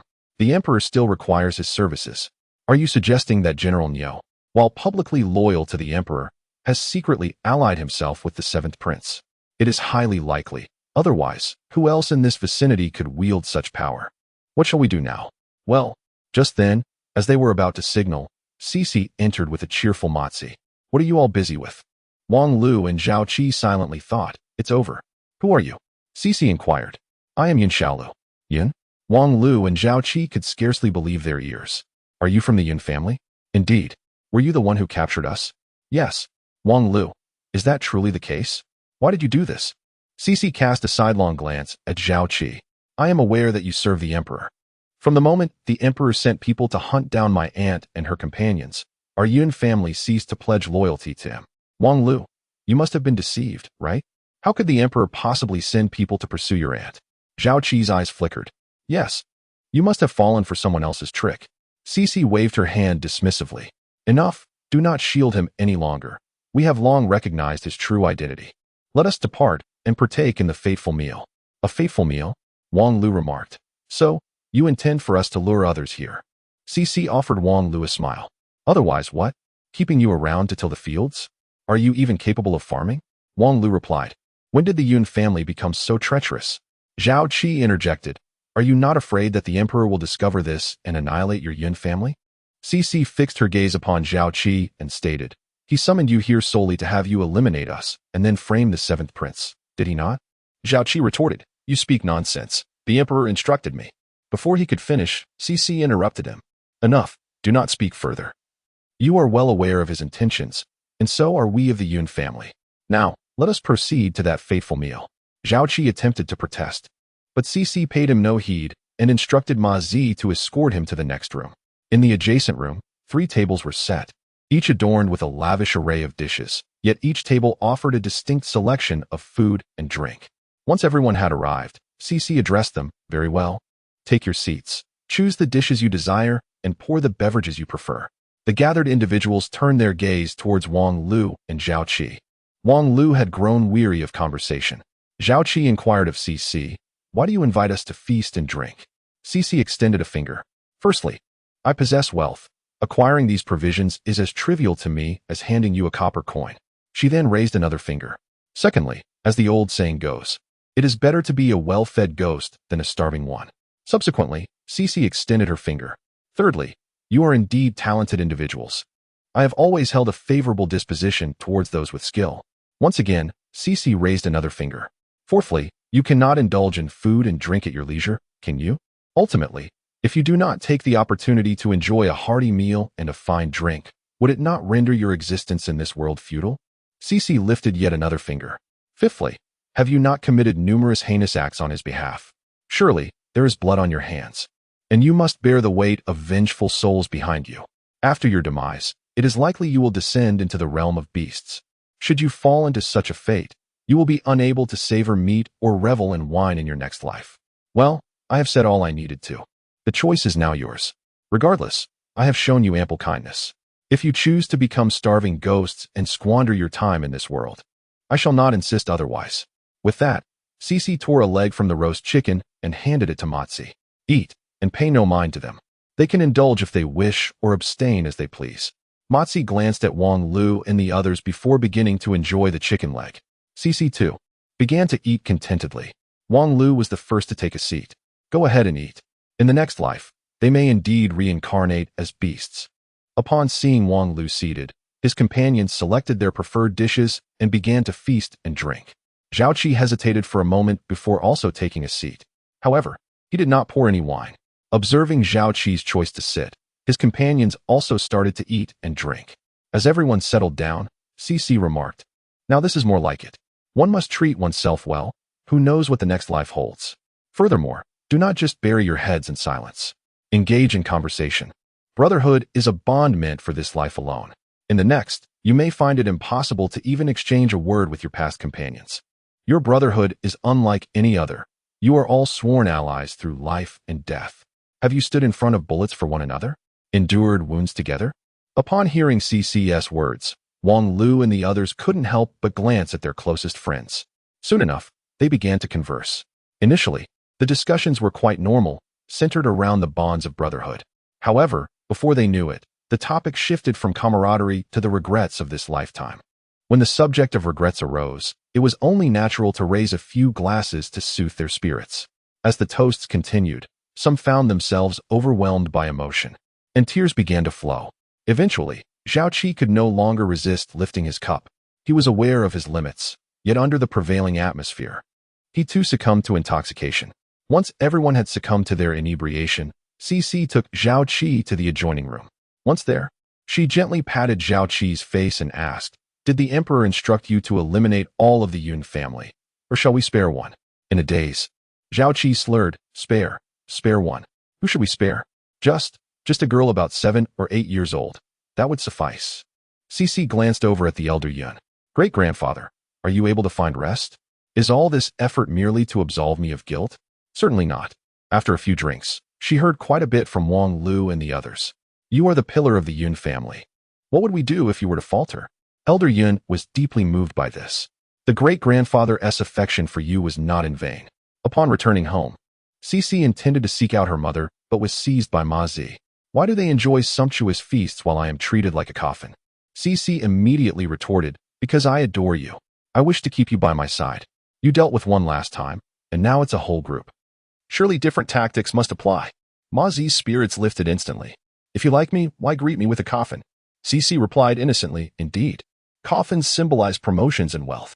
You see, officials love receiving coffins as gifts. Is that true?" "Absolutely. If you don't believe me, ask my great-grandfather." "All right, I believe you.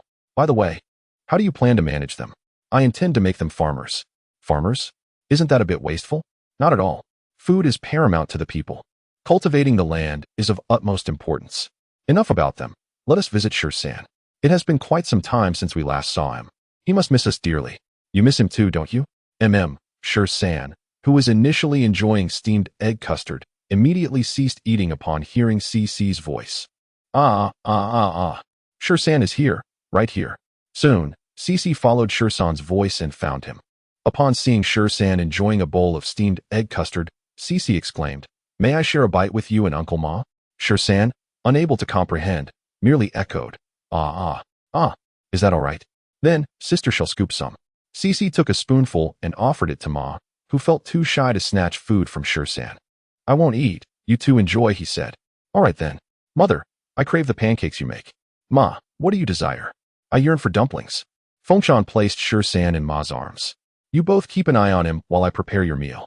"All right," Ma replied. Cici added, "Be sure to include plenty of meat. Both Ma and I relish meat." "Understood." After Fengshan departed, Ma and Cici began to feed Shursan the egg custard, and afterward, they played with him together. When Fengshan brought the dumplings to Ma, he completely forgot about the coffin incident.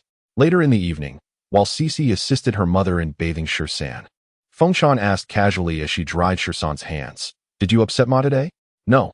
He recalled how I entertained those guests with fine wine and dishes, which reminded him of the coffin incident with Lao He. Upon hearing this, Fengshan chuckled. "I wondered why you were so loud today." He. Meanwhile, after mother and daughter had tidied Shursan, they went to bed. On the other side, Zhao Qi awoke in a daze. Upon waking, Zhao Qi momentarily believed he had arrived in the underworld. He couldn't help but think, the underworld is so dark. The underworld is truly serene. After sitting for a while, Zhao Qi felt compelled to seek out the companions who had perished alongside him during their previous missions. Thus, he rose to his feet. However, upon standing, he attempted to float, but discovered he was unable to do so. Zhao Qi surmised this was likely due to his recent demise and insufficient ghostly energy. Consequently, he exerted some effort, and indeed, he began to levitate. Yet, the sensation bore a striking resemblance to lightness skill. Nevertheless, he dismissed the thought. Floating was what mattered. Alas, just as he ascended a foot or so, he plummeted to the ground. A realization dawned upon him. How could a ghost feel pain? In light of this anomaly, Zhao Qi did something typically associated with women. He pinched himself. After confirming the reality of his existence, he acknowledged the truth. He was not dead. He was still alive. To claim he was not elated would be a falsehood. Who among us does not yearn for life? After regaining his composure, Zhao Qi began to ponder whether Cici had yet to act, or if she had never intended to take their lives at all. If she did not wish to end their lives, then why refer to it as decapitation cuisine? Memories of drunken conversations with Wang Lu and the others flooded his mind. Zhao Qi lifted his gaze to the ceiling, realizing he had been deceived. The Yun family had acquired formidable powers. They were no longer the Yun family of yore. Rising from the ground, Zhao Qi found the door and stepped outside. Upon emerging, he immediately cast his eyes skyward. Indeed, the stars adorned the heavens. He lingered in this reverie for a considerable time before making his way next door. There, Wang Lu and the others remained in slumber, having imbibed more than Zhao Qi. After a moment's hesitation, he resolved to let them awaken on their own. With this decision made, Zhao Qi ventured out to gaze at the stars. He spent the entire night captivated by their celestial beauty.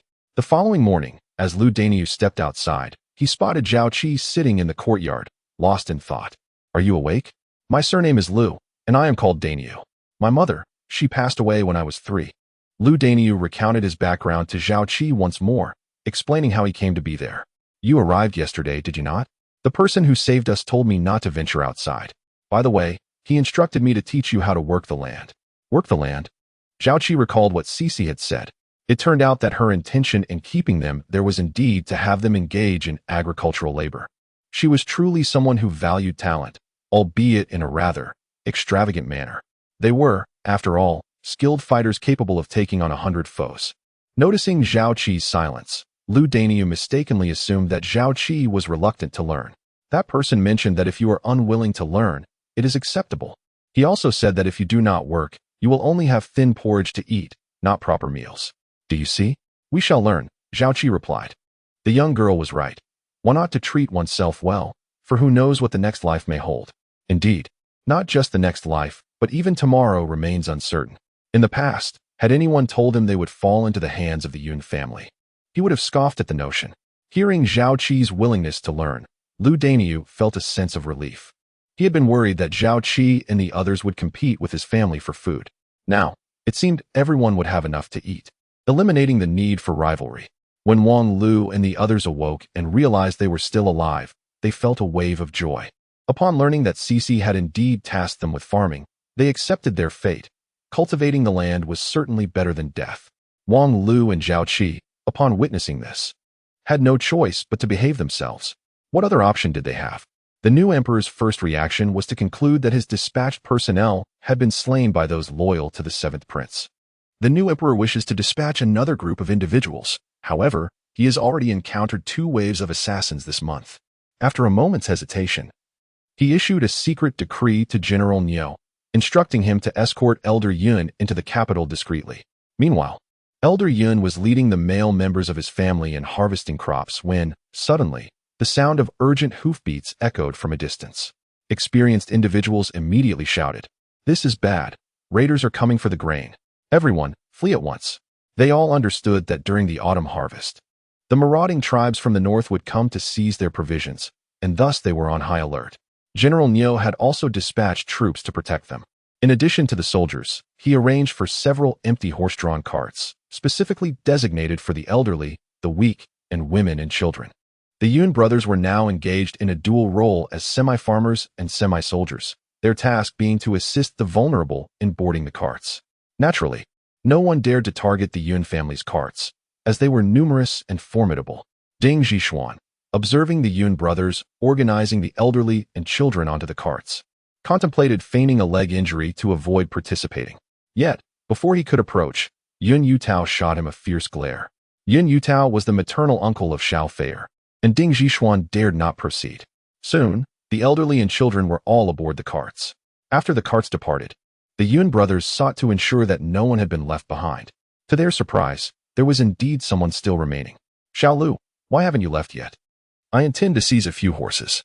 The court, in an effort to encourage the populace to combat the enemy, had decreed that any spoils obtained in battle belonged to the victors. The Yun brothers exchanged glances, bemused by his boldness. Cece cast a sidelong glance at Yun Yute. "What kind of battle is this? I have Lao He. You all should take care of yourselves." "Lao He, let us go." "Very well." Yun Yushuan and the others realized that these two were not here to harvest crops. Rather, they were here to seize horses, specifically the horses of the barbarians. Cece frowned as she noticed Yun Yuchi and the others were merely staring at her, and Lao He. "What are you all dawdling for? Hurry up and mount your horses." Once they regained their senses, they hastily grabbed their weapons and climbed onto their steeds. Just as they settled in, the looters charged toward them. Yun Yushuan quickly instructed, "Yuchi, stick with Xiao Lu. The rest of you follow me." Understood.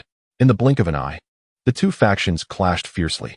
Upon receiving the news, General Niu rushed over with Niu Mingjia. Seeing that they were unharmed, General Niu took Niu Mingjia up to the city wall. Once atop, they observed Lao He bounding around the battlefield like a kangaroo, carrying CC. As CC pointed, Lao He swiftly hurled a stone, causing a mounted assailant to tumble down. The moment he fell, Lao He dashed over to seize his horse, deftly placing a black rope around its neck as he did so.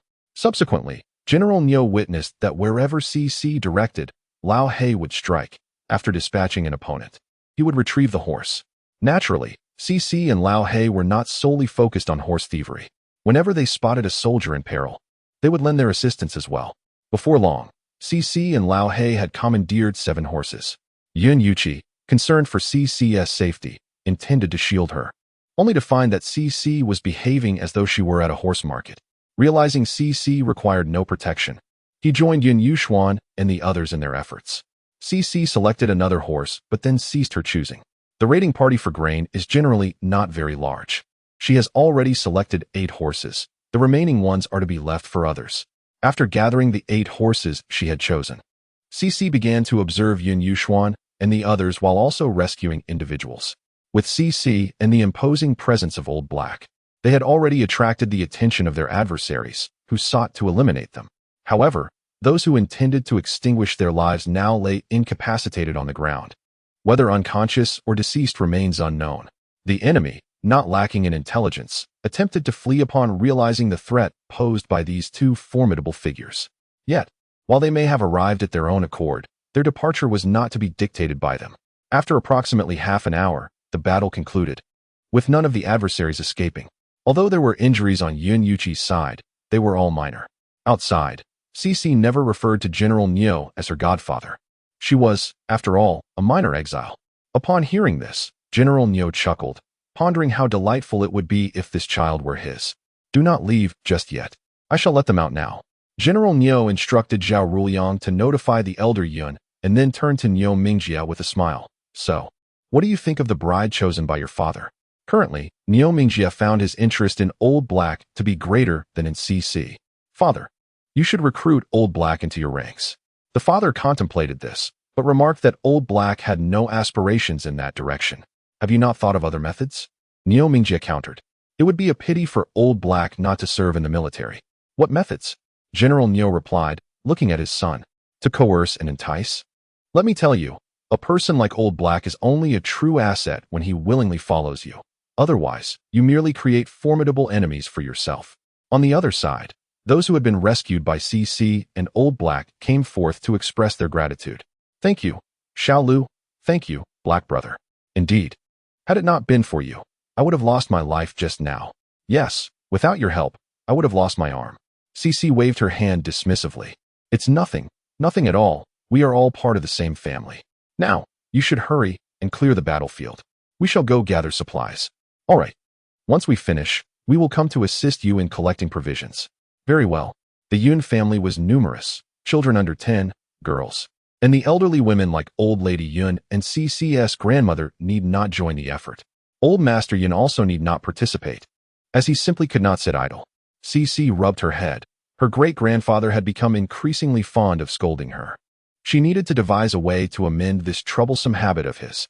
Initially, CC had only seized 8 horses, but those whom she and Old Black had saved, upon seeing her desire for steeds, petitioned General Niu, who rewarded her with 2 additional horses. The 7 brothers of Yun Yuqi had been assisting their family in gathering supplies these past few days. Observing Feng Chan reprimanding CC, Yun Yuqi also felt an urge to do the same. However, he feared Old Black might retaliate.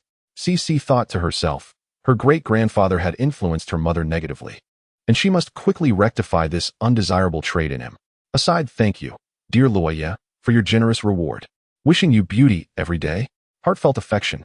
In Chapter 98, Disappointment of CC, CC instructed Sun Xing Yao and Yun Rui Bo to select 2 horses, subsequently entrusting the remaining steeds to Master Yang, who taught horsemanship to the women and children of the Jiao family. Master Yang was elated to receive such fine horses, which were evidently swift. For one must indeed be fleet of foot when seizing opportunities. Otherwise, should one be pursued, all efforts would be in vain. After conversing with Master Yang for a while, CC sought out Yin Yuqi. His heart swelled with joy upon her approach. but just as a smile began to form at the corners of his mouth, Cece fixed her gaze upon him and remarked, "I observed several issues during your recent encounter with those barbarians. Summon the others, and I shall elucidate." Yun Yuqi responded, "My daughter, could you not share a few personal matters with your father?" "Very well, I shall fetch your uncle and the others," he conceded. Meanwhile, Cece meticulously outlined the problems faced by Yun Yuqi and his companions, offering guidance on how to amend them. Many were apprehensive yet hesitant to voice their concerns, and the atmosphere grew increasingly tense. Eventually, the leader too began to express unease. He dispatched several individuals to ascertain the situation. Upon their return, they reported that the Jin Chao faction was harvesting crops while their own men were unaccounted for, neither alive nor dead. The leader was bewildered. Could it be that his men had lost their way? That seemed improbable, as they had plundered grain almost annually. Even with their eyes closed, they could not err. Might it be that his men had encountered conflict with another tribe and been captured? Contemplating this, the leader sent more individuals to nearby tribes to inquire further. After the inquiry, the leader became increasingly perplexed. Could it be that they were truly lost? After a moment's hesitation, he commanded a group to venture out in search of answers. However, after a full day's search, they returned empty-handed. The leader realized that there was now but a singular possibility. Yet, he found this notion hard to accept. After a night of contemplation, he resolved to send forth another contingent, not merely to seize provisions, but to gauge the disposition of the Jin dynasty. If the soldiers of Jin were to fiercely resist them over a mere handful of grain, it would imply that the initial party had fallen into the hands of that General Niu. Conversely, if the Jin soldiers did not engage in fierce combat, it would suggest that his men had either been slain by rival tribes or encountered some unfortunate circumstance, such as treacherous quicksand. At that moment, Cece was engaged in conversation with the soldiers collecting provisions for their household when the sound of hooves echoed once more. This time, Yun Yuqi merely cautioned Cece to exercise caution before joining Yun Yuxuan and the others to confront the enemy. Observing that only 2/3 of the opposing force charged towards them, Cece discerned their intent to test their resolve. The young officer tasked with guarding the grain collection, noticing the partial advance of the enemy, allocated a portion of his men to keep watch, wary of any treachery. History seemed to repeat itself as Cece and Lao He swiftly captured 6 horses. Upon witnessing the formidable duo, the onlookers commanded the advancing forces to retreat. The assailants, however, emboldened by the spirit of victory among the Jin soldiers, were reluctant to withdraw. The observers wished to intervene. Yet with Cece and Lao He posing such a formidable threat, approaching would be tantamount to walking into a trap. In their hearts, the onlookers silently expressed their apologies to the advancing troops as they contemplated retreat. Cece, noting their intent to withdraw, cast her gaze towards the city walls. General Niu nodded at Cece, urging her to speak. The soldier beside General Niu responded affirmatively and shouted in the language of the barbarians, "Hey, don't leave. Don't you want your companions? If you do, trade them for horses. 1 captive for 5 horses, 1 corpse for a horse." "Hey, don't go." The onlookers halted immediately upon hearing this. "Have you captured a group of us already?" "Yes. You came to seize our food, so we will not be courteous to you. Do you want horses or your companions? Choose for yourselves. 5 horses is too much." The opposing side seemed ready to curse. Can living and dead be equated? They pointed at their struggling companions, saying, "What about them? Aren't they your captives?" Soon enough, the other party wanted to retort, but they shot a fierce glare at Cece and Old Hay. Old Hay and Cece paid them no mind. "Fine. By the way, they need to eat while they are with us, right? We'll make it cheap for you. 1 sheep weighing over 100 Jin per day. And you want food money? Over 100 Jin?" With that, the opposing side stormed off in anger. Cece pointed at the incoming barbarians and said to the soldier who spoke their language, "Ask them if they prefer to become 5 horses or 1 horse." "All right." After the soldier translated Cece's words into the barbarian tongue, the approaching warriors halted in frustration. A horse can be raised again, but a life lost is irrevocable. Although 12 is not yet as tall as a horse's leg, she has a fondness for horses and desires to possess one of her own, just like Sun Xingyao and Yun Ruibua. However, these horses are rather large and not particularly enjoyable. Her sister offered to find a pony for her, emphasizing that horses must be raised from a young age to truly connect with their owners. Regardless of size, as long as it's a horse, she is content. "Thank you, sister. Could you also find a horse for 13? He loves horses too." How do you know 13 likes horses? 12 responded matter-of-factly. 13 is my younger brother. Are you implying that if you like something, he will too? Yes. Julang also chimed in. 6 sister, I wish for a pony as well. All right. 12 cast a sidelong glance at Julang. Why do you always imitate me, Brother Gio? I don't mean to. But I am not as close to 6 sister as you are. Hee. Brother Gio is rather simple-minded. 6 sister, 12. We gathered a good number of wild fruits today. I shall fetch them for you. As Julang departed, Yin Yuqi approached. My dear, did your father and uncle fall short in any regard today? Indeed. On the other side, Cici pointed out several shortcomings. The leader could scarcely believe his ears. Is it true that Jin Chao birthed a monster with a child on its chest? Yes. When they charged, Cici and Old Hay were already prepared for battle. Moreover, no one would bring a child to the battlefield, and a child in such a scenario would not remain as composed as Cici. Adding to this, Old Hay's martial prowess was exceedingly formidable. Thus, the onlookers regarded Lao He and Cici as monsters. By the time they realized that Cici and Lao He were indeed two distinct individuals, news of a formidable creature emerging from Jin Chao had already spread among the tribes. Initially, other clans intended to seize some food supplies, yet before they could act, they heard about this extraordinary beast from Jin Chao. Cici had hoped to capture more horses, but surprisingly, no one came. She felt quite disheartened. Suddenly, these events engaged Grandma Yun, little Jiu Lang, and young ladies like Tian Weiyu. Upon witnessing everyone laboring, Shursan felt compelled to join in. Feng Chan presented him with an ear of corn to peel for amusement. Shursan peeled with great enthusiasm, and upon finishing, he proudly showcased his work to Feng Chan and Shur. I peeled it. Feng Chan gently patted Shursan's little head, praising his skills. Shursan nodded earnestly, affirming, yes. Not me, it's my younger brother. He might have done it, he added. Is that so? Indeed. Then big sister ought to commend him. Yes, she should. You peeled quite a bit too, didn't you? Yes. Then you are quite capable as well. Let us go praise my brother. All right.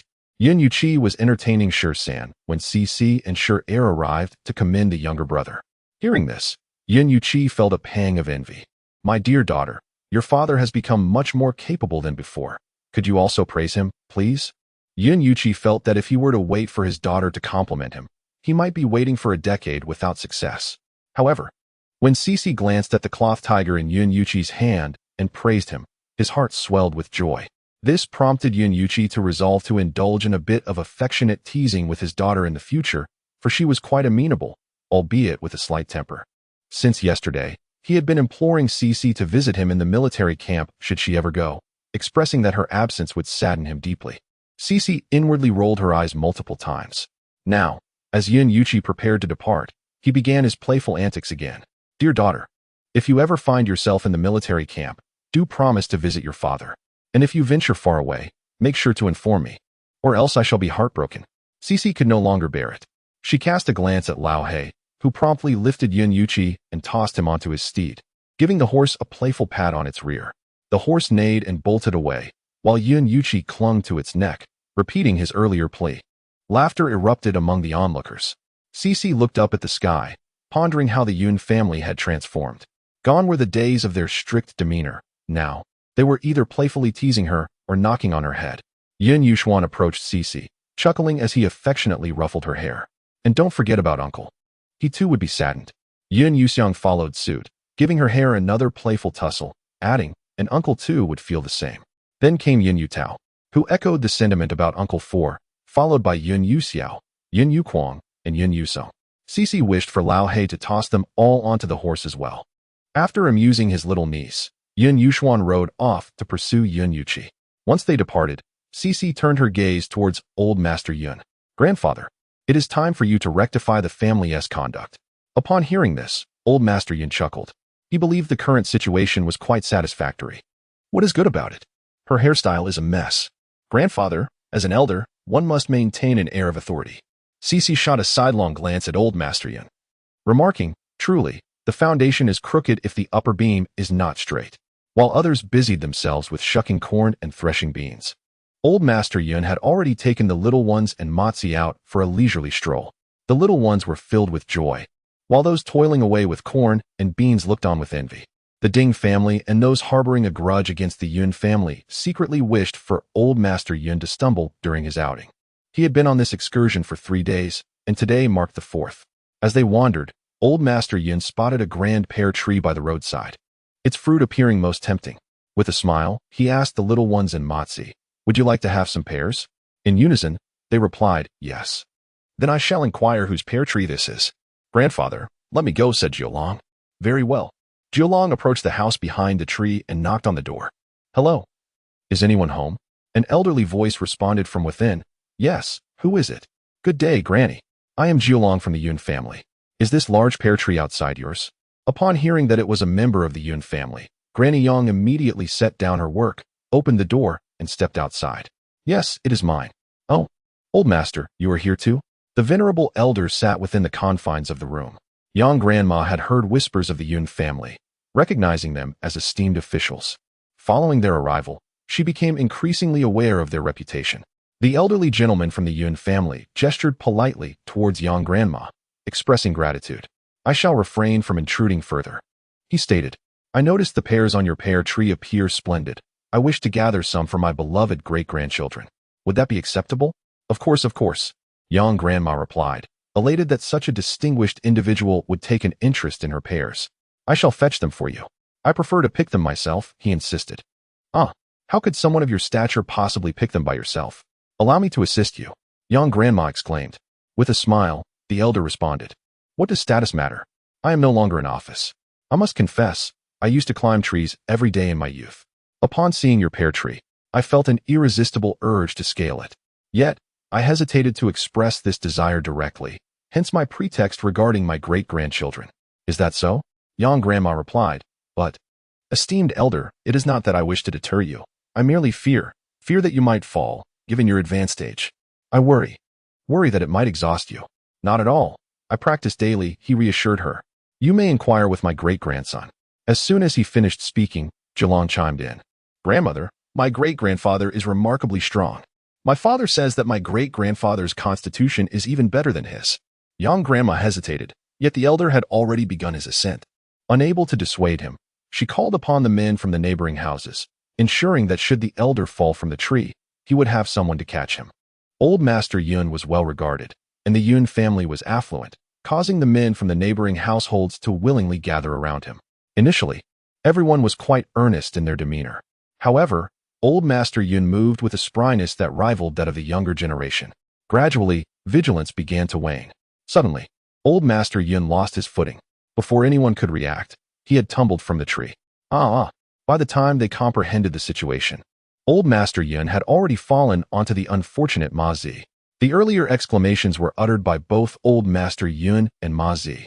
Just as everyone was preparing to breathe a sigh of relief, they realized that Old Master Yun had not landed squarely atop Ma Zi, but rather at an angle, which caused his head to strike the ground. A chill ran through the crowd. Given Old Master Yun's advanced age, the hardness of the ground, and the height of the tree, Jiulong rushed to Old Master Yun's side. "Great-grandfather, are you all right?"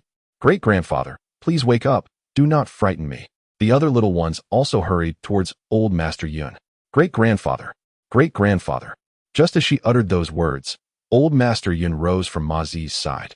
After regaining his composure, he shook his head a few times before addressing Granny Yang. "I am fine, just a bit dizzy. It seems I can no longer deny my age." Seeing Old Master Yun awake, Granny Yang immediately clasped her hands together in prayer, exclaiming, "Thank heavens! Thank heavens! May the Bodhisattva protect us! May the Bodhisattva protect us!" At that moment, Jiulong burst into tears. "Great-grandfather, you terrified me. If anything were to happen to you, how would I explain it to Sixth Sister?" "Oh!" The other little ones were equally frightened and began to cry as well. It took a considerable effort for Elder Yun to soothe them. Once the little ones were calmed, Elder Yun turned his gaze toward Granny Yang. "I apologize for the trouble I've caused you." "No trouble at all, truly. However, please refrain from climbing trees in the future." Elder Yun waved his hand as he replied, "I shan't climb again. That near brush with death has made me realize the folly of resisting old age." "Indeed. Would you care to visit the medical hall?" Granny Yang still harbored some concerns. "Perhaps it would be best if you did." After saying this, Elder Yun departed with Matzi and the little ones. Soon, news of Elder Yun's fall from the tree spread. Those with no grievances against the Yun family believed that good deeds would be rewarded, thinking that elder Yun, having narrowly escaped death, must surely have blessings in store. Conversely, those with animosities towards the Yun family felt that heaven was blind. Everyone assumed the matter had concluded. However, to their surprise, the Yun family sought a physician that very afternoon, for elder Yun had collapsed. The doctor examined him for quite some time, but could not ascertain the cause. Ultimately, he speculated that the fall had resulted in some form of head injury. Such injuries are typically beyond the reach of ordinary treatment. The news spread rapidly. Those harboring grievances against the Yun family were elated. Such hidden injuries are notoriously difficult to treat, and those affecting the mind are even more so. Meanwhile, those with no quarrels hoped fervently for elder Yun's recovery. Especially concerning Granny Yang, she contemplated cutting down the pear tree in her yard. However, that tree brought her a considerable amount of coins each year. After giving the tree a few kicks in frustration, Granny Yang took her basket and incense to the temple to pray to the Buddha. Yun Yuchi was polishing his weapons when Cece arrived, filling him with delight. He felt that his playful antics had indeed proven effective. "My dear daughter, you have come. This is your father's weapon. Let me show you how it's done." But alas, the weapon slipped from Yun Yuchi's grasp and clattered to the ground. "Surely you jest. How could great-grandfather, at his age, still be climbing trees? This is no matter for jest." Zhilong remarked that great-grandfather, upon seeing the pears flourishing on the pear tree, was reminded of his childhood and expressed a desire to climb up and pick them. Despite the counsel of others, he refused to listen. Yun Yuchi pondered. He was aware of his grandfather's stubbornness, yet he had presumed it was confined to matters of governance. Would his grandfather ultimately perish due to his obstinacy? "Your uncles have gone out on patrol. They will return soon." The atmosphere at home was heavy with tension. The moment Zhilong spotted Yun Yuquan, he rushed over and clung to his leg. "Father, I could have taken better care of great-grandfather. I should have stopped him." With a heartfelt embrace, Yun Yuquan lifted Zhilong into his arms. "It is not your fault, your great-grandfather, your great-grandfather." Zhilong sniffled. "I could have held him back. I am smarter than an ox."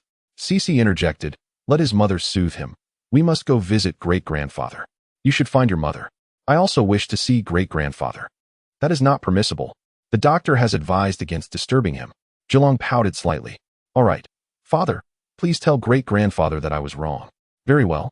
Yun Yuchuan gently placed Zhilong on the ground. "Now go find your mother, dear." Zhilong wiped away his tears. "Remember to tell great-grandfather." "I will, rest assured."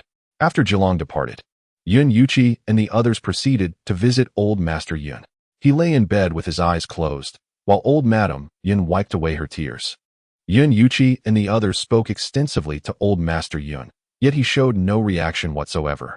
After leading Yun Yuchi and the others into old Master Yun's room, Cece intended to seek out her mother and brother. She sighed deeply. Alas! Old Master Lin then turned to find Cece's grandfather. Cece's grandfather was the eldest son of old Master Yun, and upon the latter's incapacitation, he became the head of the Yun family. Upon locating Cece's grandfather, old Master Lin confided in him. After listening, Cece's grandfather immediately took him to attend to old Master Yun's ailment. Unfortunately, he too was at a loss regarding old Master Yun's condition. Ultimately, he could only place his hopes in a miracle. 6 days later, a miracle did occur. However, old Master Yun had lost his senses to the point of not recognizing even his own son. Upon hearing this news, Ding Rahai laughed heartily for a long time. "Ha ha. This is the consequence of turning your back on your own. Ha ha ha." Before the secret edict of the new emperor arrived, news of old Master Yun's condition had already spread far and wide, encompassing not only their immediate surroundings, but also distant places. Old Bai informed Cece that after the new emperor had encountered 2 assassination attempts within a month, Cece realized that he would not send any more hidden guards. Thus, she began to orchestrate the scheme to feign the madness of old Master Yun. The fewer individuals privy to this matter, the better. Consequently, only old Master Yun, old Mistress Yun, Feng Chan, Cece, Lao He, and Ma Zi were aware, while others remained oblivious. Upon reviewing the situation, the new emperor's initial reaction was to suspect that old Master Yun was merely pretending to be foolish. However, he swiftly dismissed this notion. The emperor believed that even if the entire world turned against him, old Master Yun would still stand by his side. With old Master Yun's apparent madness, the emperor was compelled to seek new candidates. Unfortunately, none of his selections met his expectations. Regret began to gnaw at him, lamenting that he had not dispatched more individuals earlier. Had he done so, old Master Yun would have already arrived in the capital. Meanwhile, on the other side, Wang Yicheng's mother, Madame Jia, also began to feel remorse. Wang Yicheng is the fiancée of CC's elder cousin, Tian Weiyu. Once the maids and servants departed, Madame Jia turned to Wang Jingping and said, "Sir, I have heard that old Master Yun fell from a tree and became foolish. Have you heard about this?" "I have," replied Wang Yong, the attendant of old Master Wang. When Wang Yicheng had stealthily pursued Tian Weiyu, old Master Wang had instructed Wang Yong to follow him under the guise of tracking Wang Yicheng. Madame Jia looked at Wang Jingping and remarked, "I believe my father may be too proud to admit his mistake. When my father initially suggested letting Chang'e pursue that girl from the Tian family, I was reluctant. I remarked that given the temperament of old Master Yun, even if the crown prince ascended to the throne, he would not always acquiesce to him. He would likely oppose him at times and risk inciting his ire. Now, it seems my father might be waiting for us to plead with him, anticipating our request for his leniency." Wang Jingping pondered this possibility and decided to approach his father. "Indeed, please inform him that I am weeping in my chamber," he instructed. Madame Lu was feeding old Master Wang grapes when a young maid entered. "Old Master, the eldest master has arrived." Old Master Wang glanced at Madame Lu, who promptly replied, "I shall attend to you shortly." After her departure, the young maid ushered Wang Jingping inside. He exchanged pleasantries with old Master Wang before steering the conversation towards old Master Yun. "Father, I have heard that old Master Yun has become quite addled." Old Master Wang responded with a non-committal hum, sighing inwardly. Some matters are indeed innate and cannot be taught. He waved his hand, signaling for the servants to leave the room. Once they had exited, old Master Wang regarded Wang Jingping and remarked, "I had not intended to discuss this with you, hoping you would come to realize it on your own. However, should I, like old Master Yun, suddenly become foolish, my thoughts would be in vain." "How could that possibly happen? You are unlike the clouds." Lord Wang gazed at Wang Jingping and remarked, "Let me tell you. My intention in allowing Chang'e to pursue that young lady from the Tian family was not driven by any admiration for old Lady Yun. Rather, I am captivated by the enchanting Feng Xianzi and her daughter, the little girl born to Yun Yuqi. They possess influential backing." "Influential backing?" Wang Jingping inquired. "Indeed, the Yun family has had no dealings with Chief Steward Qi, who is close to the late emperor, and he does not engage with the court officials.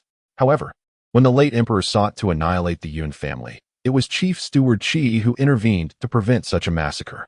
You are aware of the Yun family's stature.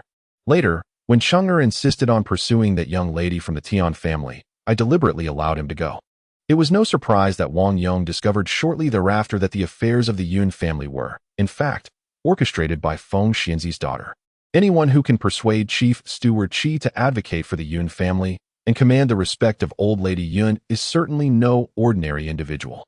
If our family could forge a connection with such a person, it could elevate our standing significantly. Even if it does not lead to a rise in status, it would provide us with additional security. Wang Jingping listened with a mixture of admiration and shame. "Father, I have disappointed you once again. In the future, I shall not judge matters solely by their surface.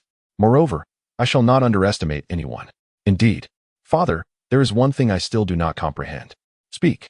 If that person is so capable, why does he not allow old Lady Yun to remain in her position as minister? Remember this." Wang Jingping conveyed Lord Wang's words to Jia Shi. "Do not doubt your father's decisions any longer, for they are beyond the comprehension of you and me." After much ado, did her father-in-law not permit her son to pursue that girl from the Tian family, not for any trivial reason? Meanwhile, Yun Yuqi's ex-wife, Sun Wanjing, became aware of the elder Yun's folly. What use is a fool to the new emperor? What purpose does it serve? Sun Wanjing was nearly driven to despair. In her heart, she scolded the elder Yun fiercely. Does he not realize his own age? Is that akin to climbing a tree? Is he courting death? After berating the elder Yun, she extended her ire to the rest of the Yun family.